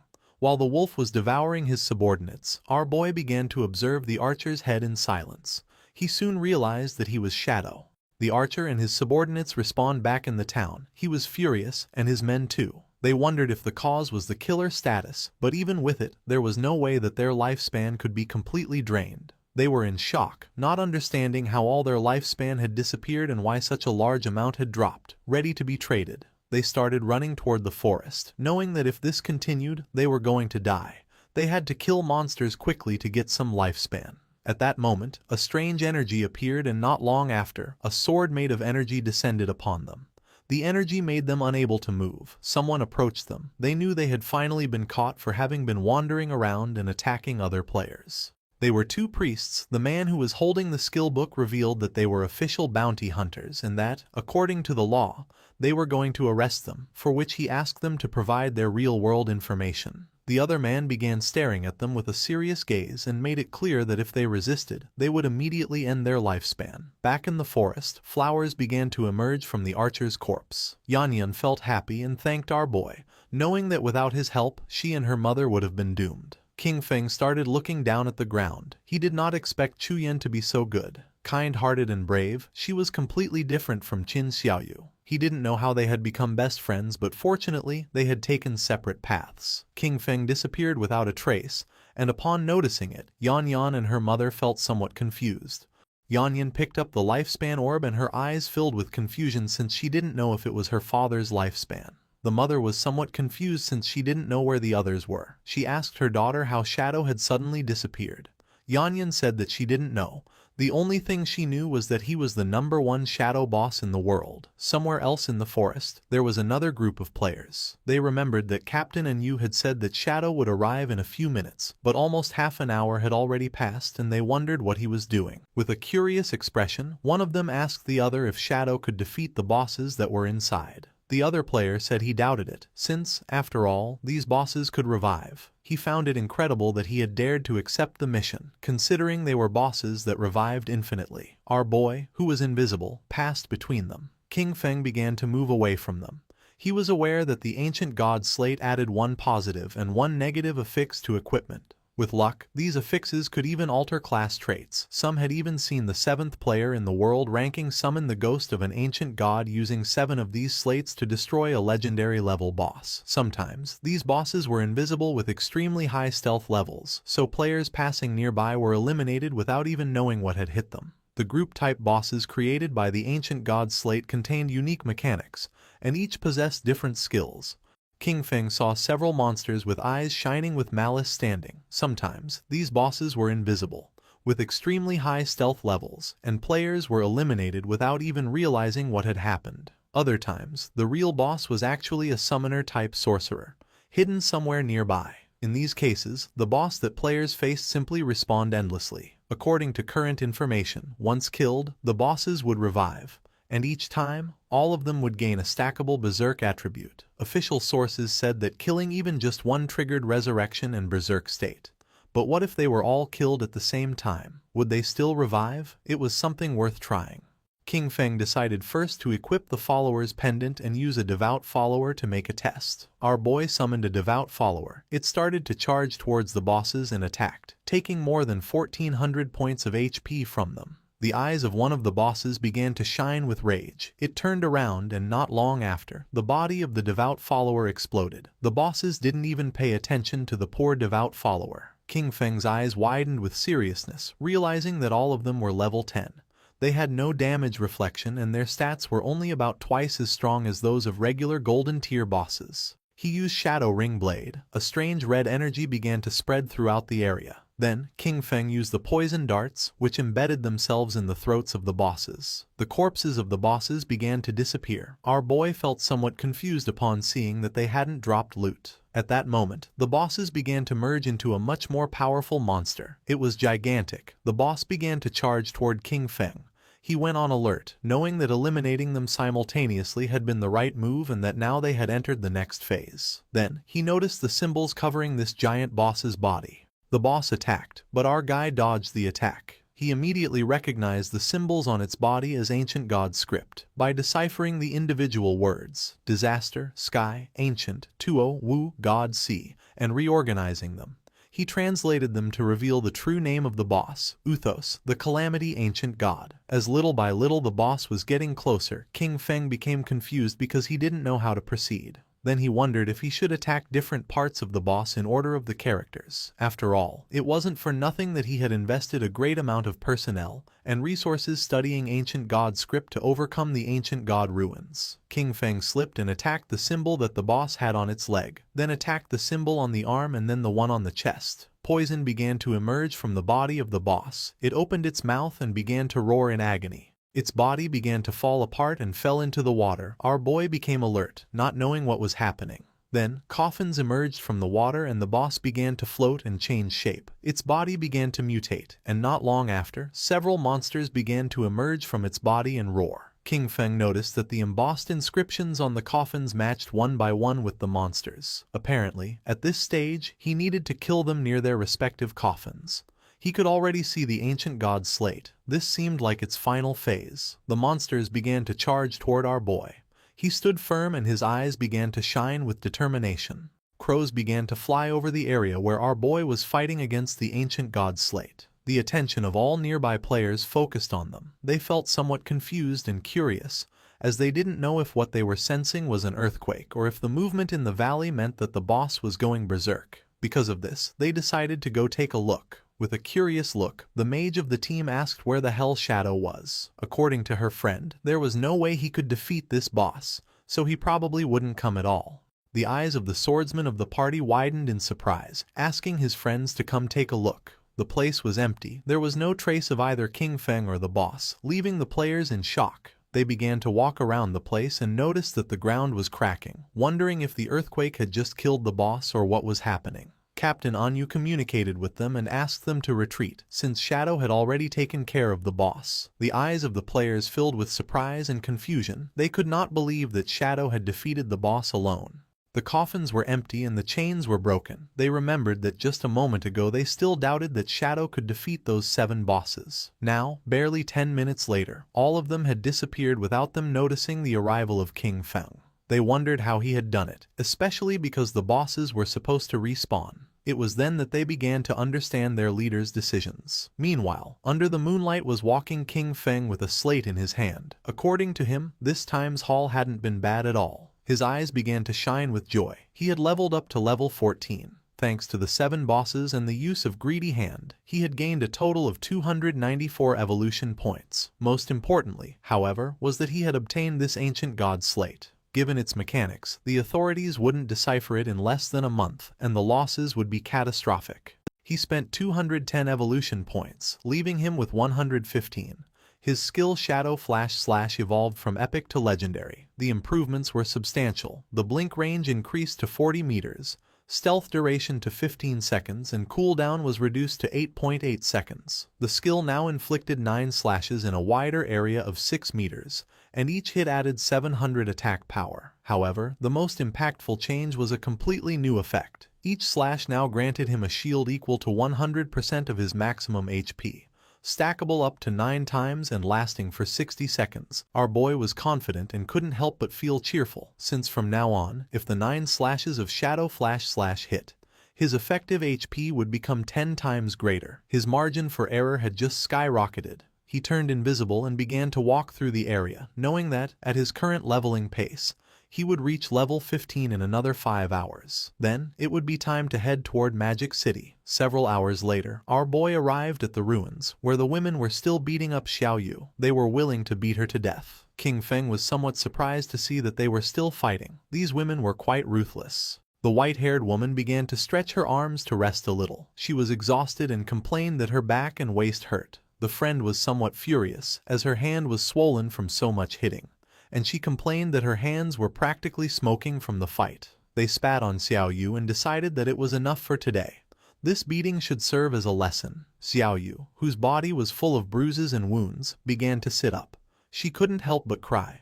According to her, everything was King Feng's fault. She had told him to cut ties and he had really ignored her, not understanding that when girls say something, they often mean the opposite. Using the magic staff, she stood up. Fortunately, she had signed a contract with the Knight's Sanctuary, so she wouldn't have to worry about her survival for the next 3 years. Although she had to give up 50% of her lifespan, she would still have some left for herself, ensuring that she would grow faster than Chu Yan and the others. She used the skill Holy Healing, which allowed her to restore all of the target's life. She was certain that once she became stronger, she would make sure that all those who had looked down on her wouldn't get away with it so easily. Neither King Feng nor those crazy women were going to escape. To everyone's surprise, the spell began healing King Feng, who was invisible. Poor Xiao Yu fell to her knees on the ground, thinking that she had failed casting again and wondering, puzzled, where the healing had gone. At the same time, in the Magic City ruins, several players were facing a boss made of rock. The boss attacked, but the party's tank blocked the attack using his shield. Not far away there were 3 players hiding and watching the fight. Among them was also Qiang Shishi. According to her, Daxia's men were really weak since they had sent 18 people for a single boss and were too afraid to fight. Her friend winked at her and asked her not to say that, since they were working hard for their benefit, so they should be grateful to them. She blew him a kiss and, laughingly, mentioned that he was very polite, but those pigs from Daxia had such low damage that it took them too long to defeat a miserable gold-tier boss. The players continued attacking and the boss's HP bar had already dropped to less than half. With an excited smile, the team's mage encouraged everyone to give it their all, as it only had a little life left, and they needed to keep going for the final blow. At that moment, a spear pierced through his chest, killing him instantly and turning his body into lifespan. The one who killed him was King Shishi's subordinate. With a smile, he thanked him for his hard work and for the offerings of weaklings. Noticing this, the players panicked upon realizing they were facing the Spade Gang, a band of thieves made up of mysterious women from Daxia and foreigners. They couldn't understand how such beasts could exist, capable of guiding outsiders to massacre their own people. They began to charge at them, and the leader asked his men not to be afraid and to attack all together, since they were only a few people. Noticing that they were trying to resist, King Shishi promised to massacre all the pigs of Daxia and warned them to prepare to die. Her subordinate drew his double hammers and used the skill called Thunderous Tremor, creating a small earthquake which caused the players to become trapped in the ground. She drew her daggers, moved like thunder, and in the blink of an eye, killed the players. She couldn't help but mock them. As for her, Daxia's men really were just a bunch of useless fools. Her eyes began to shine with malice, realizing that Daxia's authorities had already reported their information. However, this was useless, as in her view, all of Daxia was nothing more than a garbage dump full of filth. Her friend mentioned that they were just ordinary players, so there was no way they could compete against them, being backed by capital. While the corpses were transforming into lifespan orbs, she explained that although their true identities had not been exposed, for safety, they should leave Daxia as soon as possible and head to North America. She began looking at the ground and decided that then they would form a guild dedicated to hunting the Daxia pigs. The black man thought this was a good idea, but the other man questioned what name they would give to the guild. She began to show her dagger and decided to call their guild Alice. She fell to the ground and began imagining herself surrounded by black men. She decided that it was enough for today. It was time to disconnect and celebrate the founding of Guild Alice with a big party. With a smile, Captain Enyu began to wave at our boy and proposed to discuss together the prices of the hideout, informing him that they had already arrived. King Feng asked how much, and she mentioned that 1,500. According to our boy, this was too low. Captain Enyu admitted that she knew that 1,500 was too low, so she had fiercely debated and managed to get the big boss to raise the price to 2,000. King Feng agreed to make the deal for the statue in the center of the ruins. He knew that Enyu was smart, even so she tried to offer him a low price. A while later, our boy arrived at the statue and saw Captain Enyu along with several knights. She blushed and with a smile mentioned that she had too much lifespan on her, so the high command didn't feel safe and had organized a military escort for her. King Feng's eyes began to shine seriously. He knew this was nothing, since the authorities still didn't know his true strength and those guys only knew one or two moves. King Feng handed over the key, and the system informed him that the transaction had been successful. He had lost the church sanctuary hideout key, and in exchange had gained 2,000 years of tradable lifespan. After making the deal, King Feng decided to leave, and Captain Enyu said goodbye to him. The knights were somewhat confused upon noticing that she was willing to pay 2,000 years of lifespan just for this. She clarified to them that they didn't understand. This was a hideout that could house hundreds, even thousands of people, and no one but Shadow would be generous enough to give it up. The timely gift of lifespan from Enyu was perfect. This meant that he could fully equip himself before heading to Magic City. King Feng immediately invested the tradable lifespan he had obtained. He consumed 71.2 years to reach level 15. Then, he acquired a series of new skills, the Mythic Level 1, Blessed Liberation, for 161.7 years, the Legendary 1, Assassin's Instinct, for 71.12 years, and 3 Epic Level 1s, Shadow Ring Blade, Silent Concealment, and Darkest Hour, for 36.35, 23.71 and 34.65 years respectively. Finally, he spent 113.89 years on the item Mount Bell. Except for the equipment, everything else, skills and level, had been completely synchronized. His strength in the real world was now almost the same as in the game. The system alerted him that his hunger level had reached 90%. He hadn't eaten in a long time, so he decided to disconnect to take care of his hunger first. King Feng disconnected from the game and woke up in a cage at the Hoi Lun Hotel. The men noticed that our boy was awake. They drew their weapons, asking him to hand over the lifespan he carried or he would end up like the others in this motel. One of them mocked, celebrating that the apocalypse was great because it meant he could kill whoever he wanted. King Feng began to look at them with a penetrating gaze. Seeing this, one of the men furiously demanded that he hurry up and hand over his lifespan. The other man begged his boss to let him tear him apart. The man carrying the bat thought that King Feng was so scared that he had become paralyzed, and decided it was better to simply kill him. Just before they could take another breath, a strange energy began to spread through the air. Our boy used the skill Shadow Ring Blade, and not long after, the whole hotel started collapsing into pieces. King Feng took a pack of instant noodles, realizing that the more power he drew into the real world, the more energy his body needed. At his current strength level, ordinary food simply was no longer enough. Our boy started eating the instant noodles, knowing that once he dealt with Qiang Shishi and her guild called Alice, he would need to find a way to obtain the divine gifted book. Riding on his wolf, King Feng set off. He knew that she was incredibly cunning, much harder to track than Song Fei. However, he could use the mission Kill King Feng that he had previously accepted as bait to lure her. Hungry, he headed toward Magic City, intending to find something to eat along the way. At the same time in Magic City, Qiang Shishi was throwing a big party. According to her,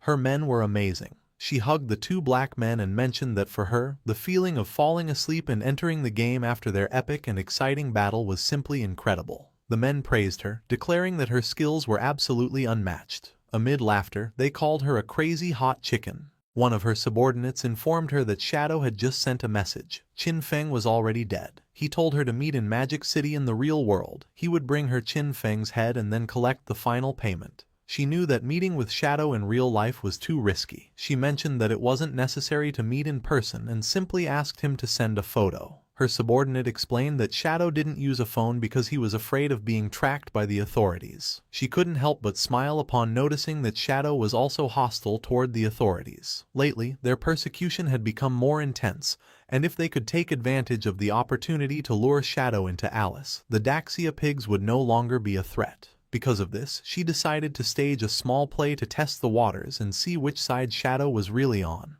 She decided that she wanted to meet with Shadow first in the game, and sent him the coordinates. She went to the ruins and called Skywalker. She addressed him with affectionate words, asking if he was there and expressing that she missed him. Then, she asked him for a favor, mentioning that she needed his help with a living one. King Feng was sitting and meditating. He was using silent concealment, a skill that allowed him to enter stealth permanently while remaining completely motionless. Noticing that she wanted to meet in the game, King Feng thought that Qiang Shishi was really clever. These coordinates, Spectre Academy, were not far from him. He logged into the game and decided to see what kind of tricks she had up her sleeve. A few hours later, King Feng went to the Magic City ruins, Spectre Academy. King Feng, still using invisibility, got off his mount. At that moment, some government agents appeared in front of King Shishi. They announced that the authorities had located her Spade Gang, identified her as Spade A, and advised her to surrender immediately and stop resisting. Otherwise, they would be forced to take military action.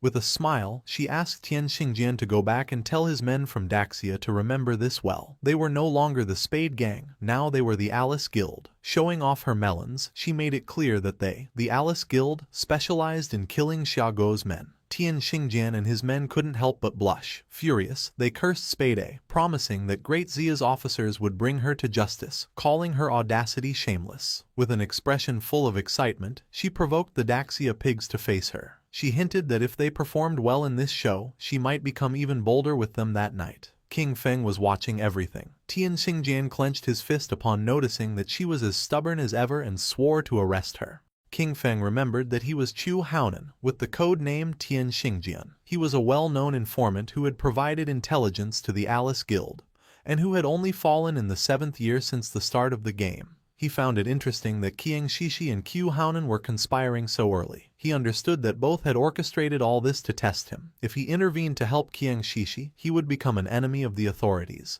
If he didn't, Qiang Shishi probably wouldn't meet Shadow in the real world. Our boy jumped and began descending from the sky.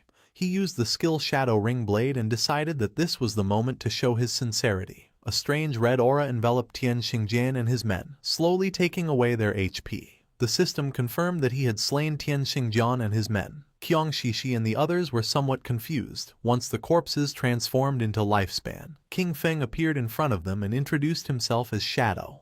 King Feng approached her and greeted her, introducing himself as Shadow. Qiang Shishi's eyes widened with love, and she couldn't help but feel excited and blush. To her, he was just too cool. She simply adored this kind of powerful man. She began to cry. According to her, it was a shame that Shadow was a pig from Daxia. She couldn't understand why such a powerful man had to be from Daxia and cursed the nation because she felt they didn't deserve him. Her subordinates were surprised to notice that King Feng had dealt more than 40,000 damage. They acknowledged that this was the power of the number one in the world and quickly greeted him. Our boy moved like thunder, killing the two men in an instant and causing their corpses to transform into orbs of lifespan. With a cold expression, he made up an excuse, saying that he didn't understand what they were saying, but assumed that they were definitely insulting him. Qiang Shishi was in shock. She clarified that they weren't insulting him, but simply greeting him. King Feng played dumb and offered an apology, recommending that to avoid future misunderstandings, it was better to speak the Daxia language in this place. Our boy decided it was time to begin the exchange, but before that, he ordered her to put on clothes. With a smile, she covered her melons and asked about King Feng's head. Deep down, she thought Shadow was a weirdo, but she really liked him. Shadow revealed that he had King Feng's head with him. He explained that he couldn't bring it into the game, but he could show it to her in real life if she was willing. Qiang Shishi opened the system window and with a confident expression decided to believe him. She had already witnessed Shadow's strength and believed he wouldn't lie to her. Shadow obtained 1,500 days of tradable lifespan. Our boy decided it was time to leave, but she asked him to wait. With a smile, she proposed a long-term collaboration, arguing that he had the skills and she had the money. She informed him that she had a new assassination target and, if he was interested, invited him to her house that very night. Sticking out her tongue and blushing like a tomato, she promised that she would fulfill anything he needed. Our boy became somewhat curious and asked who the assassination target was and what the payment would be. As she was logging off from the game, she suggested they meet in person to talk. She assured him that the payment would be several times more generous than this time and that she would wait for him that night at Magic City's port. King Feng became serious, wondering if her place at the port could be her yacht. At the same time, not far from the statue, Tian Xingjian and his men respawned. He was furious, cursing Shadow, as he knew that he would definitely betray the authorities. However, for him this was a success. Qiang Shishi had managed to ally with Shadow. He realized that the idiots in Zhonghai City should be held responsible for their constant conflict with Shadow. Next, he ordered Lin Qingyu to guide everyone to collect their lifespan first, as there might be action soon. Lin Qingyao, a woman with white hair, nodded her head. Her nickname in the game was Late Night Drizzle. She considered the possibility that Shadow really had allied with Spade. If this were true, they needed to find a way to eliminate Shadow, even if it meant death. She began to gaze at her hand and sank into her thoughts. She was aware that the gap between Shadow and herself was really big. She hadn't even managed to see his silhouette before everything ended. A few hours later, in the middle of the night, a hooded man arrived at Qiang Shishi's yacht. He introduced himself as Shadow and mentioned that he had come to find Spade. Upon noticing that Shadow had arrived, the guards recognized him. They informed him that they had been waiting for him and were ready to set sail, inviting him to come aboard. Shadow remained silent. It was nighttime and the yacht was sailing in the middle of the sea, far from the cities. While Shadow was distracted, Qiang Shishi appeared with a glass of wine. She wore an elegant red dress and offered him a glass, commenting that they were finally meeting. She didn't expect him to be so mysterious even in real life. Shadow got straight to the point and asked her who she wanted to kill. She approached Shadow and with a mischievous smile told him there was no fun in getting straight to the point. She suggested that with such a beautiful night and such pleasant company, they should leave boring matters for later. Instead, she invited him to have a drink and toast to the lovely evening they were spending together. Shadow took the glass of wine and without hesitating for even a second, took a sip. Qiang Shishi couldn't help but feel cheerful, and not long after, Shadow sat on the sofa. Qiang Shishi sat next to him and grabbed his arm, smiling as she questioned whether he was already feeling the effects, revealing that the drink contained her special secret recipe. She began to get aroused and revealed that anyone who drank would obediently follow her orders. She thought with euphoria that, just as she had imagined, even Shadow was just a man after all. However, her excitement turned into astonishment upon witnessing such a powerful reaction. Drooling, she sat in front of Shadow and asked him not to be nervous, to relax and enjoy. She explained her plan. When they both reached the highest wave, she would lift her hood so she could clearly see his face, as she was sure he must be incredibly handsome. However, for now, she wanted to keep the mystery. She began having fun with Shadow, completely amazed that Daxia had such a magnificent man. This made her understand why he was Shadow. A burning heat overwhelmed her as she marveled at the incredible experience. Feeling how a scorching heat consumed her, she urged him to continue, shouting that she was ready and for him to come out until finally reaching climax. At that moment, something strange happened and green flames emerged from Shadow's body, burning Qiang Shishi. She went into shock, feeling a scorching heat as she wondered if this was fire. Someone appeared next to her and grabbed the protective crystal pendant that she wore around her neck. They did not expect her to have such a good item that had saved her life. It was the protective crystal pendant of gold tier, universal accessory, whose unique effect granted the wearer a shield layer of damage immunity every 300 seconds. It was none other than Qin Feng, with his body emitting a suffocating aura and a penetrating gaze.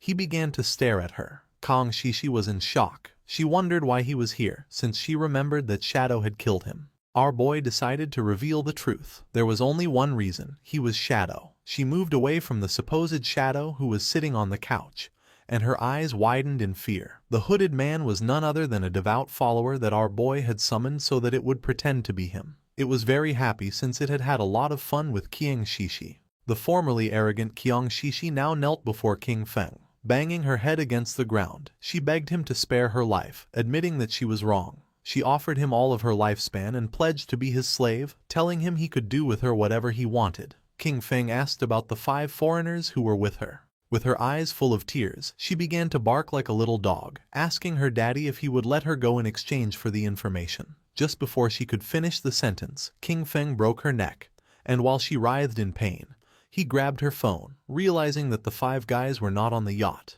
Qin Feng obtained 659 years of tradable lifespan. He wanted to catch them all at once, which was a shame. He decided that the first thing would be to use Qiang Shishi's phone to call the authorities. Not far from Qiang Shishi's luxurious yacht, police boats began speeding toward it. A large-scale murder case had been reported on the yacht, where one of the victims was the heiress of the president of Qian Group. According to the informant, the skills used by the killer closely matched those of Shadow from the game, making their identity almost certain. The investigation team was immediately dispatched to the crime scene. On the boats was also Tian Xingjian. He knew that Shadow lacked all law. He considered that such a gratuitous murder was a direct provocation against the laws of his country. Once on the boat, he would use search skills on the corpses, and as soon as Shadow's location was confirmed, they would open fire with full force to ensure that the target was eliminated. He would definitely avenge his Shishi. The police boats surrounded the yacht in a matter of seconds. They began to investigate Qiang Shishi's corpse. The preliminary autopsy showed that the cause of death was a fracture of the cervical spine. Unidentified DNA samples were found in her mouth, along with burn marks. Tian Xingjin cursed Shadow, for he not only killed, but also insulted the dead.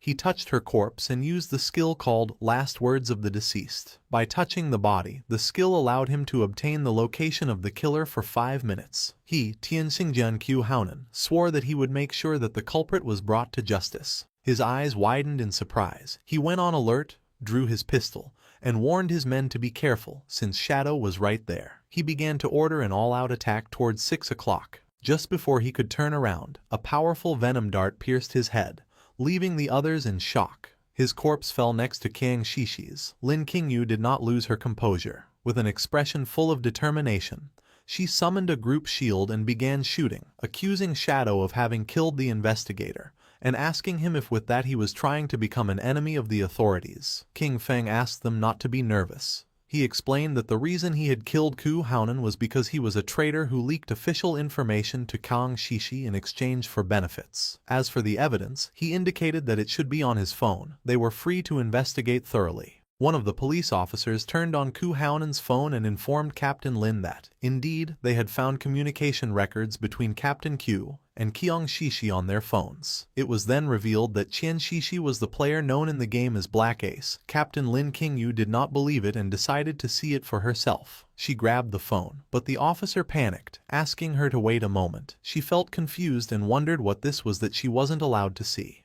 Her eyes widened in surprise when she saw a photograph of Qiu Haonan and Qiang Shishi kissing. She couldn't help but blush like a tomato when she opened the photo gallery and saw all the private photographs of Qiu Haonan and Qiang Shishi. The police officer got nervous, saying that he had already warned her. She realized that Shadow's words were all true. She finally understood. The last time Shadow had killed them in the game, it had only been a show for Qiang Shishi to see. Shadow had gained Qiang Shishi's trust in order to later find her and take care of her in real life. Afterwards, he informed the authorities, luring and killing Qiu Haonan. With one move, he had helped the officers solve 2 big problems. The police officer asked her why she kept staring at the photos so intently. She realized how terrifying Shadow was. She understood that, if he were hostile to the authorities, the consequences would be unimaginable. She remembered that just a few moments ago she had shot him. Although he probably wouldn't care or hold a grudge, she was worried that this could cause problems between him and the authorities. With a grateful expression, she thanked him for his help and apologized for having shot him earlier. Without hesitating for even a second, she shot herself in her own leg,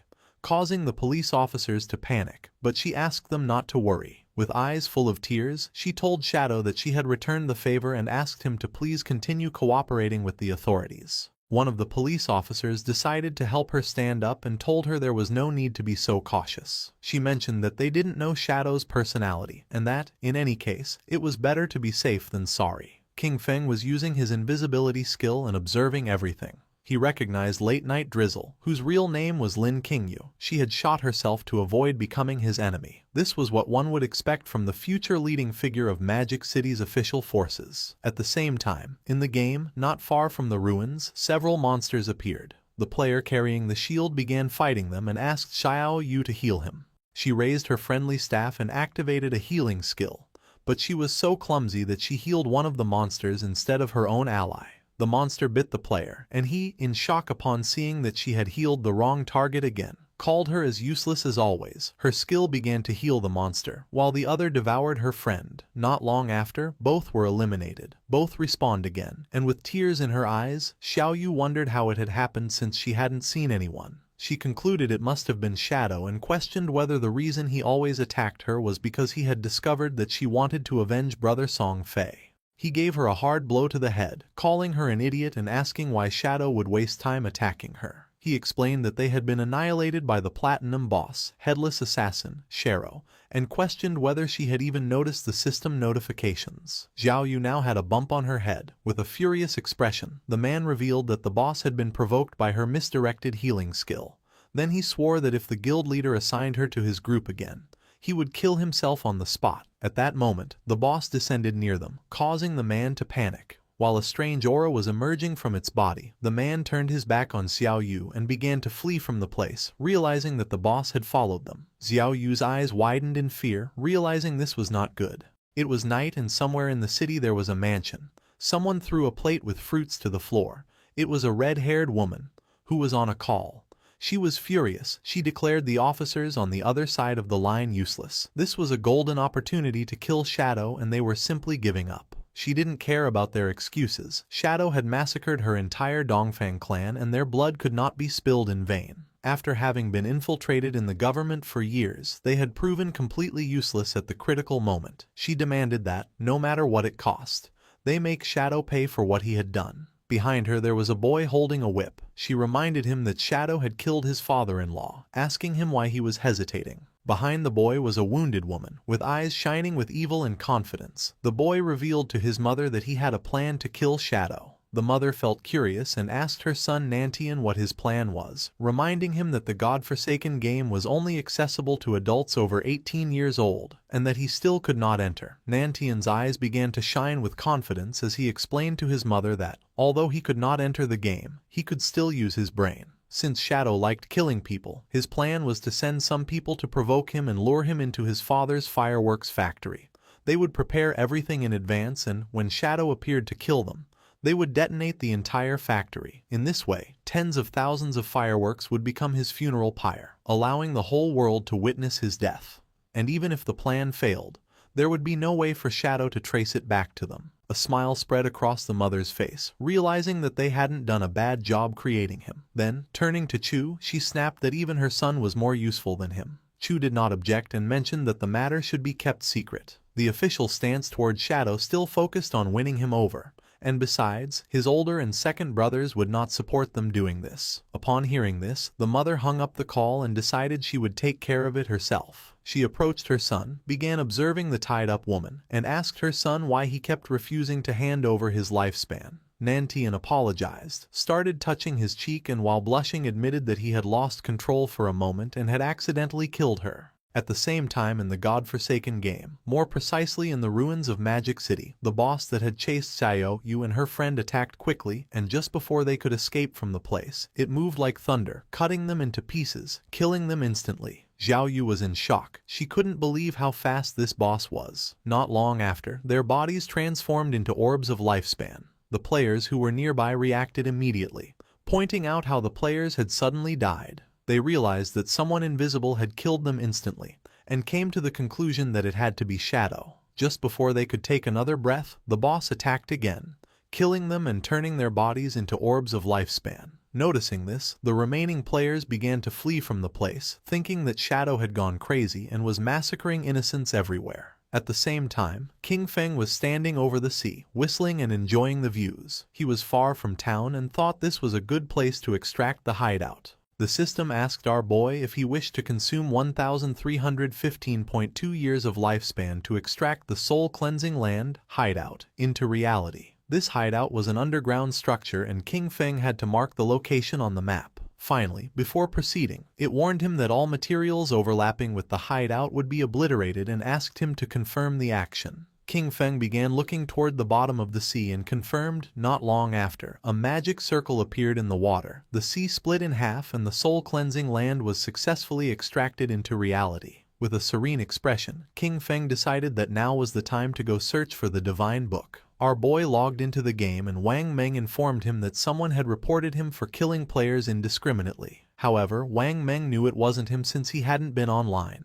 Upon investigating, he discovered it was a platinum tier boss attacking players named Headless Assassin Xiaoluo. Her stealth level was extremely high, no one could see her. Because of this, Wang Meng asked if he could take care of the situation. In the ruins of Magic City, the boss was massacring all the players in the area, leaving only lifespan orbs. Ongqun, who was hiding behind the rubble, couldn't help but feel fear, wondering what kind of divine boss she was, since not even his level 3 anti-stealth could detect her. Last time, the Iron Saintess had been overshadowed by Shadow, and he was very upset. With a confident smile, he revealed that the only problem was that he couldn't see the boss. Otherwise, he could have contained her by himself. He claimed that even if Shadow appeared, he would be powerless against this headless assassin, Xiaoluo. Yanyan panicked and asked Ongqun to lower his voice so as not to attract the boss.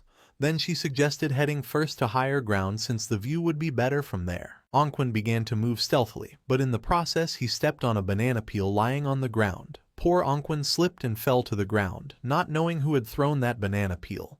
But just before he could finish speaking, the boss moved like thunder, cutting Yanyan and the subordinate in half. The bodies of Yanyan and the others transformed into orbs of lifespan. Ongqun was the only one who had not been eliminated thanks to slipping on the banana peel. He was in shock upon noticing that the boss had killed all her subordinates. Without losing a second, he grabbed an orb of lifespan, and when he turned around, he saw the boss. She raised her arm and prepared to eliminate Ongqun. Far from feeling fear, he challenged her, shouting that he wasn't afraid of her. While the boss was preparing the attack, Ongqun rolled, only to panic upon realizing that he had rolled too early. Without losing a second, Ongqun continued rolling without stopping. His eyes widened in confusion, wondering what she was waiting for and why she wasn't attacking him already. He started rolling non-stop around the boss, and in the process got dizzy since he had rolled to the limit. Ongqun stopped rolling and couldn't help but feel somewhat confused upon noticing that the boss was disappearing.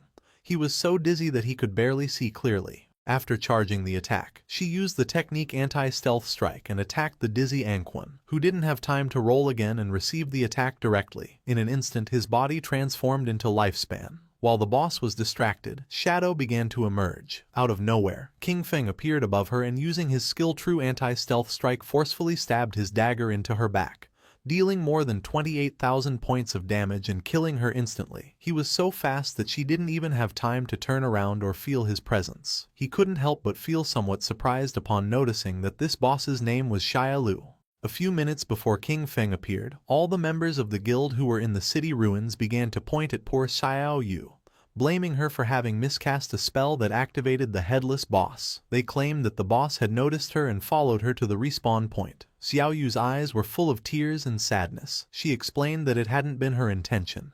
Two of the players were furious and told the guild leader that their teams wouldn't dare accept someone like her, as they would die without even knowing how it happened. The guild leader asked his men to lower their voices, asking them if they weren't afraid of attracting the boss. With a serious gaze, the guild leader realized that Xiao Yu was not made for combat. Because of this, he informed her that from now on she would be in charge of gathering information about hideouts. He offered her a reward of 3 years of lifespan if she found a gold tier hideout, and 10 years if she found a platinum tier one. He remembered that at the time, upon seeing that she had a hidden class, they had thought they struck gold. Pointing at Xiao Yu, the guild leader decided that from now on he would give her 1 year of lifespan each day, since her constant deaths were a great waste. A system window appeared informing Xiao Yu that she had received 2 days of tradable lifespan.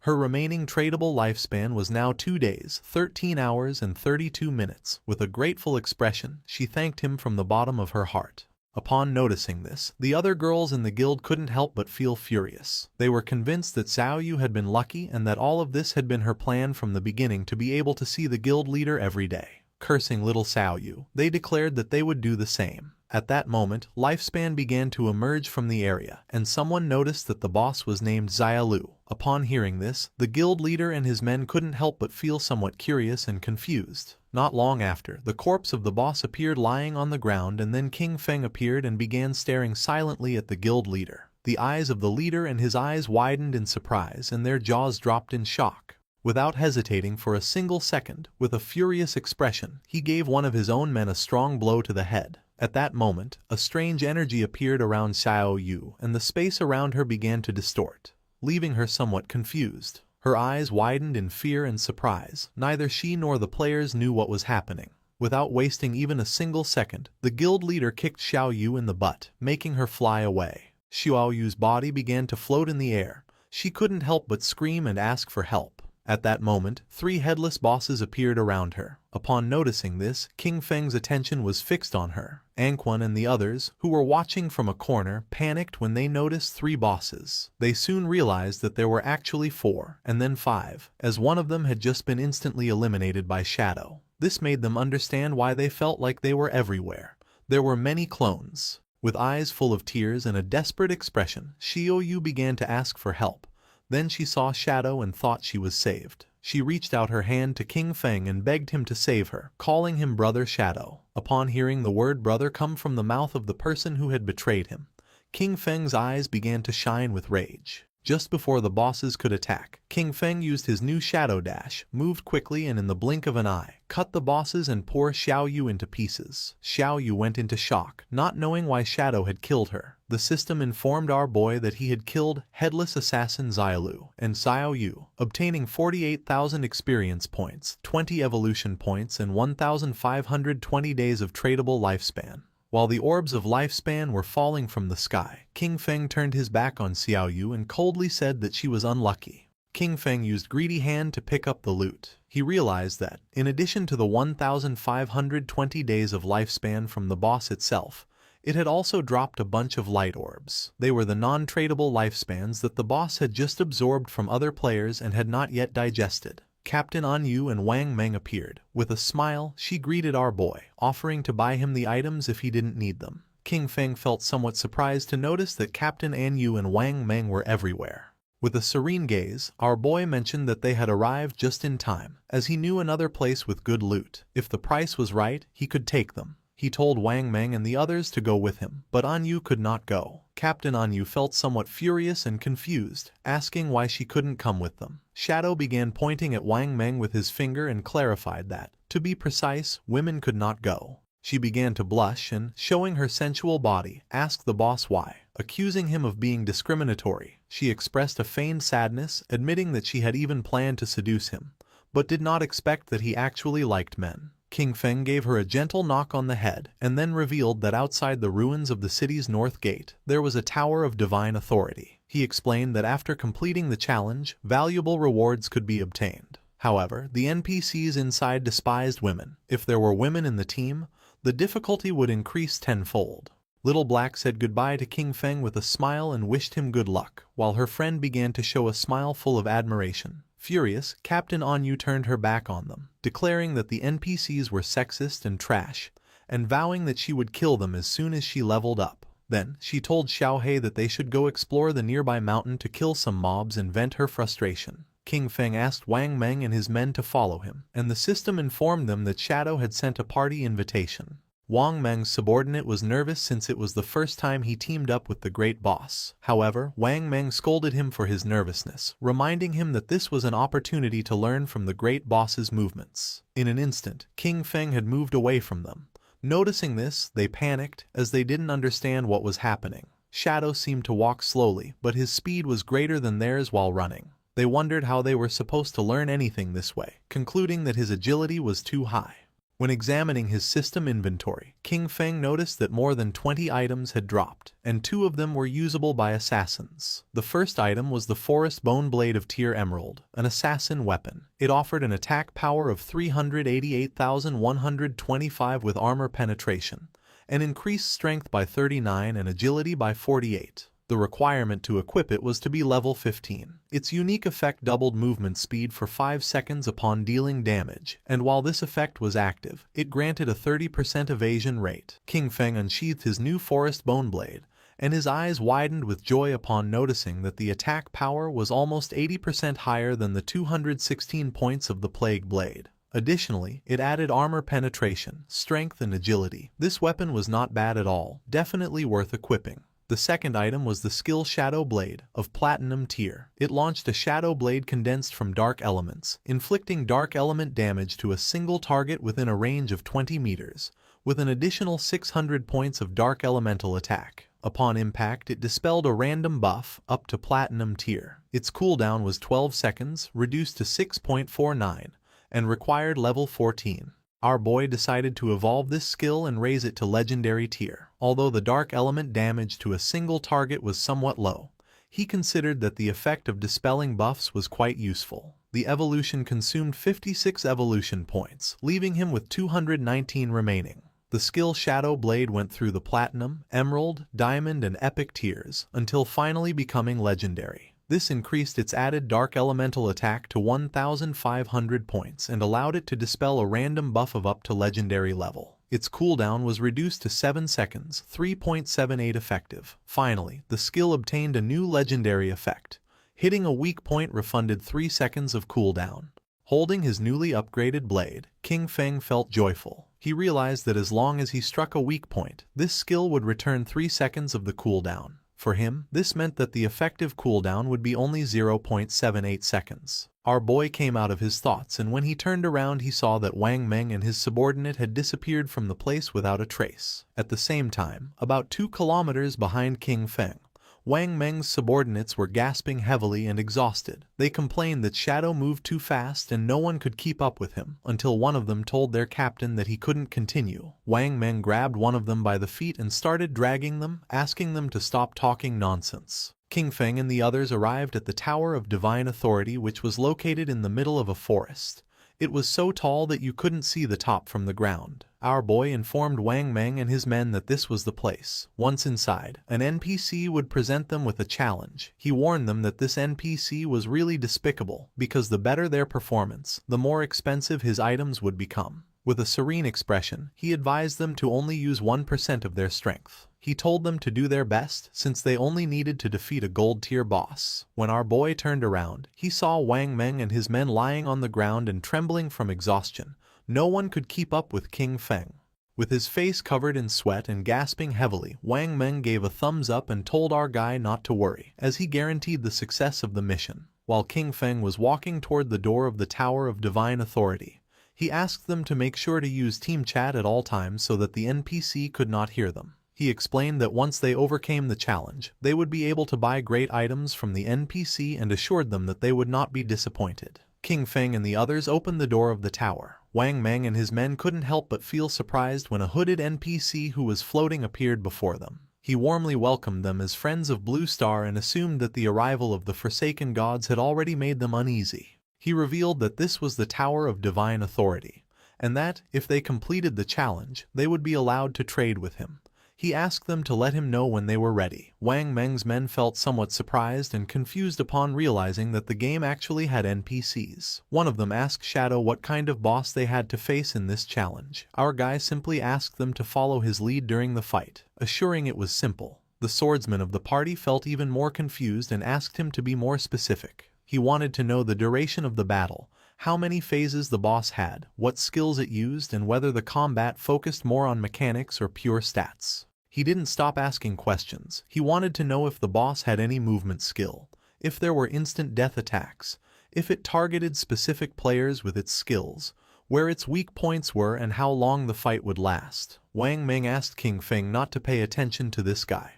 He explained that the boy was nicknamed Steady as an Old Dog, and that, after an accident during a mission in which 2 party members died, he was now super cautious no matter what he did. Without wasting more time, King Feng informed the NPC that they were ready to start. The swordsman panicked, informing that he still wasn't ready. The NPC lowered his head before them, announcing that it was time to start enjoying it. Not long after, a portal appeared and from it emerged a powerful boss, the gold-tier obsidian skull-splitting puppet of level 20. The swordsman's eyes widened in surprise and fear, realizing that this boss was level 20, while the highest level among them was only 11. Calm as always, King Feng assured that there was no problem and indicated to Wang Meng to go first. Following Shadow's order, Wang Meng unsheathed his shield and took his sword out of the inventory. Using his skill Shield Charge, Wang Meng launched himself headfirst at the boss, giving him a strong shield blow to the teeth. The boss became enraged and struck Wang Meng. Luckily he was fast and was able to block part of the attack thanks to his shield, but in the process his body was sent flying. King Feng moved like thunder and grabbed Wang Meng, preventing him from crashing into the wall. The swordsman and the archer were somewhat confused upon noticing this and felt somewhat worried for our boy. King Feng began staring at the boss. He told the archer not to worry about it and to use the skill Starshine Shot. Then, he ordered the swordsman to use Triple Ground Slash. Both nodded their heads. The archer fired a rain of arrows at the boss, causing him terrible pain. And taking advantage of its lowered guard, the swordsman moved like wind and attacked with precise yet powerful slashes. The boss opened its mouth and started to bleed, then it became enraged and struck the ground forcefully. A powerful aura appeared around its body and then a strange black energy began to form around the swordsman. Noticing this, King Feng realized that the boss had entered berserk mode. He warned them that he would take care of it and that everyone should stay away from the black oil. The swordsman began to crawl away from the energy, while on the other side, the archer narrowly dodged one of the attacks. King Feng jumped into the air and threw his shadow blade at the monster. The attack was so fast that the boss had no time to react, and the blade hit him right in the face, causing more than 4,500 points of damage. Far from calming down, it started to roar, but King Feng used a skill to dispel the berserk state. Wang Meng couldn't help but smile, commenting that the damage inflicted didn't match his status. It was as if the boss had taken off his gear. With an expression full of joy, the swordsman mentioned that Shadow was really good at acting, having stayed in the corner the whole time. The NPC must have thought he was a complete noob. The archer became somewhat curious and asked our boy how he had found out that the NPC's items were more expensive the stronger the players were. He was even more curious to know how King Feng had discovered this. King Feng began to ponder and then explained that the game held many secrets, with much information buried in the depths of the ruins. He told them they should often ask themselves if they had made an effort to explore and if their knowledge base had grown. The archer and the swordsman remained silent, not knowing what to say. While they were distracted, the boss opened its mouth and began to charge a fireball. As little by little the fireball summoned by the boss became more powerful and large, King Feng warned them that the boss was about to spin clockwise and spit fire. He ordered them to make sure to dodge it, explaining that the black oil on the ground, combined with flames, could burn them to death in just 3 seconds. Wang Meng and the others began to disperse and then Wang Meng warned Old Dog that he was running in the wrong direction. King Feng did not take long to realize that it was too late to dodge, so he ordered Wang Meng to activate invincibility and block the attack for him. Wang Meng obeyed and blocked the attack using his shield. King Feng congratulated him and ordered them that, once the flames subsided, they should use their highest damage skills and attack with everything. The archer unleashed a rain of arrows. The swordsman jumped and prepared to attack, with Wang Meng closely following to block any attack from the boss. The combined attack worked and just before the boss could take another breath, Wang Meng and the others dealt more than 25,000 points of damage, killing it instantly. The system congratulated them for having defeated the level 20 Obsidian Skull Splitter Golem. Wang Meng and the others felt somewhat relieved and happy. King Feng did not lower his guard, remembering that the complicated part of this boss was that, once its HP fell below 70%, it entered a berserk state. While the effect dissipated, its strength was approximately the same as that of a silver-tier boss. The NPC reappeared in the sky and congratulated them, informing them that they were the first players from Blue Star to overcome his trial. While the items were materializing, the NPC began to laugh, revealing that now, as long as they offered their lifespan, they could trade with him for the divine gifted tome. The NPC used his powers and his name appeared above his head. He was called Vickley. Upon noticing this, the swordsman couldn't help but feel somewhat surprised, as the man actually had 6 fingers. The eyes of the NPC began to shine and his gaze fixed on the swordsman. Without wasting another second, he summoned a thunderbolt which descended upon the swordsman, causing him more than 99,000 points of damage and killing him instantly. His body transformed into orbs of lifespan and Wang Meng panicked, not understanding why the NPC had suddenly attacked him. Calm as always, King Feng mentioned that the taboo established by this NPC was related to his fingers. He clarified that NPCs and players could not attack each other unless the player first broke the taboo set by the NPC. Because of this, as long as they didn't mention his fingers again, they would be safe. A question came to Wang Meng's mind. He didn't know if King Feng could defeat this NPC. Our boy revealed that for now he couldn't. The system revealed the reality about these NPCs. They were powerful beings from other timelines who had obtained divinity. Bound by ancient and eternal rules, they arrived at Blue Star disguised as NPCs to collect the lifespan of players. With an arrogant expression, Vickley asked them to choose the divine skill book they needed, exchange their lifespan for it and get lost. Upon seeing the skills books, Wang Meng went into shock. He discovered that it was possible to spend lifespan to create daily necessities in reality, like all kinds of food, water, and drinks. He understood that with these divine books, even if a disaster occurred, they would be completely supplied. As expected from King Feng, he had really led them to obtain something good.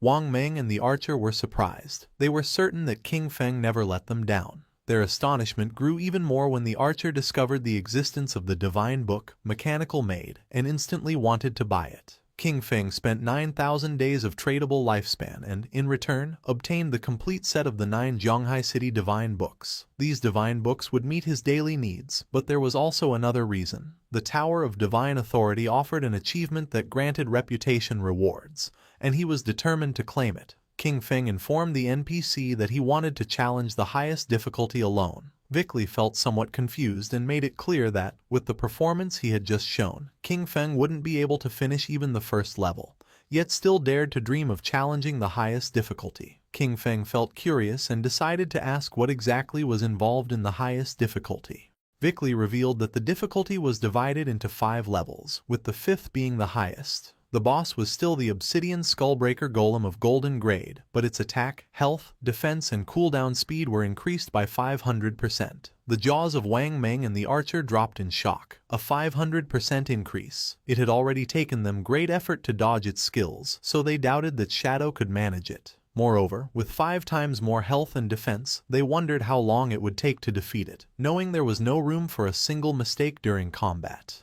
Vickley began staring at King Feng. He warned him that if he died during the challenge, the lifespan he dropped would belong to him, and asked if he was sure he wanted to accept it. King Feng ignored the warnings and nodded his head, making clear that he wanted to accept it. Vickley began to summon a ball of magic, gladly accepting what he considered a gift. For Vickley, the players from Blue Star had already become too arrogant so early in the game. Really, they were asking for death. The previously defeated boss was resurrected. Now it was the Golden Obsidian Skull-Splitting Golem, with its strength increased by 500%. King Feng drew his dagger. He knew that Vickley could empower his summoned creatures and that 500% was not the limit. In fact, he remembered that when he defeated him in the past, Vickley had increased his summons up to 2,000%. This represented the perfect opportunity to test his new weapon. King Feng shot a poisonous dart at the boss, which activated the effect of Black Flame's gift, reducing the target's defense and all its elemental resistances by 7%. Then, the special effect of the Emerald Bone Blade was activated, increasing our boy's speed by 100% for 5 seconds. The boss launched flames and just before they could get close, King Feng disappeared without a trace. While it was distracted trying to understand what had just happened, King Feng appeared behind it, landed on its head and stabbed his dagger into its skull, activating the special effect of Emerald Bone Feather. The powerful monster began to roar in agony. King Feng disappeared again, and his speed increased by 100% for 5 seconds. Upon witnessing King Feng's incredible speed, Wang Meng and the archer were in shock. At first they believed he had become invisible again, thinking that the cooldown of his skill was too short. Soon they understood that it was not any skill. Shadow's speed was so extreme that it created the illusion of simply vanishing. King Feng decided to use Blessed Liberation, which would make his next attack cause the throat slash effect. Using Shadow Dash, our boy moved like thunder, causing more than 100,000 points of damage to the boss. The attack activated Black Flame's gift, which reduced its defense and all its elemental resistances by 64%.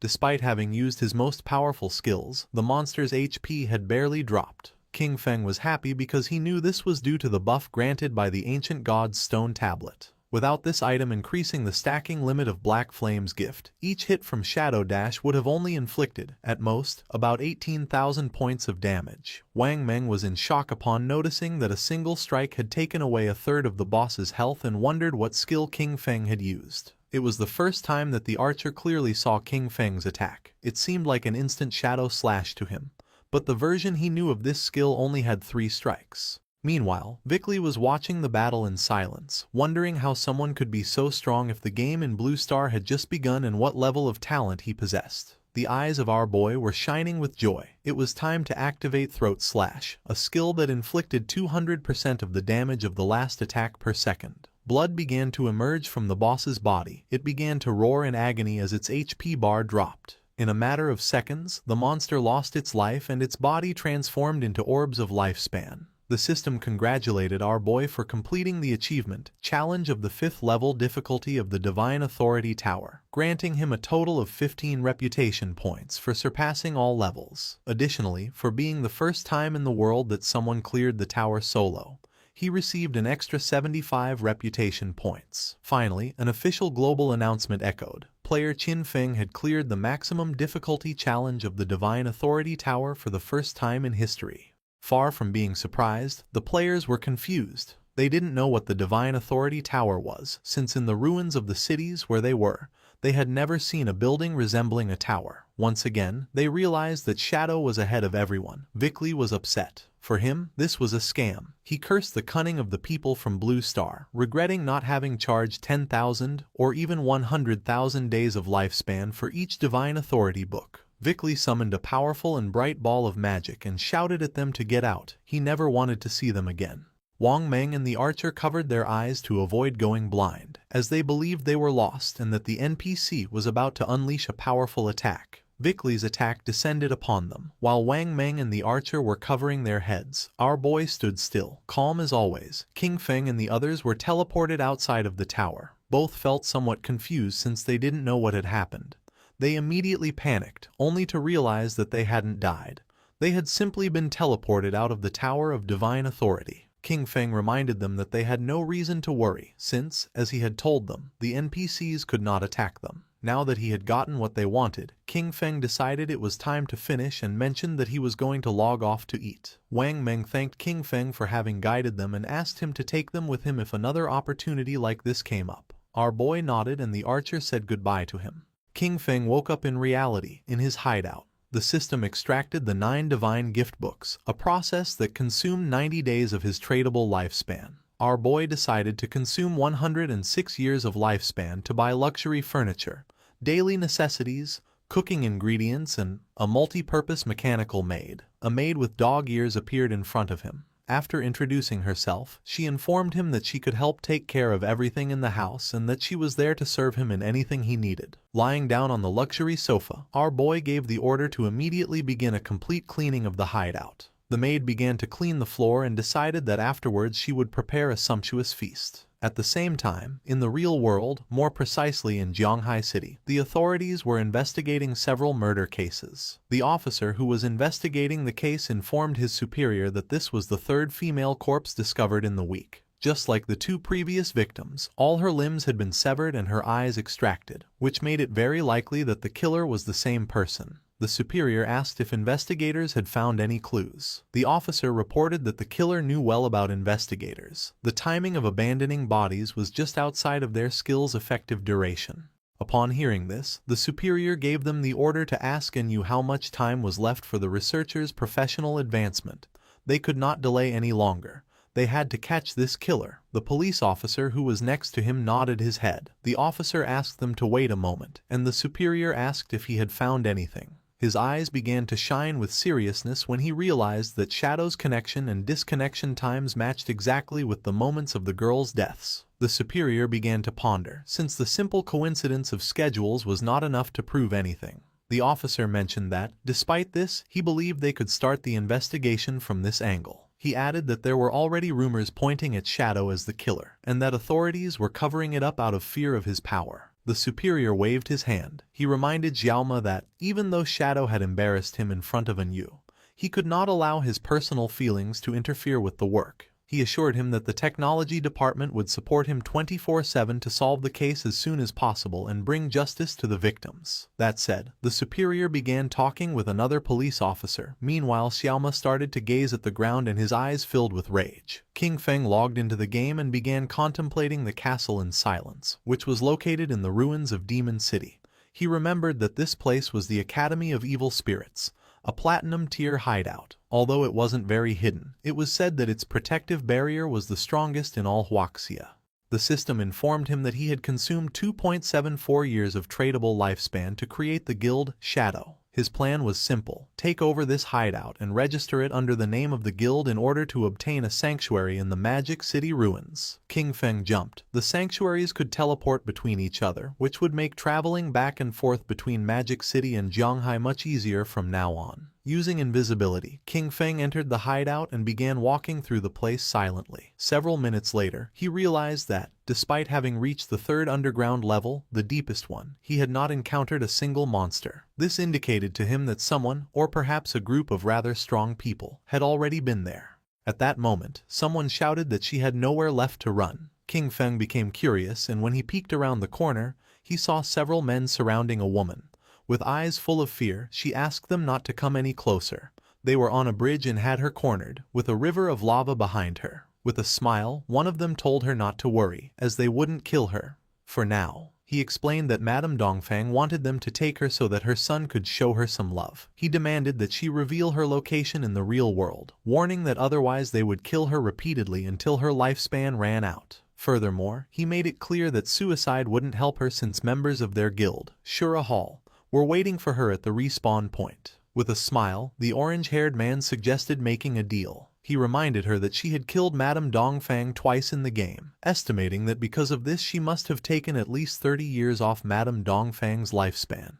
The woman remained silent, lost in her thoughts. He advised her to give them those 30 years of lifespan and then play with the three of them for a while, promising that in return they would let her go. With eyes full of tears from fear, she asked what exactly it was that they wanted to do. They began to smile, and then one of them pulled down his pants, causing the poor woman to panic. With a mischievous smile, the man with orange hair revealed that this was how they played.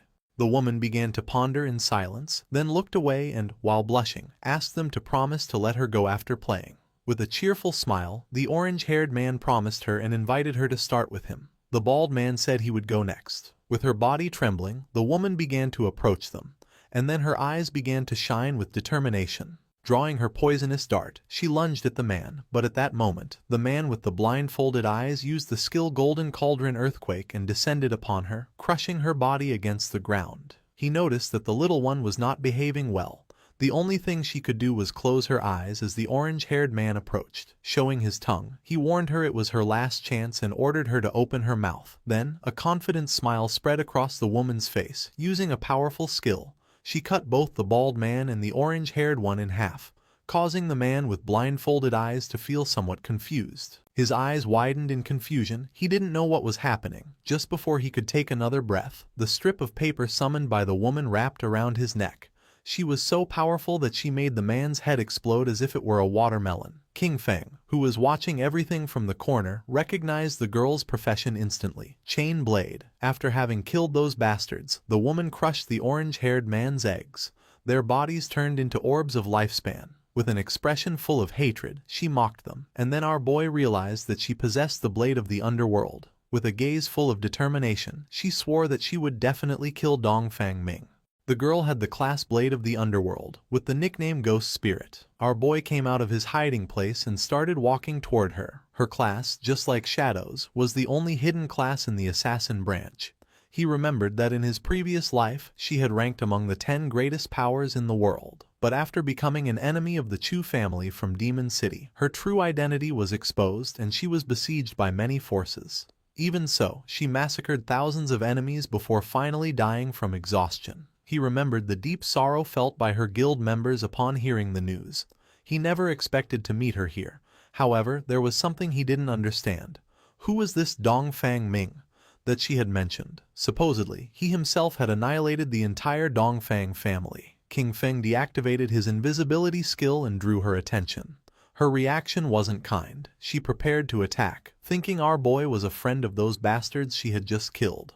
King Feng denied knowing those guys. She got tired and lunged at him, asking him to prepare to die. As always, King Feng remained calm. With a furious expression, Ghost Spirit used her skill Underworld Chain Blade. In the blink of an eye, the strip of paper began wrapping around King Feng's body. But just then, King Feng turned into shadow and disappeared without a trace, leaving Ghost Spirit somewhat confused. Our boy appeared behind her and decided to play along. Upon hearing this, her eyes widened in surprise and fear. Knowing she was in danger, she jumped away from him. She used shadow stealth and her body turned into shadow, disappearing without a trace. King Feng was somewhat surprised to notice that she had become invisible. He also decided to use shadow stealth and also disappeared from the place. Several minutes passed and nothing happened. Noticing this, Ghost Spirit was somewhat confused. She couldn't see him. Even though her class, Blade of the Underworld, had a built-in level 4 anti-stealth, it was impossible for her to detect him.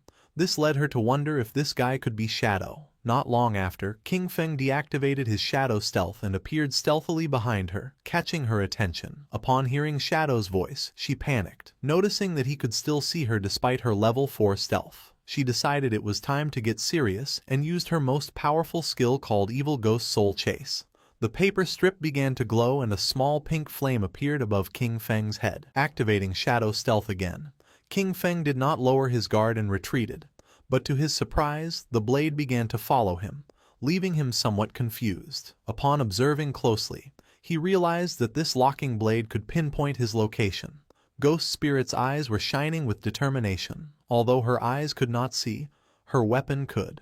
No one who was targeted by the evil Ghost Soul Chase could escape. King Feng tried to flee, but it was in vain since the blade kept following him. He realized that this class could ignore stealth levels. She was truly someone out of the ordinary. King Feng was cunning and began moving in circles around Ghost Spirit, and by the time she noticed his plan, it was already too late. She decided not to give up so easily, and when she tried to catch King Feng, the strip of paper wrapped around her body, leaving her immobilized. Grabbing the strip of paper, King Feng lifted it and clarified to her that he was Shadow, not someone sent by Dongfang Ming, assuring her that if he had wanted to kill her, she would already be dead. With no other option, Ghost Spirit decided to believe our boy, asking him to let her down. King Feng got straight to the point and asked if the Dongfang Yue she mentioned was from the Dongfang family of Jianghai City. Even while hanging upside down, she nodded, clarifying that however, she had married into the Chu family, so her relationship with the Dongfang family was no longer as close. Our boy understood that a fish had escaped from the net. Apparently, Dongfang Yue was not present when he annihilated the Dongfang family. Ghost Spirit's eyes widened in surprise upon realizing that it was he who had annihilated the Dongfang family.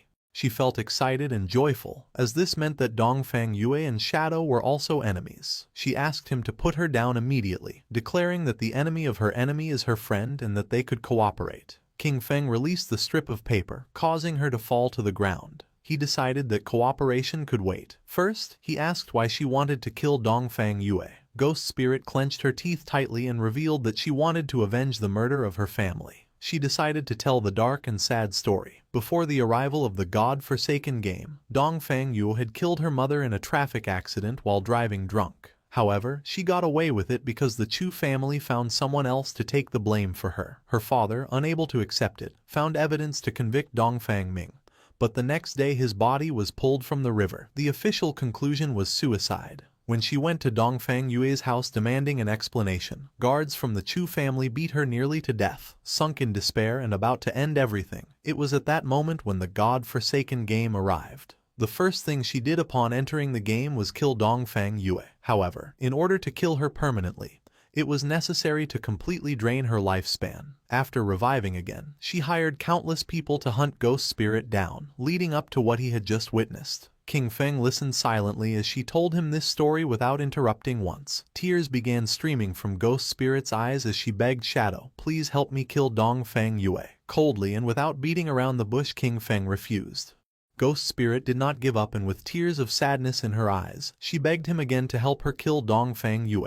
Our boy began to stare at her. She was not a person who gave up so easily. With a sad expression, she assured him that she would not ask for his help for free. She offered everything she had, promising to work for him and give him all the lifespan she earned, her equipment and her skills, all this in exchange for his help to kill Dongfang Yue, declaring that she would even become his slave voluntarily. King Feng began to observe her in silence, and his eyes filled with surprise. With an arrogant gaze, he told her that he would not help her kill her, since that was her revenge and could only be settled by her own hands. King Feng was not a villain and told her that he would help until then. However, how far she could go would depend on her own destiny. Ghost Spirit was in shock and her eyes widened with confusion. She didn't know how he was going to help her. King Feng was honest and with a serene gaze asked her to join his guild, become one of his people, and he would help her complete her revenge. A system window appeared informing her that Shadow had invited her to join the guild. Shadow. She began to ponder silently, and then her eyes started to shine with joy upon realizing that the guild of Shadow consisted only of him,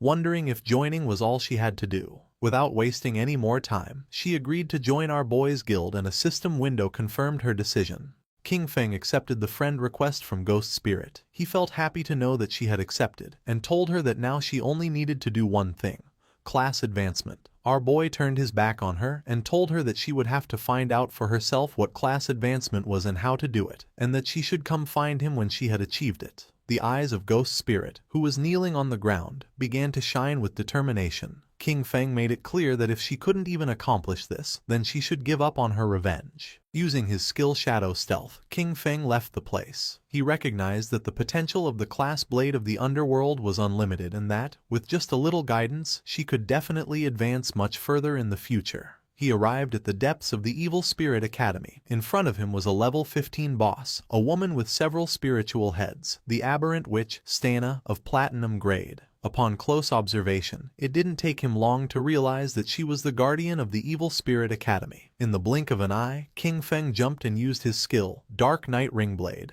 against the boss, causing 26,000 points of damage and activating Weak Point Strike. He descended to the ground, remembering that in the first phase, only one of the 4 heads of the boss would activate and she was immune to physical damage. Because of this, he could only use his elemental skills, which inflicted slightly less damage. He summoned his Shadow Blade and his eyes began to shine with confidence, as he had the Pale White Bone Blade, which increased his movement speed, and his skill, Shadow Blade, also reset its cooldown when hitting a target. King Feng began to summon hundreds of Shadow Blades, and then attacked the boss, causing them to pierce one of her spiritual heads, dealing more than 200,000 points of damage. This turned him into a mobile Gatling gun of fire attacks. Not long after, her golden head exploded into pieces. Shadow did not lose his composure, remembering that in the second phase, 3 heads would activate simultaneously. Her eyes began to shine with rage, and her gaze fixed on our boy. Not long after, the heads started firing bursts of energy from their eyes,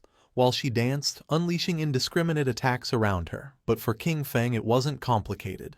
Without much effort he dodged the attacks and then stabbed his Shadow Blades into the boss's head, dealing more than 200,000 points of damage. While she writhed in pain, King Feng descended to the ground and turned his back on her, ending the show. He threw his last Shadow Blade, causing the boss's body to explode, creating a great explosion. The system notified that he had killed Aberrant Witch Dostana, gaining 50,000 EXP and obtaining the Evil Spirit Academy's hideout key of Platinum tier. His eyes widened in surprise when the system revealed that he could now advance his class. King Feng decided to advance his class and a shadow began to surround his body. His class shadow advanced from Tier 1 to Tier 2, and with this, his attribute bonuses increased.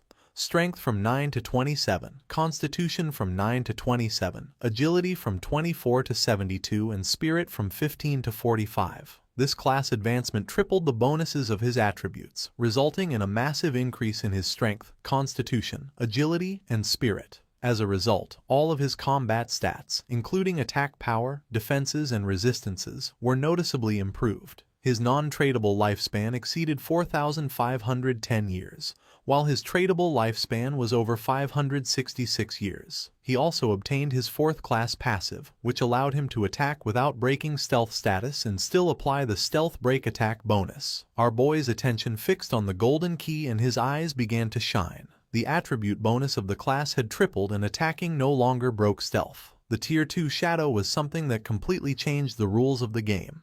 Several minutes later, outside the Evil Spirit Academy, someone returned and Ghost Spirit panicked upon noticing that they dared to come back. They were the same men she had eliminated before. Now there weren't just 3.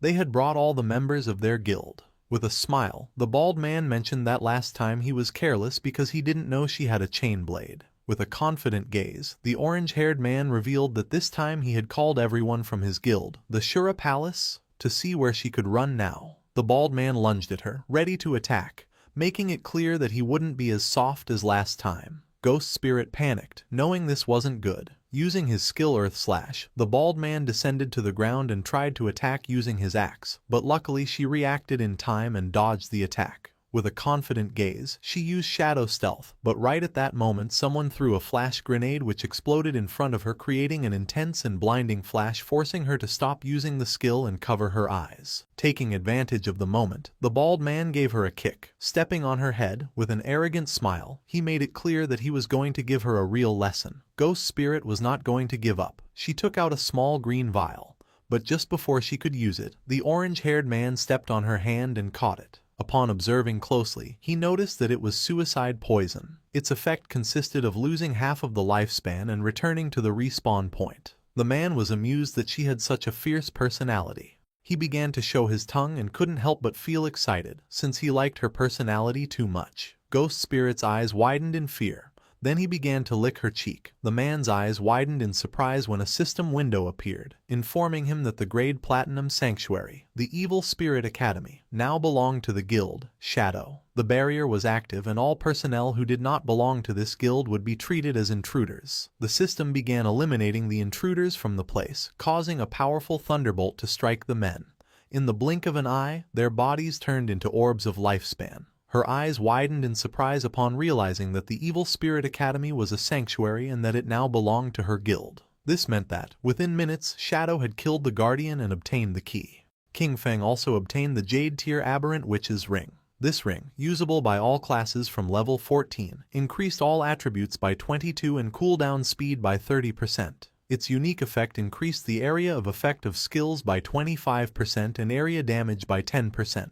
As if that weren't enough, he also got the Platinum Grade Virulent Poison Trap. This Platinum Grade skill, for the Assassin and Hunter classes, allowed him to place a trap with level 5 stealth. Enemies who triggered it would receive 500 additional poison damage, a 50% slow for 5 seconds, and continuous poison damage equal to 100% of his attack power. He could place a maximum of 3 traps, each with a 4.65 second cooldown and a duration of 3,600 seconds. He was satisfied, as 2 items an assassin could use had dropped. He considered the ring to be quite good. His instant Shadow Slash and Dark Knight Ringblade skills were both area of effect, so this represented a huge improvement for him. His eyes began to shine with joy, as he also had 363 evolution points, just what he needed to evolve his Backstab Enhancement skill to Legendary. He consumed 340 evolution points, leaving him with 23. His skill, Backstab Enhancement, evolved from Epic to Legendary. The passive effect now increased damage when attacking from behind from 75% to 100%.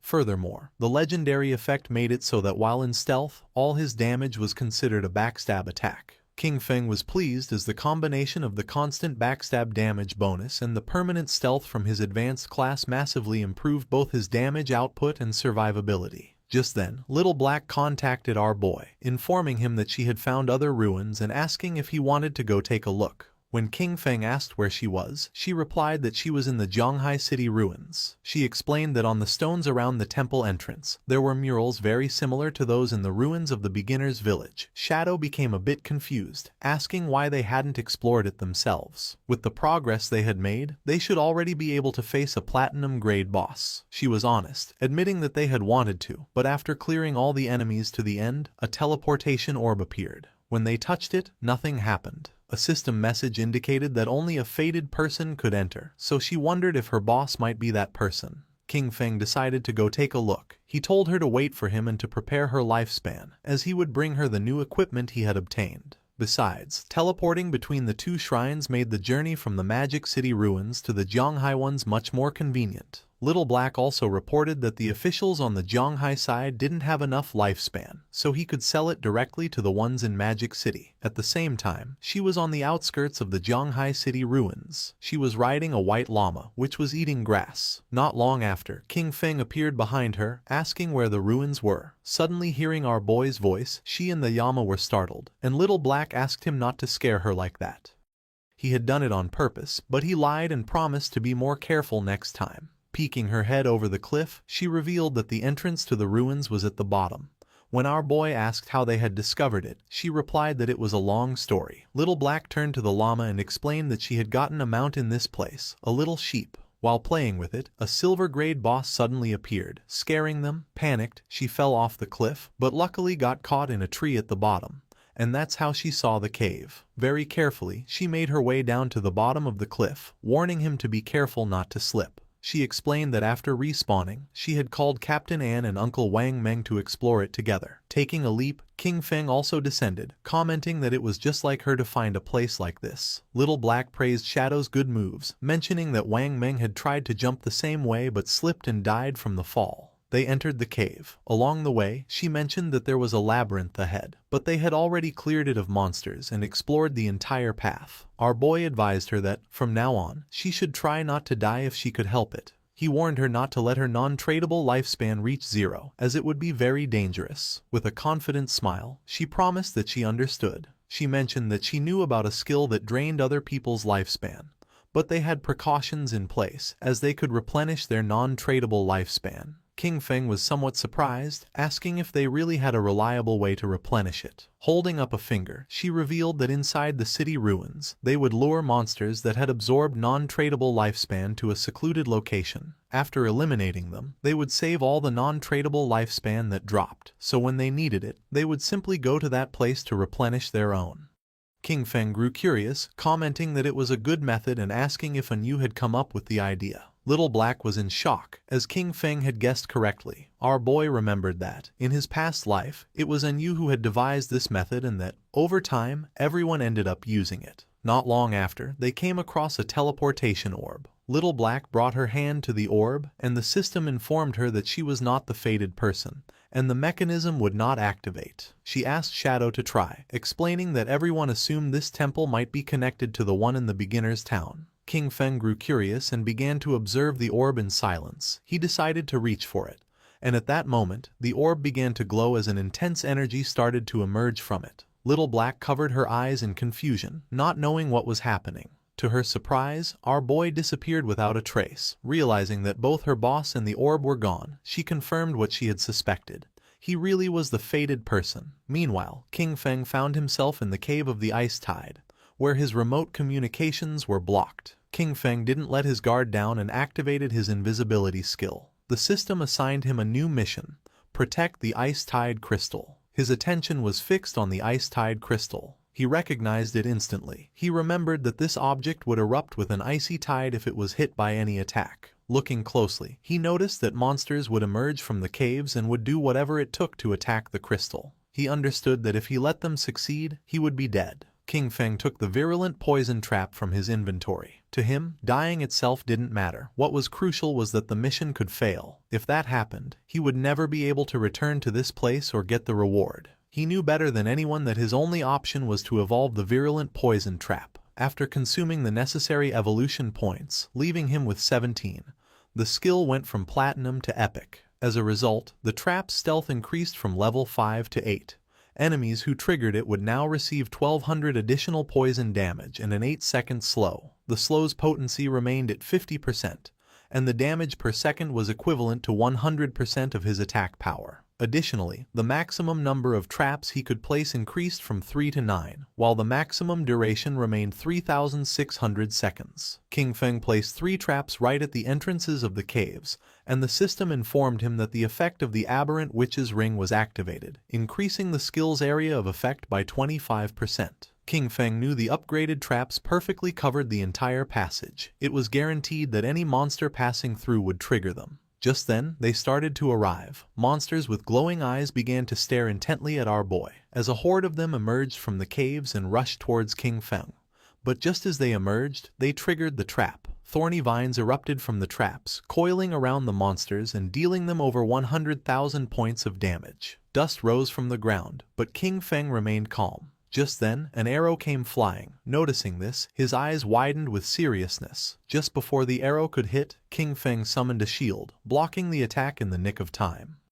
His attention was fixed on a mob carrying a bow, realizing there were ranged ones too. Outside the Magic City ruins, a mage, Dongfang Yue, met with the orange-haired man and asked if his guild was giving up on hunting Ghost Spirit, also known as Guiling, now that she was a member of the Shadow Guild. The man nodded, confirming they couldn't do it and that she would have to find someone else. She gripped her magic staff tightly, questioning why he considered Shadow a greater threat than her. She reminded him, calling him a peasant, not to forget that she possessed all of his personal information and that killing him in the real world would be a piece of cake. His eyes widened with rage. Just before she could utter another word, the man had had enough and landed a heavy punch on her cheek, sending her body flying.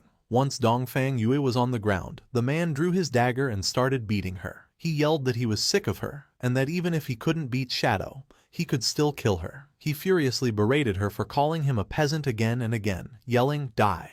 repeatedly with each blow. In the blink of an eye, she died and her body began to transform into orbs of lifespan. She woke up in the real world at the Chu family residence, her golden-cased phone in hand. She was furious. She couldn't help but clench her fist tightly, indignant that those peasants from the Shura Palace had dared to kill her, Dongfang Yue. Immediately, she demanded her husband send people to catch them all. Her husband was somewhat confused and asked if she meant the Shura Palace, the group she had hired to capture Ghost Spirit. With a furious expression, she explained that Ghost Spirit had now joined Shadow, and that those people didn't dare to continue for fear of his retaliation. Her husband explained that they would deal with those peasants after eliminating Shadow. He informed her that he had already arranged for men from the Black Dragon Hall of Magic City to go after him, assuring her that the plan was already in motion and that she could soon avenge her family. Her eyes widened with rage, a fury directed at both Shadow and those peasants. Her mind filled with excitement, and with a confident expression, she swore she would avenge the Dongfang family and slaughter each and every one of them. In the cave of the Ice Tide, King Feng threw his short blade, which embedded itself in the eye of the bow-wielding monster, killing it instantly. To him, it didn't matter that they were ranged mobs, as his Shadow Blade skill reset its cooldown upon hitting a weak point, making it a simple matter of 1 slash per kill. The Ice Tide crystal was full of cracks and about to shatter when the system announced that the guard mission was complete and that he should claim his reward. This took him by surprise, wondering if it was already over. The Ice Tide crystal shattered into pieces, and then a golden chest appeared. King Feng's attention was fixed on it as he realized it was an epic treasure chest. He extended his hand towards the chest. Last time, an epic chest had given him graceful release. Now he would see what this one contained. The chest opened, and a powerful golden light began to emerge from it. Then a woman started to manifest. She was an NPC. King Feng was somewhat surprised, as it was the same NPC who had been next to the epic chest last time. With her eyes closed, she began to speak in a strange language, one that King Feng recognized as the language of the old gods. She communicated to him that he had passed the 2 trials and that he was the chosen one. To our boy, this was strange. He obviously couldn't comprehend the language, and yet he understood its meaning perfectly, wondering if it was because of his eye of judgment. As her body was transforming, she revealed that the old gods had already perished, and that he was the heir to the mantle of judgment. The NPC's body began to change. The only thing Shadow could do was watch in silent amazement. Little by little, the NPC's body began to change. The third eye on her forehead opened as a powerful aura emerged from her body, and she informed King Feng that her name was Asathis, that she would follow him and witness him become the true god of judgment.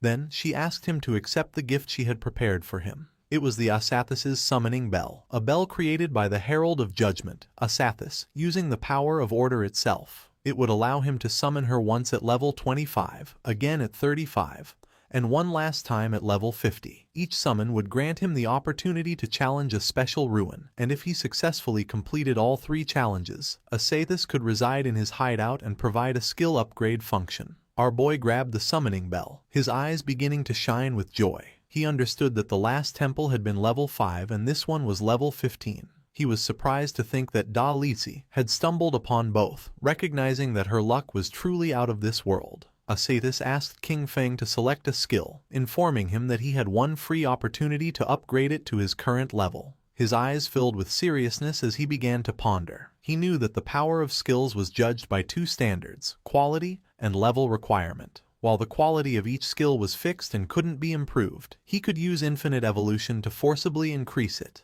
Even an ordinary skill like Shadow Lurk could be turned into a mythic grade if he wanted. On the other hand, the level requirement not only defined when a skill could be used, but also determined its overall power. In terms of stats, a level 5 Shadow Lurk and a level 51 were worlds apart. Obtaining high-quality, high-level skills was extremely difficult, but in the future, none of this would be a problem for him. All he had to do was consume lifespan to increase the level of any skill. With a confident gaze, he chose to upgrade his highest grade skill, Graceful Release. Asathis kissed King Feng's hand, fulfilling his wish. As a result, his mythic skill Graceful Release was upgraded from level 10 to 16. The weak point attack correction increased from plus 300% to plus 410%, and the attack multiplier on these points was doubled. Furthermore, its active use now applied a throat slit effect, inflicting 310% of the initial attack's damage per second for 3 seconds, with a cooldown of 6.97 seconds.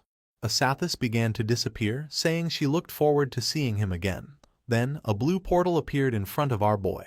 It was the portal to leave. Before leaving, King Feng turned around and reached out, noticing that there was still something left in the chest. He obtained the Epic Tier Bafich's equivalent exchange agreement. It was a pair of epic grade leg armor for the assassin class, requiring level 15. It granted 198 physical defense, all elemental resistance and damage block, along with 19.8% damage reduction and plus 19.8 whispering resistance. Its unique ability, Art of Equivalent Exchange, allowed him to sacrifice a piece of equipment or a skill book of up to epic grade to randomly receive another of the same level and grade for his class, with a 1-hour cooldown. He grabbed the skill book and his eyes began to shine with joy.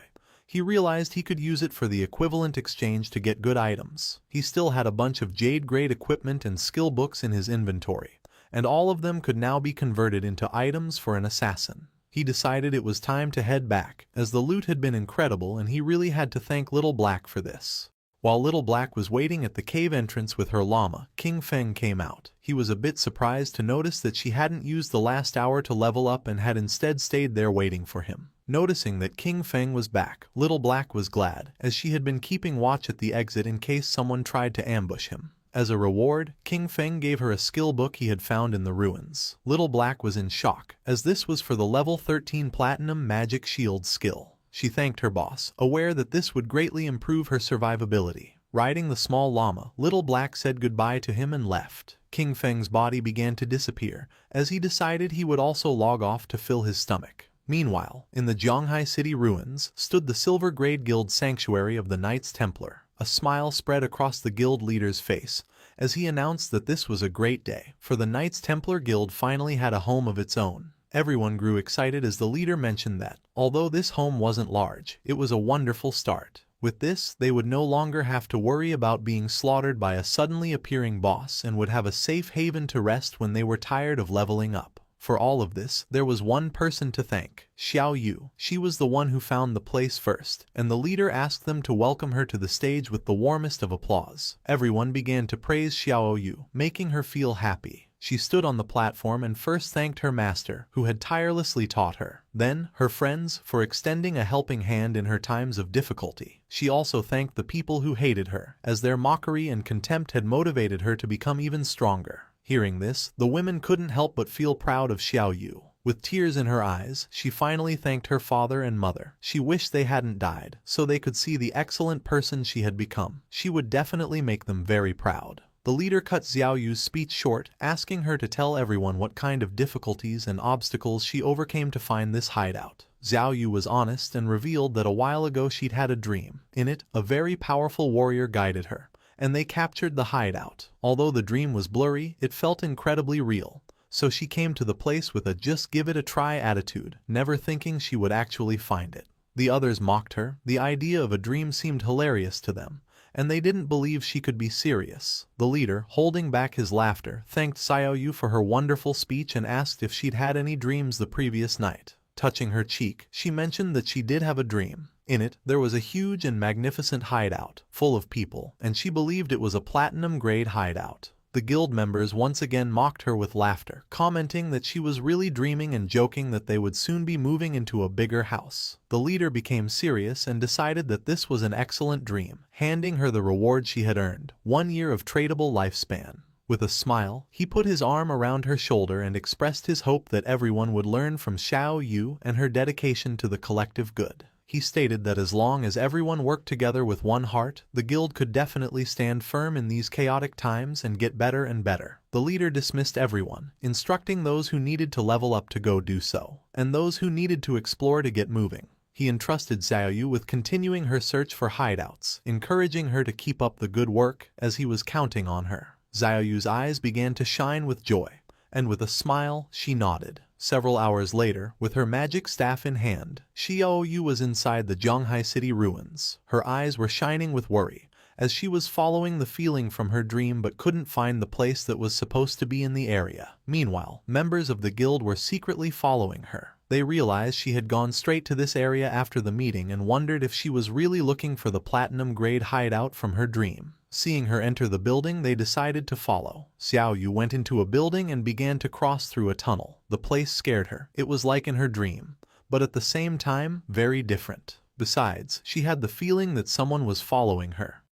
Closing her eyes, she let out a sigh and filled herself with determination, reminding herself that she was a life priest, a hidden class, and that nothing could hurt her. But when she opened her eyes, a monster with eyes emerging from its mouth was in front of her. The sight made poor Xiao Yu only able to scream in terror. Instead of attacking Xiao Yu, the monster threw her to the ground and started running in the direction where the women from the guild who were following her were hiding. They panicked, wondering what this monster was. Disgusted, they shouted to catch it and kill it immediately. Just before they could make a plan, the monster wrapped its tentacles around one of them and shoved the tentacles emerging from its mouth into the woman's. In the blink of an eye, the woman began to weaken as the monster had drained all her lifespan. Realizing that this monster could absorb them to death, her companions screamed and, without hesitating for a single second, began to flee the place in terror. The monster was not going to let them escape so easily. Poor Xiao Yu woke up to the screams and with a fear-filled expression, turned around only to see the monster draining the women's lifespan.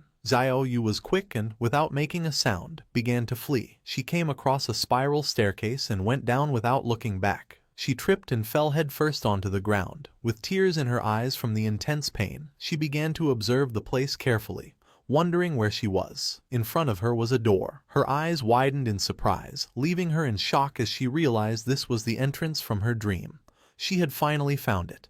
This was the platinum-grade hideout, and she had to notify the guild master immediately. She informed the guild master that she had found the platinum-grade hideout. The leader was somewhat surprised. He ordered her not to move, as he was already bringing people over, and asked her to join his party so they could see her location. Xiao Yu joined the party and told them she would wait for them there. At that moment, her eyes widened in fear as she began to hear noises, and once she turned around, she saw the sinister monster looking at her with a smile. Despite the fear, she gritted her teeth and filled herself with courage, telling herself not to be scared. She could do this. She could definitely defeat it.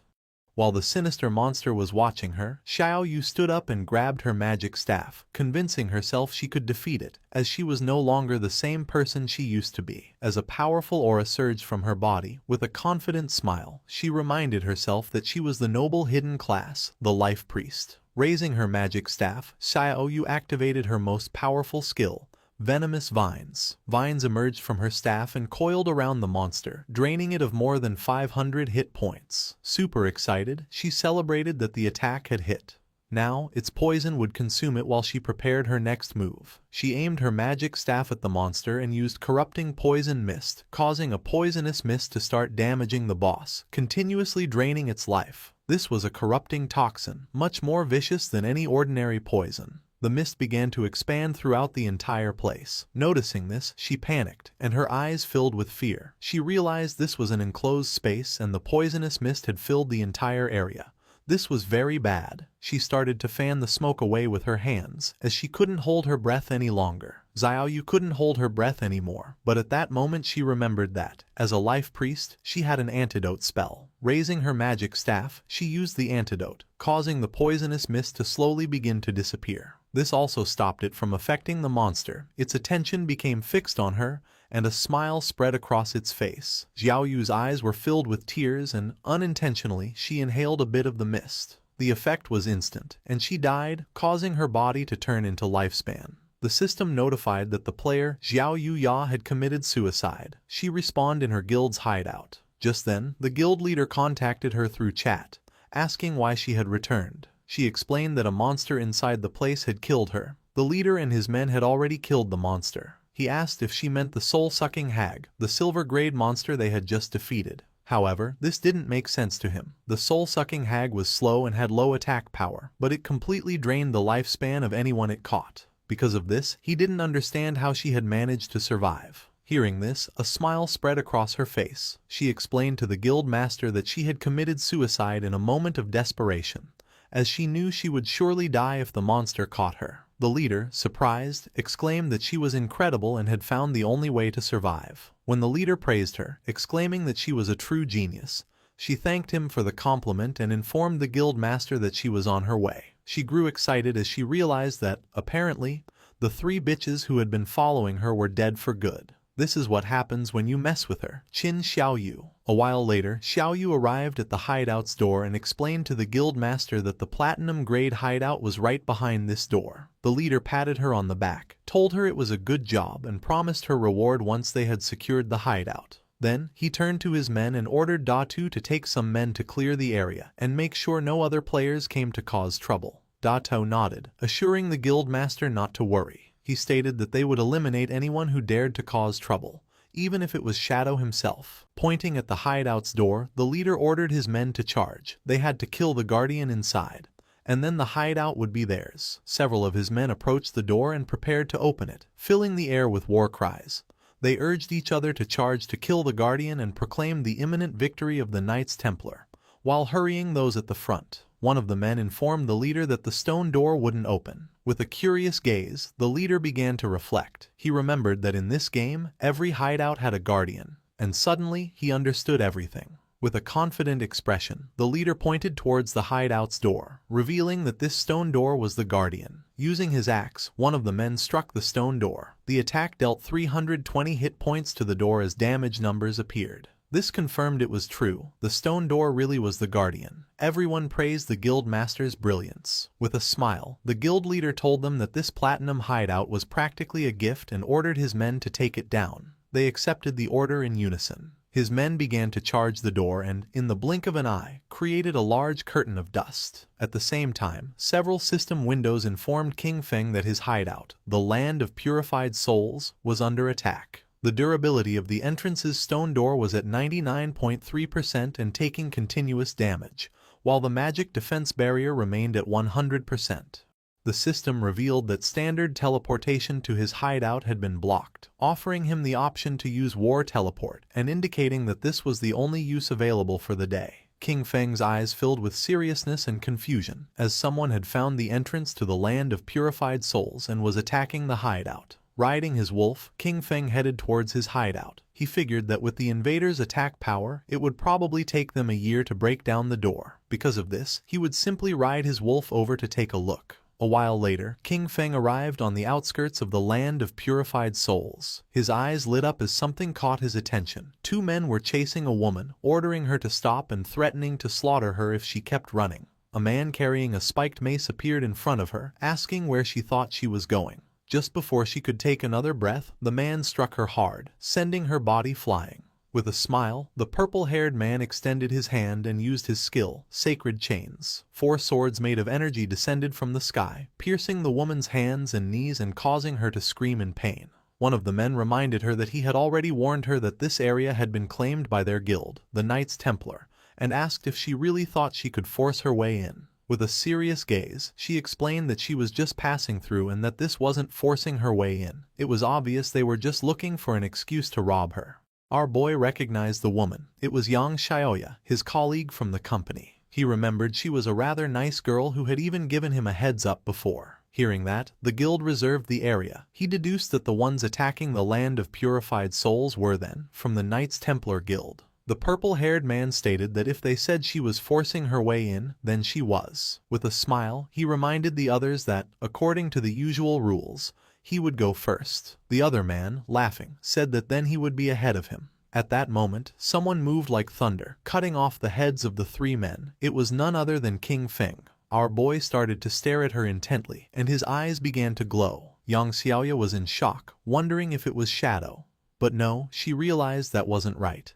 Those eyes, they were King Feng's. With a snap of his fingers, our boy activated one of his skills. This ability, the Blooming Curse, caused brilliant red spider lilies to erupt from the corpses of the men he had just defeated, draining their remaining lifespan. He stood amidst the glowing red energy, his expression calm and serious. Nearby, his old friend Yang Xiaoya watched in shock. Seeing his eyes, she felt a sense of familiarity and wondered aloud if he could be King Feng.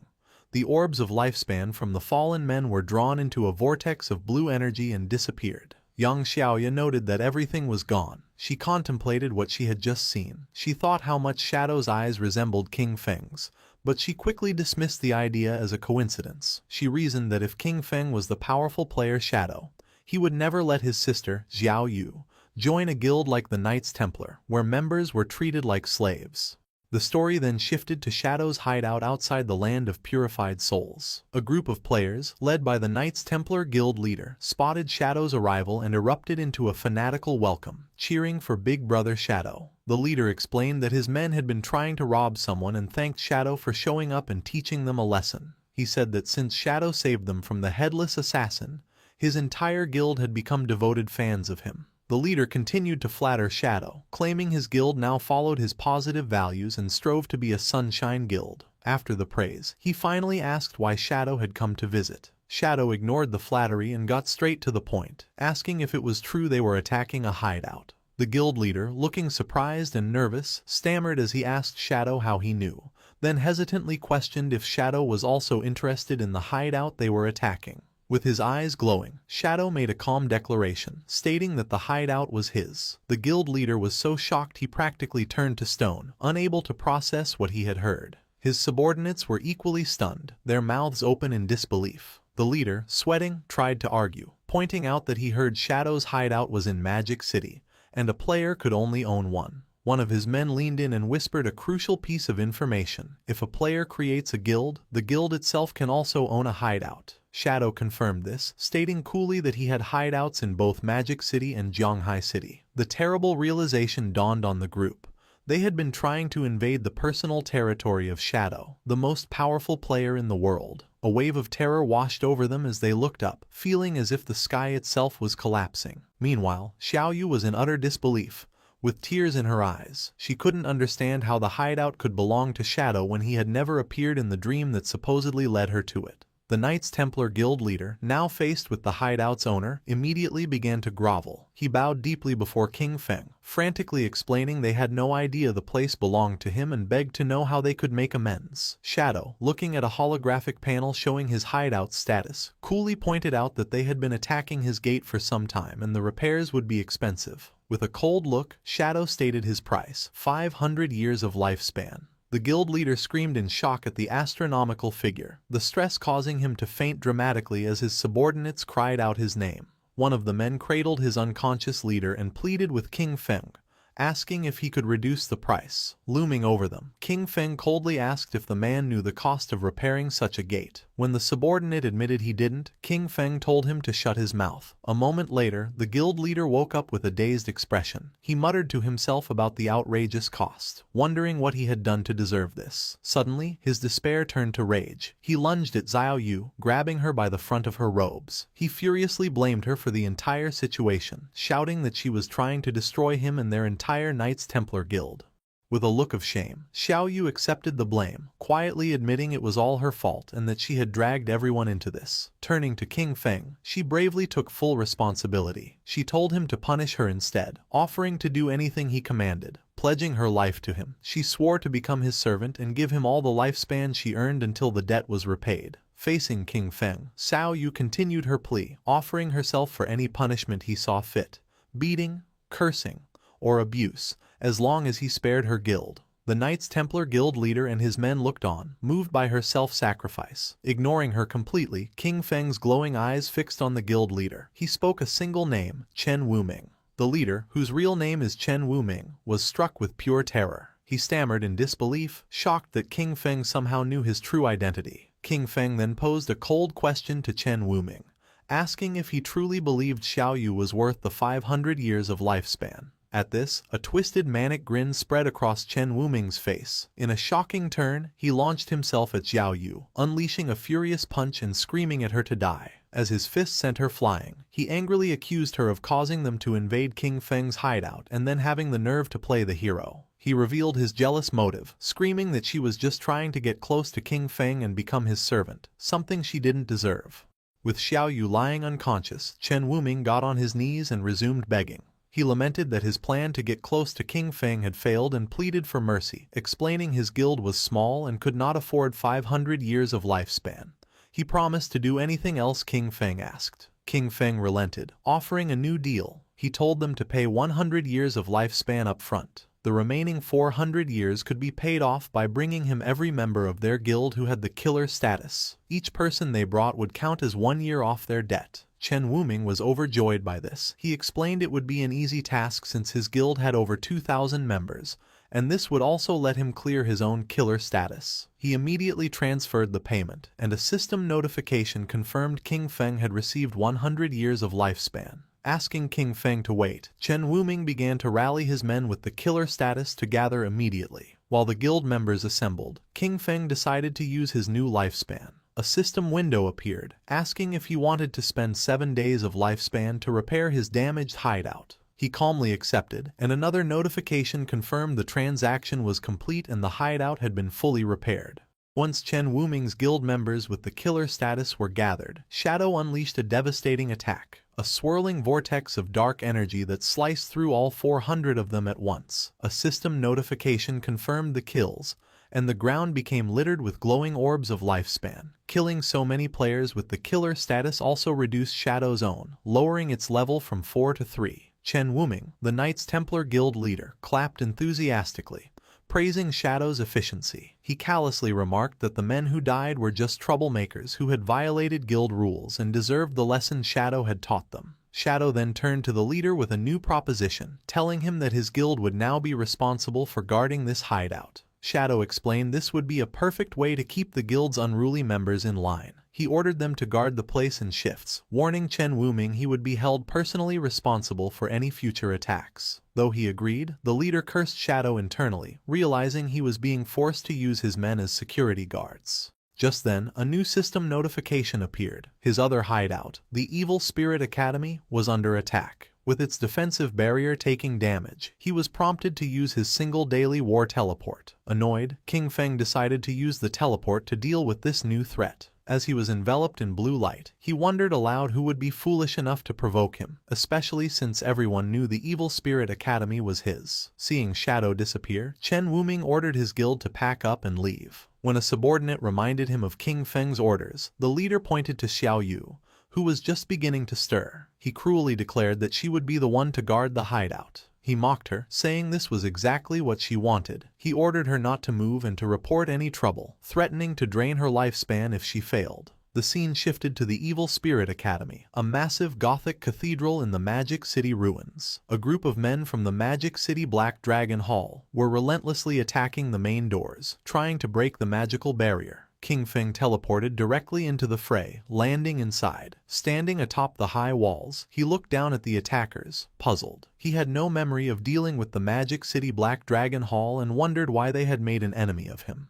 Down below, the leader of the Magic City Black Dragon Hall rallied his men for a final strike. He commanded them to give him their power, and together they channeled a massive ball of dark energy. Unleashing the combined attack, the leader shouted, "Black Flame, Magic Dragon Break," sending a colossal blast crashing into the hideout's defensive barrier. The barrier cracked severely, its durability dropping to just 13%. The attackers celebrated, believing the gate was about to shatter. They cheered, excited about the hundreds of years of lifespan they were about to claim. Watching from above, King Feng realized these men were merely hired pawns. He considered who could hold a grudge against him and still be alive, quickly concluding it must be Dongfang Yue. Suddenly, the attackers were startled by a strange sound. Looking up, they saw a massive, ethereal dragon descending from the sky. A wave of energy washed over them, and they were paralyzed with fear. Their eyes swirling in a hypnotic daze. Unable to move, they could only watch as another guild member pointed frantically towards the sky. A massive fiery meteor was plummeting directly towards them. The celestial body crashed into the ground, engulfing the helpless men in a massive explosion. One of the men braced for impact, but was surprised to find himself unharmed after the flames subsided. He laughed with relief, gloating that the meteor had only dealt 3,000 damage and his high health build had saved him. His celebration was cut short as his head was severed, and his body was consumed by dark tendrils before disintegrating. In the aftermath, a new group of players arrived. They were shocked to find the members of the Magic City Black Dragon Hall dead, wondering who could have done it. A young woman with pink hair and a witch's hat immediately suspected it was the legendary player, King Feng. Her companions were doubtful, as they saw no one, but she insisted Shadow's power couldn't be judged by ordinary standards and he might even be permanently invisible. From his unseen vantage point, King Feng observed them, recognizing them as members of the Sky Dome Guild. He identified the pink-haired woman as Zhang Yaoying, a player with the unique hidden class of Soul Painter. King Feng now understood the source of the dragon and meteor attacks. They had been painted into existence by her magical brush. He recalled the Soul Painter class was incredibly powerful in large-scale battles, but vulnerable to surprise attacks. Knowing he was nearby, Zhang Yaoying called out, asking to speak with Senior Shadow. To the shock of her and her companions, King Feng's voice answered out of thin air, asking what she wanted. Flushing slightly, she explained she needed to enter his hideout to find something for her class advancement, promising she would pay him well. Shadow pieced everything together. In his past life, the Sky Dome Guild had controlled this hideout, and now he understood why.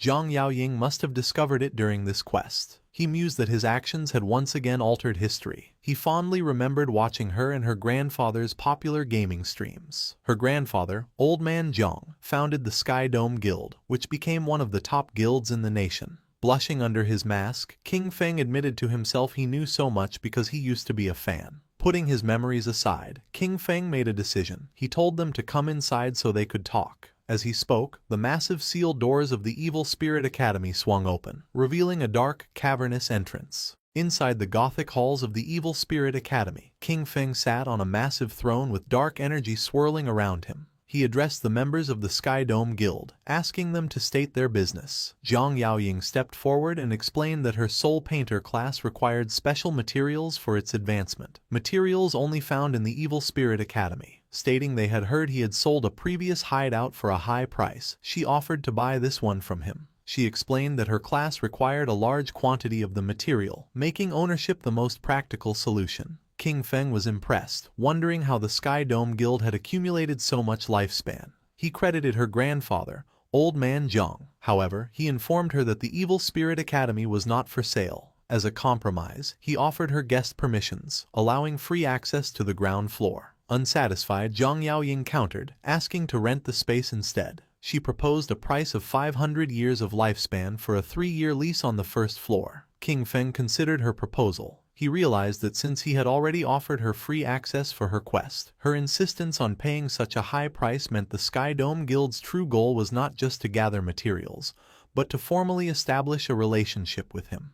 As if reading his thoughts, Zhang Yaoying offered another term to sweeten the deal. With a devious grin, she promised that if he agreed, her guild would take care of the Magic City Black Dragon Hall, the group that had just attacked his hideout, and wipe them out completely. King Feng was taken aback by her audacity, asking if she could really make a decision that would lead to war without first consulting her grandfather. Zhang Yaoying laughed, surprised he knew her grandfather. She confidently assured him that old man Zhang always listened to her, and that crushing a small guild like the Black Dragon Hall would be easy. Admiring her decisive nature, King Feng agreed to the deal and tossed the rental contract to her. A system notification confirmed the transaction, informing Shadow he had received 500 years of lifespan. He told them they could use the first floor as they wished and not to worry about the defensive barrier, as the lava in the lower levels would automatically repair any damage. With the deal done, Zhang Yaoying and her guild celebrated. After the Sky Dome Guild members entered his hideout, Shadow allowed himself a small smile. He thought to himself that Zhang Yaoying was even more energetic in person than on her streams. Blushing under his mask, he shook off the thought and reminded himself to get back to business. He went to his hideout's warehouse. He had used his equivalent exchange skill several times already with good results. Seeing the skill's cooldown was over, he decided to use it again. Activating Baffich's equivalent exchange, golden energy swirled around his hand as he sacrificed a low-value item. The system announced he had lost a wisdom training scroll but gained the Scarlet Blade, a powerful Jade-tier assassin finisher skill. The blade was a high-damage melee attack that also healed him for a large percentage of the damage dealt. King Feng was pleasantly surprised. Obtaining a limit break finisher skill was a significant power boost. These ultimate abilities were known for being strong enough to turn the tide of a battle. He noted the base damage of the new Jade tier skill was more than double that of his most powerful legendary skill. Seeing its potential, King Feng immediately spent evolution points to upgrade the Scarlet Blade to legendary tier. The skill's damage and healing grew, and he calculated that with his buffs, a single strike could now inflict over 100,000 points of damage. With plenty of evolution points left, he decided to upgrade another core skill. He invested 500 points into his passive stealth ability, evolving it to Mythic. This upgrade not only increased his stealth level but also granted him a new passive effect. While in stealth, the rate his lifespan drained in dangerous areas was reduced by 90%. King Feng's eyes glowed with satisfaction. This would make exploring high-level rage zones much safer. At level 17, Shadow could finally equip the new Jade tier gear he had acquired. He equipped a new veil, gloves, boots, and a ring, each providing significant stat boosts. With his new gear, almost his entire set was now Jade tier. However, he looked at his new mismatched appearance with disgust, remarking on how ugly low-level equipment was. He promptly switched his appearance back to his default, all-black Shadow outfit. Now fully upgraded, King Feng declared it was time to conquer the next hideout. The scene shifted to the real world, in the suburbs of Magic City, where an armored vehicle pulled up to a grand mansion. An armed guard asked his colleague how many people they had brought back, and the other replied they had only found 4. The first guard expressed disappointment, and his colleague explained that fewer people were willing to sell their lifespan these days before telling the new arrivals to get out. A group of 4 disembarked, a large muscular man, a man in a long coat, another man in a suit, and a young hooded woman. The man in the coat looked at the impressive mansion and remarked that the buyers must be rich. A guard told them to wait outside while he informed Madame Dongfang. The muscular man complained about not being invited inside, and the hooded woman impatiently told them to hurry up. Watching them, the guard scoffed, thinking the group of idiots would soon get what was coming to them. Inside the mansion's hall, Dongfang Yue appeared with her young son, Nantian. She coldly confirmed they were the ones selling lifespan and ordered them to convert it into light orbs and throw them on the floor. The muscular man smirked, asking if she was joking and pointing out that they had not seen any money. Dongfang Yue's expression darkened, her eye glowing menacingly as she repeated her command, warning them to hand over the lifespan if they did not want to die. Suddenly, more armed guards emerged, surrounding the 4 sellers with their guns. The man in the suit raised his hands in mock surrender, asking what she meant. Then, a sinister grin spread across his face as he asked if she intended to rob them, just as they did to others. Before he could finish, one of the mansion's guards lunged forward. But Dongfang Yue was shocked by the turn of events. The man in the long coat revealed his insect manipulator class and summoned a swarm of glowing insects, gloating that he had found a fat sheep. At the same time, the hooded woman's eyes glowed as she ordered her companions to wash this beauty clean, preparing to rob Dongfang Yue and her people.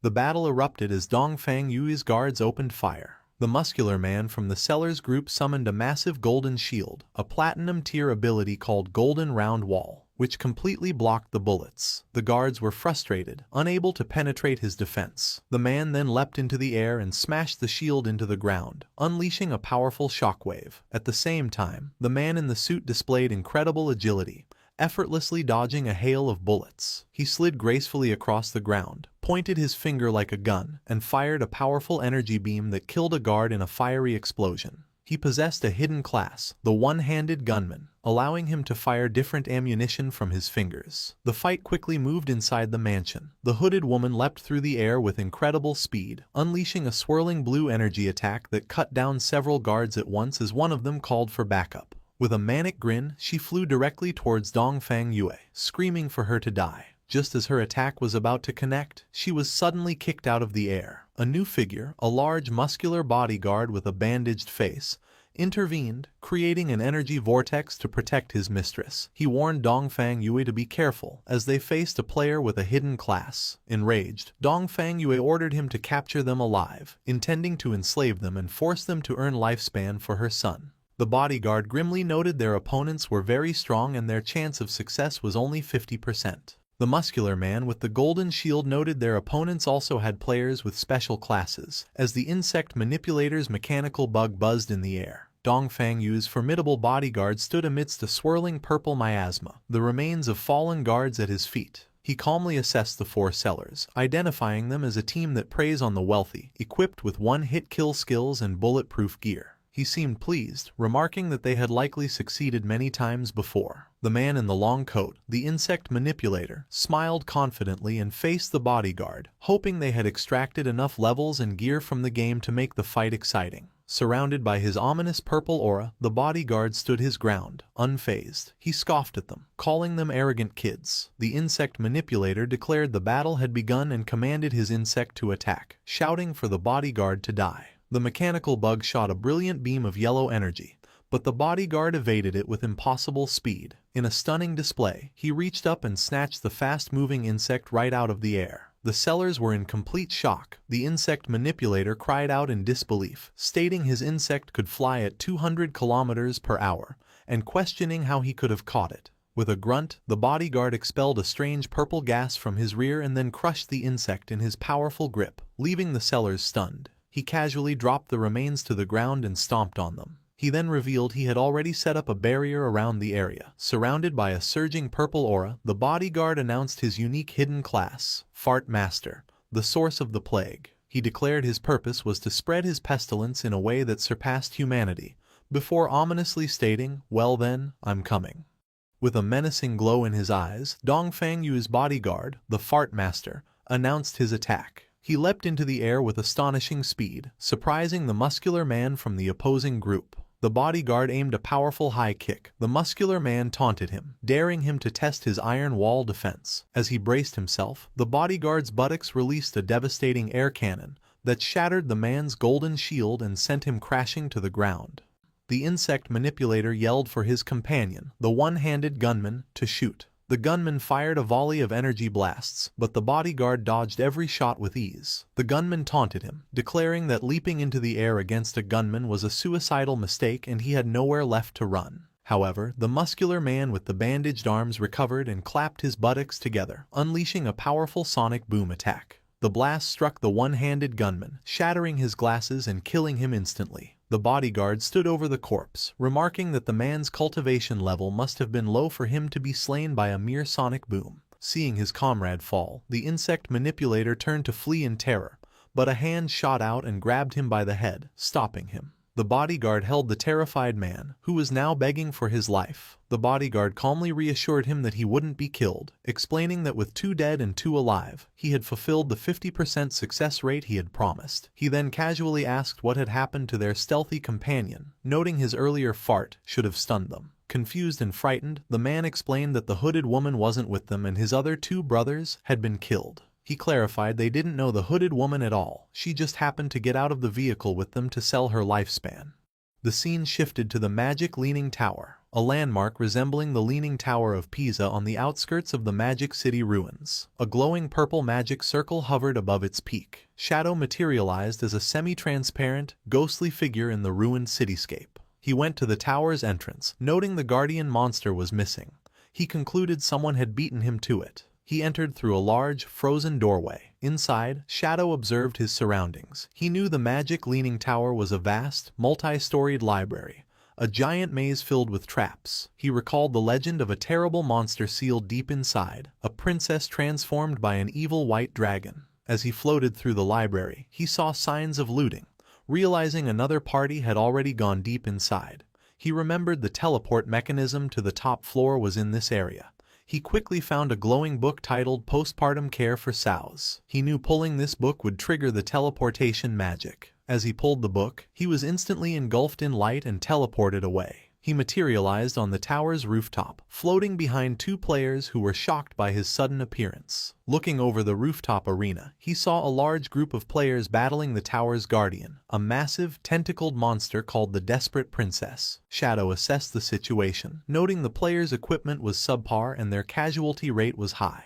He was impressed they had made it this far despite their disadvantages. His attention was drawn to the group's leader, a woman with long gray hair rallying her troops. She shouted for them not to be afraid and to simply run back after they died. Shadow recognized the group as the Feka Heavy Industry Guild and their leader as Huang Huifeng. In his past life, Feka Heavy Industry was a major corporation. After the game descended, their leader, Huang Huifeng, had reacted quickly, converting company funds into lifespan and forming a guild with her employees. He recalled her class was the Illusionist, a powerful support class whose signature skill, Teleportation Gate, allowed her to move forces around the battlefield. Watching from afar, Shadow analyzed their strategy. He knew the Teleportation Gate was incredibly powerful. It let them set an entrance and exit, creating a stable portal for anyone. By placing the entrance near their respawn point and the exit near the boss, any player who died could instantly rejoin the fight and recover their dropped lifespan. Shadow recalled this tactic had allowed the guild to become one of the nation's top 20 guilds in his past life. However, he knew that against this guardian, the level 18 platinum tier boss Desperate Princess, their strategy was useless. This boss had a terrifying ability. She absorbed the lifespan of players she killed 100 times faster than any other monster. This meant every player who fell became fuel, powering her up. Shadow could see that if they continued this war of attrition, the princess would soon evolve into a Jade tier boss and regenerate her health. He realized this would lead to a total party wipe, and the lifespan cost would destroy the guild. He decided to intervene. Leaping down, Shadow landed before the guild leader, Huang Huifeng. Startled, she watched as he made an offer, 1,000 years of lifespan, and he would kill the boss for them. Any assassin loot would be his. Huang Huifeng was stunned, stammering as she realized she was face to face with the legendary Shadow. He calmly confirmed his identity and gave her a stark warning, telling her and her guild they could not win this fight. He advised them to either accept his offer or retreat immediately. Before Huang Huifeng could respond, an arrogant young man challenged Shadow, angrily asking who he was to say they couldn't win. He scoffed at the demand for 1,000 years of lifespan, calling Shadow crazy and telling him to get lost. Huang Huifeng tried to stop him, shouting, "Huang Ziqing, don't be rude," but it was too late. Before she could finish, Shadow grabbed Huang Ziqing by the face. With a fluid motion, he threw the young man into the guild's teleportation gate. As Huang Ziqing emerged on the other side, Shadow unleashed his Dark Knight Ring Blade skill, a wave of dark red energy that sliced him in half and shattered the teleportation portal. As the remains of her subordinate fell, Huang Huifeng screamed, "Son!" She turned on Shadow, demanding to know why he had destroyed her portal. She acknowledged her son had offended him but argued a simple lesson would have been enough. With glowing golden eyes, Shadow looked down at her and calmly said she would soon understand. He repeated his offer, 1,000 years, and he would solve her boss problem.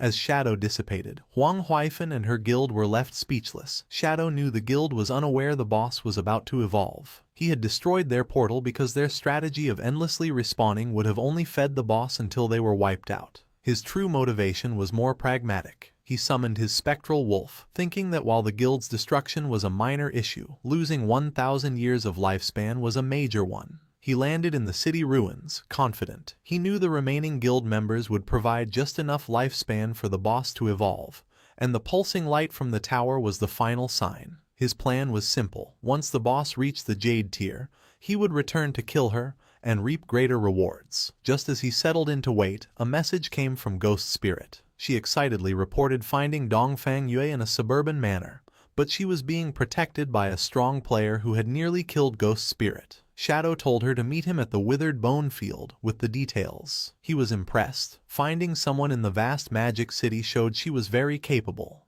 Not long after, the two assassins met in a desolate, bone-littered landscape. Shadow asked her to describe Dongfang Yue's guard. Ghost Spirit explained he was a fast, powerful melee fighter whose main attack was, bizarrely, farting. She added he could see through her stealth and was surrounded by a 10-meter smoky aura. Shadow understood immediately. He explained she had encountered a player with the Source of the Plague hidden class. The aura was a first-tier ability, a plague field that could sense any physical body within it, countering her stealth. He explained the class could strengthen its body and regenerate using plague abilities, and at higher tiers, it was rumored to be nearly immortal. Hearing this, Ghost Spirit was horrified, despairing if she would ever get her revenge. Shadow then revealed the class's critical weakness. While the plague strengthened the user's body, it also corroded their mind. A weak mentality, he explained, was its greatest flaw. He then told her the Blade of the Underworld class had its own evolution. At Tier 2, it would become the Yellow Spring Evil Ghost. As he spoke, a massive spectral green demon materialized behind her, its eyes glowing. Ghost Spirit stood in awe, her own eyes glowing with ethereal light as she realized her own potential. In a desolate field of bones, Shadow advised Ghost Spirit to advance her class to Tier 2 to overcome her limits, as it was her true path. Amazed, Ghost Spirit asked how he knew so much about her class. Instead of answering, Shadow leaped to the top of a large tombstone. From there, he explained that the game was profound and encouraged her to be persistent, as a solid foundation was key to greatness. Inspired, Ghost Spirit was filled with determination. Understanding his incredible power came from constant hard work. Shadow revealed that this graveyard was the perfect place for her to level up, as the monsters respawned quickly and would also allow her to upgrade her class weapon, the Underworld Chain Blade. However, he warned her the place was dangerous, as all the monsters were elites with triple the health, defense and attack of normal enemies. To show her how it was done, he said that with the right technique, it was not so difficult. He then leapt into a group of monsters and annihilated them effortlessly by striking their weak points. Ghost Spirit watched, blushing and astonished by his strength. Appearing by her side, Shadow urged her to give it her all, explaining that only by betting everything could she complete her path of revenge. With that, Shadow disappeared in a flash of blue energy, leaving Ghost Spirit alone. She was left thoughtful, realizing that for an instant when he mentioned revenge, she had felt an intense and unmistakable killing intent from him. Meanwhile, in the ruins of Zhanghai City, the sun was setting. Little Black was resting on the ground, leaning against her white llama, exhausted from her exploration. She felt hungry, but after checking her map, she decided to persevere a little longer, as she was close to finishing her exploration of the area. While resting, she noticed a strange, dark, glowing fruit on the ground. Curious, she picked it up, thinking it looked like a plum. Without a second thought, she took a big bite and was delighted to find it was delicious. To her surprise, a system notification appeared, informing her she had gained 50 experience points. She was amazed that a simple fruit could grant her experience. Looking up, she discovered a long trail of the same glowing fruits. Excited, she followed the path, happily eating the fruits along the way, and gaining 50 experience points with each one. Her feast was interrupted by a message from Captain Anyu. Anyu urgently told Little Black to come to the corrupted coast, explaining a man named Maeniling had been captured by a boss. He was carrying over 500 years of lifespan, so they needed her help. Little Black checked her map and replied she was already in the area. Captain Anyu told her to wait, promising they would be there shortly. Still following the trail of glowing fruits, Little Black crawled along, complaining to herself about Maeniling. She thought he was a good-for-nothing, but her thoughts quickly returned to the delicious fruits. As night fell, she reached the top of a hill and stopped in surprise at the scene before her. The path of fruits had led her to the desolate, corrupted coast, where a small, slug-like creature sat at the end of the trail, having apparently produced the fruits she had been eating. Nearby, a horrifying sight awaited her. A colossal bloated monster with several sharp-toothed mouths on its back held a small, screaming humanoid figure. Little Black, her face still smudged with fruit juice, was shocked and wondered what kind of boss this giant creature could be. Her eyes then darted to the ground, where she saw the motionless bodies of two players, and recognized one as Maeniling. She realized this grotesque monster must be the boss Captain Anu had warned her about. The creature sat before a massive bowl and proceeded to bite the smaller creature it held. A system window identified the boss as Spirit Devourer, Undali Gr, a level 20 Jade grade monster. The Spirit Devourer then crushed the small creature in its fist. Little Black watched in horror, realizing the boss was not eating a player, but another monster. The creature then tossed the bloody remains into its bowl and began to mix them into a gruesome meal. Captain Anu and her party arrived on the hill, finding Little Black still observing. Anu asked if she had seen Ma Niaoliang and the boss. The group looked on from the hilltop. Wang Meng exclaimed in shock that it was a Jade-grade boss, while Captain Anu expressed her disgust at its habit of eating other monsters. Little Black, still munching on a fruit, added a curious detail. For some reason, the boss had not attacked any players. Captain Anu advised her team to observe for now and not act rashly. She admitted they were not equipped to handle a Jade-grade boss and would need reinforcements. They continued to watch, puzzled by the boss's actions as it settled into a deep squat. They wondered what it could be doing before one of them hesitantly suggested it might be defecating.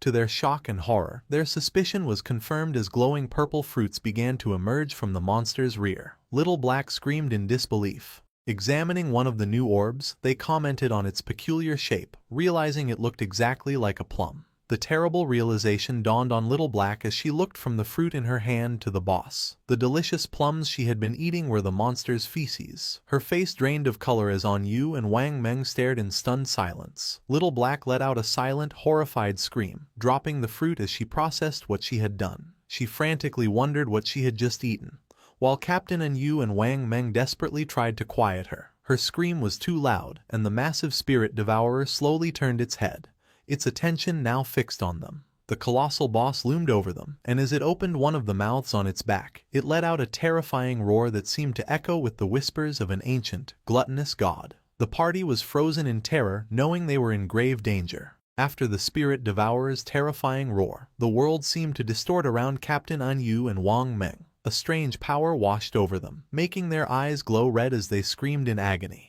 They clutched their heads, overwhelmed by a ravenous hunger that consumed their thoughts. Little Black watched in confusion as Captain Anu and the rest of the party rushed past her with crazed desperation. Ignoring the monster, they sprinted towards the massive bowl filled with the bloody remains of the creature the boss had been preparing. With frenzied expressions, they plunged their hands into the gruesome mixture and began stuffing the gore into their mouths, muttering about how hungry they were. As they ate, their bodies began to unnaturally swell and bloat, their faces becoming round. From her hiding spot, Little Black watched in horror, exclaiming that her friends had gone mad, eating themselves into obesity. She then wondered why she was the only one unaffected by the strange hunger.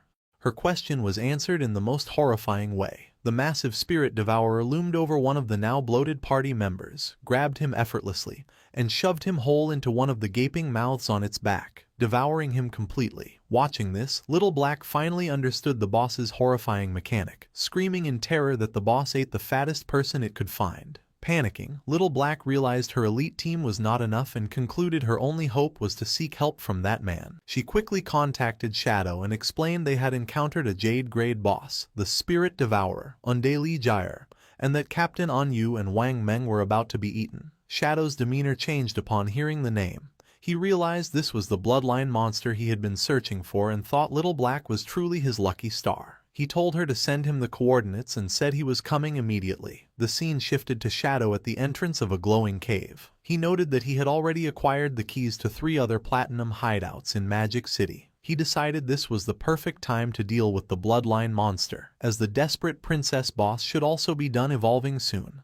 A short time later, Shadow arrived at the corrupted coast. Little Black greeted him with relief. He asked where the boss was, and she pointed just ahead. She frantically told him that Captain Anu and Wang Meng had already been eaten and begged him to rescue them. As they watched, the giant boss squatted down again, straining as if about to defecate. To their absolute disgust, a large translucent purple orb was expelled, and inside it, the horrified face of Ma Niaoliang was clearly visible. Both Shadow and Little Black were shocked. Little Black cried out that the boss had excreted Ma Niaoliang and worried the same would happen to Anu and the others. Shadow explained the monster's mechanics. The Spirit Devourer was a servant of the gluttonous ancient god, and emitted a whisper that drove players into gluttony. The more they ate, the fatter they became, and the boss then devoured these fattened players to digest their lifespan. he continued, revealing there was only one way to be immune.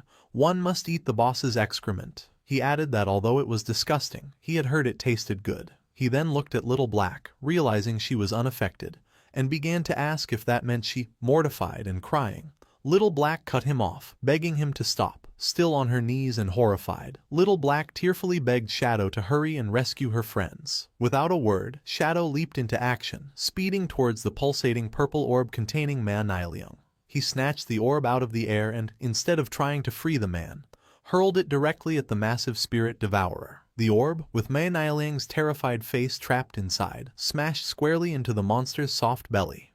The boss let out a pained roar as a white, viscous liquid erupted from the mouths on its back. The impact forced the creature to violently spit out everyone it had swallowed. Captain An Yu, Wang Meng, and the other party members were expelled from the monster's gullet, landing in a heap, covered in slime but alive. With his allies safe, Shadow's eyes glowed with a brilliant yellow light as a powerful red aura enveloped him. He activated his mythic skill, Graceful Release, followed by his legendary instant Shadow Slash. A storm of bright blue energy slashes descended upon the spirit devourer, inflicting devastating hits, each dealing tens of thousands of damage. Shadow saw his finisher skill gauge was full and decided it was the perfect time to test its power. He unleashed his ultimate attack, the Scarlet Blade. A colossal blade of pure red energy formed and sliced vertically through the spirit devourer, dealing an astounding 1,032,015 points of damage in a single strike. A system-wide announcement declared that player Shadow from Great Zia had achieved the world's first kill of a Jade-grade boss. Little Black watched from the sidelines, her jaw dropped in utter disbelief. She screamed in astonishment at the million-plus damage number, exclaiming how completely insane Shadow's power was.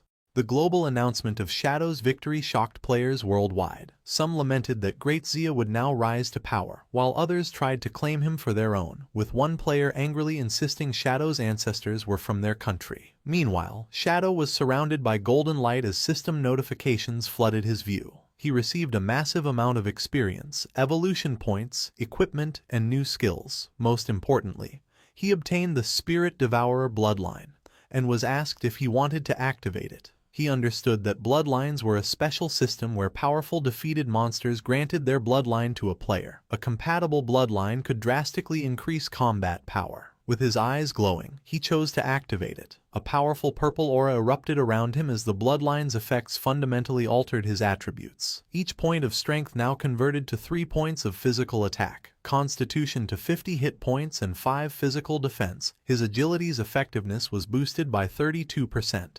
And each spirit point provided 3 elemental attack and 5 elemental resistance. He also gained 2 new bloodline skills. The first, Spirit Devour, allowed him to consume any skill of his own class for an attribute correction bonus, though it increased his appetite by 200%. The second, Big Mouth, let him form a massive energy mouth to swallow enemy projectiles, healing himself based on the absorbed projectile's damage.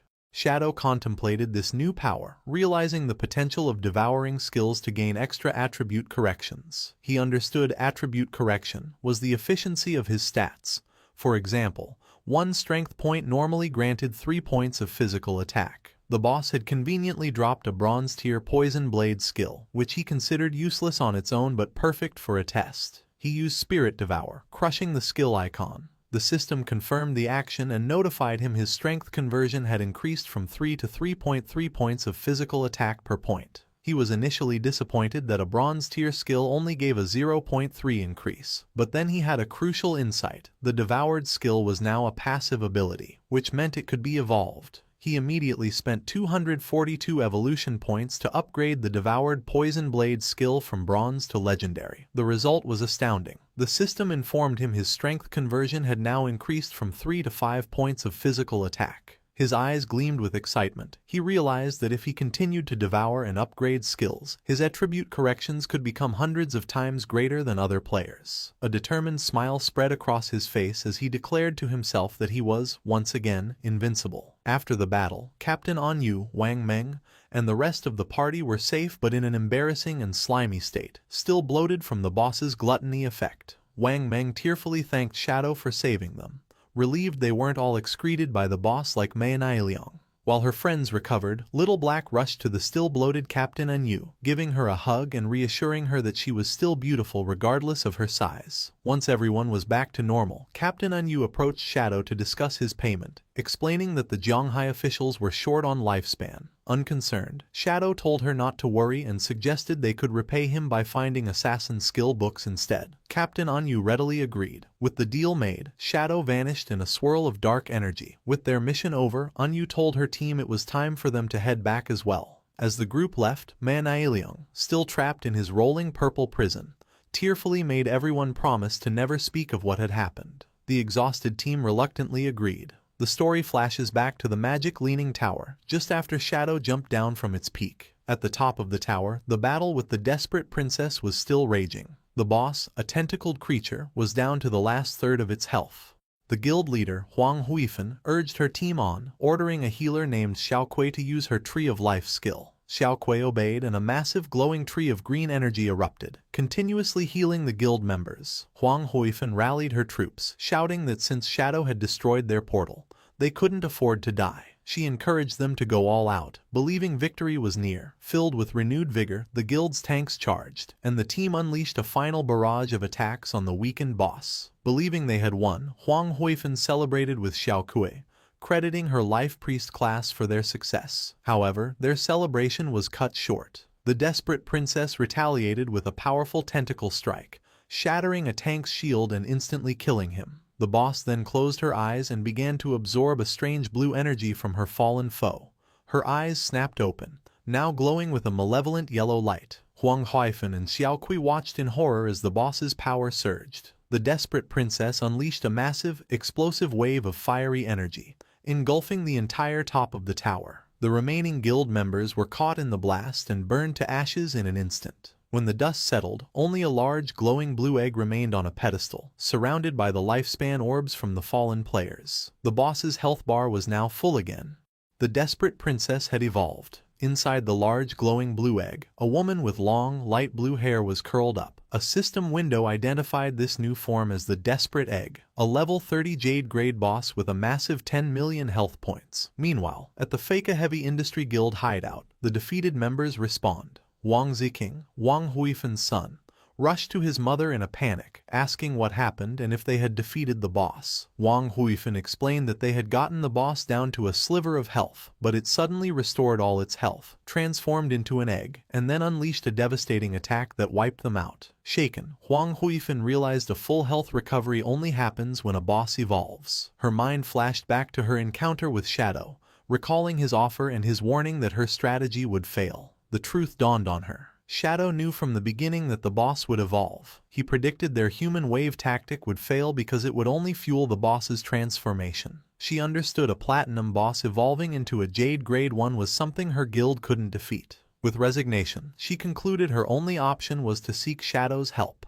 Back at the silent peak of the magic Leaning Tower, Shadow's invisible form reappeared before the large blue egg. Shadow observed the Desperate Egg, identifying it as a Jade Grade boss but finding its transformation strange. He knew a simple evolution shouldn't cause such a drastic change in form. He noted the egg had no offensive capabilities and wondered if it was a transitional stage before an even more powerful boss hatched. Deciding to act, Shadow leaped into the air and threw a dagger charged with dark energy at the egg. The blade struck, dealing over 28,000 points of damage. However, this barely dented the boss's massive health bar. In his spectral form, Shadow noted its 10 million health points were comparable to an epic grade boss. He sensed the egg was strange and couldn't allow it to continue incubating. He realized that despite its high health, the strategy to defeat it was simple.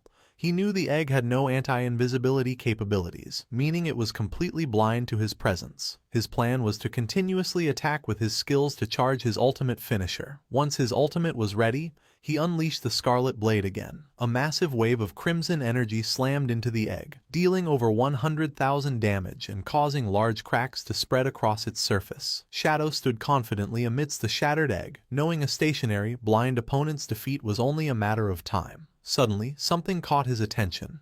After shattering the Desperate Egg, Shadow was surprised by what he found. Instead of another monster, a young woman with long, light blue hair lay unconscious on the floor. A system window identified her as the desperate princess, but she was only level 1 with a mere 10 health points. Shadow materialized near the girl. Puzzled, he realized this must be the princess's true form, confirming a legend he had heard about a princess cursed by a white dragon. Seeing her 10 health points, he wondered if he had to kill the defenseless girl to officially defeat the boss. He summoned his dagger to end the fight but paused, contemplating the strange situation. His hesitation proved critical. Suddenly, a dark, swirling vortex with intense blue lightning formed in the sky above him. To his shock, a massive skeletal dragon emerged from the portal. A system window confirmed the new threat. It was the cursed white dragon, Ates, a terrifying level 100 mythical grade monster. After the desperate egg shattered, a massive skeletal dragon, the cursed white dragon, Ates, emerged from a sky portal, launching a powerful attack towards Shadow. Shadow was shocked, wondering why a mythical grade boss had suddenly appeared.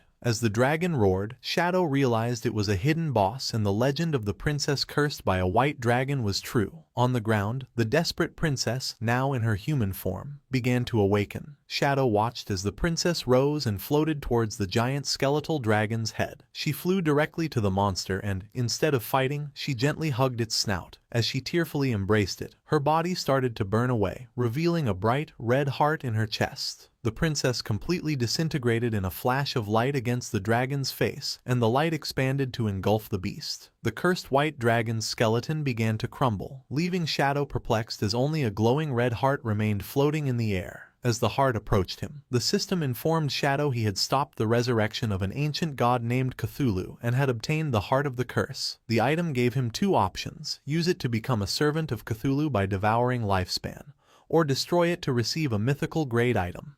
Faced with the choice, Shadow weighed his options. He considered that using the heart might grant powerful new skills, but the description suggested it was a parasitic curse that could lead to him being devoured by Cthulhu. Deciding the risk wasn't worth it, he chose to destroy the heart immediately. As he crushed the pulsating organ, it exploded in a brilliant flash of light. Shadow was surprised by the intensity of the blast, which completely engulfed him. When the light faded, he found himself transported. He was still on top of the magic leaning tower, but something was different. He realized he was inside the body of a knight with horns, looking down at his own armored hands. He wondered if he had triggered some kind of trial or memory. Just then, a young princess with long greenish hair ran up and affectionately called him Atez. He saw a young man with white hair and horns sitting on the wall. The princess asked Atez if he was going out again. Atez explained with an apologetic smile that an enemy had summoned a monster to attack the harbor, and as a guardian of the kingdom, he had to go provide support. The young princess became furious, calling him a liar and reminding him that he had promised to teach her to ride the wind that day. She argued it was a 7-day journey to the coast, so it was impossible for him to return today. She was upset he was lying to her just like her father always did. She pointed at him angrily, declaring that all men were terrible liars and scoundrels. Ates, looking flustered, tried to calm her down, asking where she learned such harsh words. He then presented her with a silver scale-like object, calling it the Scale of Promise. He explained that under its witness, anyone who broke a promise would lose their wings and never be able to fly again. The princess, blushing and flustered, immediately rejected the gift, exclaiming that she didn't want Atez to lose his wings. Reassuring the princess, Atez promised he would not break his word and told her not to underestimate his wind-riding skills. He then unfurled a pair of magnificent, large white wings. The princess watched with stars in her eyes, exclaiming that his transformation was always handsome and cool. Before leaving, he promised to return for dinner and explained that his 3 shadow guards would stay to keep her company. With that, Ates launched into the sky and flew away, as the princess waved and wished him a safe journey. Filled with determination, the princess declared that since Ates was working hard, she couldn't fall behind either. She commanded the shadow guards to follow her, announcing she would go prepare ingredients so Ates could have a grand dinner. At this point, Shadow understood he was witnessing a memory sealed within the heart of the curse, showing the past shared between the desperate princess and Atez, the white dragon. The narrative then shows fond memories of the princess spending the day with the shadow guards, happily picking mushrooms in the forest, encountering a strange rabbit, and fishing by a lake, all happening in their kingdom with the magic leaning tower in the distance. Later, exhausted but happy, the princess presented a large feast she had prepared. She proudly listed peculiar dishes, like steamed rock and volcanic ash pizza, stating they were all Ates's favorite foods. She waited expectantly, believing he would return soon. But as night fell, she fell asleep at the table while waiting for him. An elderly attendant gently woke her, telling her it was very late and time to rest. He pointed out that the food on the table had grown cold. Startled and shocked at how late it was, the princess frantically asked the attendant where Ates was, wondering why he still hadn't returned. The attendant continued with a grave expression, informing the princess that according to front-line reports, the battle was dire and General Ates would likely be delayed. The princess refused to believe it, declaring that Ates was the kingdom's powerful guardian and any enemy would be like a lamb to the slaughter before him. However, the attendant explained the gravity of the situation, revealing the enemy nation had sacrificed tens of thousands of lives to summon a horrifying monster from the sea. He described a colossal, city-sized creature with countless tentacles and eyes, so terrifying a mere glance could drive a person insane. Hearing this, the princess's confidence faltered, and she began to worry that even someone as strong as Ates was in a desperate struggle. Suddenly, her eyes widened in fear, and the scale of promise she held shattered. Realizing this meant Ates had broken his promise to return, she panicked. She knew if he didn't come back before midnight, he would lose his wings. She grabbed the attendant, Scholar Lu Wen, and begged him to take her to her father, a dragon knight who might know how to remove the scales curse. Ignoring the old man's complaints, she pulled him along, explaining that if Ates lost his wings mid-battle, he would be doomed.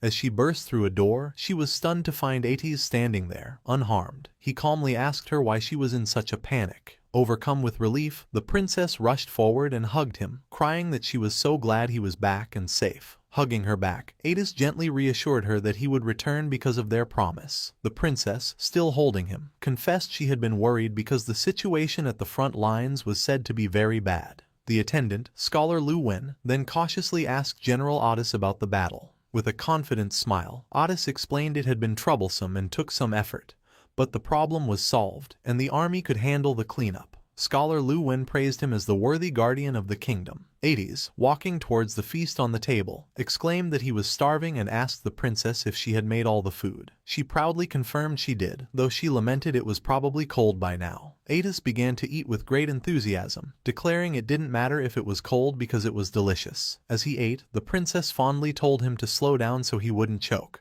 while Scholar Lu Wen watched them fondly. Later, on top of the magic leaning tower, Ates announced it was time to learn how to ride the wind, as promised. However, the princess let out a huge yawn. Ates asked if she was sleepy, and she explained she was tired from preparing his feast all day, suggesting they could learn tomorrow instead. Still wanting to fly, she sat on the ground and hugged his leg, pleading for him to change into his true form and take her for a ride. Ates hesitated, reminding her the king had forbidden him from taking her on such a dangerous activity. The princess grew angry, grabbing his armor and blaming him for coming home so late. She reminded him of the effort she put into his meal and again called him a faithless scoundrel. Sighing, Ates agreed but made her promise not to tell the king, or he would be scolded. The princess immediately smiled, her anger gone. Ates then closed his eyes, and blue energy swirled around him as he began to transform. In a brilliant flash, he became a magnificent white dragon. The princess looked on in wonder at Ates' magnificent dragon form. She approached the large white dragon and gently touched his snout, lovingly telling him to be safe. Green energy then lifted the excited princess into the air, and she settled onto Ates' head. He told her to hold on tight as they were about to depart.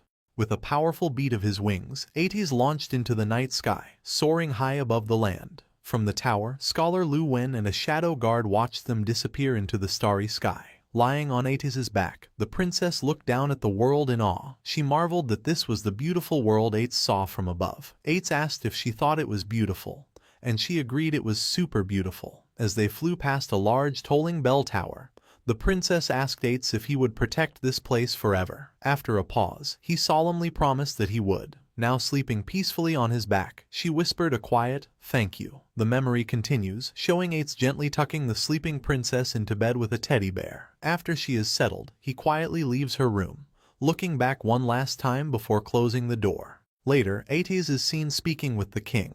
The king noted with concern that Ates was badly injured and asked if the monster he fought was truly that formidable. Ates, though weary, smiled and reassured the king. He explained his injuries were not fatal and he just needed time to recover, adding that he had already burned the monster to ashes with his dragon flames. The king's expression remained grave. He revealed he believes the enemy empire is conducting a dark ritual, and he senses a terrible wave preparing to sweep across the continent. He warns Attis that they must all be prepared, as not even he, a member of the dragon race, will be exempt from the coming danger. Standing resolute against a dark sky, Ates pledges his loyalty and agrees to follow the king's arrangements. The scene then shifts to a later time, showing the magic leaning tower under a starry night sky. The mood quickly turns grim, as the next view is of shattered pieces of Attis's armor and blood splatters on the floor, indicating a terrible battle. Attis is on his hands and knees, his armor destroyed and body covered in wounds, coughing in pain. He clutches his chest, where a strange, pulsating red object is embedded, with dark veins spreading from it. The story jumped forward 5 years into a dark, violent future. The kingdom was in a terrible war, under constant attack by a horrifying army. Soldiers and civilians cried out in terror that an enemy nation had attacked with an army of monstrous inhuman creatures. People ran for their lives, screaming for help as they were mercilessly crushed by the invaders. The city was overrun by feral, red, skinless monsters that rampaged through the streets. From a high balcony, the king watched the chaos as the monsters swarmed his city. He grimly observed the overwhelming number of creatures, stating the Marega Empire had truly gone mad. He concluded their enemy intended to drag the entire world into destruction with them as their dark banner was raised over the battlefield. Amidst the chaos, the desperate princess ran frantically. She screamed Attis's name, desperately shouting that the enemy had breached the city walls. She found Attis sitting passively on a high wall, flanked by his 2 shadow guards. Looking down at the carnage, she rushed towards him and implored him to act, explaining the enemy's army was filled with inhuman monsters their soldiers could not fight. She questioned why he had not intervened, pleading that the kingdom needed his help now. Ates calmly turned to the desperate princess and said he was just on his way to find her. He instructed her to stay inside the magic leaning tower, assuring her it was safe and she should not go anywhere else. The princess agreed but urged him to hurry and defeat the enemy army. However, Ates refused, stating he would remain there to protect her. Confused and angry, the princess asked what he was talking about. She reminded him of his duty, declaring he was the guardian of the kingdom and his purpose was to protect the entire nation. Not just her. She gestured desperately towards the city below, where soldiers were being overwhelmed, exclaiming that the capital was about to fall and its people were being slaughtered. She insisted his role was to transform into a dragon and burn their enemies to ashes. The princess told him she only needed his shadow guards for protection, as he had always arranged in the past. Attis simply lowered his head in silence. He then began to explain the history behind their enemy's power. He revealed that 5 years ago, they had discovered the Marega Empire was performing a mysterious ritual known as Forsaken by the Gods. The ritual was simple. One could sacrifice their lifespan to summon inhuman creatures. The more lifespan offered, the more terrifying the summoned monster. Ates explained this was an ancient ritual, as no sane person would trade their life for a monster. However, he continued, for the Marega Empire, this desperate ritual was their only hope. He elaborated by showing a map. The Marega Empire was an inland archipelago, rich in a rare magical plant called the Blood Flower. This unique plant, which only grew there, emitted a powerful magic that had greatly extended its people's lifespan to an average of 700 years. Thousands of years ago, conflict began to spread from their nation across the continent. To end the endless wars, the Marega Empire sent powerful envoys, like Attis, to other nations. These envoys were bound by contracts to serve the kingdoms they were assigned to. By lending their strength to the weaker side in any conflict, they could maintain a balance of power and bring peace. However, the king of Marega grimly reflected that they had underestimated the malice of humankind. The envoy's arrival made other nations realize a terrifying truth. The long-lived people of the Marega Empire were the greatest threat. Soon, the leaders of other nations secretly formed a consensus with a single goal. The people of the Marega Empire had to be completely eradicated. What followed was a period of immense suffering for the Marega Empire. They were afflicted by curses, plagues, and division. Even their own envoys were turned against them. The other nations relentlessly plundered the Marega lands until the Blood Flower finally began to wither and die. Without the flower, the balance of power was shattered, and the Marega Empire lost its last bit of value. The death of the last Blood Flower's petal triggered a devastating avalanche. The Marega Empire was invaded, and its people were slaughtered by their former allies. The sole reason for this disaster was greed. The other nations could not stand for the Marega Empire to possess a resource they could not have. In the darkness, the dying people of Marega clung to one last, desperate hope. That hope was the ritual, forsaken by the gods. As terrifying purple energy surged through a chamber of bones, the ritual began. This was less a ritual and more a curse. Every person from the Marega Empire was branded, causing their lifespan to drain as monstrous creatures grew inside their bodies, eventually bursting out. These monsters had only one purpose: to destroy humanity. Bringing his story to a close, Ates turned back to the princess, his face etched with pain as he prepared to tell her the consequence of this curse. As the princess listened, Ates revealed his face, now covered in grotesque, bloody growths. He explained with a sorrowful expression that he could no longer transform into a dragon. From now on, he would only become a monster. The princess stared back in shock and horror, stammering his name as she asked why this had happened.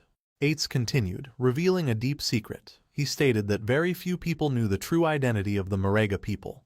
They were also known as the Dragon Race. The envoys like him were called Guardians of the Kingdom by most humans. The princess's eyes widened as she processed this stunning revelation. Standing on the wall, Ates told her that an unstoppable tide of darkness had swept across the continent and the end of humanity was here. Because of this, he declared, his only desire now was to protect her and her alone. Meanwhile, the brutal invasion continued. The red monsters mercilessly devoured citizens, crushed them underfoot, and hunted down anyone hiding. A seemingly endless horde of these creatures emerged from the smoke, overrunning the kingdom's last defenses. From a high balcony, Scholar Lu Wen gravely informed the king that the number of monsters kept increasing. He pleaded with his ruler, asking if he was truly not going to lead a retreat now that the capital had fallen. The king, however, remained resolute, declaring they had nowhere left to retreat. He explained that the magic Leaning Tower was a great magical hub. If it was destroyed, their mages' combat power would plummet, and it would become impossible to stop the monsters. The king decided to join the battle himself. He leaped into the fray, his glowing sword slicing a red monster in half. He caught his breath amidst the smoke and rubble, leaning on his sword. He reflected on how quickly time had passed. He recalled first meeting Ates. They had looked the same age, though Ates was nearly 100 years old. For Ates's race, 100 years was barely adulthood. As a monster lunged, he recalled the inseparable years they had spent together. They had fought side by side, drank together, and shared everything. A blast of purple energy struck him.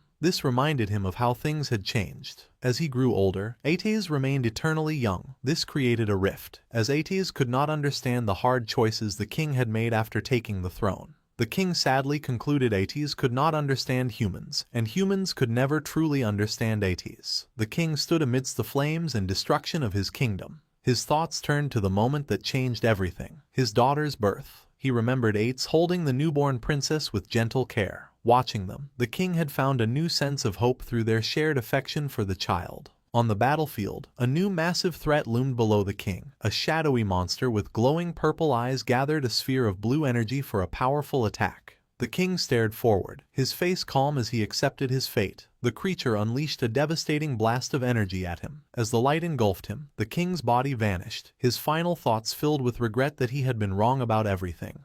A massive explosion ripped through the castle, signaling the king's defeat. From the magic Leaning Tower, the desperate princess saw the distant blast and cried out in shock. Ates, beside her, calmly stated the capital had fallen and predicted the monsters would head for them soon. As if on cue, a swarm of dark-winged creatures descended. A shadow guard shouted a warning that monsters were approaching. The creatures slammed against a powerful blue barrier protecting the tower. Ates reassured the princess that the tower was protected by a strong barrier, making it nearly impossible for monsters to break through. Suddenly, an injured Scholar Lu Wen appeared on the tower wall. The princess turned in surprise, exclaiming his name. Leaning on his staff, the scholar told Ates he had come on the king's orders to escort the princess away. The princess expressed her alarm at how badly he was injured. Ates agreed to the plan, stating he would use his wind magic to send them to a designated location, and asked if their contacts were ready. Scholar Lu Wen confirmed that all preparations had been made, but the princess interrupted, confused. With a heavy heart, Scholar Lu Wen delivered the news. Her father, the king, had fallen.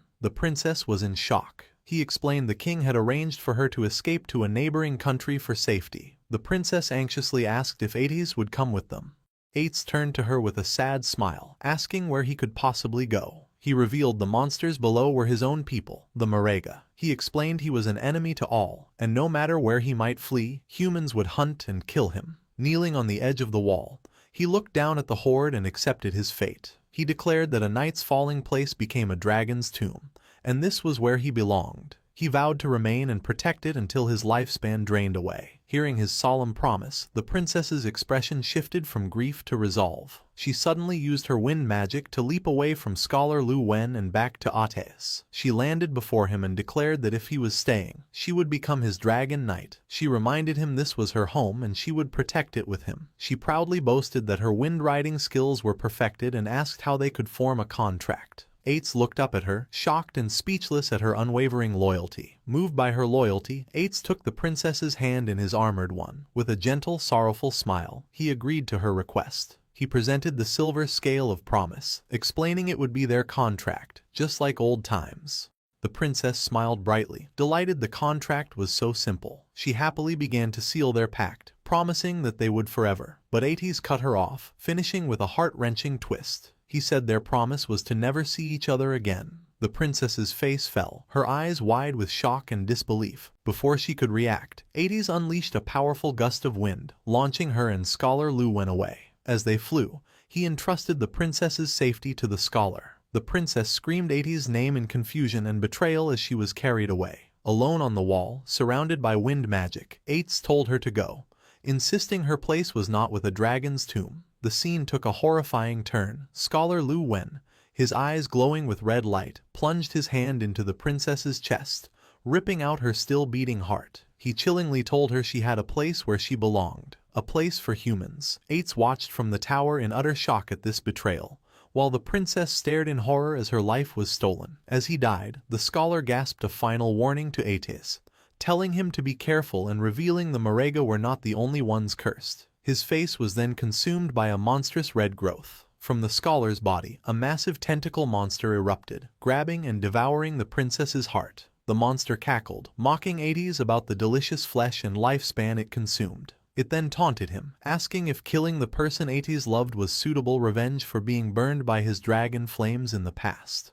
As Ates stared in stunned silence, the tentacle monster laughed maniacally. It held up the princess's lifeless body and her bloody heart, taunting the white dragon, asking if killing his beloved was enough to repay the pain of his dragon flames. In a final, gruesome act, the monster clenched its fist and crushed the princess's heart. Enraged, Ates and his two loyal shadow guards faced the monstrous creature, their eyes glowing with vengeful energy. One guard, the Shadow of Sorrow, transformed into a swirling vortex of dark energy and leaped to rescue the princess's falling body, while the other guard attacked the monster, viciously slicing its tentacles to pieces. The monster dismissed the attack as useless. The Shadow of Sorrow now knelt, cradling the princess's body in a protective, glowing blue aura. A single tear fell from behind the guard's helmet. In her final moments, the princess weakly whispered Ates' name before passing away in the guard's arms. Even as its host body lay dismembered, the monstrous entity continued to taunt Ates. It mockingly explained that the meager lifespan sacrificed by the white dragon's kin was only enough to summon a tiny fraction of its true form. It revealed its seeds had already been scattered everywhere,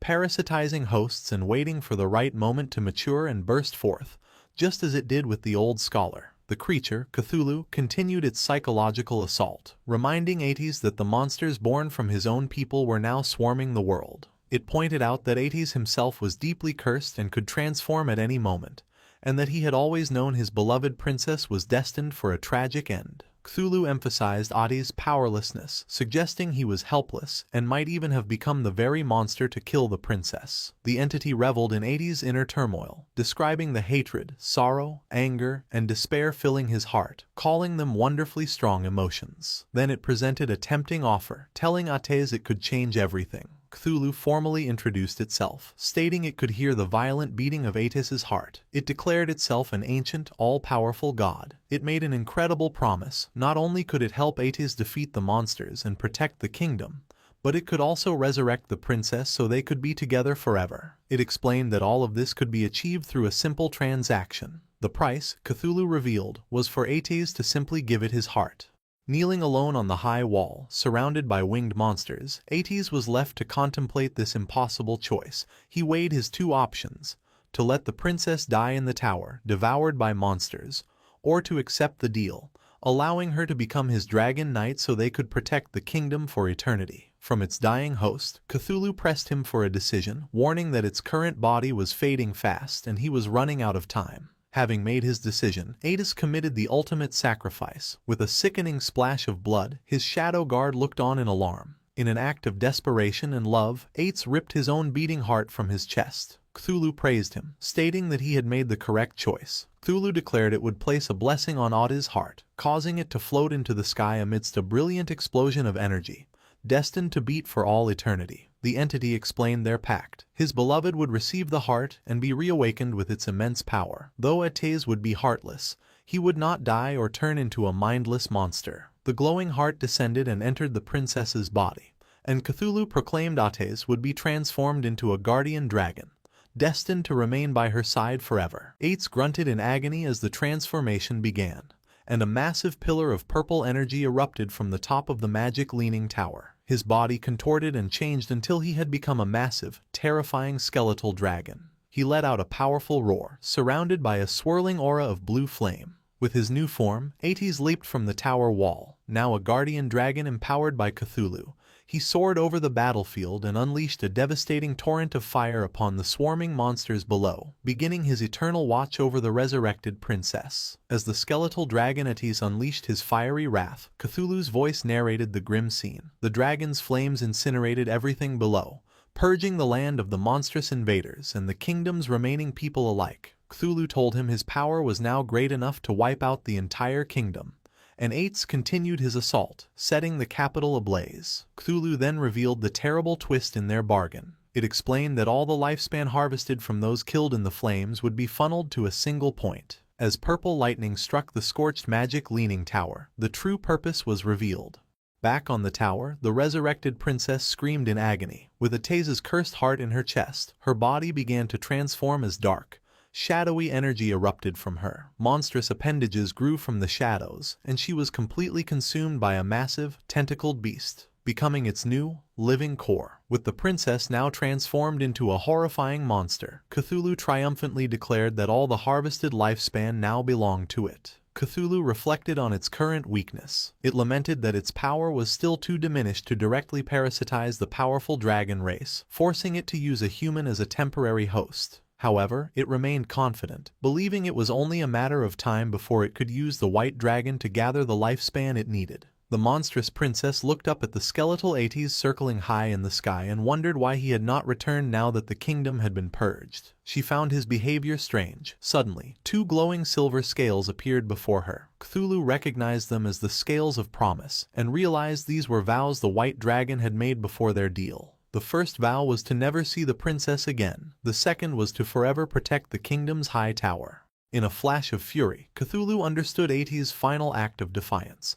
He had anticipated the entity's plan and used his own vows to bind himself to the magic leaning tower, locking himself away from the transformed princess. Cthulhu cursed the white dragon, enraged that he chose to become a mindless zombie-like guardian rather than be used as its pawn. Thwarted, Cthulhu declared it would use the tower as its nest, preying on the lifespan of anyone who approached. It vowed that one day, it would be fully revived and rule the world again. The memory faded with the image of the tower standing alone as countless ages passed. The memory faded, returning to the present at the magic leaning tower. Shadow reappeared on the desolate rooftop, purple energy lingering in his hand. He processed the tragic story he had witnessed, wondering if the vivid images were just game lore. But his instincts told him it was more. The vision had felt too real, its explanation of the monster's origins feeling like actual history. Suddenly, dark purple energy swirls materialized around him. A system window congratulated him on obtaining a new mythical grade skill, Shadow of Sorrow. This powerful ability created 3 shadow clones for 7 seconds that mimicked his skills and dealt 100% damage. The skill's description added a poignant detail. These were the shadows created by the white dragon, Atis. To protect what was most important, Atis had used immense mental energy to maintain them for 15 years without letting them fade. Shadow examined his hand, now wreathed in purple energy, and recognized the skill from the memory. He was awestruck, realizing this single ability could quadruple his damage output for a short time. He marveled at how terrifying a mythical grade skill was. More system notifications rewarded him for the trial. He obtained the key to the magic leaning tower's hidden area, reached level 19, and received many evolution points, equipment, and skill books. Among his new rewards were a gate key and a map for a level 20 area called the Withered Bone Ruins. Shadow was intrigued, as he had never heard of this location. He unrolled the old map and found Withered Bone City on an island in an inland sea. Seeing its location, he made a connection, realizing it must have once been part of the Marega Empire from Ate's story. Convinced this new area was tied to the White Dragon's homeland, Shadow was excited, certain it held greater secrets and rarer treasures. Knowing the area was for level 20 players and he was now 19, he resolved to go there soon. But first, he held up the ornate, golden key to the Magic Leaning Tower's hideout, deciding to sell it. The scene shifted to the Feka Heavy Industry Guild hideout. Inside, Huang Huifan and her guild members regrouped after their defeat. One of them asked what their next move was, admitting they could not defeat the new Jade Grade boss. He suggested their only option was to contact Shadow for help. With a weary sigh, Huang Huifan agreed. She planned to use her contacts in Zhonghai City, who were on good terms with Shadow, to act as intermediaries. Just then, to her shock, Shadow materialized directly behind her. He told her there was no need for that trouble, as they could trade directly. The other guild members, including Huang Ziqing, were stunned by his silent arrival. They shouted his name in alarm. Huang Ziqing angrily accused him of being sneaky and demanded to know what he wanted. Shadow calmly walked away, reassuring them that if he had meant any harm, they would already be dead. He offered a friendly reminder that their hideout's barrier could be opened, which was how he had walked in. Huang Huifan, still startled, asked him what he meant by a trade. Turning back, Shadow held up the ornate golden key. He offered to sell them the key to the Magic Leaning Tower's hideout and asked if she was interested. The guild members were floored. They recognized the key and realized Shadow must have defeated the Jade Grade boss, which they could not believe was possible. Huang Huifan eagerly accepted and asked him to name his price. Shadow stated his price remained the same, 1,000 years of lifespan. While his mother agreed, Huang Ziqing erupted in fury. He screamed at Shadow, calling him shameless and accusing him of planning this from the start. Pointing an accusatory finger, Ziqing laid out his theory. Shadow had first attacked him, used it to destroy their portal, cut off their reinforcements, and gotten their team wiped out. Now, he was playing the hero, selling them the key for an exorbitant price. Ziqing declared he had never met such a vile person. Huang Huifan sternly ordered her son to stop, but he refused, trying to convince his mother they were being tricked. He argued the key should have been theirs and they could not let Shadow profit from the guild's losses. Unfazed by the outburst, Shadow calmly asked him what he wanted instead. With a greedy grin, Ziqing made an absurd demand. Shadow must return the key and compensate the guild with 1,000 or 800 years of lifespan. Shadow sarcastically remarked to Huang Huifan that she had a fine son. Then, to Ziqing's surprise, he agreed to do as he said. With a cold look, he set his new price, 1,800 years, and he would not sell it for a single day less. Ziqing was initially triumphant, laughing to his mother that this was how one must deal with people like Shadow. His smug expression turned to shock as the new price sank in, and he stammered, asking what Shadow had said. Shadow patiently explained he had come in good faith to do business, which was why he had not retaliated when Ziqing cursed him. However, due to the insult, the original discount was gone, and the price was non-negotiable. Having reached her limit, Huang Huifan swiftly slapped her son hard across the face. She angrily ordered a guild member to take Ziqing away to level up, forbidding him from returning without her permission. As he was dragged away, Ziqing protested, asking why she had hit him when he was not finished talking. Huang Huifan turned back to Shadow and apologized, asking if he might reconsider. Shadow coldly repeated his new offer, 1,800 years, and he would not say it again. With a weary expression, Huang Huifan accepted, noting it was a fair price since she had heard he had sold other hideouts for 2,000 years. She explained that because of their heavy losses, they could not pay the full amount at once and asked to pay in installments. Shadow agreed. He stipulated she must pay 1,000 years up front, and he would return in 10 days for the remaining 800. Greatly relieved, Huang Huifan thanked him and completed the transaction. A system window confirmed she had the key and Shadow had gained 1,000 years of lifespan.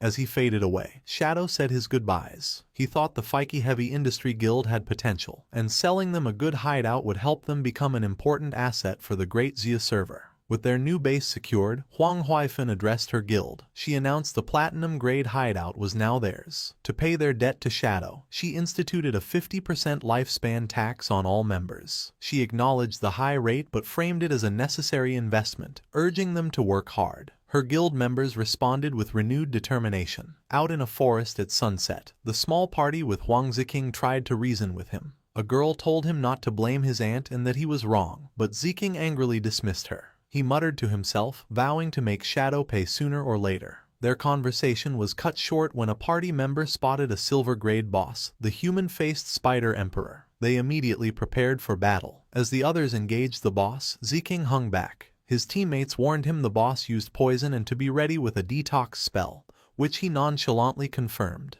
However, instead of helping, Ziking turned and fled into the woods, abandoning his team. As he ran, he cursed them as idiots, thinking they could fight the boss themselves. He was disgusted by the girl who had tried to lecture him, wondering what his mother was thinking trying to set them up. He found a secluded spot and crouched, seething with resentment. He believed his entire guild was made of spineless rats, who only developed slowly and safely. He thought they did not understand the true path to power was to seize every opportunity. He concluded that Shadow must operate this way, which was how he had become so powerful. With a sinister smile, Ziking revealed he was not as foolish as his guildmates thought. He scoffed at confronting Shadow without a plan. He then summoned a dark, ornate vase with a single glowing red eye, declaring it a treasure from a jade-grade chest. A system window identified the item as the Abyssal Vase. By reaching into it, the user could randomly pull out a powerful skill, but it had a long 48-hour cooldown.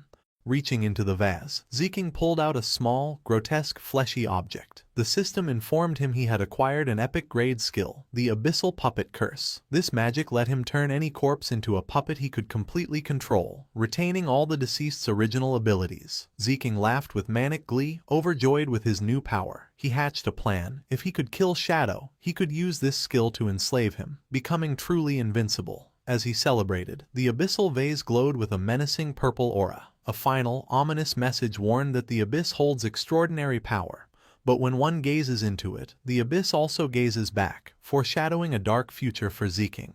In the withered bone field, a desolate graveyard in the Magic City ruins, night had fallen. During a battle, Ghost Spirit used her energy-infused paper ribbon to wrap around and pierce a skeletal monster's eye. She beheaded the enemy with a precise blow, dealing over 5,600 damage. System notifications appeared, informing her that her weapon had upgraded to gold and she had enough experience for a class advancement. Standing amidst the energy orbs of defeated enemies, Ghost Spirit sighed in relief, confirming she had enough experience for her advancement. With a determined expression, she accepted the class advancement. A bright magic circle formed at her feet as a column of purple energy surged from her, enveloping her in the transformation. After completion, the system detailed her new abilities. Her weapon was now the Yellow Spring Chainblade, Gold, which could change shape. Her class had evolved to Yellow Spring Evil Ghost, Tier 2, granting a passive stealth bonus and unlocking 2 new skills, Eye of the Yellow Spring and Touch of the Yellow Spring. The system explained the Eye was a mental attack that trapped enemies in an illusion, while the Touch allowed her to track opponents by their aura.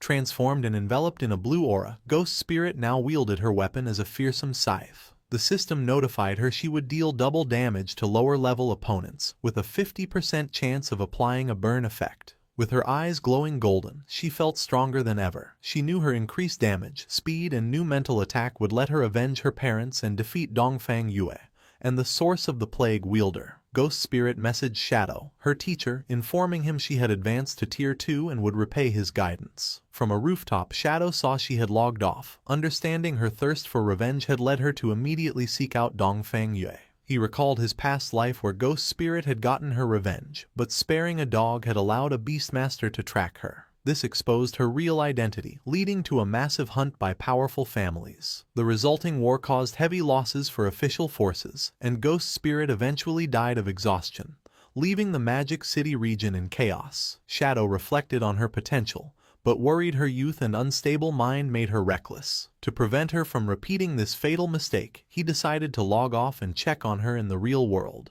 The scene shifted to the Dongfang Manor on the outskirts of Magic City, shrouded in a poisonous fog. 2 guards on patrol complained about their shift. They talked about girls, and one remarked that Mrs. Dongfang was still attractive, which his friend agreed with. They fantasized about defeating her bodyguard and having their way with Dongfang Yue. Suddenly, one guard noticed something in the mist. An illusion of Dongfang Yue materialized before them, dressed in a seductive black dress and kneeling provocatively. The guards were completely stunned, stammering as they asked why she was there and dressed so revealingly. The illusion leaned in, whispering that she could no longer tolerate her weak husband and needed other men to satisfy her desires, asking if they were up to the task. Completely captivated and drooling, the guards couldn't believe their luck and eagerly asked if she was being serious. The guards argued over who should be first with the alluring illusion. The kneeling illusion of Dongfang Yue slyly suggested they could both enjoy her company at once. Before they could react, a streak of purple energy decapitated both guards instantly. Their headless bodies collapsed as the illusion dissipated. Dark energy erupted from their necks as the magical ribbon swirled around them. Ghost Spirit appeared from the shadows, catching her weapon. She immediately leapt into the air, escaping the manor grounds. Meanwhile, Dongfang Yue's formidable bodyguard, the Fart Master, was relaxing in a hammock. His senses sharpened and he remarked to himself that a little mouse had snuck in. Ghost Spirit landed silently on the manor rooftop. She paused thoughtfully to assess the situation. Suddenly, she was shocked as the Fart Master descended on her from above with incredible speed. He grabbed her by the neck in mid-air, and they both plummeted towards the ground. He unleashed his signature attack, a powerful blast of gas from his rear, which hit the ground with explosive force. The impact created a crater, with the Fart Master pinning Ghost Spirit to the ground. He mockingly explained his ammonia barrier covered the manor, allowing him to sense her arrival. He identified her as the little lady who had escaped before, grabbed her neck, and noted she would not get away this time. Ghost Spirit struggled helplessly, her face a mix of pain and fear. The Fart Master held Ghost Spirit in the air by her neck, surrounded by a menacing purple aura. He remarked she had grown stronger and mused that with more time, she might become a satisfying opponent. An excited look crossed his face as he admitted a strong urge to kill her now. As Ghost Spirit struggled, the bodyguard had an internal battle, telling himself to wait until she was more powerful. He immediately contradicted this, admitting he was losing self-control. He cursed, tormented by his indecision.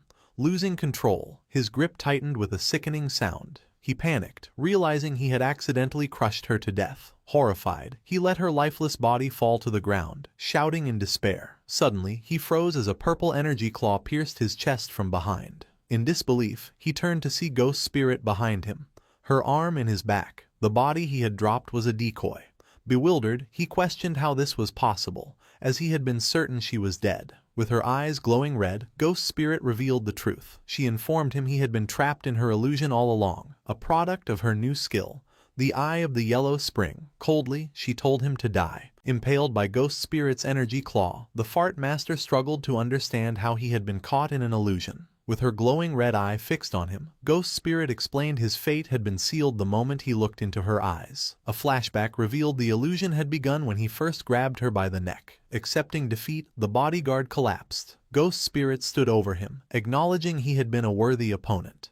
Her victory was cut short by a commotion from the manor. Dongfang Yue threw open a window, angrily shouting about the noise and threatening to fire everyone. Her anger turned to shock as she saw her powerful bodyguard's body dissolving into black smoke in the courtyard below. Panicked, she screamed there was an intruder and called for help. Armed guards rushed into the main hall, taking defensive positions to protect Mrs. Dongfang and find the intruder. The noise awakened her son, Nantian, who sleepily asked what was happening. Dongfang Yue told him an enemy had come and instructed him to stay put. However, Nantian sat up and, with a confident smile, told his mother not to be afraid. He declared he was now 18 and a player, and he would protect her. Moved, Dongfang Yue embraced him, wishing his father had been half as wonderful. As they shared a kiss, the window behind them creaked open. Startled, they pulled apart, and Dongfang Yue demanded to know who was there. In the hallway outside, the guards' bodies lay dissolving into shadow. Dongfang Yue stared in horror, unable to comprehend how they were all dead. Her mind raced, wondering if Shadow had discovered their plan to ambush him. Just then, the spectral form of Ghost Spirit appeared behind her, asking, "What plan?" Dongfang Yue whirled to face the hooded figure, demanding to know who she was and why she was being attacked, insisting they had no feud. Ghost Spirit calmly asked if Dongfang Yue truly did not recognize her. With her eyes glowing a menacing red, Ghost Spirit ordered her to look closely and remember. Horrified recognition washed over Dongfang Yue as she realized her attacker was the girl she thought was long gone, cursing that she was still alive. Before Dongfang Yue could react, she was impaled by an energy attack. Ghost Spirit stood over her fallen enemy, declaring her a demon and commanding her to die. In the bedroom, a terrified Nantian and his dog hid under the covers. Ghost Spirit explained her motive. Dongfang Yue had killed her parents, so now she would kill her in front of her son. Defeated and crying, Dongfang Yue accepted her fate but made one plea, not to harm her son.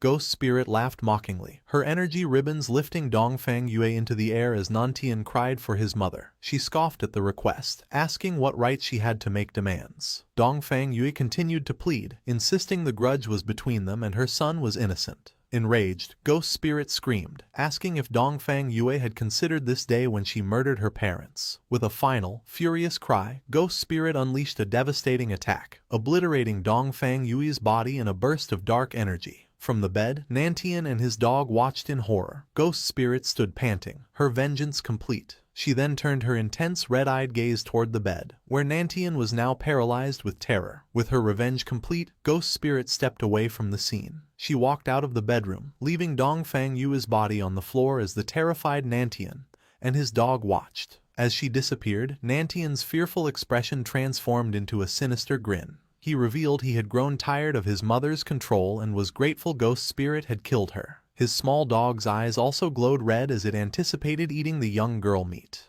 Before Ghost Spirit got far, she sensed she was not alone and stopped, her body tensing. She turned around nervously to see several shadowy figures floating in the air, surrounding her. Back in the bedroom, Nantian pointed from under his blanket, a malicious smile on his face. He revealed his true power as the corpse necromancer, and commanded his undead minions to capture her alive. The shadowy figures were reanimated corpses, strengthened by his power and retaining their abilities. They advanced on the trapped Ghost Spirit. Suddenly, a massive explosion shattered the manor's side. Ghost Spirit was sent flying out of the building, screaming in pain. Outside, the reanimated corpses descended upon her as she lay helpless. The one-handed gunman prepared to fire a deadly energy blast at point-blank range.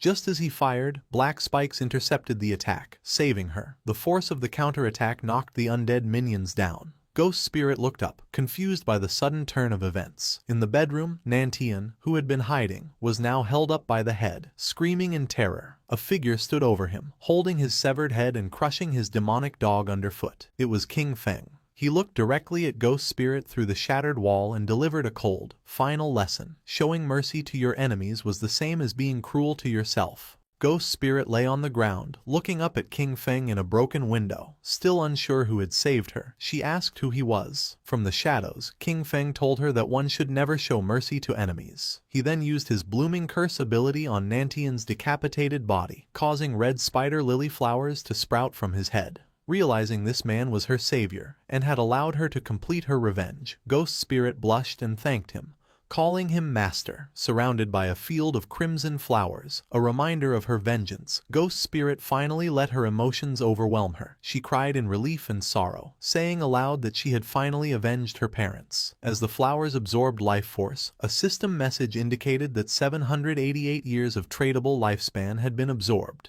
King Feng approached and asked her what her plans were now that she had her revenge. Without a purpose, Ghost Spirit admitted she did not know and contemplated dying to reunite with her parents. King Feng sternly told her that revenge only leads to emptiness and she should have been prepared for it. He warned her that if she was willing to sink into despair, he had nothing more to say.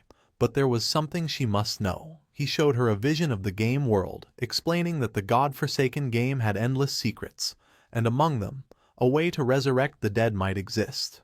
He told her that as long as a person kept moving forward, they would find infinite possibilities. If she only saw revenge as her endpoint, his words were useless. Turning his back, he gave her a choice. If she wanted to move forward, she must follow him. But the decision was hers. After a moment of reflection, with new determination in her eyes, Ghost Spirit got to her feet and ran to follow King Feng through the moonlit field. The scene shifted to Magic City in the real world. At King Feng's hideout, the soul-cleansing land, they found themselves in a vast ethereal water-like space. Ghost Spirit asked where they were, and King Feng explained it was his hideout in the real world. He led her to the doors of an incredibly luxurious mansion, leaving her stunned. Upon entering, they were greeted by King Feng's maid, who welcomed her master home. Ghost Spirit was surprised he even had a maid. King Feng ordered his maid to prepare dinner for two and explained to a confused Ghost Spirit that the maid had been created by the Divine Authority book. He continued, saying the book could create all sorts of necessary items and promised to take her to challenge the Tower of Divine Authority in Magic City so she could get her own book. Gratefully, Ghost Spirit thanked her master once more.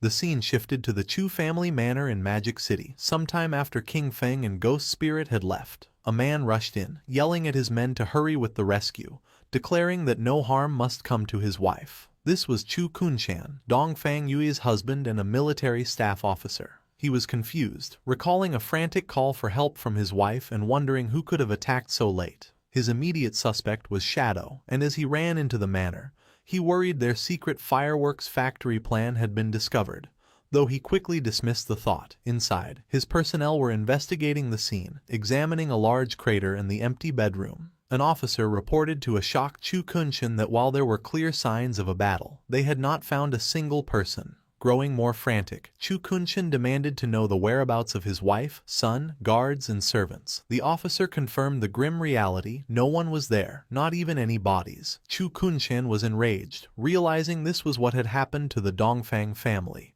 Everyone had vanished without a trace. The horrifying conclusion that his wife and son were gone sent him stumbling back in denial. His despair turned to tearful rage as he screamed that Shadow had killed his family and demanded a warrant for his immediate capture.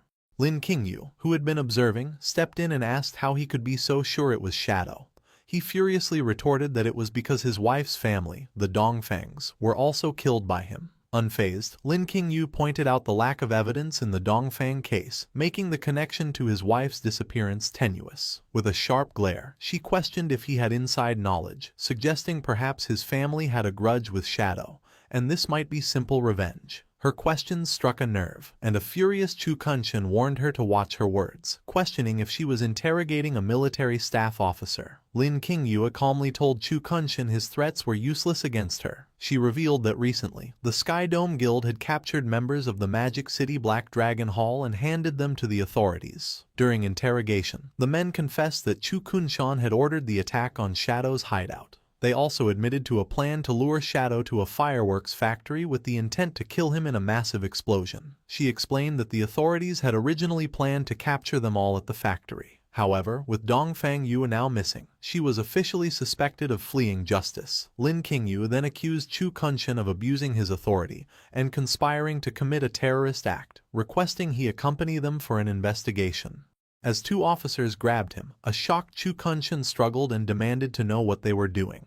He angrily shouted at Lin Qingyu, questioning her audacity for colluding with a trashy guild to arrest an official. As he was restrained, Lin Qingyu calmly stated that official status did not matter, as she only stood on the side of justice. Chu Kunshan continued to struggle, screaming for them to release him. She coolly advised him to cooperate, adding that if proven innocent, he would be free to settle the score with her then. Lin Qingyu delivered a final, chilling piece of information. He would be taken to the Magic City prison for interrogation, a place where lifespan drains at 100 times the normal rate. She ominously told him to be prepared. As he was forced into an armored truck, Chu Kunshan screamed in protest, yelling that they could not do this and he would report them. Unseen, two figures watched from a nearby tree. One man confirmed that the loud man being arrested was indeed their target, identifying him as Chu Kunshan, the military staff officer. The two figures smirked and bumped fists as purple energy surged around them, ready to take action. A convoy of armored trucks drove through a forest road at night. Inside the lead vehicle, Chu Kunshan continued to protest his arrest to Lin Qingyu. A guard calmly informed him that the arrest had been ordered from above, leaving Chu Kunshan speechless. Suddenly, a bright blast of energy hurtled toward their vehicle. The blast impacted the truck with immense force, sending it careening off the road in a violent crash. Inside the overturned truck, Lin Qingyu braced herself, cursing. She looked over in shock to find the guard who had been sitting next to her was now dead, his face frozen in terror. Pinned by the wreckage, Lin Qingyu realized she was stuck as the truck's roof was torn open from the outside. A hand reached through and grabbed the unconscious Chu Kunshan by his collar, pulling him out. The two assailants, a man with a pompadour and a girl with blue hair, stood atop the wreck. The man held up Chu Kunshan, declaring that the mission had been easy. Just then, reinforcements from the second truck arrived, ordering the pair to release their prisoner and surrender. The two assailants only laughed, mocking the officials. As the arriving officers took aim, one of them noticed another threat. A large, muscular man with glowing red eyes descended from the trees, swinging a massive flaming hammer. He brought the weapon down with incredible force, striking the official's vehicle and leaping away as it erupted in a massive explosion, with screams coming from the flames. The man with the pompadour and another bald, muscular man watched the destruction. The pompadour-wearing man remarked on the attack's power, stating that a Mr. Theodore had not been lying. The hammer-wielding attacker landed amidst the fiery wreckage as orbs of lifespan floated up from the fallen officers. He laughed maniacally, reveling in the power of his attack and the joy of killing the official dogs of Great Zia. The muscular man with the hammer stood amidst the fiery wreckage, gloating over a glowing card he held. He boasted that the card from a Mr. Theodore had multiplied his attributes by 5, giving him the power of a level 50 player even though he was only level 10. He complained that the slain officers had dropped very little lifespan. The man with the pompadour dismissed the loot, reminding him their real reward from Mr. Theodore would be 1,000 years of lifespan. Inside the overturned truck, an injured and tearful Lin Qingyue looked out. She thought to herself that with Mr. Theodore's help, they could soon kill Shadow and avenge Qian Shishi. As the attackers prepared to leave, the girl with blue hair suddenly told them to wait. With a sinister smile, she announced she could sense a little mouse still hiding inside the truck. Lin Qingyue, concealed within the wreckage, realized she had been discovered. She hurled a massive fireball at the already destroyed truck, causing a second, larger explosion. She declared with a smirk that no official dogs would be left alive. As the group walked away, the woman complained that they were still thinking about Qian Shishi, asking if she was not beautiful enough. The man with the pompadour laughed, explaining that while she was cute, Qian Shishi had been an old partner, and it was their tradition to help her get revenge. With that, they departed into the night. Hidden behind a tree, a naked and battered Lin Qingyue watched them go. She realized the attackers were remnants of the Alice Guild. Her passive skill, killing intent perception, confirmed they had been sent by a man named Theodore to capture Chu Kunshan. Understanding her squad had been wiped out, she knew she must report this immediately. Having left the real world, Shadow had brought Ghost Spirit to the Tower of Divine Authority, located within the ruins of Magic City. He explained to a surprised Ghost Spirit that the NPC guarding the tower was known as Old Mom, but her true name was Queen Vier of the Waning Moon. Shadow elaborated on her tragic past. Vier had witnessed the brutal murder of her son and daughter. The trauma had driven her mad, and she now lived under the delusion that her children were still alive, often giving players impossible quests. He revealed that there was a way to exploit her delusion. If a young man and woman entered the tower together, Viger would mistake them for her long-lost children. This made the challenge significantly easier and improved the rewards. Shadow then instructed a horrified Ghost Spirit that when they entered, she must immediately call the NPC Mom, explaining this was why she had earned her nickname. He told her to focus on that while he handled the rest. Hesitantly, Ghost Spirit agreed, and they walked towards the tower's large glowing doors. Inside, a path of light led them to Viere, who appeared in a starry, ethereal space. With tears of joy she welcomed them, calling them her children and asking if they had returned for the Divine Authority book. Playing along, Shadow confirmed that was why they were there. Addressing her as Mom, Ghost Spirit, embracing her role, began to cry, telling Vier how much she had missed her. Vier was overcome with emotion, saying she had missed her child as well. She explained that while she wanted to give them the book, the rules dictated they must first complete a challenge. She summoned her avatar, a massive level 20 Jade tier entity, and told them they must defeat it. A system notification confirmed they had received Mother's Blessing, boosting all their stats by 20%. Before Ghost Spirit could react to the boss, 3 shadowy figures suddenly appeared around her. These were the clones from Shadow's Shadow of Sorrow skill. In an instant, the clones unleashed a devastating flurry of slashes, inflicting hundreds of thousands of points of damage and obliterating the avatar in a single moment. The system announced the challenge had been successfully completed, leaving Ghost Spirit utterly stunned. She exclaimed in disbelief at the instant kill and the impossible appearance of 3 shadows. The battle ended in a blinding flash. Ghost Spirit stood behind King Feng, stunned. She marveled at his technique, summoning 3 clones for an instant kill, and wondered how powerful he truly was. Queen Vilni descended from the sky, still trapped in her delusion. She looked down at them gently, calling them Alan and Anna, and praising their strength. She floated to Ghost Spirit and handed her a stack of glowing blue books. Calling her little Anna, Vilni offered her all 9 of the divine gift books she had. Ghost Spirit played along, hugging the NPC and crying as she thanked Mom. King Feng watched with a somber expression. He knew Vilni gave everything to her children. In the past, many players had exploited this, demanding items until she used up her own lifespan to create them and died. Vilni then turned to King Feng, asking if he wanted anything. King Feng requested the divine book of the communication bracelet. Vilni looked apologetic, admitting she did not have one, but she immediately offered to use her own lifespan to create one. As the book materialized, a system window showed King Feng had obtained it but paid 150 days of lifespan. Vilni smiled warmly, touched that her son had given her lifespan instead of letting her drain her own. King Feng told her to keep the lifespan and turned to leave. Vilni bid them a safe journey, telling Anna that if she encountered danger, she should stay by her brother's side for protection. Hearing this, Ghost Spirit looked at King Feng and blushed, thinking he was a suitable age to be her older brother. She ran to catch up and playfully asked if she should call him master or brother in the future. King Feng stopped and turned with a terrifying glare, his eyes glowing. He coldly told her she could call him anything except brother. Ghost Spirit was shocked by his harsh reaction.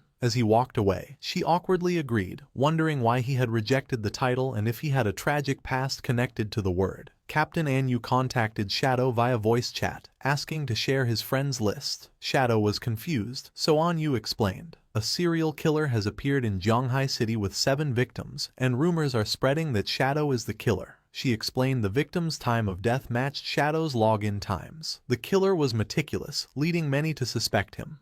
Anu added that she and her team knew he wouldn't do something so low. Shadow deduced that for someone to frame him based on his login times, the leak must have come from someone on his friends list. Shadow listed the suspects: Anu's squad, Radiant Martial Virtue, Milky Snow, Old Man Zhang and his granddaughter from the Sky Dome Guild, and his own guild member, Ghost Spirit. Shadow asked where the bodies appeared. Anu replied they were scattered across Zhonghai City and asked if he would investigate. Shadow confirmed he would. Relieved, Anu said she would send the case files, confident he would catch the killer in minutes. Shadow then ordered Ghost Spirit to log off immediately for a mission. At his mansion hideout in the real world, King Feng handed Ghost Spirit the divine book communication bracelet, allowing them to communicate between the game and reality. He also gave her the Ghost Knight Wolf mount to help her find the killer. Ghost Spirit was shocked to receive such valuable items but admitted she didn't know how to investigate crimes. King Feng explained his reasoning. He had checked his friends' list and believed none of them were the culprit. However, since Wang Meng and the others reported to the officials, he suspected a mole within the police was leaking his login times. He told Ghost Spirit she was the best candidate because her skill, Touch of the Yellow Spring, allowed her to track targets by aura or scent. He sent her the files and told her to use her skills flexibly. Filled with determination, Ghost Spirit vowed to find the true culprit. Meanwhile, in a hotel in Magic City, Tony and the blue-haired girl threw the bound Chu Kunshan onto the floor. Tony announced to a man in the shadows that he had brought the person. A bald older man smoking a cigar turned around. He praised Tony for a job well done. Chu Kunshan, terrified, recognized him as Mr. Theodore from the embassy. Theodore smiled chillingly, glad that dear Chu remembered him. He claimed he couldn't bear to see Chu suffer injustice, so he asked his friends to rescue him. Sweating, Chu Kunshan pointed out that these friends were wanted criminals. He asked Theodore if his true intention was to deal with Shadow or the Great Xia government. Theodore laughed, asking if there was a difference, noting the officials and Shadow were close allies. Chu Kunshan ranted about the injustice. His wife and son died, yet the authorities arrested him, a military officer, instead of Shadow. He looked up at Theodore, acknowledging he wasn't saved for free and asked what he wanted him to do. Theodore calmly replied that his divination pointed to Chu, telling him Chu could help find something he desperately wanted. He then asked what Chu's profession in the game was. Chu looked confused, but then he realized why he was valuable. He lowered his head and revealed his secret. He held the only hidden class in the priest system, the Feng Shui Master. He explained his skills. Yin-Yang Harmony let him manipulate enemy emotions and deal extra damage to ghosts, and Ley Line Perception, could find treasures and monsters. Chu lamented that his hidden class was only a support role, not much help in a direct fight against Shadow. Suddenly, a sinister glint appeared in Chu's eye, and a yin-yang symbol materialized as he activated his yin-yang harmony skill. Immediately, the effects took hold of Theodore's subordinates. Tony and the bald muscular man began to argue violently. The argument instantly escalated into a savage brawl. Chu watched coldly, explaining that under his skill's influence, they would fight to the death, though it was ineffective against enemies more than 5 levels higher.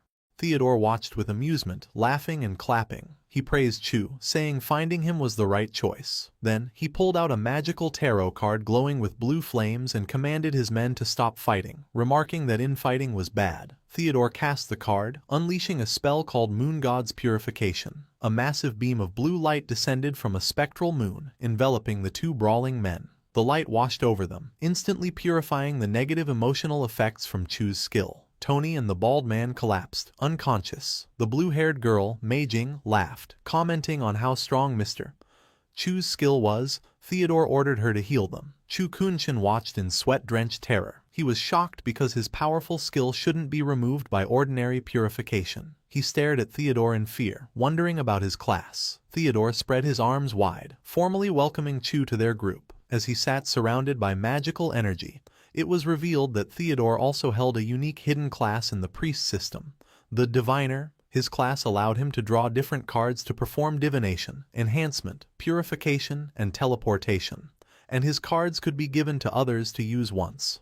On the streets of Zhonghai City, Ghost Spirit was crouching, using her skill, Touch of the Yellow Spring. A red aura emanated from her fingertips as she sensed a trail. She declared that she had found the killer's aura. The trail led off into the distance, and Ghost Spirit pointed the way for her mount, the Ghost Night Wolf. She told the wolf to move out, mounting the beast as they dashed through the empty city streets, following the Crimson Trail. The scene shifted to a high-rise apartment, King Feng's former residence, where a knock was heard. Inside, Xiao Yu opened the door with a bright, expectant smile, greeting the visitor as Mom. Standing in the doorway were a middle-aged woman in a suit and a tall white-haired man, also in a suit. Xiao Yu excitedly asked if the man was there to buy the house, praising the woman for finding a buyer so quickly. However, the woman looked apologetic and corrected her. She explained this was not a buyer, but a diviner she had hired to help find Xiao Yu's brother. The white-haired man adjusted his tie and introduced himself as Diviner Ren Tu.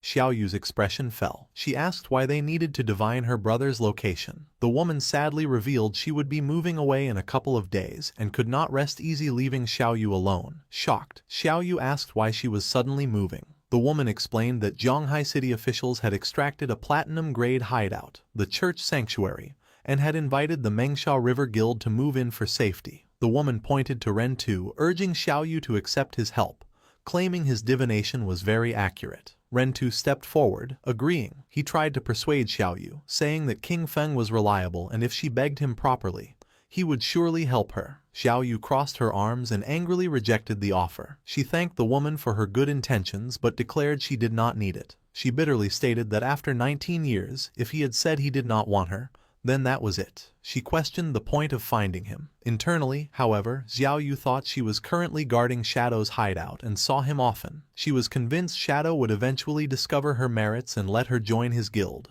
The woman sighed, resigned to Xiao Yu's stubbornness. She advised Xiao Yu to try the divination anyway, then excused herself to go pack. As she left, Ren Tu remained. He asked Xiao Yu for any items her brother had used for the divination. Xiao Yu snapped at him, repeating that she did not need him to divine anything. Ren Tu ignored her and walked into the apartment, looking around. He mentioned he had heard the siblings had lived together and concluded the house itself was enough of a medium. Xiao Yu followed, demanding to know who had let him in. Ren Tu smiled charmingly and said he felt they had a destiny, so he would perform the divination for free. Without waiting for permission, Ren Tu raised a card that glowed with blue magical energy. He told her she could look at the result.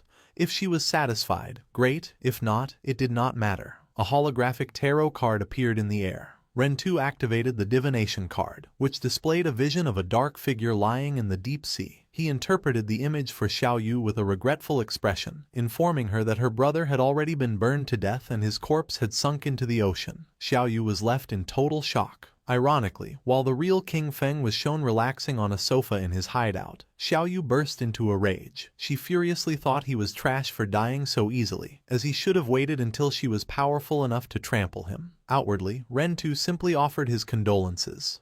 Ren Tu then changed the subject, mentioning he had heard she interacted with Shadow. He claimed his divination had found Shadow's location and asked if she wanted to go with him. Holding a gold card, he explained he could teleport her there immediately. He manipulatively suggested that although her brother was dead, if she recognized Shadow as her new brother, everyone would be happy. Xiao Yu eagerly agreed. Internally, she scoffed that King Feng had gotten off easy by dying, but decided it did not matter because Shadow would surely protect her. As she accepted, Ren Tu activated a blue magic circle beneath them, and they were transported away. They rematerialized in a dark, dingy room that looked like an abandoned lab. Xiao Yu looked around in confusion, asking where Shadow was. Ren Tu, looking menacing as he removed his suit jacket, coldly replied that he should be asking her that. Without warning, Ren Tu struck Xiao Yu with a vicious right hook to the face, causing her to cough up blood. He then grabbed her by the ankle, dangling her upside down and demanding she tell him everything she knew about Shadow. Terrified and crying, Xiao Yu stammered that she did not actually know him. Ren Tu accused her of lying, reminding her she had claimed to guard his door and see him often. He delivered a brutal punch to her stomach while she hung defenseless, knocking her unconscious. Ren Tu remarked that she had fainted too easily and was shocked she had not extracted a single ability from the game to protect herself. He dragged the unconscious Xiao Yu across the floor. He spoke on the phone, telling the person on the other end the prey was ready. With sadistic hunger, he asked when he could make his move, complaining that his blade was thirsty. Ren Tu threw Xiao Yu's limp body onto a metal table. He checked his phone and read a message from his boss forbidding him from killing her without further instructions. Ren Tu clicked his tongue in disappointment. However, a sinister look returned as his eyes glowed red. He pulled out a scalpel and decided that if he could not kill her, he would just play with her slowly. Meanwhile, in a restroom, Officer Xiaoma noted there had been no news of Shadow logging off for 2 days. He walked out, reasoning that a person's need for food became very high after extracting game stats, making it impossible for Shadow to stay online this long. He concluded Captain Onyu had not reported Shadow's activity because she suspected someone was framing him. Xiaoma entered the main police office, thinking he needed to speed up his plans. His face darkened with malice as he imagined a scenario where the public turned against Shadow, viewing him as a serial killer. He laughed, believing that once public opinion exploded, the officials would be forced to eliminate Shadow. Elsewhere, the Ghost Knight Wolf's paws landed softly on the pavement. Ghost Spirit sat atop the mount, declaring she had arrived. A trail of red energy swirled through the air. She looked down from a vantage point at a concrete facility below, confirming the killer's aura led directly into that house. Ghost Spirit leapt down, activating her Shadow Sneak ability to blend in. She landed silently on a window ledge. She peeked through the glass, initially smiling that finding the culprit was great. However, her expression instantly shifted to pure shock and horror at the scene inside. Inside, Xiao Yu was hanging from the ceiling by her wrists. In a gruesome display, her legs had been severed at the knees, dark blood dripping steadily to the floor. Ren Tu was on his knees below her, his head tilted back with a twisted expression of ecstasy, proclaiming it had been a long time since he had enjoyed himself this much. The system informed Xiao Yu her log-out request had failed because she was in a combat state. Tears streamed down her face, realizing there was no escape. She hung from the ceiling by her wrists. Her legs had been severed and wrapped in crude bandages. She screamed in agony while Ren Tu laughed maniacally below. She couldn't understand why this was happening. She only wanted to sell a house, yet had fallen into this hell. She felt death approaching. Consumed by despair, she cried out for anyone to save her. In her darkest moment, an image of her brother, King Feng, appeared in her mind. She thought if King Feng were here, he would save her. She cursed her brother, wondering why he had to die and leave her alone. Suddenly, a bright green light enveloped her broken body. She watched in confusion as magical energy began knitting her flesh back together. She realized someone was casting a healing art. For a moment, hope filled her eyes, believing someone had come to rescue her. However, Ren Tu looked up with a twisted grin and introduced himself again. He revealed his game ID was Human Butcher, and his profession was a priest. He walked toward her, bathing in the green light of his own healing spell. With sadistic calmness, he told her not to worry, assuring her he wouldn't let her die so quickly. He covered his face and laughed uncontrollably, explaining his sick philosophy. Playing with prey to the extreme and killing them slowly was the only way to have a wonderful experience. That was why he chose to be a priest. The torture wasn't over. Rentu looked at the terrified girl and announced he would rip off her chest next. The terror was too much for Xiao Yu. Her eyes rolled back, foam formed at her mouth, and she fainted. Rentu looked disappointed that she had passed out so easily, mocking her for being such a weak girl. Suddenly, Rentu sensed danger, his expression changing to shock as he dodged a fast-moving object. A cloaked figure with glowing purple eyes descended. Ghost Spirit. She used her Blade of the Underworld skill, sending a glowing energy ribbon that pierced Rentu, suspending him in the air. With a cold expression, she glared at the captured killer. She demanded to know why he had framed Shadow for his crimes. Rentu activated his healing art, looking arrogant, believing he was in control. His confidence was cut short as the ribbon wrapped tightly around him, immobilizing him. Ghost Spirit descended with terrifying speed, grabbing the killer by the throat and smashing him down. She pinned Rentu against the cracked wall, threatening to saw off his legs if he didn't confess everything. Terrified and defeated, Rentu stammered that he would tell her everything. The scene shifts to the desolate Zhanghai City ruins. Captain Enyu, Wang Meng, and Little Black were having a serious discussion. Enyu noted that since they stopped reporting Shadow's login times, no new murders had occurred, proving someone was trying to frame him. Little Black angrily defended Shadow, arguing a powerful expert like him wouldn't be a perverted serial killer. She reasoned if he killed someone, he would turn them to ashes, not leave bodies to be found. Captain Enyu explained that while they knew Shadow was innocent, the public did not. She worried that spreading rumors would cause chaos, which was likely the killer's true goal. She feared that if the chaos grew, officials would be forced to kill Shadow to calm the public, even if he was innocent. Little Black asked if the officials could actually defeat Shadow. With a grim smile, Enyu admitted they could not. She explained that such a conflict would result in heavy losses for the government, allowing other countries to take advantage of the situation and endangering Great Xia. Wang Meng stated they needed to clear Shadow's name quickly. He deduced the person framing Shadow must be among the Zhanghai City officials. Deep in thought, Captain Enyu realized that considering someone within the Zhanghai officials who also had a grudge against Shadow, she could only think of one person. Officer Xiaoma stood in his office, sweating nervously as he looked at his phone. He was frustrated because 2 days had passed without news of Shadow logging off, and he worried Rentu might have lost control and accidentally killed the prey. Alone in the dark office, his obsession with Captain Enyu consumed him.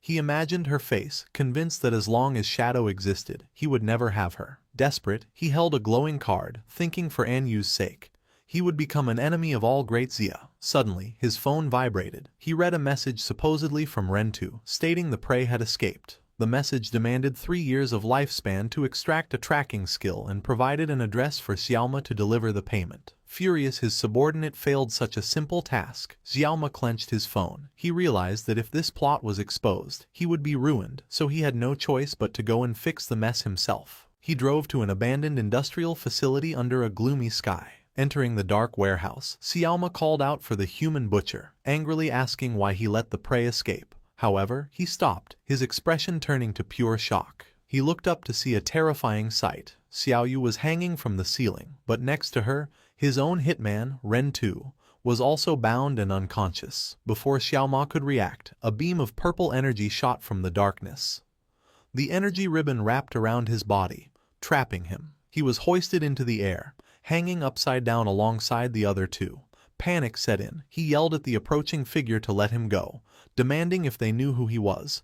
Ghost Spirit stepped out of the shadows, her eyes glowing a menacing red. She calmly replied she knew exactly who he was, Ma Nieliang, son of Zhanghai City's mayor. She revealed that Rentu had confessed everything, explaining how Ma Nieliang instructed him to kill and dump bodies during Shadow's offline hours to frame him. She thanked Rentu for keeping his promise to lure out the mastermind. Ghost Spirit cut Rentu loose. She looked down at him and said that as a reward for his cooperation, she would give him a chance to enjoy himself. Rentu stood up, surrounded by a surge of purple energy, looking completely deranged. Ghost Spirit ordered him to kill Ma Nieliang in any way he liked. Rentu giggled maniacally, thanking the young miss for the opportunity. Ghost Spirit ordered the brainwashed Rentu to kill Ma Nieliang using his favorite method. Rentu, completely under her control, agreed with a maniacal laugh, telling Ma Nieliang to stop struggling. Ma Nieliang screamed, but Rentu lunged forward with a scalpel. The human butcher mockingly apologized to Boss Ma, claiming he had no other choice. Ma Nieliang looked up in terror as the blade aimed for his throat. However, Ma Nieliang was prepared. just before the blade connected, he activated a golden card. A shockwave erupted, pushing Rentu back and allowing Mei Niaoliang to roll to safety. A massive explosion of fire and energy engulfed Rentu. Ghost Spirit watched calmly as the blast lit up the warehouse. When the smoke cleared, Rentu lay dead, his body transforming into lifespan orbs. Ma Niaoliang stood panting, glaring at Ghost Spirit, realizing she must be Shadow's disciple. Furious, Ma Niaoliang slapped a glowing golden card onto his forehead. The card, imbued with the power of the Sun God, granted him a massive agility boost for 2 minutes. A golden crossbow appeared in his hand as he declared he would kill both Shadow and his disciple. Moving with incredible speed, Ma Niaoliang leapt through the air, firing multiple energy arrows at Ghost Spirit. She calmly dodged the barrage, weaving through the explosions.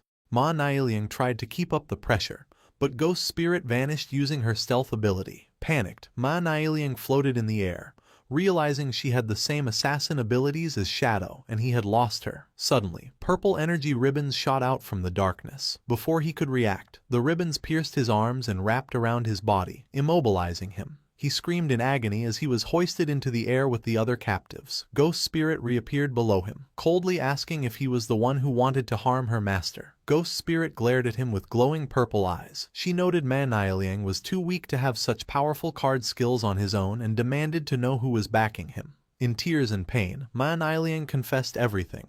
He revealed that the foreigners associated with Qian Shishi had found him. They gave him the cards and asked for his help to kill Shadow, promising a big shot, was backing them. Sobbing, Ma Niaoliang claimed he didn't know anything else. He begged for his life, promising his father, the mayor, would give her anything if she let him go. Ghost Spirit simply turned her back, muttering he was too noisy. Behind her, the ribbons constricted violently, causing Ma Niaoliang's body to erupt in a shower of blood, killing him. With cold red glowing eyes, Ghost Spirit walked away. She recalled her master's words, never let a single enemy escape. As she left, she looked back at Xiao Yu, still hanging from the ceiling, unconscious and legless. She pitied the girl but left her for the authorities to save, thinking her survival was up to her own fate. Soon after, police arrived following an anonymous tip. The officers rushed into the warehouse and were shocked by the scene, calling for a healer upon seeing the injured girl. They identified the bodies, Ma Niaoliang and an unidentified man, Rentu. They noted the girl was in a coma but not in life-threatening danger. A captain shouted that there was a message. On the wall, 2 phones were embedded in the concrete. A message above stated the serial killings were committed by these 2 to frame Shadow. The evidence was in the phones, and the girl was a witness. It was signed, "Doing good deeds without leaving a name." The officers checked the phones and found records confirming everything. Ma Niaoliang had conspired with Rentu to kill and frame Shadow. They also discovered a mole inside the department who had been leaking Shadow's login times to Ma Niaoliang. The captain furiously ordered an immediate arrest for the traitor. Meanwhile, in the real world, King Feng was enjoying a massive meal when his phone rang. It was Captain An Yu. She excitedly shared the good news. The serial killer case had made a huge breakthrough. King Feng feigned ignorance, asking if they had found the killer. An Yu confirmed they had identified Ma Niaoliang and Rentu as the culprits, noting both were dead. She explained they had found evidence and a witness, but since the girl had lost her legs and was in a coma, they needed to wait for her testimony to close the case. King Feng thought to himself that Ghost Spirit had completed the mission perfectly. An Yu apologized for the trouble the investigation had caused him. As an apology, she offered him some intelligence. She described a strange phenomenon in a novice town in Zhonghai City. 5 flying monsters were circling the sky, hunting players. Strangely, whenever one was killed, there were always 5. An Yu suspected a treasure was hidden there and urged Shadow to solve it. King Feng's eyes widened as he realized the implication. Another ancient god slate had appeared. King Feng analyzed the information. He deduced the ancient god slate must be high in the sky. Since players couldn't fly yet, he would need a flying mount. He recalled the Withered Bone City key he had obtained from the magic Leaning Tower. He knew Withered Bone City was part of the Marega Empire, the dragon homeland, and deduced he might find a flying dragon mount there. The system indicated that entering Withered Bone City required level 20. King Feng checked his status and saw he was level 19. With determination, he decided to enter the game, knowing he only needed to level up once. Shadow teleported to the Withered Bone City outer beach. It was a desolate coastline covered in massive skeletons, with a dark castle looming on a distant island. As Shadow appeared, he noticed glowing lifespan orbs scattered on the ground, indicating other players had been there recently. Shadow's expression sharpened as he sensed a disturbance and hid behind a large skeleton. In the distance, a massive, skeletal lobster monster stood on its hind legs, spitting green acid at a group of players. Among the group was Lin Qingyu, Late Night Drizzle, and a large bald man. Lin Qingyu looked shocked as bubbles of green acid floated toward her. The bald man in her party stepped forward confidently, telling the others to watch him. A green ghostly aura surrounded him. The system identified his class as the Soul Walker, a hidden support class that allowed the user to turn themselves and their teammates into a spirit form. In this state, they couldn't attack but were also immune to damage and had no physical collision. The monster unleashed a torrent of green acid breath, but thanks to the Soul Walker's ability, the attack passed harmlessly through the intangible players. Watching from his hiding spot, Shadow's eyes narrowed. He recognized this group from his past life. He remembered that this bald man, Zuma, Theodore, and others had teamed up to trap Magic City officials. This scheme caused heavy casualties for the official forces, leaving them unable to maintain order. As a result, Magic City fell into chaos for 3 months, indirectly causing hundreds of thousands of deaths. The battle with the giant skeletal lobster reached a critical point as the monster roared. Lin Qingyu, seeing the boss's low health, shouted a warning that it was entering its second phase. The monster then released a swarm of blue bubbles, which burst open to reveal a horde of smaller lobster monsters. The party was immediately overwhelmed. A party member with a shield struggled, complaining there were too many of them. Amidst the chaos, Lin Qingyu screamed at Zuma, the Soul Walker, to use his soul conversion ability to save them. However, Zuma simply turned his head away with a cold expression, ignoring his teammates' pleas for help. Lin Qingyu was shocked by this betrayal as the small lobsters bypassed the front line and lunged at her. The team's formation collapsed, and although she fired her dual weapons, she realized they could not hold the line. She shouted at Zuma one last time, asking what he was doing. But it was too late. The massive boss and its minions lunged at her as she fell. Terrified, she looked up as the monster prepared to devour her. Just as the monster struck, a blur of blue energy slashed through the air, cutting the creature into pieces. Shadow had entered the fray, moving with blinding speed as he unleashed a skill that instantly sliced through the swarm of small lobsters. He leaped over the stunned Lin Qingyu and landed with a devastating area of effect attack, a swirling vortex of dark energy that annihilated the remaining enemies. A system window appeared, confirming Shadow had killed the Jade-grade lobster boss and obtained a massive amount of experience, evolution points, and over 9 years of lifespan. As Shadow stood amidst the loot, Zuma looked on in total shock, realizing the famous Shadow had appeared. The confrontation took a violent turn. Shadow appeared instantly in front of the bald man, Zuma, glaring with intense killing intent. Before anyone could react, Shadow unleashed a swift strike, chopping off Zuma's head in a single motion. As the headless body collapsed, a system notification confirmed Zuma had been killed. His corpse dissolved into light, leaving Lin Qingyu staring in disbelief. She thanked Shadow for the rescue but questioned why he had killed their team member. Shadow glanced back with a cold, glowing eye and asked why the Magic City official team included a foreigner. Lin Qingyu explained that Zuma was hired as external aid because his class was key to defeating the boss, though she admitted she hadn't expected him to get distracted at a critical moment. Shadow scoffed at her naivety, saying it wasn't a distraction. He quoted a proverb, warning that those not of one's own kin will have different hearts, implying Zuma's betrayal was intentional. Lin Qingyu broke into a nervous sweat, asking if he meant Zuma did it on purpose, unable to understand what he would gain from letting them die. Shadow turned his back, his cape billowing. He told her investigating the motive was their job, not his. He then proposed a deal. If Magic City officials found a boss they couldn't handle, they should contact him. He stated his terms clearly. He only wanted the lifespan drops and any assassin-class equipment. Everything else was theirs, identical to his deal with the Zhonghai officials. The surviving team members erupted in joy. Shadow confirmed the deal applied only to platinum-grade bosses or higher, and he required full looting rights. Lin Qingyu, seeing the immense value, immediately agreed and prepared to message their exploration teams. An announcement ordered exploration teams to report coordinates for high-level bosses because Shadow had agreed to help. Across the dangerous zones, players on the brink of death cried tears of happiness. They realized they no longer had to die repeatedly and could hope for a future with good equipment. Back on the cliff, Lin Qingyu was overwhelmed by messages. She told Shadow multiple coordinates for bosses had come in, with several nearby. Shadow was surprised by the speed, and Lin Qingyu explained that while Zhonghai officials were well equipped thanks to him, Magic City teams were still suffering. Shadow activated his flight ability, telling her to send the coordinates as he soared into the sky. Lin Qingyu and her team waved goodbye, thanking him as he flew off to hunt. The scene shifted to a rocky canyon where a massive, muscular monster, the platinum-grade long-haired Minotaur, stood guard, hidden behind a rock. A group of players waited nervously. A red-haired girl, blushing, whispered to her teammates that she heard Shadow was coming and wondered if he was handsome. Her teammates were more skeptical. One player doubted Shadow could easily defeat a platinum-grade boss, arguing its stats were too high. His doubts were silenced in a fraction of a second. A colossal vertical beam of blue energy slashed down from the heavens, bisecting the Minotaur instantly and dealing over 300,000 damage. As the beast fell, a system notification confirmed the kill for Shadow, awarding him experience, evolution points, over 5 years of lifespan, and a platinum-grade assassin skill, Smoke Bomb. Shadow simply noted the Minotaur was dealt with and identified his next target in the east.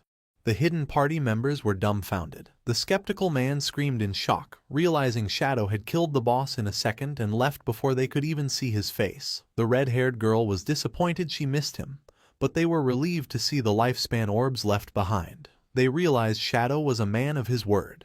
He had taken the lifespan but left all non-assassin equipment. The scene shifted to another location. Without warning, massive white spikes erupted from the earth, sending a group of players flying. A terrifying jade-grade boss, the noble's eldest son, Traitor Lulu, in dark lava armor, emerged with a giant flaming sword. A player shouted in panic, realizing they had underestimated the perception range of a jade boss. The giant knight swung its flaming sword down at a terrified player. The player froze, thinking his life was over. Just before the blade could crush him, a streak of purple energy sliced through the air, chopping the boss's arm clean off. The player watched in shock as the massive arm and sword flew away. Shadow descended from the sky, unleashing his Shadow of Sorrow skill. 4 shadow clones appeared, surrounding the boss. In a blur of motion, they struck, dealing massive damage. The system confirmed the kill, awarding Shadow experience, evolution points, over 10 years of lifespan, and a jade-grade skill, Merge into Darkness. The rescued players watched in awe, unable to comprehend that each Shadow dealt over 300,000 damage. They questioned if they were even playing the same game as him. One of the rescued players, blushing, declared that the gap between them and Shadow was like the distance between a human and a god, resolving to worship him. Having cleared the bosses, a system window notified Shadow he had reached level 20. As dark energy swirled around him, he remarked that farming bosses was the fastest way to level up. Suddenly, another notification chimed. The Natural Disaster Ancient God Curse slate was fully charged. Shadow's eyes glowed yellow with anticipation as he prepared to draw a new affix from the slate.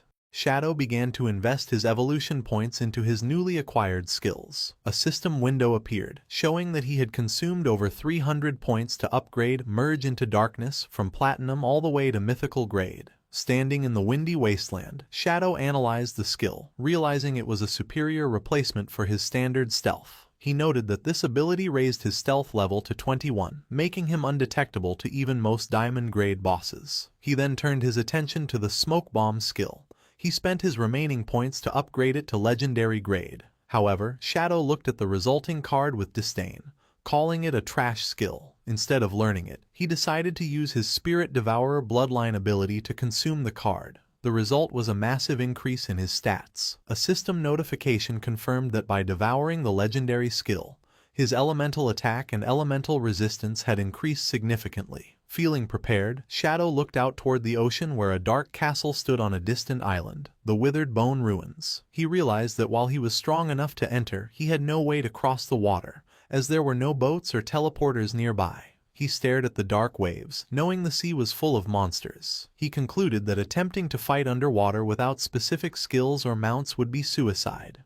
Seeking a path, Shadow opened his map. He noticed a strange icon indicating a locked door located right on the shoreline. Curious about this anomaly, he transformed into a streak of shadow and dashed toward the location. He arrived at a cave entrance blocked by a massive ornate stone gate. As he approached, a glowing chain appeared over the door. The system informed him the door was locked and asked if he wanted to use the Withered Bone City key. Shadow was surprised, realizing the golden key he had obtained earlier, likely from the Magic Leaning Tower trade, was the specific item needed here. He pulled the glowing key from his inventory. As the heavy doors groaned open, Shadow stepped forward, though he wondered aloud how a door on this side of the coast could possibly lead to the ruins on the other side of the sea. Shadow stepped through the glowing gate, his form blurring as he activated his speed. He noticed the path descended sharply and realized with surprise that he was heading deep underground. As he traveled through the dark, rocky corridor, he deduced the tunnel's purpose. It traveled beneath the ocean floor to connect the mainland coast directly to the isolated island. Shadow continued through the long subterranean passage until he finally saw the exit ahead.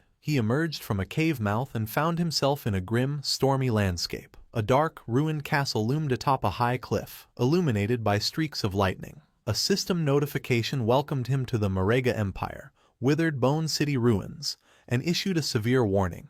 This was a berserk area where the player's lifespan drained at 100 times the normal rate. Looking out over the dark water, Shadow admired the ingenious design of the hidden tunnel. He recalled a memory from his past life when a madman had rambled about a secret passage under the sea. At the time, everyone ignored him, thinking he was confusing this world with another game. But Shadow realized now that the madman had been telling the truth. Shadow began to walk through a forest of withered trees and scattered bones. Suddenly, the ground beneath him began to tremble violently. A massive skeletal dragon's skull lying on the ground started to shake and crack. Without warning, a colossal creature burst out from within the skull, shattering it. Shadow stood his ground as the dust settled, revealing a grotesque monster. A giant skeletal centipede topped with a stitched-together female torso with a glowing red eye. The system identified the creature as the Withered Bone Ruins Guardian, Thousand-Blade Centipede, Mo Wire, a powerful diamond-grade boss. Shadow analyzed the enemy before him. He noticed that while her upper body retained a human shape, her lower half had transformed into a monster. He observed the festering wounds on her body, realizing they were identical to the scars he had seen on the white dragon, Ates. As the terrifying creature lunged at him, Shadow understood that she was a citizen of the Marega Empire who had been corrupted by Cthulhu's curse. Shadow dodged the massive centipede body as it swept through the air. Looking at the scars on her human torso, he deduced that she must have suffered inhumane torture while she was still alive. He continued to evade, weaving through the sharp skeletal legs that stabbed at him, and leaped into the air to avoid a crushing strike that shattered the ground. Launching his counterattack, Shadow activated his skills. He summoned his shadow clones and used a technique called Blessing of Release to inflict massive additional damage. In a flash of purple energy, he and his clones unleashed a synchronized Shadow Flash Slash, striking the boss 4 times instantly. The blade slashed across the monster's neck. Shadow's eyes glowed as the system indicated his skill cooldowns had instantly reset. He prepared to strike again.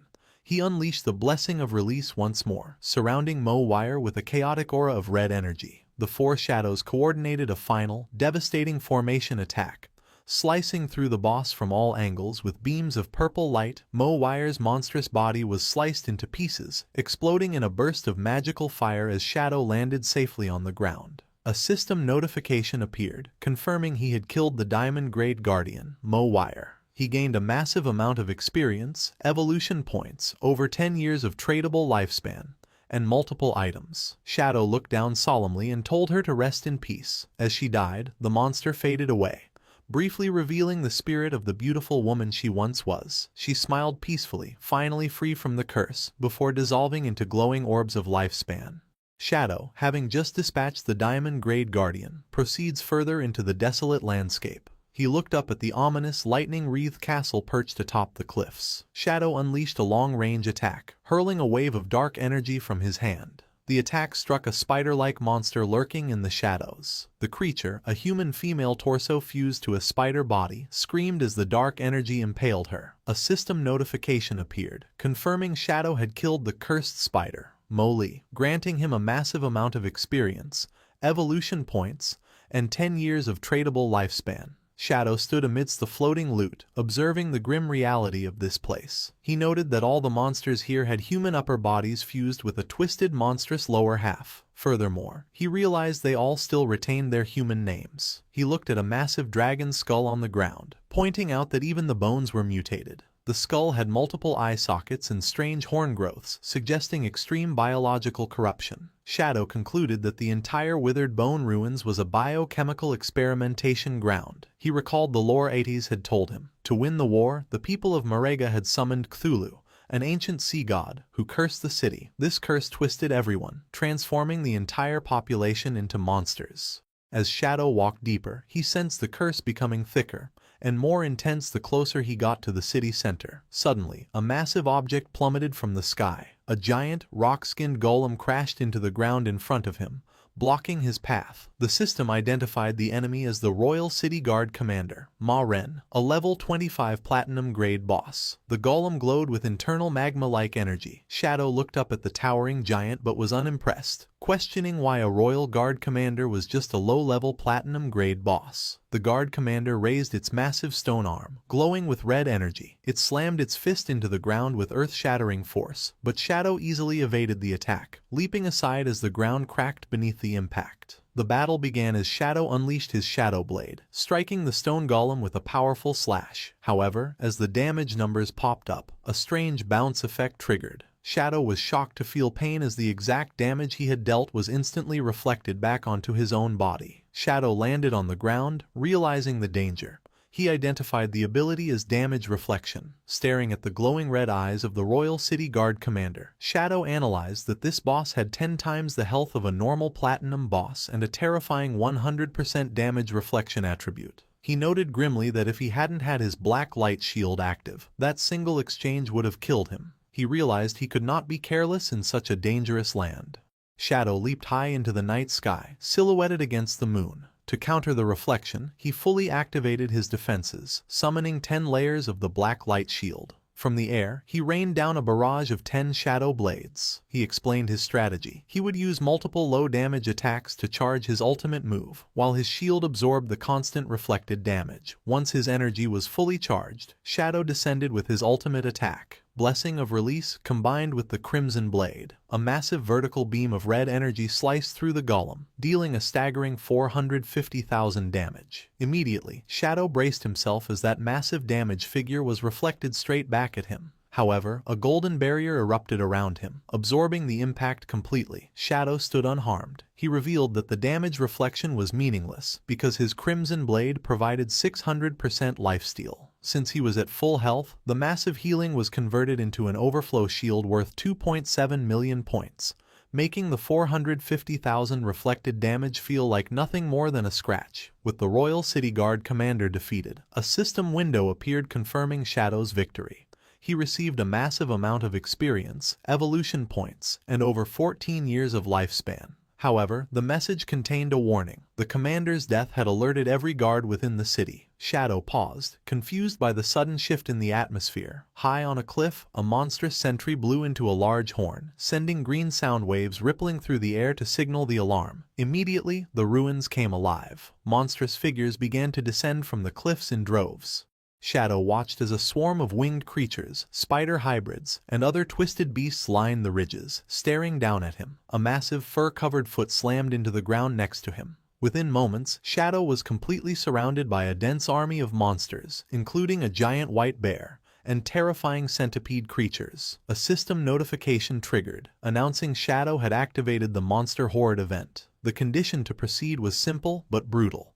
Kill every single monster. Shadow looked up at the wall of enemies looming over him, their eyes glowing red in the darkness. But instead of feeling fear, his eyes narrowed with excitement. He laughed to himself, thinking this situation was incredibly refreshing and exactly what he wanted. The monsters, seeing their prey laugh, looked at each other in confusion, unsure why the human was not trembling in terror. Shadow moved with the speed of a storm. He unleashed his Dark Knight Ring Blade, slicing through the first wave of enemies. In a single strike, the system notified him he had killed 32 monsters. Not giving the horde a moment to breathe, he activated his Shadow of Slaughter skill, summoning dark clones from the ground to fight alongside him. Together with his clones, Shadow executed a synchronized Shadow Flash/X4. The burst of purple energy decimated the monster ranks, instantly raising his kill count to 165. The chaotic energy beams sliced through everything in their path, dismembering lion men, shark hybrids, and other twisted creatures. Shadow continued his relentless assault, descending with another Dark Knight Ring Blade X4 attack. His dark magic swept through the battlefield, and with every swing, the kill count climbed higher, reaching 518. The battle turned into a one-sided massacre. System notifications flooded his vision as the death toll rose exponentially, jumping from 600 to over 2,000 in seconds. As the fight raged on, the kill count soared past 8,000. The entire battlefield was illuminated by thousands of glowing orbs of lifespan from the fallen army. Finally, silence returned. Shadow stood with his eyes glowing purple, having killed a total of 10,086 monsters. A system window confirmed that he had killed all the monsters, and the road to the Withered Bone City Ruins core was now unlocked.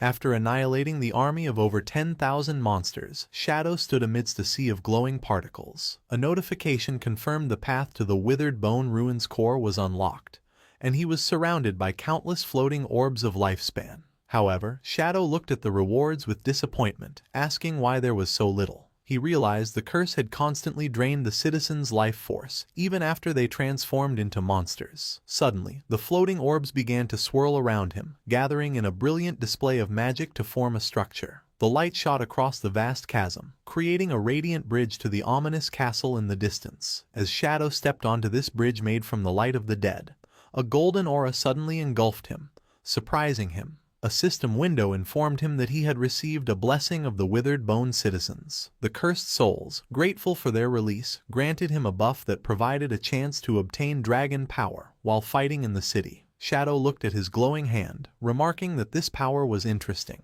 He deduced the curse's source was in the city and understood the victims' souls were guiding him, hoping he would break the curse for good. He continued across the Bridge of Light until he reached a massive, dark pit that looked like a maw of flesh and darkness. Without hesitation, Shadow leaped into the abyss. As he descended through the fleshy tunnel, a notification warned him he had entered the Withered Bone Curse Great Hollow, where the lifespan drain was 1,000 times the normal rate. He landed with a heavy splash in a red liquid and slowly stood up, surrounded by pulsating, organic walls, ready to face the source of the corruption. Deep within the fleshy walls of the hollow, a man with long red hair and a beard hung suspended, his body pierced by thick spikes. Suddenly, a notification flashed as the man's eyes snapped open, sensing an intruder. Shadow stood ready in the darkness, a purple flame igniting on his chest as he sensed the overwhelming killing intent. The man, still trapped, began to mutter strange syllables. Shadow narrowed his eyes, recognizing the speech as the ancient god language. He translated the sounds and realized the man was repeatedly calling out a specific name, Mowire. Driven by madness and grief, the man roared the name Mowire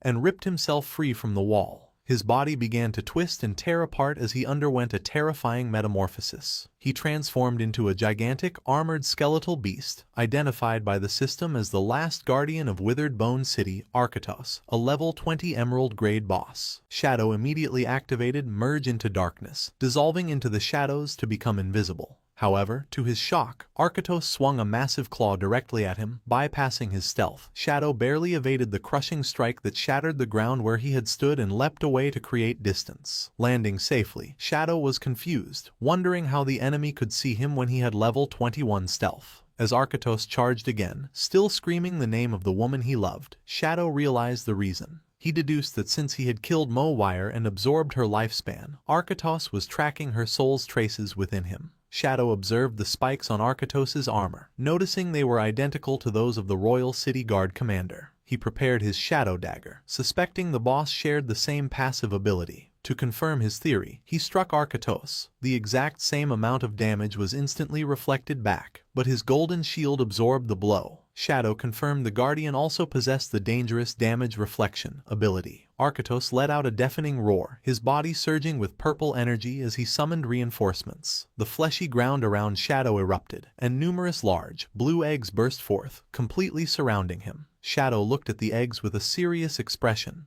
realizing they also possessed a damage reflection effect. He deduced that if they hatched, they would spawn dangerous elite-level monsters. Testing their durability, Shadow threw a Shadow Dagger at one, dealing over 3,000 damage. The egg shattered, but he quickly calculated the cost. Destroying a single egg required 3 daggers, meaning he'd have to sacrifice 3 layers of his black light shield to the reflected damage. Since regenerating a layer took 2 seconds, he concluded he couldn't clear all the eggs in time. With no other choice, Shadow decided to let them hatch. He leaped high into the air for a tactical advantage, accepting he would have to face whatever came out. As he descended towards Arkatos, he noted his ultimate skill was fully charged. He unleashed the Crimson Blade, a massive red energy beam that slammed down on Arkatos for a staggering 450,000 damage. Shadow landed silently, protected by a massive golden barrier from his lifesteal. Unharmed by the chaos, the eggs hatched instantly, and a monstrous claw burst through each shell. A swarm of cursed young dragons, level 20 emerald-grade monsters, flew into the air, screeching as they prepared to attack. Shadow landed in the pool of red liquid, crouching to face the newborn horde.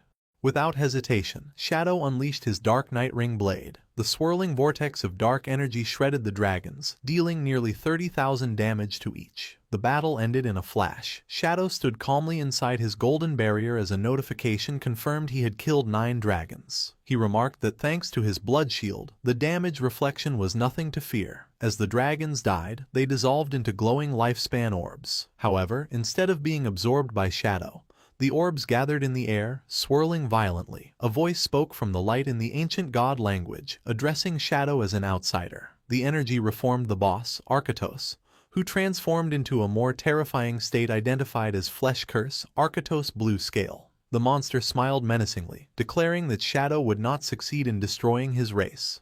The battle intensified as Arkatos leapt. The mutated guardian charged forward, aiming a massive, energized punch at Shadow. Shadow's eyes glowed neon blue as he countered with a blindingly fast, instant shadow slash. He moved like a blur, striking the monster from all angles in a split second. However, to Shadow's disbelief, immunity appeared around Arkatos. The monster was completely unaffected by the attacks. Shadow was stunned, unable to understand how his attacks dealt no damage. Arkatos seized the opening, slamming his fist into Shadow with devastating force. Shadow was sent flying, taking nearly 30,000 damage as the impact created a massive explosion. As he steadied himself, his golden blood shield shattered. Shadow translated the monster's guttural speech and realized Arkatos was declaring that as long as his bloodline and soul remained, his home would never fall. Arkatos stood amidst the purple energy, proclaiming Withered Bone City would never be conquered. Shadow was confused. Usually, only epic-grade monsters or higher could speak and have self-awareness, yet this emerald-grade boss retained his consciousness. Ignoring Shadow, Arkatos gathered dark energy into a sphere, chanting about protecting his city, empire, and people. The Guardian unleashed his Demon Dragon Cannon, a vertical beam of destructive energy. Shadow reacted instantly, leaping high to dodge the blast. He landed and countered with a Shadow Blade, but again, the attack was ineffective. Arkatos walked through it, completely immune. Shadow cursed, realizing he desperately needed to break the monster's invulnerability shield. Arkatos unleashed a new technique. A grotesque ribcage of raw flesh materialized, trapping Shadow inside. The system identified it as the Flesh Prison, and a countdown began, showing Shadow's lifespan draining away by the year. Shadow broke into a cold sweat, realizing Arkatos was siphoning his life force. He identified the drain as an ability of the evil god, Cthulhu. The situation was dire. The Flesh Prison was an unavoidable attack ignoring all defenses. Arkatos fed on Shadow through a fleshy tendril, and Shadow realized his entire lifespan would soon be gone. Just as hope seemed lost, red energy erupted from Shadow. A notification announced he had triggered Dragon Power. The system detected he possessed Eitz's skill, Shadow of Slaughter. This granted Shadow a new buff, Eitz's Flame of Nirvana. The description revealed the key to victory. The white flame ignored all defenses and directly burned the opponent's soul for massive damage. Shadow's eyes glowed with orange dragon fire as he realized this was the true power of the dragon race. He counterattacked with the enhanced Dragon Shadow of Slaughter. His clones materialized, wreathed in holy fire, and descended on the monster. He followed up with a Dragon Instant Shadow Slash, cutting through the air with blinding speed. Arkatos' immunity was shattered. The attacks connected, dealing tens of thousands of damage and inflicting a severe burn. Arkatos screamed as the white flames consumed him. In his final moments, he begged Cthulhu for strength, crying that he couldn't die because he had to preserve the dragon race. Shadow stood calmly, the spirit of Eitz's manifesting behind him. He told the dying guardian the truth. His actions weren't protection. By summoning Cthulhu, he doomed his people to an eternal curse. With a cold glare, Shadow told him to feel the flame of Nirvana and let it cleanse his sins. Shadow delivered the final blow with a Dragon Crimson Blade, a colossal beam of red energy dealing nearly 500,000 damage. The last guardian was incinerated. A system window confirmed the kill, awarding Shadow 1 million experience points, 120 evolution points, and nearly 40 years of lifespan. Shadow descended, surrounded by glowing victory notifications. The system awarded him 60 evolution points, nearly 40 years of lifespan, and a diamond-grade item called the Bone Spike. As the dragon power buff faded, Shadow analyzed the rewards. The 1 million experience points proved the city's monsters had funneled resources to Arkatos. However, the lifespan reward was suspiciously low at 39.8 years. Shadow suspected most of the lifespan had been stolen by the evil god, Cthulhu. Suddenly, a grotesque chest emerged from the red liquid on the ground. A system message informed Shadow that using dragon power had unlocked a hidden reward. The chest opened, revealing 2 glowing golden items, a withered bone rune and an epic-grade Mount Bell. Shadow inspected the rune, a key to the tomb of the withered bone god. He noted that 3 runes would grant him entry to the secret ruin. Next, he held the golden bell, intrigued by the epic-grade mount item, and decided to see what it would summon. Activating the item, a massive winged skeletal dragon materialized. The system identified it as King of Scavengers, Osiris, a level 20 epic-grade entity, now soulbound to Shadow. Osiris was a former guardian, now a flying mount and combat pet that could summon smaller bone dragons. To Shadow's surprise, the dragon spoke intelligently. Osiris looked down, asking in shock if Shadow was the one who purged the city and killed Arkatos. Shadow calmly confirmed the deed and asked the dragon if it knew the truth about the cursed place. Osiris recounted the city's tragic history. He was an old guardian who died long ago but was resurrected by necromancy to fight in the war between the Marega Empire and the continent as the empire faced defeat. He revealed that in a desperate attempt to turn the tide, the city lord, Arkatos, decided to summon the evil god, Cthulhu. The dragon explained the condition for summoning Cthulhu was for Arkatos to sacrifice the person he loved most, his daughter, Mo Wire. However, at the last moment, Arkatos hesitated. He saved Mo Wire and instead sacrificed the entire population of Withered Bone City, including himself, to the evil god. The consequences were horrifying. The citizens were cursed and granted immense power, allowing them to defeat their invaders, but they were transformed into monsters and lost their humanity. Osiris revealed that Mo Wire, the only human left, suffered the worst fate. The monstrous citizens hated her and tortured her until she was also consumed by the curse and became a monster. With the story finished, Osiris expressed deep gratitude to Shadow for bringing release to these miserable souls and ending the tragedy. Sensing a powerful aura on Shadow, the dragon bowed his head and pledged to follow him forever, asking for his new master's name. With glowing eyes, the protagonist looked up and simply replied his name was Shadow.